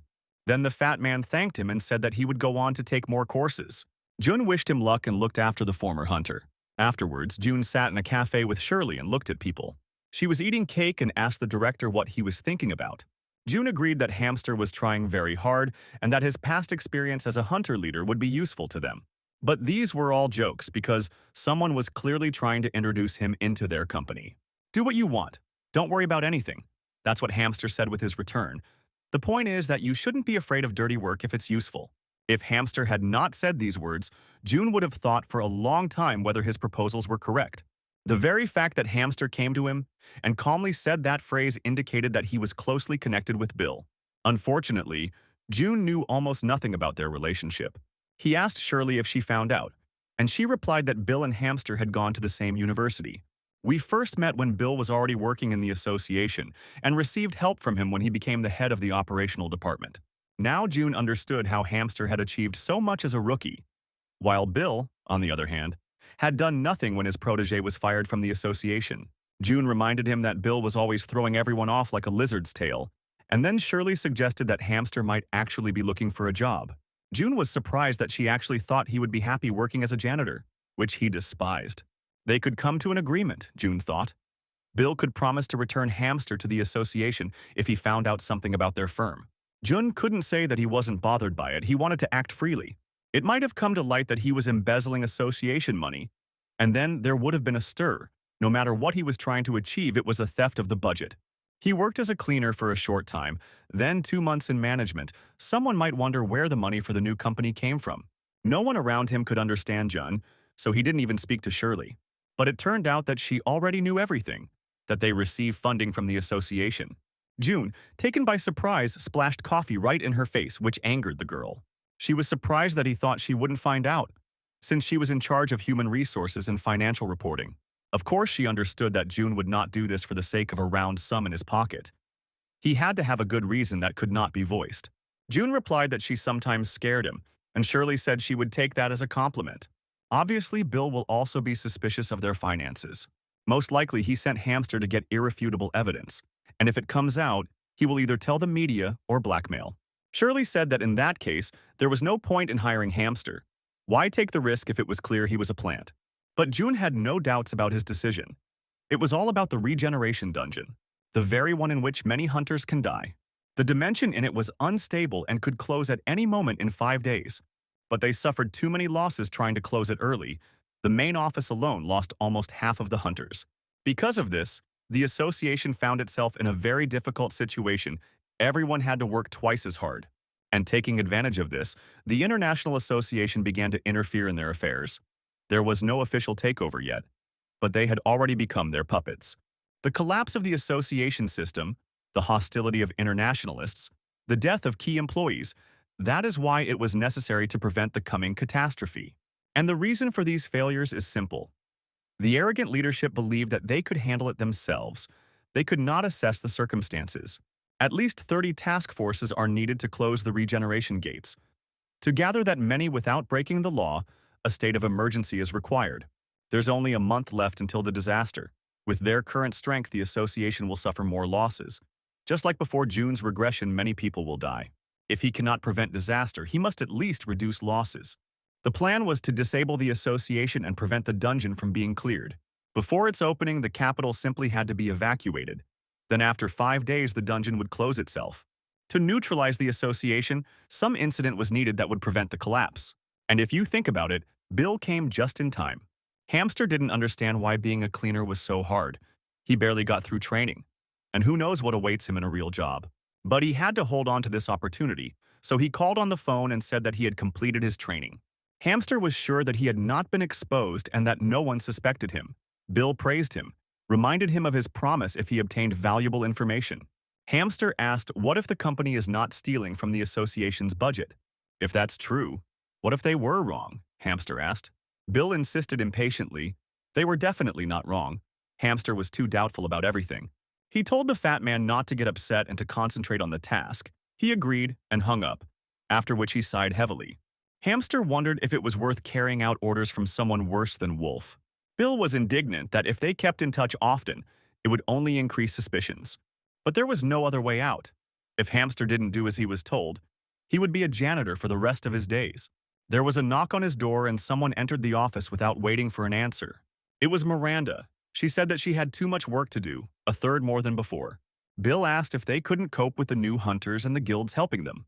He couldn't believe that the task force commander was whining about such a thing. Miranda said they could do everything, but the cleaners couldn't handle the job. Bill grabbed his head.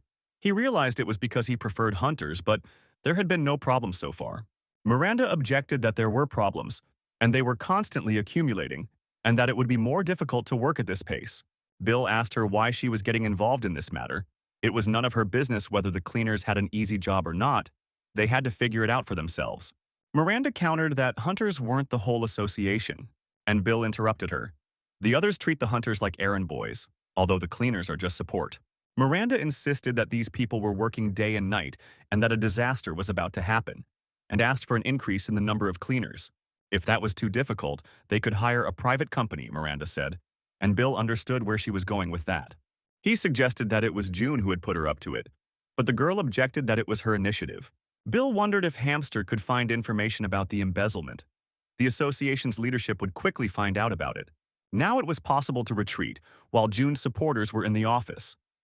Bill would only suffer from attempts to outplay him, so he told her that he would consider her proposal and she could go. For the first time since his departure, June stepped back into the association, but now he felt lost.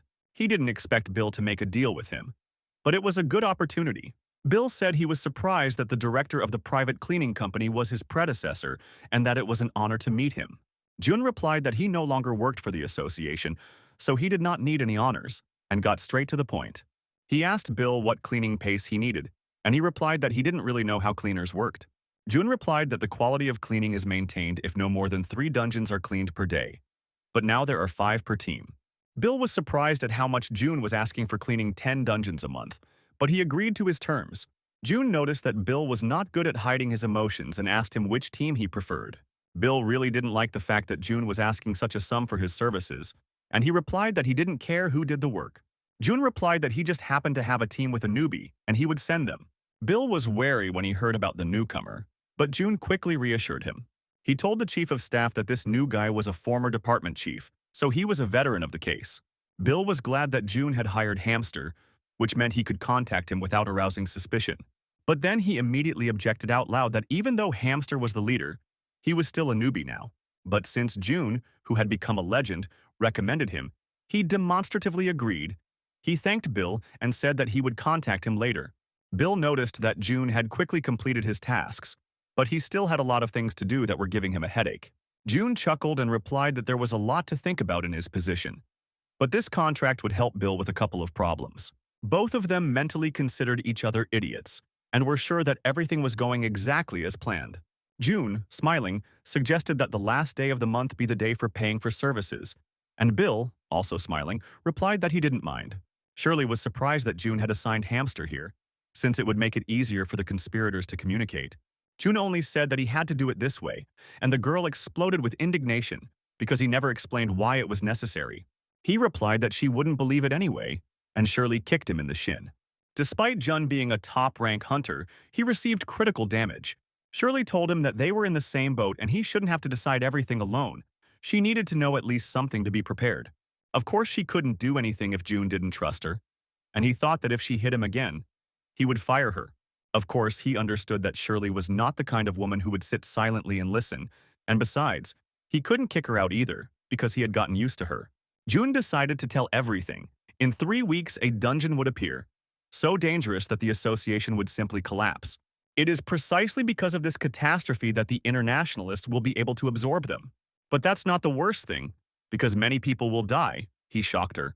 June's plan was to minimize losses, so he wanted Hamster to get to him and have the chairman removed from office. He was going to remove not only the old man, but also everyone who occupied key positions. It was almost a betrayal, Shirley said, but June said it was better than death. But it turned out that an old man who was nearby heard his words and asked him to repeat what he said. Shirley immediately tried to justify herself, almost instinctively, and said that everything was not so. Then, the old man asked her, screaming terribly, he had been kind to him all this time, and this is how he was repaid. The chairman shouted ungrateful and activated the summoning skill. Shirley screamed back that he had it all wrong and closed her eyes. But then I felt a rough tongue on my cheek, and turning around I saw a tiger. June told the old man to stop joking or Shirley would actually pass out, and the chairman laughed. He told Shirley not to worry because they had discussed everything beforehand. June couldn't do it all alone. It was ironic because June brought the chairman back from a coma and then removed him from his post.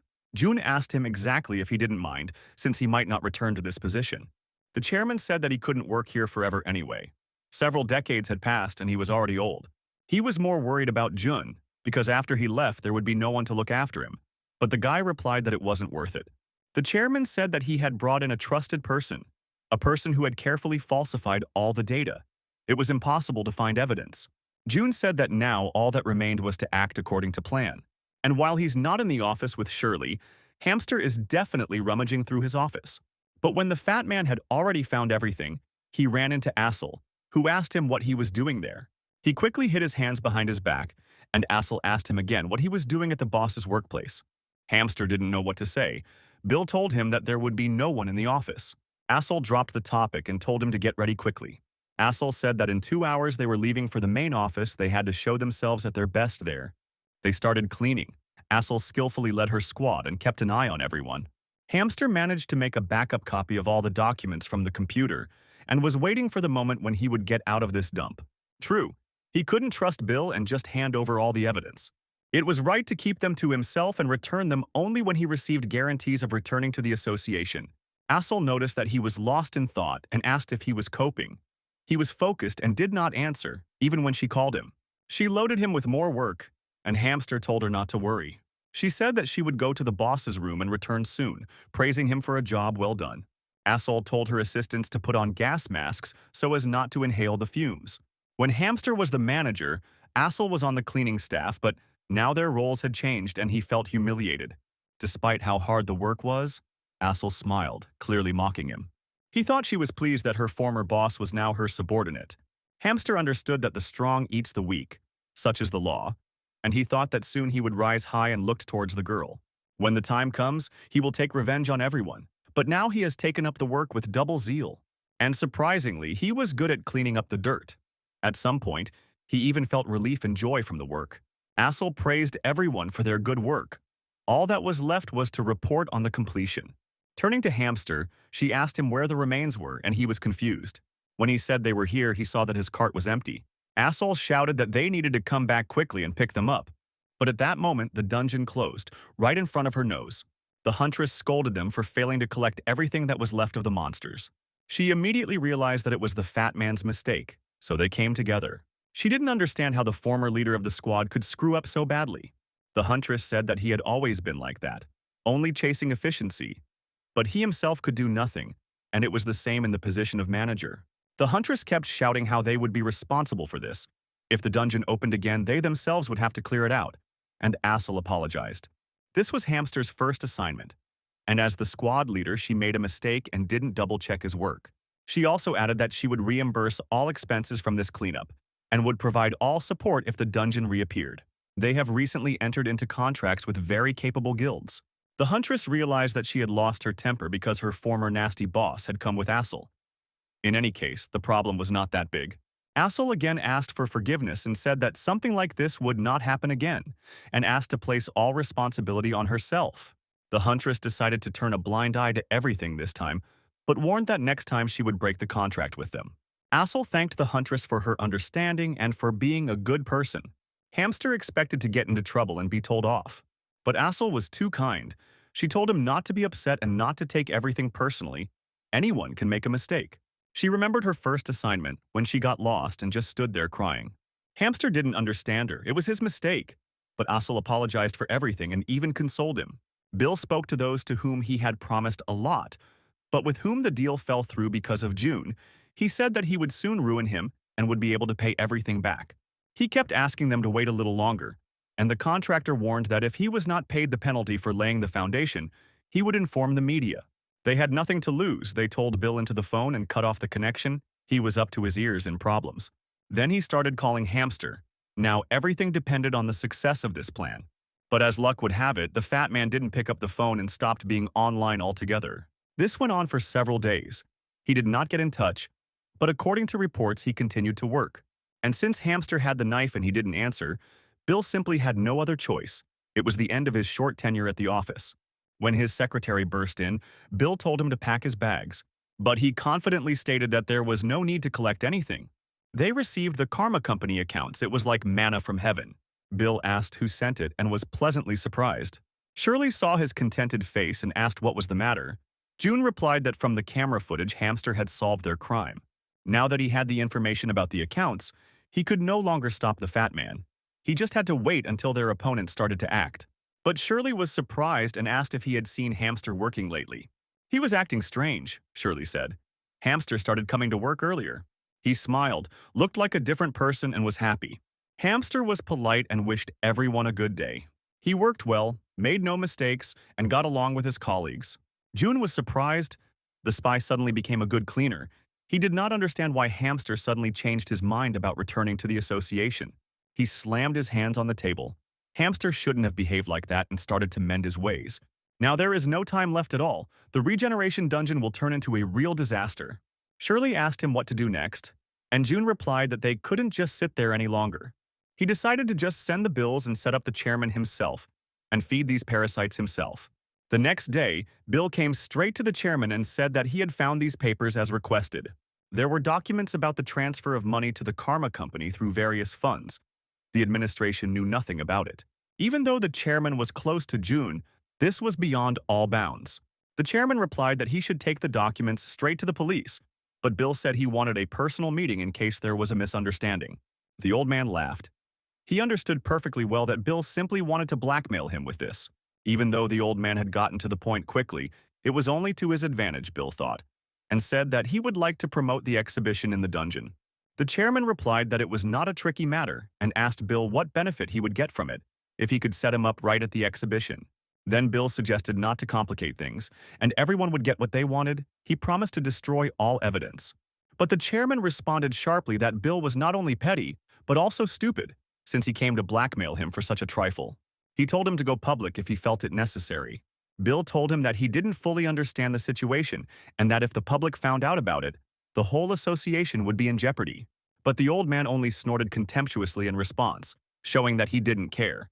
Bill said that he also works here and does not want to ruin the association and suggested not to make things worse again.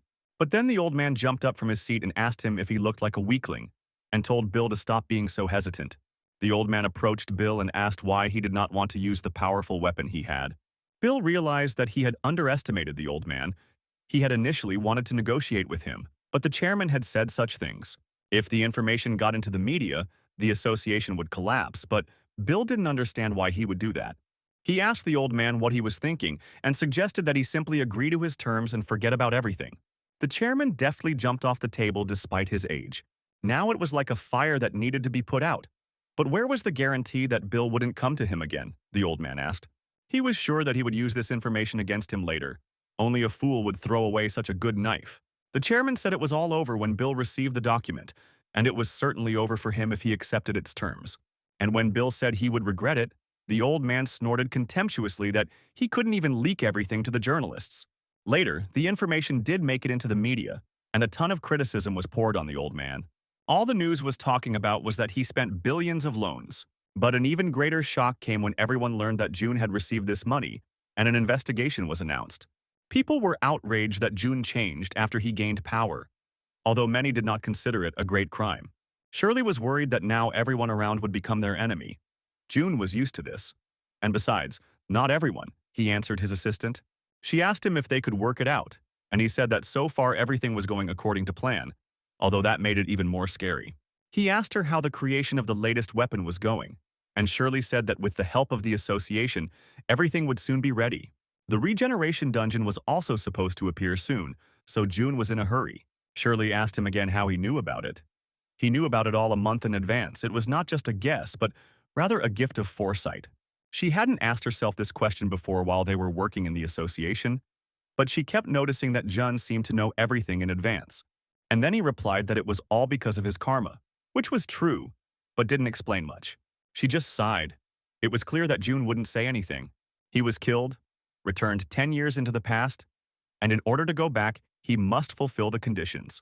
Shirley was in danger of knowing this, June thought, and when he looked at her, she asked him if he would tell her everything if she saved him once. June chuckled and replied that it was unlikely to happen, but the girl admitted the possibility.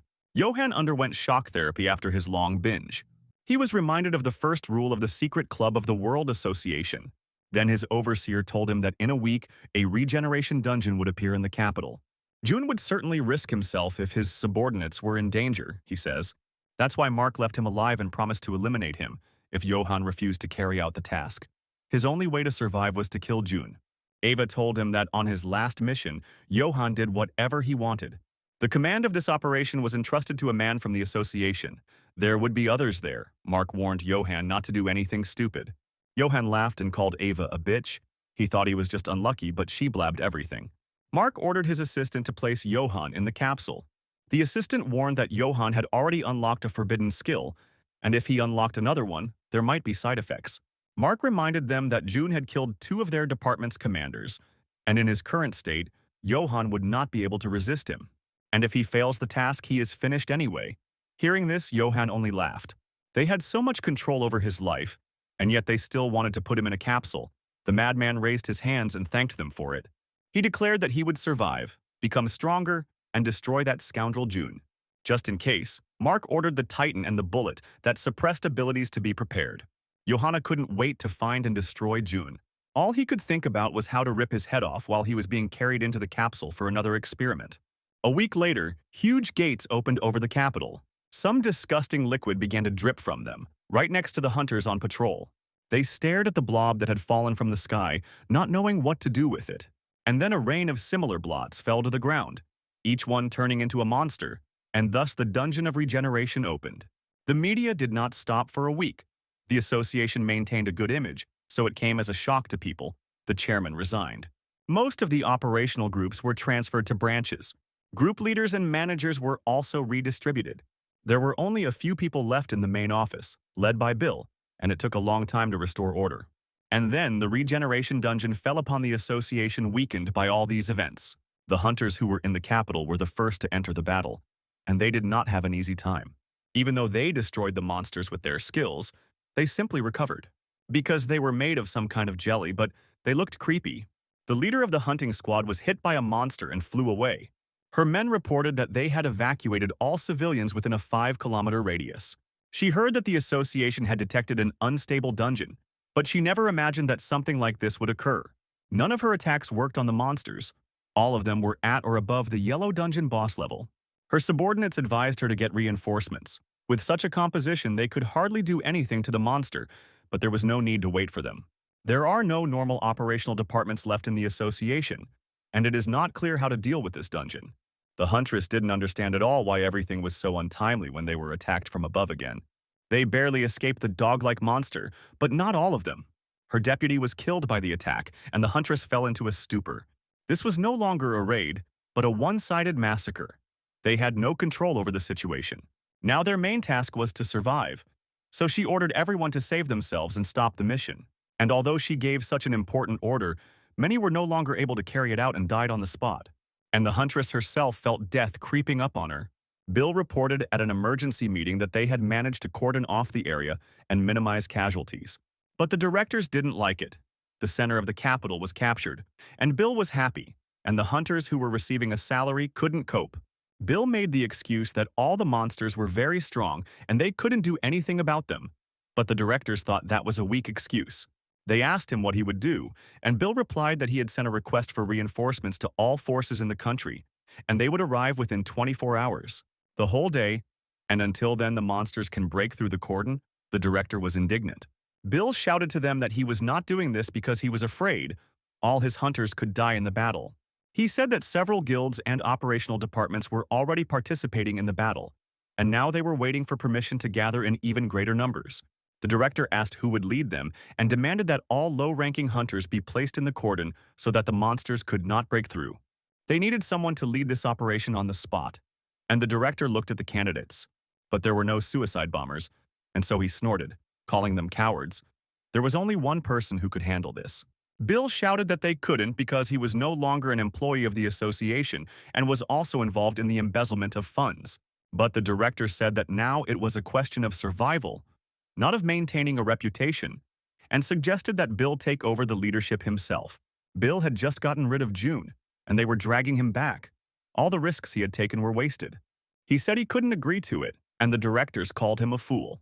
Bill stated that he would lead the operation because he was the chief of staff. So today, he would lead the attack on the dungeon. He asked the department commanders to come to his office to discuss strategy. He asked others to report on the number of monsters and their location. They were useless from the start, the bespectacled spy thought. At this rate, he might as well just walk away from here. June informed everyone that there were 200 monsters that needed to be caught in the area before the hunters arrived. Otherwise, it would become overloaded. At the moment, one monster was revived every 5 minutes, which means now 144 monsters need to be defeated. June was not omnipotent. Shirley asked him if he was really going alone, since he could have taken Chloe with him. June replied that he would not wait, he would just go there and come back, and ask to get what he asked for. And then he began to change clothes, which embarrassed the lonely girl. She asked him, confused, what he was doing, but Jun replied that he was in a hurry, and there were no changing rooms nearby. He told her to stay in that place because it was too dangerous outside. Shirley looked at his reflection in the glass and told him to be careful too. The huntress was left alone. All her subordinates had either fled or were dead. And now, the monster was attacking her again, even though she hadn't caught her breath yet. She was already saying goodbye to life, realizing that this was its end. But then the monster flew into pieces, as if someone had stuck a firecracker in jelly. Jun walked through a bunch of monsters and instantly destroyed several strong opponents at once. He spun the chain in one hand and held a sword in the other. With the chain, Jun could attack from a long distance. Using his skills skillfully, he broke through hordes of monsters and was able to attack the largest of them. He flew into the sky with the help of a chain and found himself above his target. Jun used the flame skill when the monster was completely exposed. But he didn't want to become easy prey and growled loudly. Then Jun pierced him with his huge sword summoned from the skill. When he landed, he changed his weapon and greeted the monsters he hadn't seen for a long time.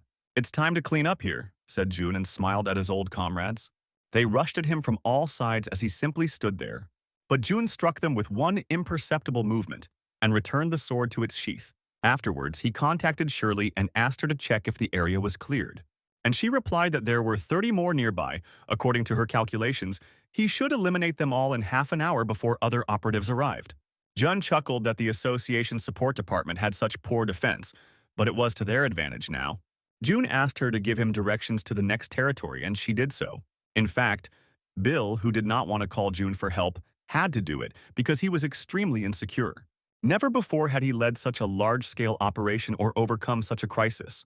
All the guilds sent him their people. Now he had 200 or even more hunters under his command, but this was still not enough. All that was left was to go down into this hell and close the dungeon. Bill tore his hair out. The secretary came to him and Bill asked him if there were any changes. The bespectacled assistant reported that the number of monsters began to decrease. Bill was surprised and asked how this happened. It looks like some freelancers started clearing the area. But the assistant said that the matter was different. The monsters began to attack each other. Due to the fact that the enemy did not appear for a long time and the monsters were becoming more and more numerous, they began to fight for territory. The bespectacled man said that he personally went to that place and saw everything with his own eyes. He said there was no need to send hunters there, and Bill beamed, a great relief to him. He, of course, changed his face to a calm one to hide his weakness. The bespectacled man happily declared that they would be able to hold out without raiding deeper until reinforcements arrived. Bill told the task force to be on standby and for the bespectacled man to continue monitoring the situation. The spy then reported to his men that the hunters would not enter the zone, and June would be there alone. There should be no more mistakes. He sent them the target coordinates. Team 1 must perform, the other must stand by. The bespectacled man asked if they had Johann under control, and the hostage replied that everything was fine. Finally, the spy told his subordinate that Johann was unpredictable, so he needed to be watched closely. Johann thanked them for their help and asked them not to be offended. He just wanted to kill the target himself. Jun attacked another group of monsters from above while they weren't looking at him. He cut them down without any effort, using his strong and combined skills. In his past life, this caused him a lot of trouble. These monsters are demons. It is pointless to attack them with ordinary weapons, only with sacred relics. But since he was acting alone, it was all very exhausting. Jun wanted to get another skill, Demon King. It would be much easier, but it was closed. Jun was breathing heavily, so Shirley became worried about him. But he said everything was fine. 2 hours had already passed. He told him to retreat and promised to call for reinforcements. But June told her not to do it and to give him a little more time. But then June saw a huntress from the association. She also recognized him. She survived thanks to him and was amazed that he was the only one doing everything here. June told her to leave. The girl wanted to fight because these creatures killed her deputy. But then someone burned her shoulder and pushed her to the side. Johann greeted June. He looked even crazier than before, and there was nothing human left in his eyes. Jun grinned and didn't immediately understand what it all meant. June was expecting someone else to show up here, since Johann had failed last time, and asked if he thought he could kill him this time, while they were surrounded on all sides by people from the organization with weapons. He even dyed his hair. It was obvious that he was preparing, he taunted June. And Johann laughed. In order to meet, he survived the pain that pierced to the bones. On each mission, Johann took the head of those he killed. There was something romantic about it. Being weaker, they fought for him after death. But never before had Johann failed a mission. June was alone, so he expected to take his head. Johann laughed like a madman, wondering how June's skull was different from the others. And when he spread his arms, dozens of skulls appeared. June was horrified by how many people this monster had killed. Even though he put up a defense, he was still hit by many beams from the skulls. Johann waited for the dust from his blow to clear to see if he had hit or not. But then, the skull near his head split open. He was attacked without warning. Before he could blink, several more of his skulls were cracked. June went into close combat and attacked Johann from behind. Without a weapon, Johann calmly told him that he still looked like a monster. But when he grabbed the huntress and covered himself with her, June was forced to stop. Johann knew that he kept things to himself too often and was constantly sacrificing himself for the weak. A beam of green energy struck June, who was not defending himself at all. And then he realized that he had not been hit by an ordinary bullet. People from an international organization had come out from around the corner. Shirley pressed her hands to her face and called him on the line. But he did not answer and lay on the ground, motionless. Shirley tried persistently to wake him up. She realized that things were bad. June still didn't answer, and the girl's soul went cold. She couldn't help but cry at the thought that June had just died. But then she wiped away her tears and pulled herself together. She knew this guy couldn't be killed so easily. She took a pistol out of the trunk and transmitted over the radio to the others that June was in the zone and no longer responding. Miranda had no doubt that June went there alone. She arrived in the capital as soon as she heard the news and knew she had to find June. Then she contacted Chloe, who was handing out explosive punches to the monsters. She couldn't help herself because she was already in the zone and hunting monsters. Other free guilds also arrived at the scene to help Jun.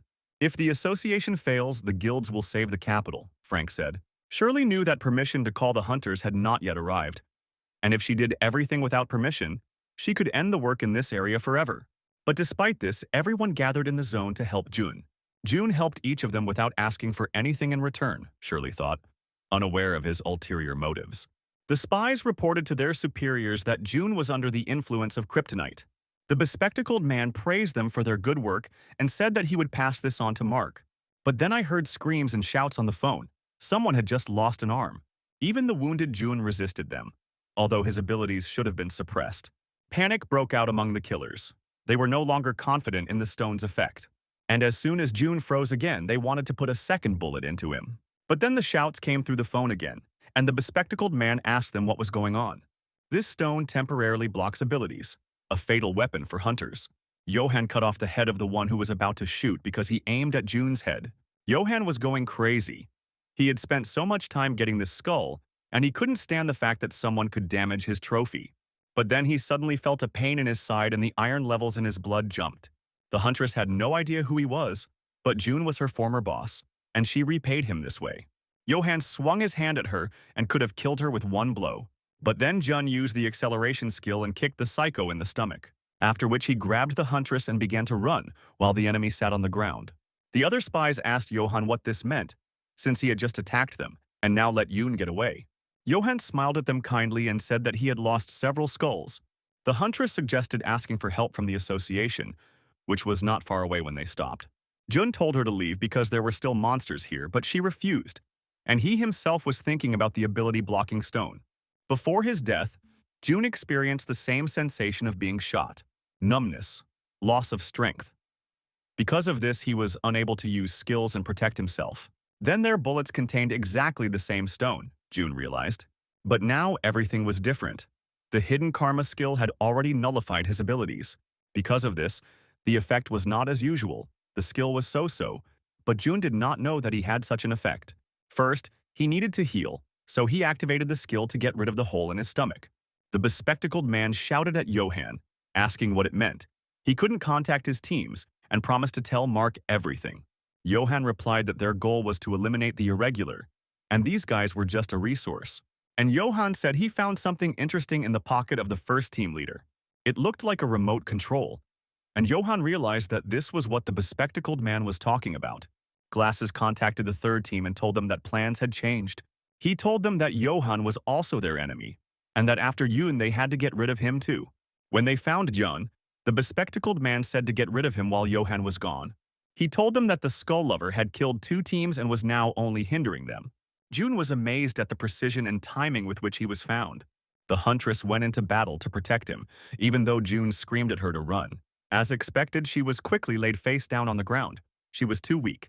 The second enemy used the Ghost Knight skill and became an evil spirit. He had already broken through to Jun, but then his cavalry arrived in the form of Miranda and Chloe. Without waiting for instructions, Chloe attacked one of the opponents, and he had a hard time. He groaned with effort, not understanding where such a little thing got so much strength from. But these words only made the little berserker even more angry. She used the skill and increased her strength to the maximum. Because of this, the enemy's weapons could not withstand the power and agreed. Miranda took on the second opponent and jumped up to him. They clashed in a sword fight, blades flashing through the air like lightning. Both were not inferior in speed and skills, so the fight was fierce. And when the enemy thought he had already hit, Miranda activated her skill. And when the enemy was already thinking of being glad that Miranda was left without a sword, Jun attacked him. He knocked out his opponent with a blow to the back of the head with the guard, thus sparing him. Jun didn't know how his girls ended up there, but thanks to them he survived. But then he looked at the rift.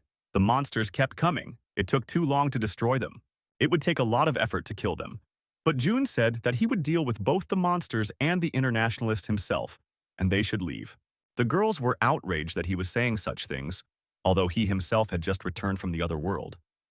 Miranda did not understand what he could do in such a state. Jun answered her harshly that it was an order and he did not want to repeat it twice. But then she took out her sword and pointed it at his neck. Since he was going to fight alone, the girl promised to do everything possible to stop him. He was no longer an employee of the association and therefore could not give her orders, she said. Chloe agreed. It was too dangerous to go alone in his condition. No matter how strong he was, he couldn't pull it all out on his own. Even though they were former colleagues, they should have helped him. He could have tried to get them out of the way, but they were not going to leave. Jun told the girls that they had plenty of time to argue with him, and so he instructed them to clear the regeneration dungeon, but in exchange they had to survive. Jun reminded them that sacred relics could damage the monsters, and that headshots would slow them down, and told them to hold them off while he was busy. Now Jun could fight the internationals with full force. At this point they decided to move on. Miranda said that she would first take the injured huntress to a safe place. But before going into battle, Jun had one more thing to do and looked at his captive.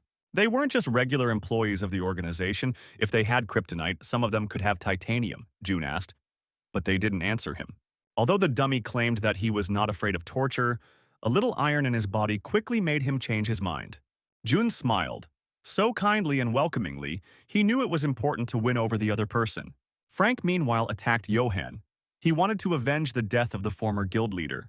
But Johan used the layering skill and repelled the robot summoner's powerful attack. His weapon shattered into pieces in the green light of Johan's aura. He then launched a second blow at the defenseless Frank and hit his target. Johan laughed and said that this is what happens to those who are blinded by revenge and do not understand the difference in power. That was the end of the revenge, said Johan, and he offered to say hello to Scar.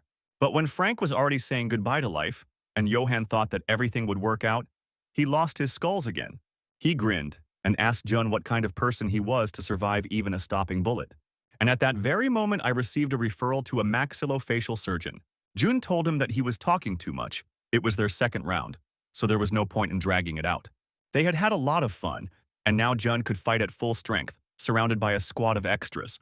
Jun removed the restraints from the higher ranks and said that this means they will all die here. Now he fought as a super high-ranking hunter. Johan was amazed at where such energy and strength came from in an exhausted and wounded enemy. And although he shouted at the idiots to stop Jun quickly, he had already rushed towards him. In one fell swoop, Jun got rid of the extras who were needed to show off the hero's coolness. Johan didn't understand how Jun was able to kill the selected team in an instant. Whatever he did, he wouldn't be able to catch him, Johan realized, and said that it was time to stop. He admitted that he couldn't defeat Jun, and he decided to use another means, he said, raising the remote control above his head, and reported that the association building was mined. At first, Jun couldn't believe how a madman could pull off such a thing.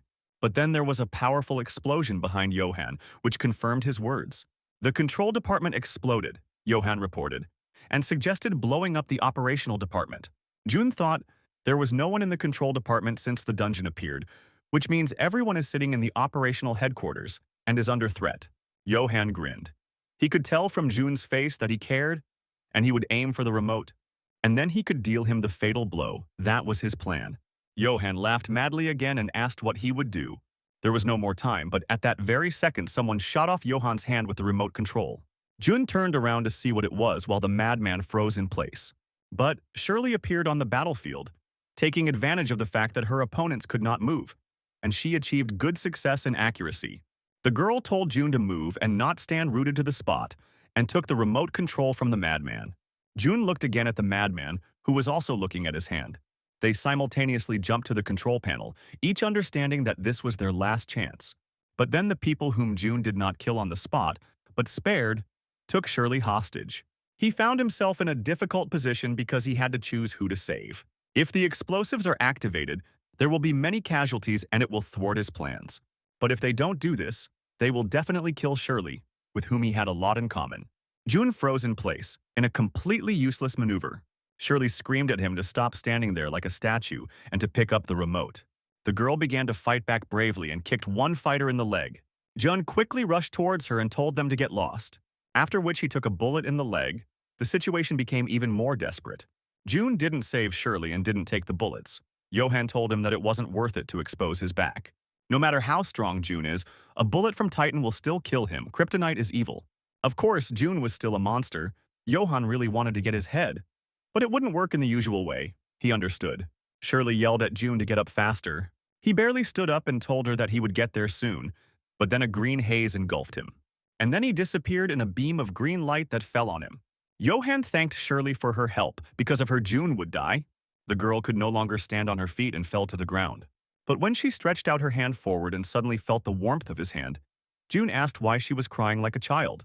Thanks to Shirley, he was able to unlock the final spellcaster skill. The unlock condition was to sacrifice himself for an ally he trusted, and at first June thought it was an impossible condition. But they had spent so much time together with Shirley that they now trusted each other. June looked at Johan and said that no one had ever irritated him like he did.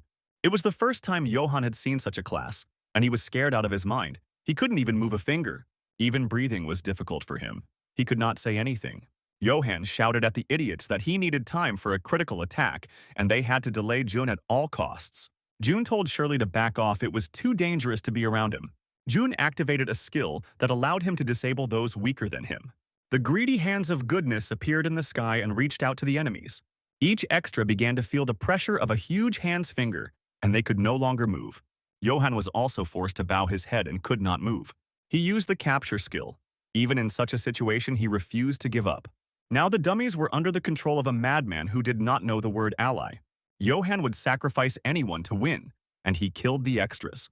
Now he could summon a huge demon that would corrode everything it touched, sacrificing the team for it. The madman shouted that it was all over now. With this skill, he would definitely win. But June responded to this with his skill and made a gesture with his finger. The Demon King allowed the caster to create one-time skills at will. Jun created a skill and waved his finger as if drawing a line between them. It cut through everything in front of that line like a laser. The madman realized that he was already dead, but still continued to grin and talk nonsense about the skull. June knelt down. Shirley jumped up to him and asked how she was. Even while dying, Johan chatted. He threatened that the organization would not leave him alone and would soon kill all his loved ones. Even if he defeats him, he will lose, the crazy man laughed, choking on blood. June smiled. They recorded this confession of Johan and promised him that tomorrow the world will know the truth about the world organization. Johan laughed and told them that he had not come alone, and a remote control appeared in his hand. But Frank said that even if he pressed the remote, nothing would happen. In his hand was a device that jams all signals. June said goodbye to Johan and activated the cleansing flame skill. There was a huge explosion and the flames destroyed all traces of this monster in the human body. June called Hamster and said that he had a favor to ask of him. He said there was no time for explanations, and that if Hamster did as he was told, June would pretend not to know he was a spy. June added that he didn't care whether Hamster passed on the information to anyone or not. He could still fire him. And he ordered the fat man to come to the main office and get the explosives from there. Since Hamster was familiar with the building's plan, he should have known where it could be laid. And he assured that the detonator was disabled. But in any case, the explosives needed to be removed as soon as possible. Hamster was almost in tears. He was simply sent to his death. The bespectacled spy still didn't understand what was happening. He couldn't contact anyone else. This could already be considered a failure. He lost contact with the reserve, and Johan, who was commanding the operation on the spot, also disappeared. The bespectacled man realized that he was stuck because of his short-sightedness and self-confidence. When the commander of the third group finally picked up the phone, he was worried about him. But the voice on the other end of the line was Jun, who had simply called the number with the name Boss on the dead fighter's phone. June told the bespectacled man that they were the first to start the trouble and decided to blow up the operative's headquarters just to kill one person. June said, "Let him," and warned that he would deal with him, and the bespectacled man replied that the media would not help him deal with the organization. Jun interrupted the idiot and said that he would figure it out, which meant he would take him apart personally. He added that such an office plankton became a boss, which means he can easily get to his superiors. June suggested that he hide somewhere because he would kill him if he saw him. The bespectacled man had no choice but to tell Mark that the operation had completely failed and that he had been exposed. Mark replied that he would not live long and told him to leave the office and return to headquarters. He also added that from that day on, the local branch of the International Association was disbanded. By covering his tracks, Mark meant blowing up the operational headquarters and hiding all the evidence. However, when the bespectacled man pressed the detonator button, there was no explosion. Luckily for Hamster and everyone else, he managed to find the bomb and defuse it. The fat man cried, realizing what a mess he had gotten himself into again because of June. June thought that there was a spy in the management department, although he thought he knew everyone in the association well. In passing, he asked Shirley why she didn't aim for Johan's head. Everything ended faster then, and she irritably replied that he was asking too much because she was just lucky to get in. June agreed. Shirley was a regular civilian, not a hunter. although she had a particularly dangerous technique. But then the ground beneath their feet began to shake, as if warning them that this was not the end. A huge monster with long hair and a snake-like face appeared in front of Jun. He recognized a monster that looked like a witch. It could neutralize magical skills, and in his past life it caused him a lot of trouble. The accommodating creature smiled affably and became embarrassed by his gaze. Jun covered himself with his shield just in time as the monster attacked him with its hair. However, at that very moment a warning popped up that it was completely discharged. The fight had exhausted Jun too much, but then someone put the monster down. The shooter with the sacred relic, Jun was surprised and began to look in the direction of the shot. These were the hunters from Miranda's squad, who came to help as soon as they heard the news. They had all been in the second squad before and were now celebrating a reunion. A dummy of the wife he once saved appeared next to Jun and said that now they were even. Other free mercenaries also came to his aid. The cavalry arrived on time as always. Chloe and Miranda also came to support him. They came here despite the fact that the association had not yet given them permission to collect, and all because they were very worried about him and wanted to help. Jun was surprised that no one had permission, as if everyone wanted to end up behind bars. But Miranda said that if they weren't capable of doing that, they wouldn't work with him. Jun was worried that everyone might have their hunter licenses taken away, and said that only sacred relics work on monsters. Frank said that he didn't have to worry about it, and gave his guild the signal to begin the operation.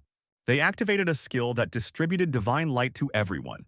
Jun was surprised because it was a holy relic buff for the support class. Everyone was endowed with enormous strength, and they could advance to defeat the enemy. Chloe punched, eager to get back to the fight. Jun asked Frank how they got ready so quickly. It took a high level of skill to master these skills. Frank said that things like the regeneration dungeon can't be prepared for. It's a legacy of their leader Scar. Now they were ready for the final showdown with the monsters, who, as usual, were helpfully waiting around the corner, giving the heroes time to prepare. Miranda told Jun that it was their turn to sweat, and that he could wait in the rear, and the teacher didn't deny it this time. Strengthened by the holy light, the hunters rushed into the attack in a crowd. The secretary informed Bill that the headquarters had been mined and that the hunters had begun the operation without his knowledge or permission. He grabbed his head, because saving Jun could hardly be called a good excuse, and was indignant that everything was happening while he was in charge. And then Bill realized that at this rate he would have to take the rap for everyone. He had no choice anymore, so he slammed his fist on the table. He gave the order to hand over command to Jun, no matter how absurd it sounded. The secretary was also surprised. Was that even possible? He asked. The bespectacled assistant said that there was no one in the area.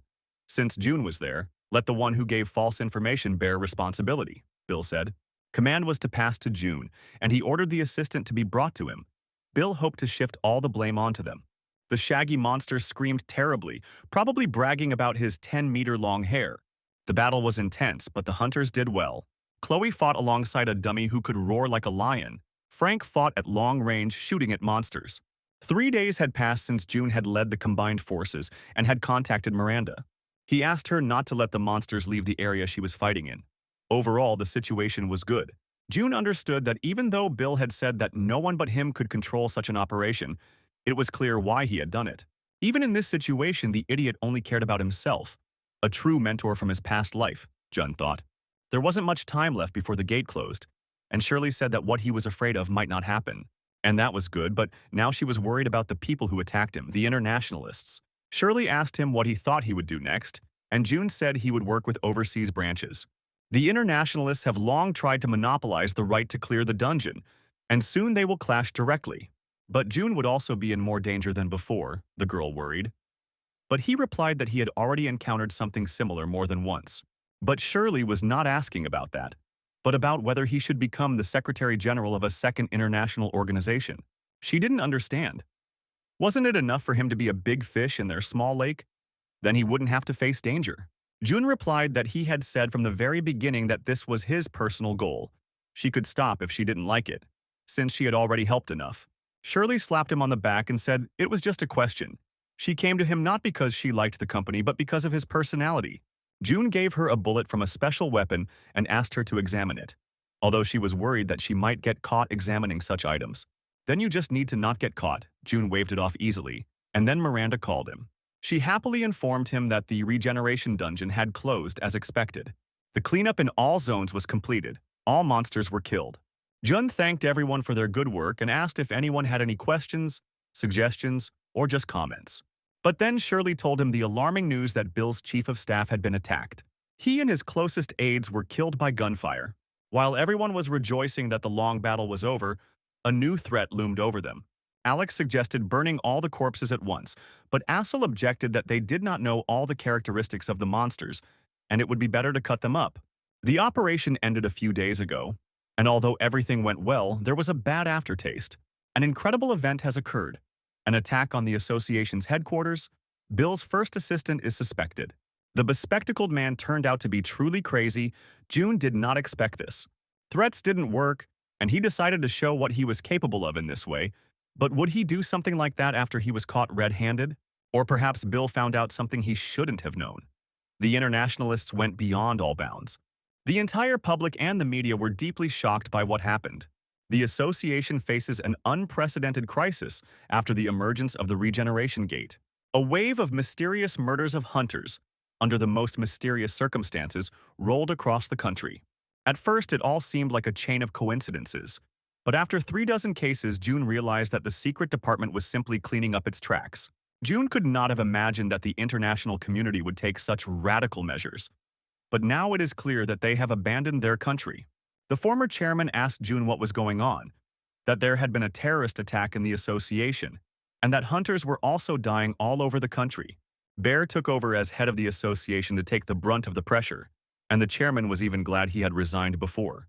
An argument ensued between the chairman and June about whether this was the right thing to do. If there was an association at stake, the private sector and the government start to act, thinking that this is their chance. Jun replied that Bear himself had recently contacted him and asked for help, and the chairman was surprised that Jun would return to the association. But he refused because he had a lot of his own business to attend to, and the issue was about foreign branches. The secret department of international affairs had abandoned their country, and now there was no point in postponing plans. But the problem was that Jun's capital was at zero, and the chairman frowned at every meeting when Jun asked him for money. The association's head office was not in the best position, and neither were the branches with which June signed a contract. Because of this, many people refused his services, and his company's income rapidly fell. Maintenance costs, equipment fees and repairs, salaries. After all that, he had no money left. The association stopped funding him, so the situation became very precarious. The old man suggested that they attract investors, since June's name had value, and he replied that no one would invest in a new risky business. First, he needs to cut labor costs, and the chairman warned there would be a lot of backlash. June said that if the company was in a difficult situation, everyone should suffer, but he himself worked without any special bonuses. They need to look to the future with confidence. So it's time to bring back the past Jun, monstrous and ruthless. There was a commotion at the internationalists' main office. They were ordered to quickly delete all data. The mustachioed director walked along humming a song under his breath. Everything had changed abruptly, he thought. Mark turned to him and said that if the mustachioed man had come to bother him, then it would be better for him to leave. He himself was holding some poor fellow by the throat. Yusak objected that Mark was simply shifting the blame from a sick head to a healthy one, and that he himself was to blame for what happened. Kane chuckled and said that the CEO was also very angry, and Mark had been warned not to touch June. But in a sense, Mark was lucky. Otherwise, his entire squad would have been replaced. Kane didn't think the Eastern Branch would be disbanded so quickly after Mark had put so much resources into its operation. But he wasn't too worried. Kane asked, if everything was so simple, why didn't they remove the head of the department, the bespectacled man? And Mark replied that there should be at least one person left who knows June well. Kane asked Mark where he wanted to move and informed him that they had been called. Mark was surprised. In such a situation, it was difficult to find a place to move. And Kane reported that Mark was assigned to the Dark Continent. Mark frowned.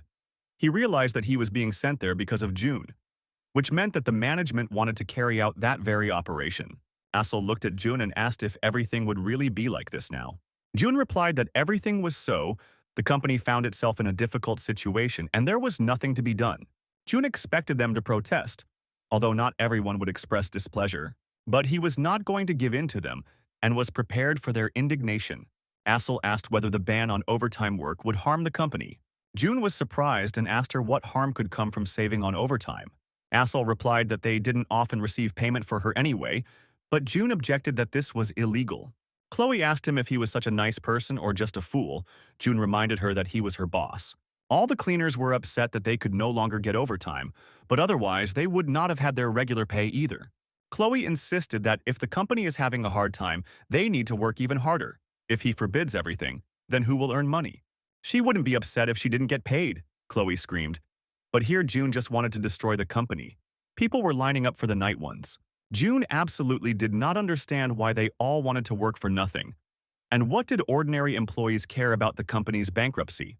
But Chloe responded that it matters who is in charge of the company. And they all looked at June with burning eyes. They were ready to follow him even to hell. June thought they all hit their heads a little. Chloe realized there was nothing she could do and said she was leaving. Shirley warned there would be complaints. June said he didn't expect workers to turn down money.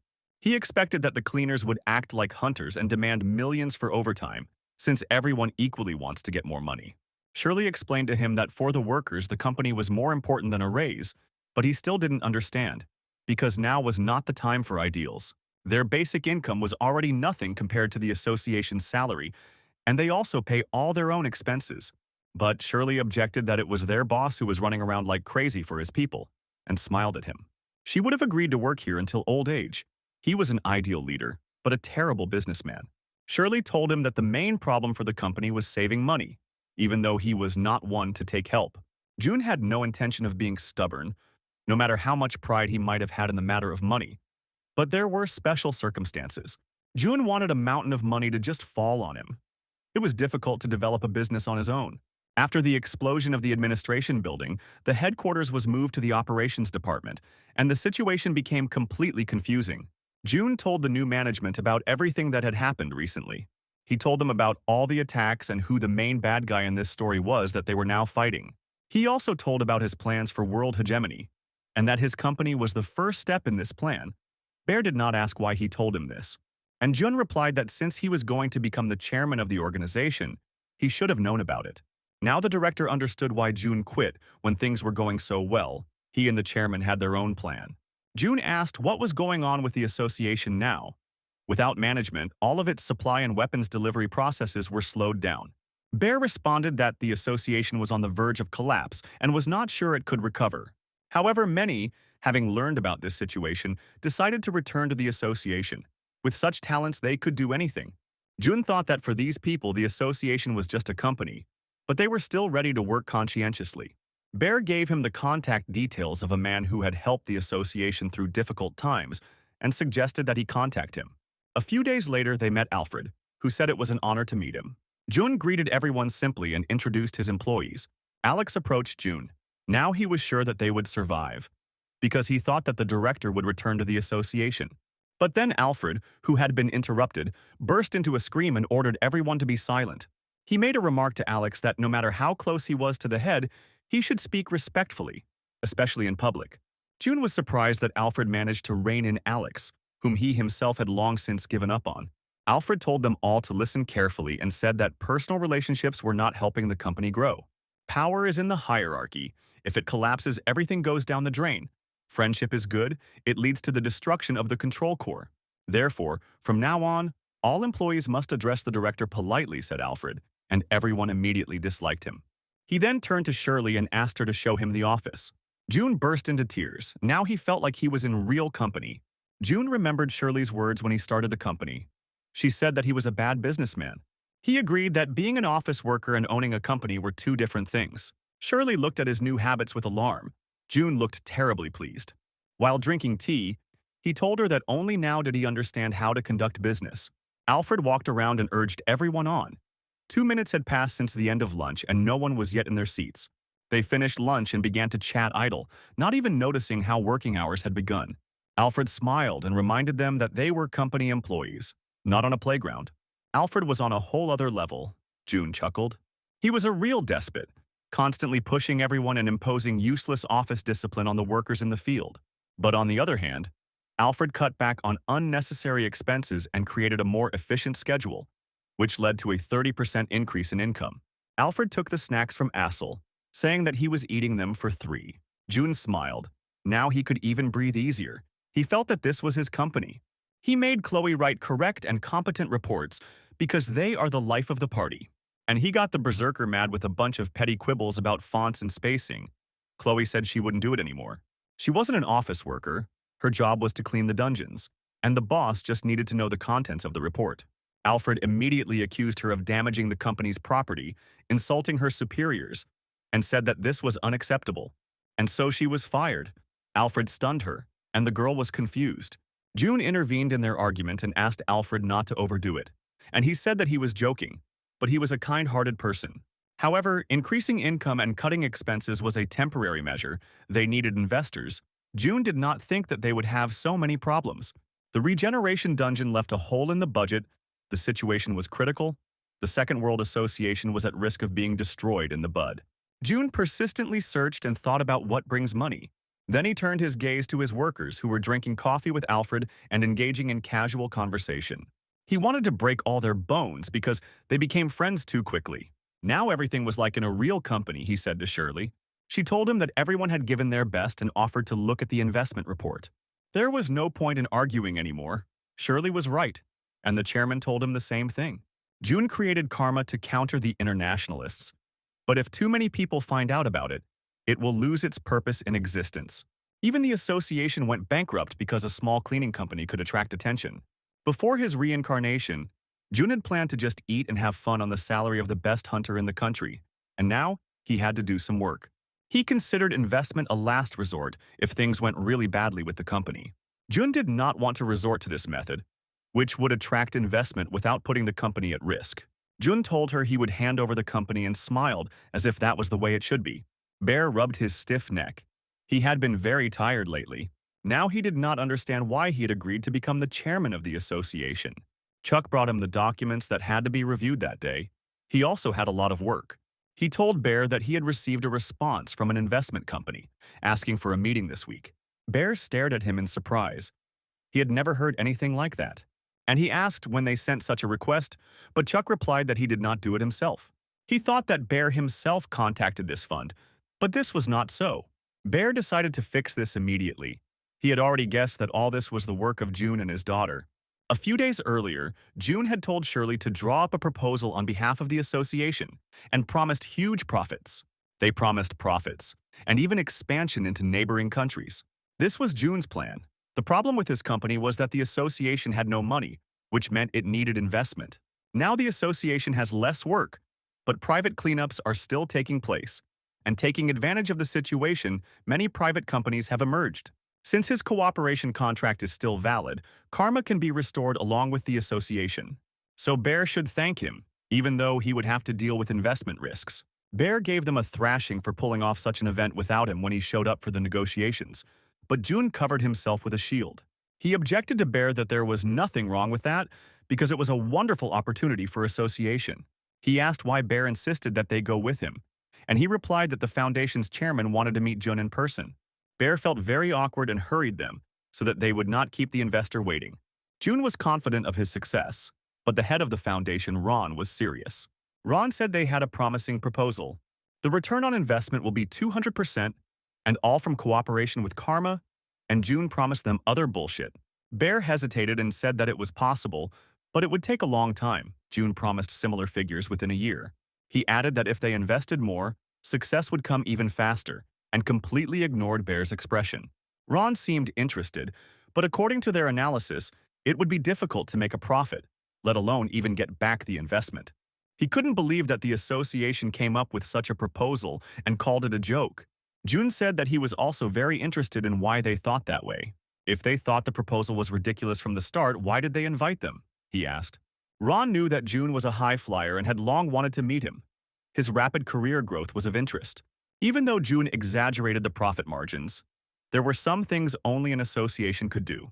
And to get to the point, Ron offered June direct cooperation.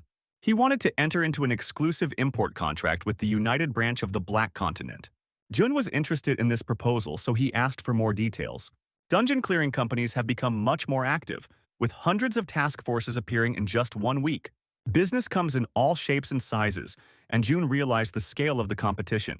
But the supply of weapons and supplies did not keep up with demand. If, in this situation, the fund monopolizes supplies, it will receive super profits. June asked Ron what kind of contract he wanted, and he started talking about a fractal. Fractal is an essential element for creating high-end weapons, and since there are few deposits, it is very expensive. The largest deposits of this element were located on the Dark Continent, and the fund wanted to receive a special contract for the supply of fractal. Now, June understood why Ron had made them such an offer. The situation on the Black Continent was difficult. The fire of war was constantly burning there. They had a constant shortage of hunters, and the government interfered heavily with their activities. In addition, corruption and smuggling of important products flourished. For continuous supply, the branch must constantly mine fractal, and to do this, it must constantly clear dungeons. First of all, we need to stabilize the situation in the branch, as June did earlier. It was a win-win deal for them. The Foundation needed their skills and experience, and the Association needed money. But right now, leaving for another country was dangerous. June could not predict the actions of internationalists. Ron said that if they got the supply contract, they would guarantee the investment and 10% of domestic sales. Bear didn't even think about it and said that it was great. Now he was making decisions without June. Ron smiled. He liked this answer. He said that they had agreed and also asked to take his son with him. June told the boy to be ready in 4 days and that he would contact him. He wanted to know the list of those who would go. June wanted to take his loyal assistants with him, like he did back in the East. But the situation was different now. June was worried about the upcoming raid, so he decided to ask a personal question. The continent was dangerous, with dungeon breakthroughs and civil war. But the chairman sent his son on this mission. He explained that his father had long been concerned about his soft nature, and since many people were eyeing his place, he decided to let him gain experience. June was surprised that the one who would be the successor to a large fund would talk about his shortcomings at the very first meeting. It was no wonder his father was worried about him. The guy stopped in front of the window and looked at the street. He was worried about his appointment, and June asked what happened on the continent that made him so worried. Then Ron Jr. replied that it was very hot there, as if that was the main problem. His answer stunned everyone, June, Shirley, and Bear, who was walking behind them. His father really had something to worry about. Alex scolded Chloe for going on vacation tomorrow, at such a difficult time for the company to go on vacation. And she replied that everything had been approved long ago. Alfred confirmed her words. Every employee had the right to vacation. Chloe threw up her hands. Maybe he would miss her, but he would have to be patient. June came back from the meeting, and the first thing he noticed was Chloe. He asked her if she had time next week, and the girl replied that she was on vacation. June handed her the folder and said that it was a gift. Chloe was even happy, thinking that it was a bonus. But there was a temporary hunter's license. He asked her to replace Miranda in the association, because she was leaving with him for a few days. Chloe really wanted to take that piece of paper and hammer it into June's head, who had canceled her vacation again. June told the others to follow his deputy's orders while he was gone. On the day of departure, Miranda was waiting for him with a suitcase. Her mood was high. Chloe was filling in for her at the association. Shirley was working as a deputy at Karma, so it was just the two of her and June, and she was worried. When he called her, she joyfully greeted her teacher. June said that there was a lot of work in the association, but she went with him, and he was grateful for it. They had hard work ahead. Miranda replied that it was nothing to be thanked for, and that she felt a little awkward about it being just the two of them, and smiled shyly. But June introduced her to Ron Jr., the son of the Foundation's director, who knew Miranda and was a fan of hers. The guy smiled and blushed and asked and wanted to shake her hand. Miranda, her whole mood thrown off, barely touched him. June walked forward, and Ron Jr. kept trying to start a conversation with Miranda and be of service to her. June put on his glasses, and here came his second business trip, just as unexpected. They arrived in the capital of the country with the largest fractal deposits. Miranda immediately began to sweat. It was hotter in here than she thought. June agreed that because of the heat, their activities would be more limited than in the East. Ron Jr. was not discouraged and followed them using 2 hand fans. He was like a child on a walk. He kept pestering Miranda and saying that he too worked in the industry and had to make her work comfortable. June decided to keep an eye on him. June told the guy that he had more experience. Ron replied that he had been there a couple of times but only made small deals and could not teach them anything. But then someone came up to Ron and recognized him, asking if he was from the background. The guy in front of them apologized for being late and introduced himself as Bruce. He was the head of the United branch on the continent. He pointed them to the limousine and said that the car was waiting. June tensed up, since the leader himself had personally come to meet them. Ron asked him what was wrong after seeing the expression on Jun's face, but he replied that everything was fine and got into the transport. June reminded Miranda of their last trip and said that it would be better not to sleep this time. Khan sneezed several times, wondering who was remembering him with anything other than an angry, quiet word. Bruce started by reading their contract that they had sent earlier. He agreed that it was a very good offer for his branch, but they were in a difficult situation now. He already wanted to ask for help from the operational units of third-party companies. A year had already passed since the internationalists promised to help, but they were gone. Jun realized that the international organization had set them up. Jun asked for more details on what was going on with their operations department. He said, hand on heart, that he was something of an expert in this matter. Bruce then gave them the reports to review because he already knew what kind of person Jun was. Jun said that even to him this seemed like complete nonsense. Jun told Bruce that if he wanted to cooperate, he better be honest. He had 43 task forces, but they were doing 300 cleanups a month, which was a very small number, so Jun was skeptical. Bruce explained that due to the constant war, many hunters are constantly being drafted into the army.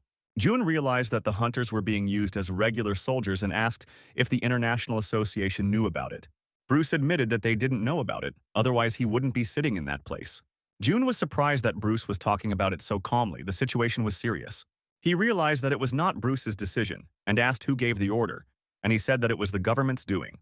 Jun was surprised because it was a branch of an international organization. How could the government interfere with their work? Bruce replied that they did not belong to one country but united the entire continent, and said that if he rejected the call, he would not be able to leave the country.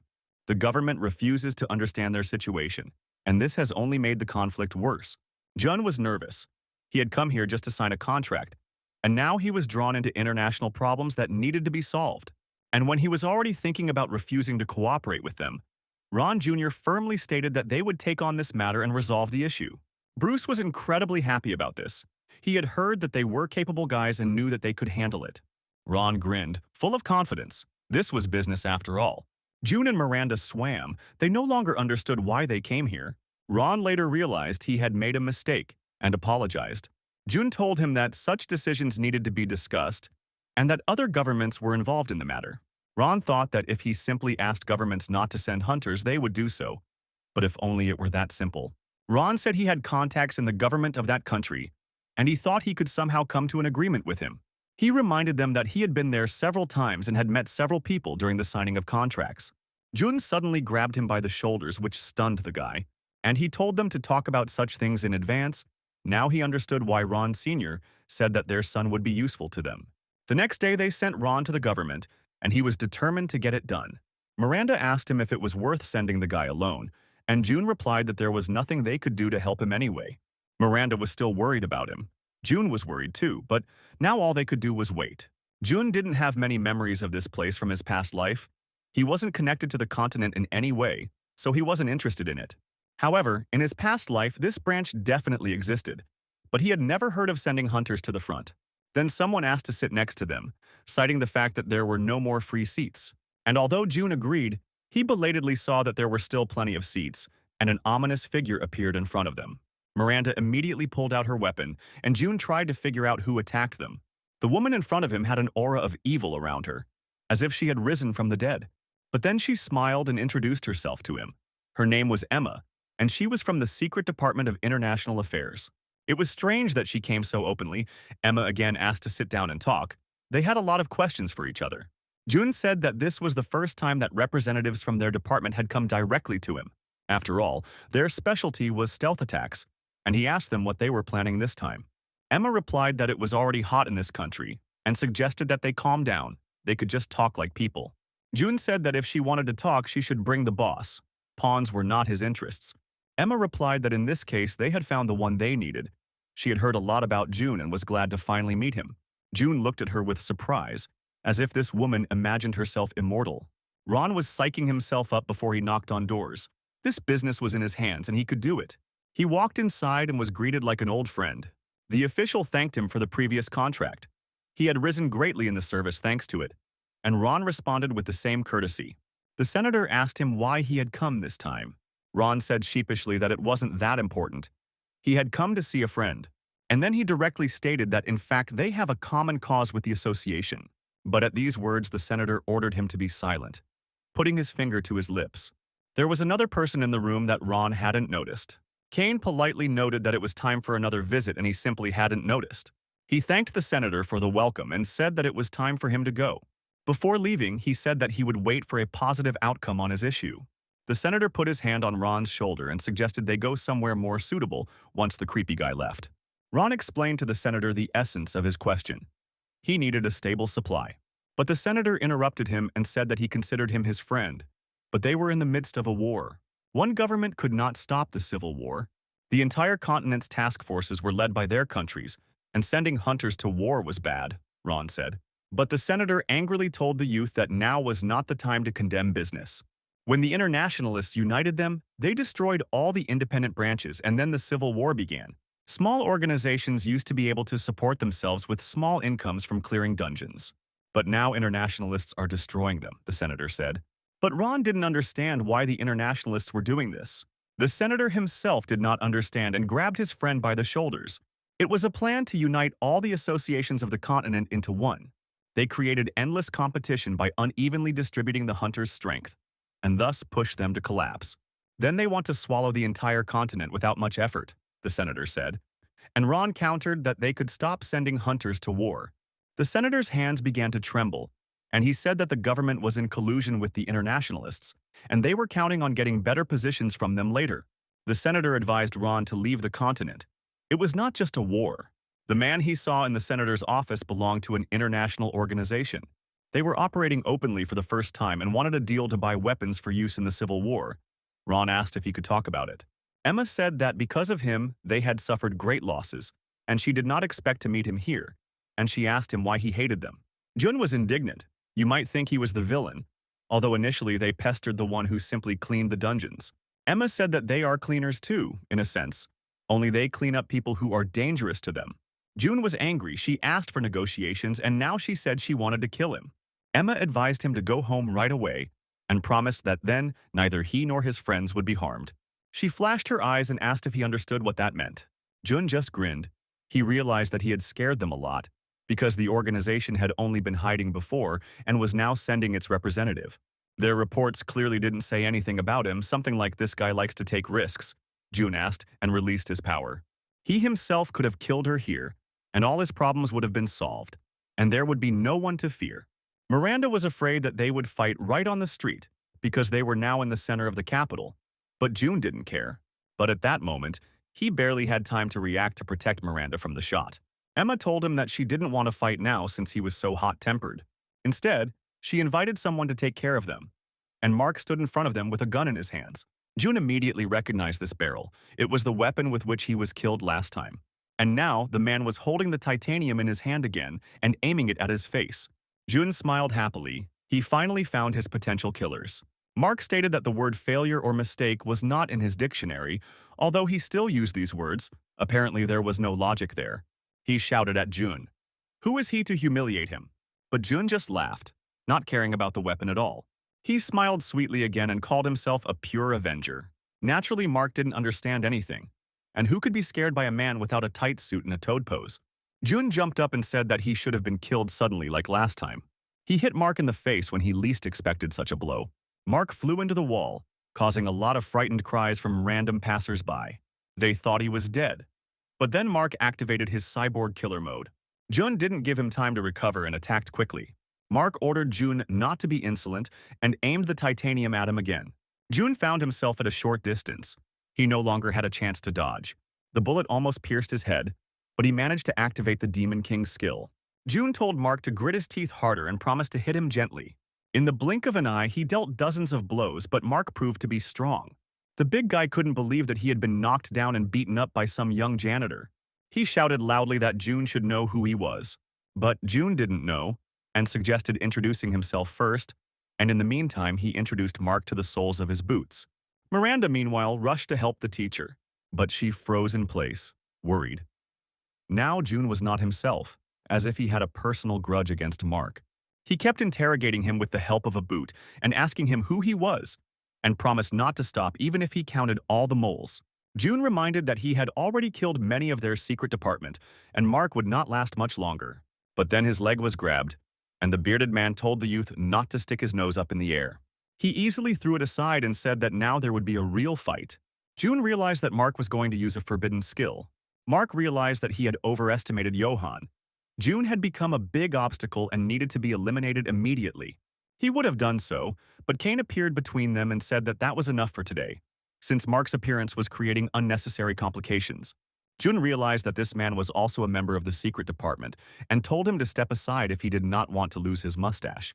The mustachioed man said that June had no manners and stroked his cockroach mustache. He attacked Jun with his sword and asked if he knew how they knew so easily where he was. The place was in their hands, so it was only a matter of time before they discovered Jun and his allies. That's why in this country and even on the entire continent, Junu cannot hide. Jun was surprised. He had already killed so many of their friends, such threats did not work on him. Meanwhile, Miranda entered the battle. Kane, who had learned shadow cloning, told Jun not to be mistaken, because he was not a priority right now. He told Mark that he had received a call from General Secretary Wesley, and that was enough for today. Kane said they had an appointment and they had to leave, and he asked June to learn some manners before their next meeting. At this point, the fight was over. The crooks disappeared as quickly as they appeared. June heard worried whispers coming his way and told Miranda that there were too many strangers here. The taxi driver asked Ron if he was going or not, but the boy still had doubts. He heard shouts and noise coming from the square, because that was the direction he had left June and Miranda. So Ron demanded to be taken to the square, and the driver was indignant, then he demands to be taken there. Ron showed miracles of diplomacy richer and promised 10 times the tariff. Without further ado, the driver stepped on the gas and drove straight into the epicenter of trouble. Ron met with June and asked him for forgiveness for the failure to reach an agreement. Jun replied that everything was fine. Nothing could be done since it didn't work out. But then Ron told them that he had learned something unexpected, that the internationalists were connected to the Civil War. If what he said was true, they wanted to unite the continent and gain a monopoly on clearing dungeons, Jun realized. Now he understood what plan the scoundrels were talking about then, since Emma had appeared here. They had thought of it a long time ago. They decided to scare Jun, remembering what happened in the East. From their point of view, he put spokes in their wheels everywhere. This meant that they became mortal enemies to each other and could not retreat.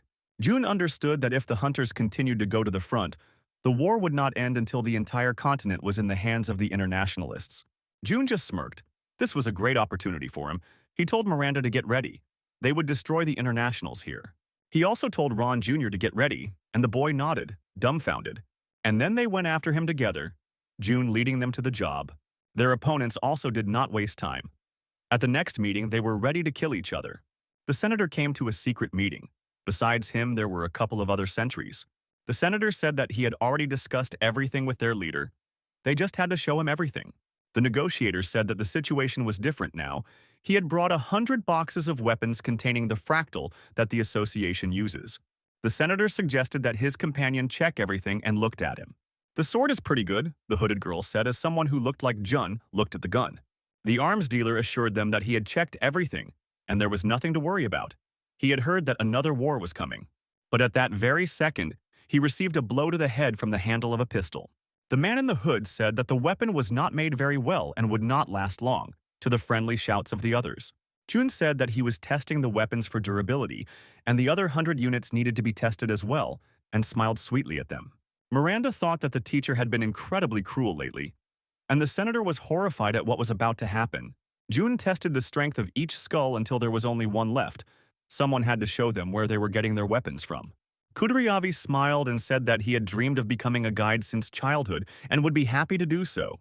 Jun threw it away as if it were some kind of abomination that had stuck to his hand. The senator said he trusted Ron and him, but he didn't know if their plan would really work. He had heard that back home Jun was so fond of solving problems, but a real war was something else, the senator said. Jun told him not to worry. He was something of an expert in dealing with international organizations. He added that the operation could not be stopped. As soon as Ron contacted them, they would invade their headquarters. They don't have time, and the senator's team needs to hurry and do what they talked about. Jun warned them that the future of the entire continent was in their hands. He was determined to end it all today. Emma informed Wesley's secretary that the preparations were complete. He was building a house of cards, and they had been doing a good job of pitting countries against each other until June showed up. According to Kane's report, members of the government of one of the countries entered into an arms deal. Wesley realized that now was the time for the stubborn old man to make a deal. According to their plan, June himself will come to the place of the deal. A senator with connections to the fund led them to June, and so he was allowed to live. All this time, June had been interfering with their work and had begun to become annoying. So there was no doubt that they would intervene this time, the secretary believed. He would have been very upset if June hadn't shown up for the deal, because he had even caused the plan to change. He then told Emma to send people and eliminate the senator. He was no longer of any use, only getting on their nerves. Emma asked him why they were dragging June into this war, since the janitor had already messed up their plans twice. And when the idea struck her, Wesley confirmed everything. He wanted to put the RE plan into action. And then she understood why he didn't tell Mark and Kane about the plan. Because he has his duty to fulfill, the secretary said mysteriously. And she has a separate mission. She has to find Noah. Emma contacted Kane and Mark and demanded a report. They reported that the arms deal was done and the people were on their way back. Kane also sent out mercenaries who were supposed to attack civilians on his orders. Their plan was close to perfect to pit the two countries against each other. They also took care of the senator and sent him a couple of guests. Emma told them that the secretary had assigned her a separate mission, so they had to complete this task themselves. But at that moment, Miranda burst into their headquarters and began to restore order, and according to them, June was also there.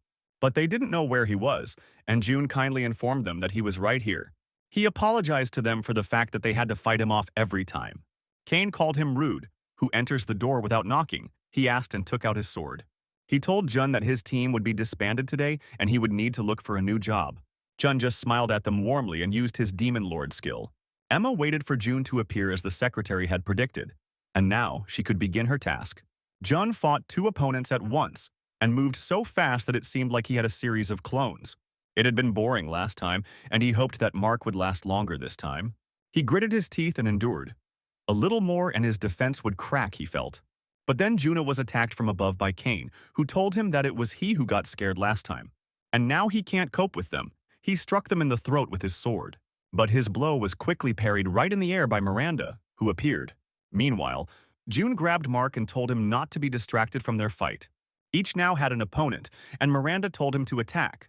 Kane told her that he had been looking forward to this sword-to-sword fight with due respect. He hoped that the famous Huntress, third in the country's ranking, would not disappoint him. Before the fight, June warned her that she was the main link in this operation, and her opponent was the strongest she had ever met. It was time to test her capabilities, and the girl proudly declared that she could handle it. Kane multiplied and challenged Miranda to prove her worth. The girl resolutely took up the sword.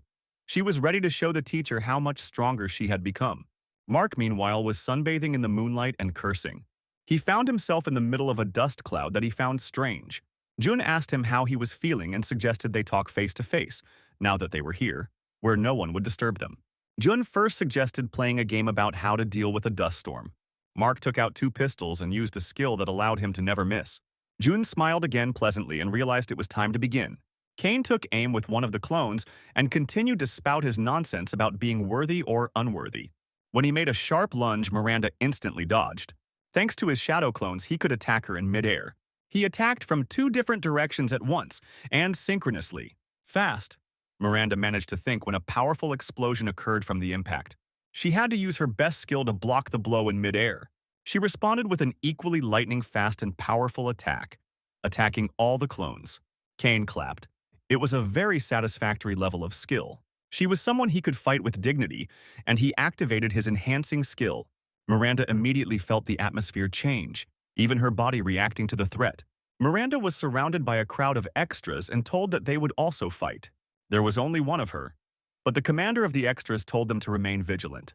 But when he ordered to open fire, he was attacked by his scumbag ally.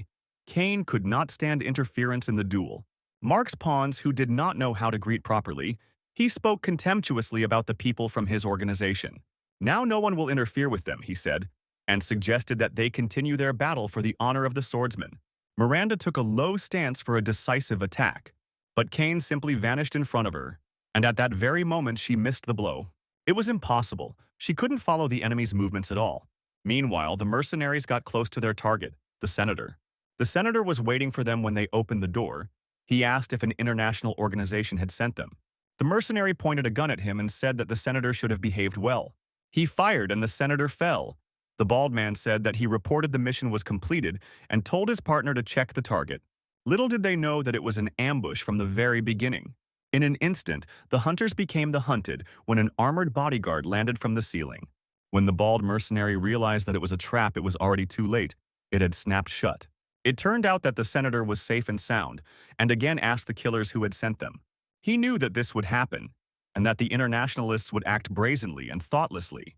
They were victims of the same method, the girl told him. Internationalists committed crimes without thinking. It was Shirley, bringing the senator a treaty to merge the hunting associations and promising protection from enemies if he signed it. Representatives of other countries saw everything with their own eyes. The same thing could happen to them if they are not careful with internationalists. They always do things on a large scale, the senator said, and Shirley responded that they had a long way to go to get there. Now Bruce realized that all those who died in the Civil War were on the conscience of internationalists. Others, however, doubted that they could be given up so easily. Bruce replied that first they had to ban the mobilization of hunters. They had to return them to their main job profile. He promised to start with his country and, step by step, to protect the entire continent from the machinations of internationalists. Miranda was barely breathing. She was in deep shock after being wounded. Kane jumped up and knocked her down. She dropped her sword and didn't even resist. He was angry that the victory came so easily to him, because Kane expected more from her. Miranda crawled towards the sword, and Kane had already promised her a decent burial. She didn't believe that this was the end and she would just die like that. Kane told her to show some politeness before she died. Miranda was overcome with a wave of self-pity. She was too weak and did not live up to the teacher's expectations. This time, he would not save her as he did every time. Although June had hopes for her and believed that she could handle it, Miranda thought that it was impossible from the very beginning. But then, she thought that the teacher had always sincerely believed in her. And then she woke up from pain and shock, and tears started flowing from her eyes. As Kane ran towards her for the finishing blow, she threw sand in his eyes, a typical mean move from anyone who is losing a fight. He shouted loudly that such tricks were not appropriate in the sacred duel of swords. And Miranda just bit his hand. She didn't care about the rules because it wasn't a tournament. Kane struck her several times on the head with the back of his sword, but she did not let go of his hand. Then he raised his sword over her to finish off the damned boor. But Miranda repelled this attack with her summoned sword. She didn't care about his insults. If she couldn't hold a sword, she would use her teeth. And she added that this is much better than being a burden to the teacher. Kane called it disgusting and said that if she wanted to stop him, let her try. Kane attacked her, but Miranda defended herself with the sword she summoned with her skill. She was able to jump away from him and raised her sword. There was too little strength and stamina left to use the skill. Miranda thought that she would fall to the ground at any moment, and she only had enough strength for one swing of the sword. Kane assessed her condition. She had injured her arm, had used up all her skills, and no longer had strength. He did not understand what she was hoping for. Now, as he looked at her crazy gaze, anger boiled inside him. Before he took this position, he fought with many opponents by all the rules. He wore the wounds he received in those battles with pride. But Miranda had left him with a wound from her teeth, not a sword, and now Kane was furious. He could never let her die with dignity now. Kane used a bunch of skills and they both went towards each other at the same time. The blades crossed and the fighters moved apart, as if in a samurai action movie. Kane said that he was sorry that her talent was wasted for so long in the association. Now she can't even use the skill, and coughed up blood. Miranda replied that she too realized that he was the strongest enemy she had ever faced. But he relied only on physical strength and fighting stance. He had just strayed slightly due to an arm injury, but Miranda had an injury too. But I remembered my teacher's first instruction to train both hands to hit with more force, so the injury didn't become a big problem. She had been struggling with the pain in her shoulder for a long time, so she got used to it and was able to maintain her balance. Kane called it ironic he lost because of his own strength. Even though she was a rude woman with no manners, he acknowledged her fencing skills and hoped she would work harder. And then Kane exploded and burned alive from the surprise attack. When Miranda looked up, she saw a strange statue there that destroyed Kane with one shot. A strange, ugly creature looked at her with faceted eyes, and Miranda tried to understand what it was. The angel statue then fired beams of evil, killing many of the organization's still living minions. Meanwhile, June was fighting with Mark, who could hit him from any position. Then June, moving from side to side, began to get closer to him. And he kicked Mark in the jaw, saying that he had come to him as he wanted. "The game is over," said Jun, and was about to finish off the enemy from above. After he had the bearded man face down on the floor, he offered to talk.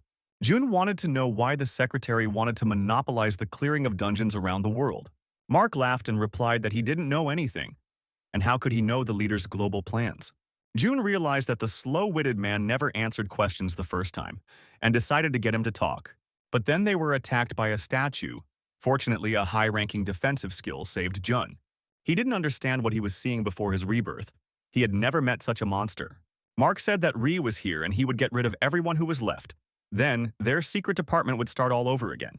According to the code, a leader must use any means necessary to complete the mission, Mark said, and took out the stone. Then the secretary himself praised him for his great contribution to the work of the balance squad. And he would have certainly learned how useful he was to the organization if he hadn't failed the mission, Wesley said. Since then, Mark convinced himself that he was not one of those pawns that could simply be thrown away. He proved to himself that he could not be replaced. He waited for Wesley to tell him to come back after Ri finished the job, but he told him to just do what he had to do. Mark ate the stone pill and said that he would get rid of June. And then he turned into a dragon, grabbed June in his hand and swung him into the sky. Miranda would have died under the blows of the faceted angel, but she was saved by Ron, who appeared here on a motorcycle. They looked into the sky where two ugly monsters were already flying. Mark fired a blue beam at Ray and told him not to interfere with him. The entire statue disappeared into a column of powerful flame. Ron drove at full speed to get away from there. Mark took out the statue with one blow. It was the power of the ability stone. June had never seen anything like it before. But using forbidden skills had its side effects, and now he not only used one but also ate a stone.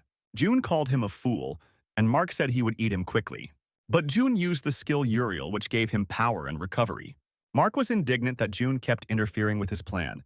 Despite his size, he was still very fast. The dragon used some kind of lightning skill, and when Jun dodged, the lightning followed him. The dragon rushed after him to grab him with its raking paws. But June hit him in the wings with red rays, depriving him of the ability to fly. He was already fed up with the whining of the dragon, who did nothing but complain. He asked the parody of Toothless if he knew how much hatred he felt towards himself, the one who fell from heaven to earth, a hunter with many skills who failed to use them and was vilely killed. Jun said that it was even good. He was a top-ranked hunter, which he was given for killing monsters, and in front of him was just a monster. But Jun didn't like to fight with people, and he attacked the dragon, who flew away. But the hunter pursued him on his wings. And when Mark saw June use a variety of skills, he realized that it would be better to stay in the human body. Killing monsters felt completely different. The demon lord smiled kindly. Despite the many injuries, Mark was still alive. If not for the ability stone, he would have died. The magic pill gave a lot of strength but had its consequences. June pointed a gun at him and asked if they used the time stone to take out dangerous people. Mark laughed and said he didn't know what he was talking about.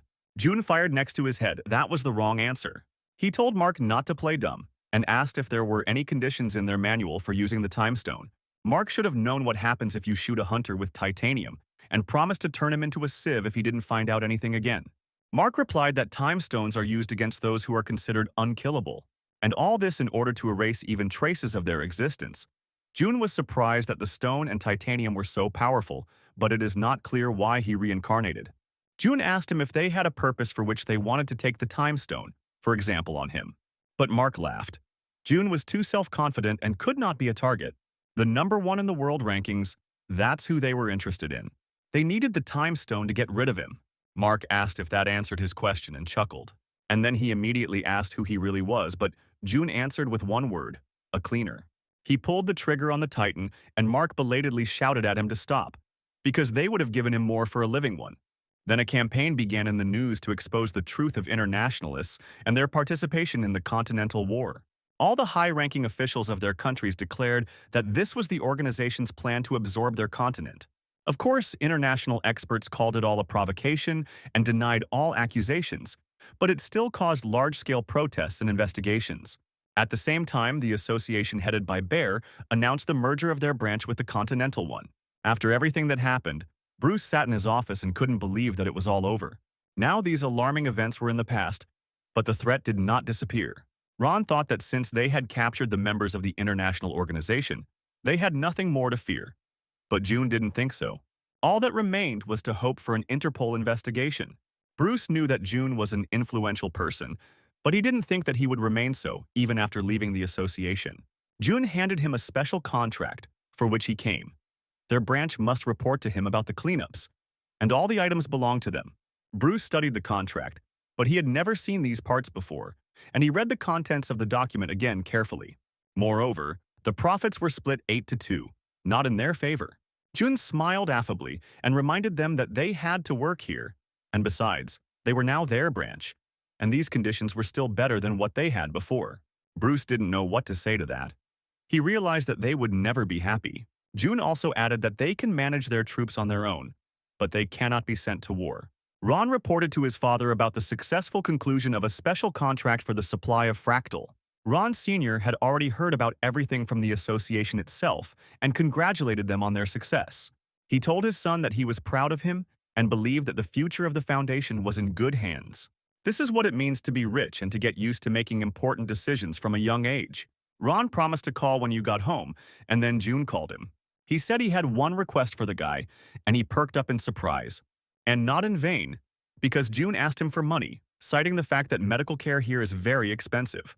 Miranda lay in the ward and slept peacefully after all the work, which was how many times she ended up in the hospital. Shirley was indignant, wondering if he was demanding too much from his student. This time, she really almost died. The wounds were serious, and it will take a long time to recover. June replied that this ordeal had definitely made her stronger, and that she would be fine. Shirley replied sadly that what was the point if she was just going to die. June told her not to worry. The internationalist would no longer be able to act as confidently as before. However, he still had a headache because he had become an enemy of the International Association whose leader he was supposed to be.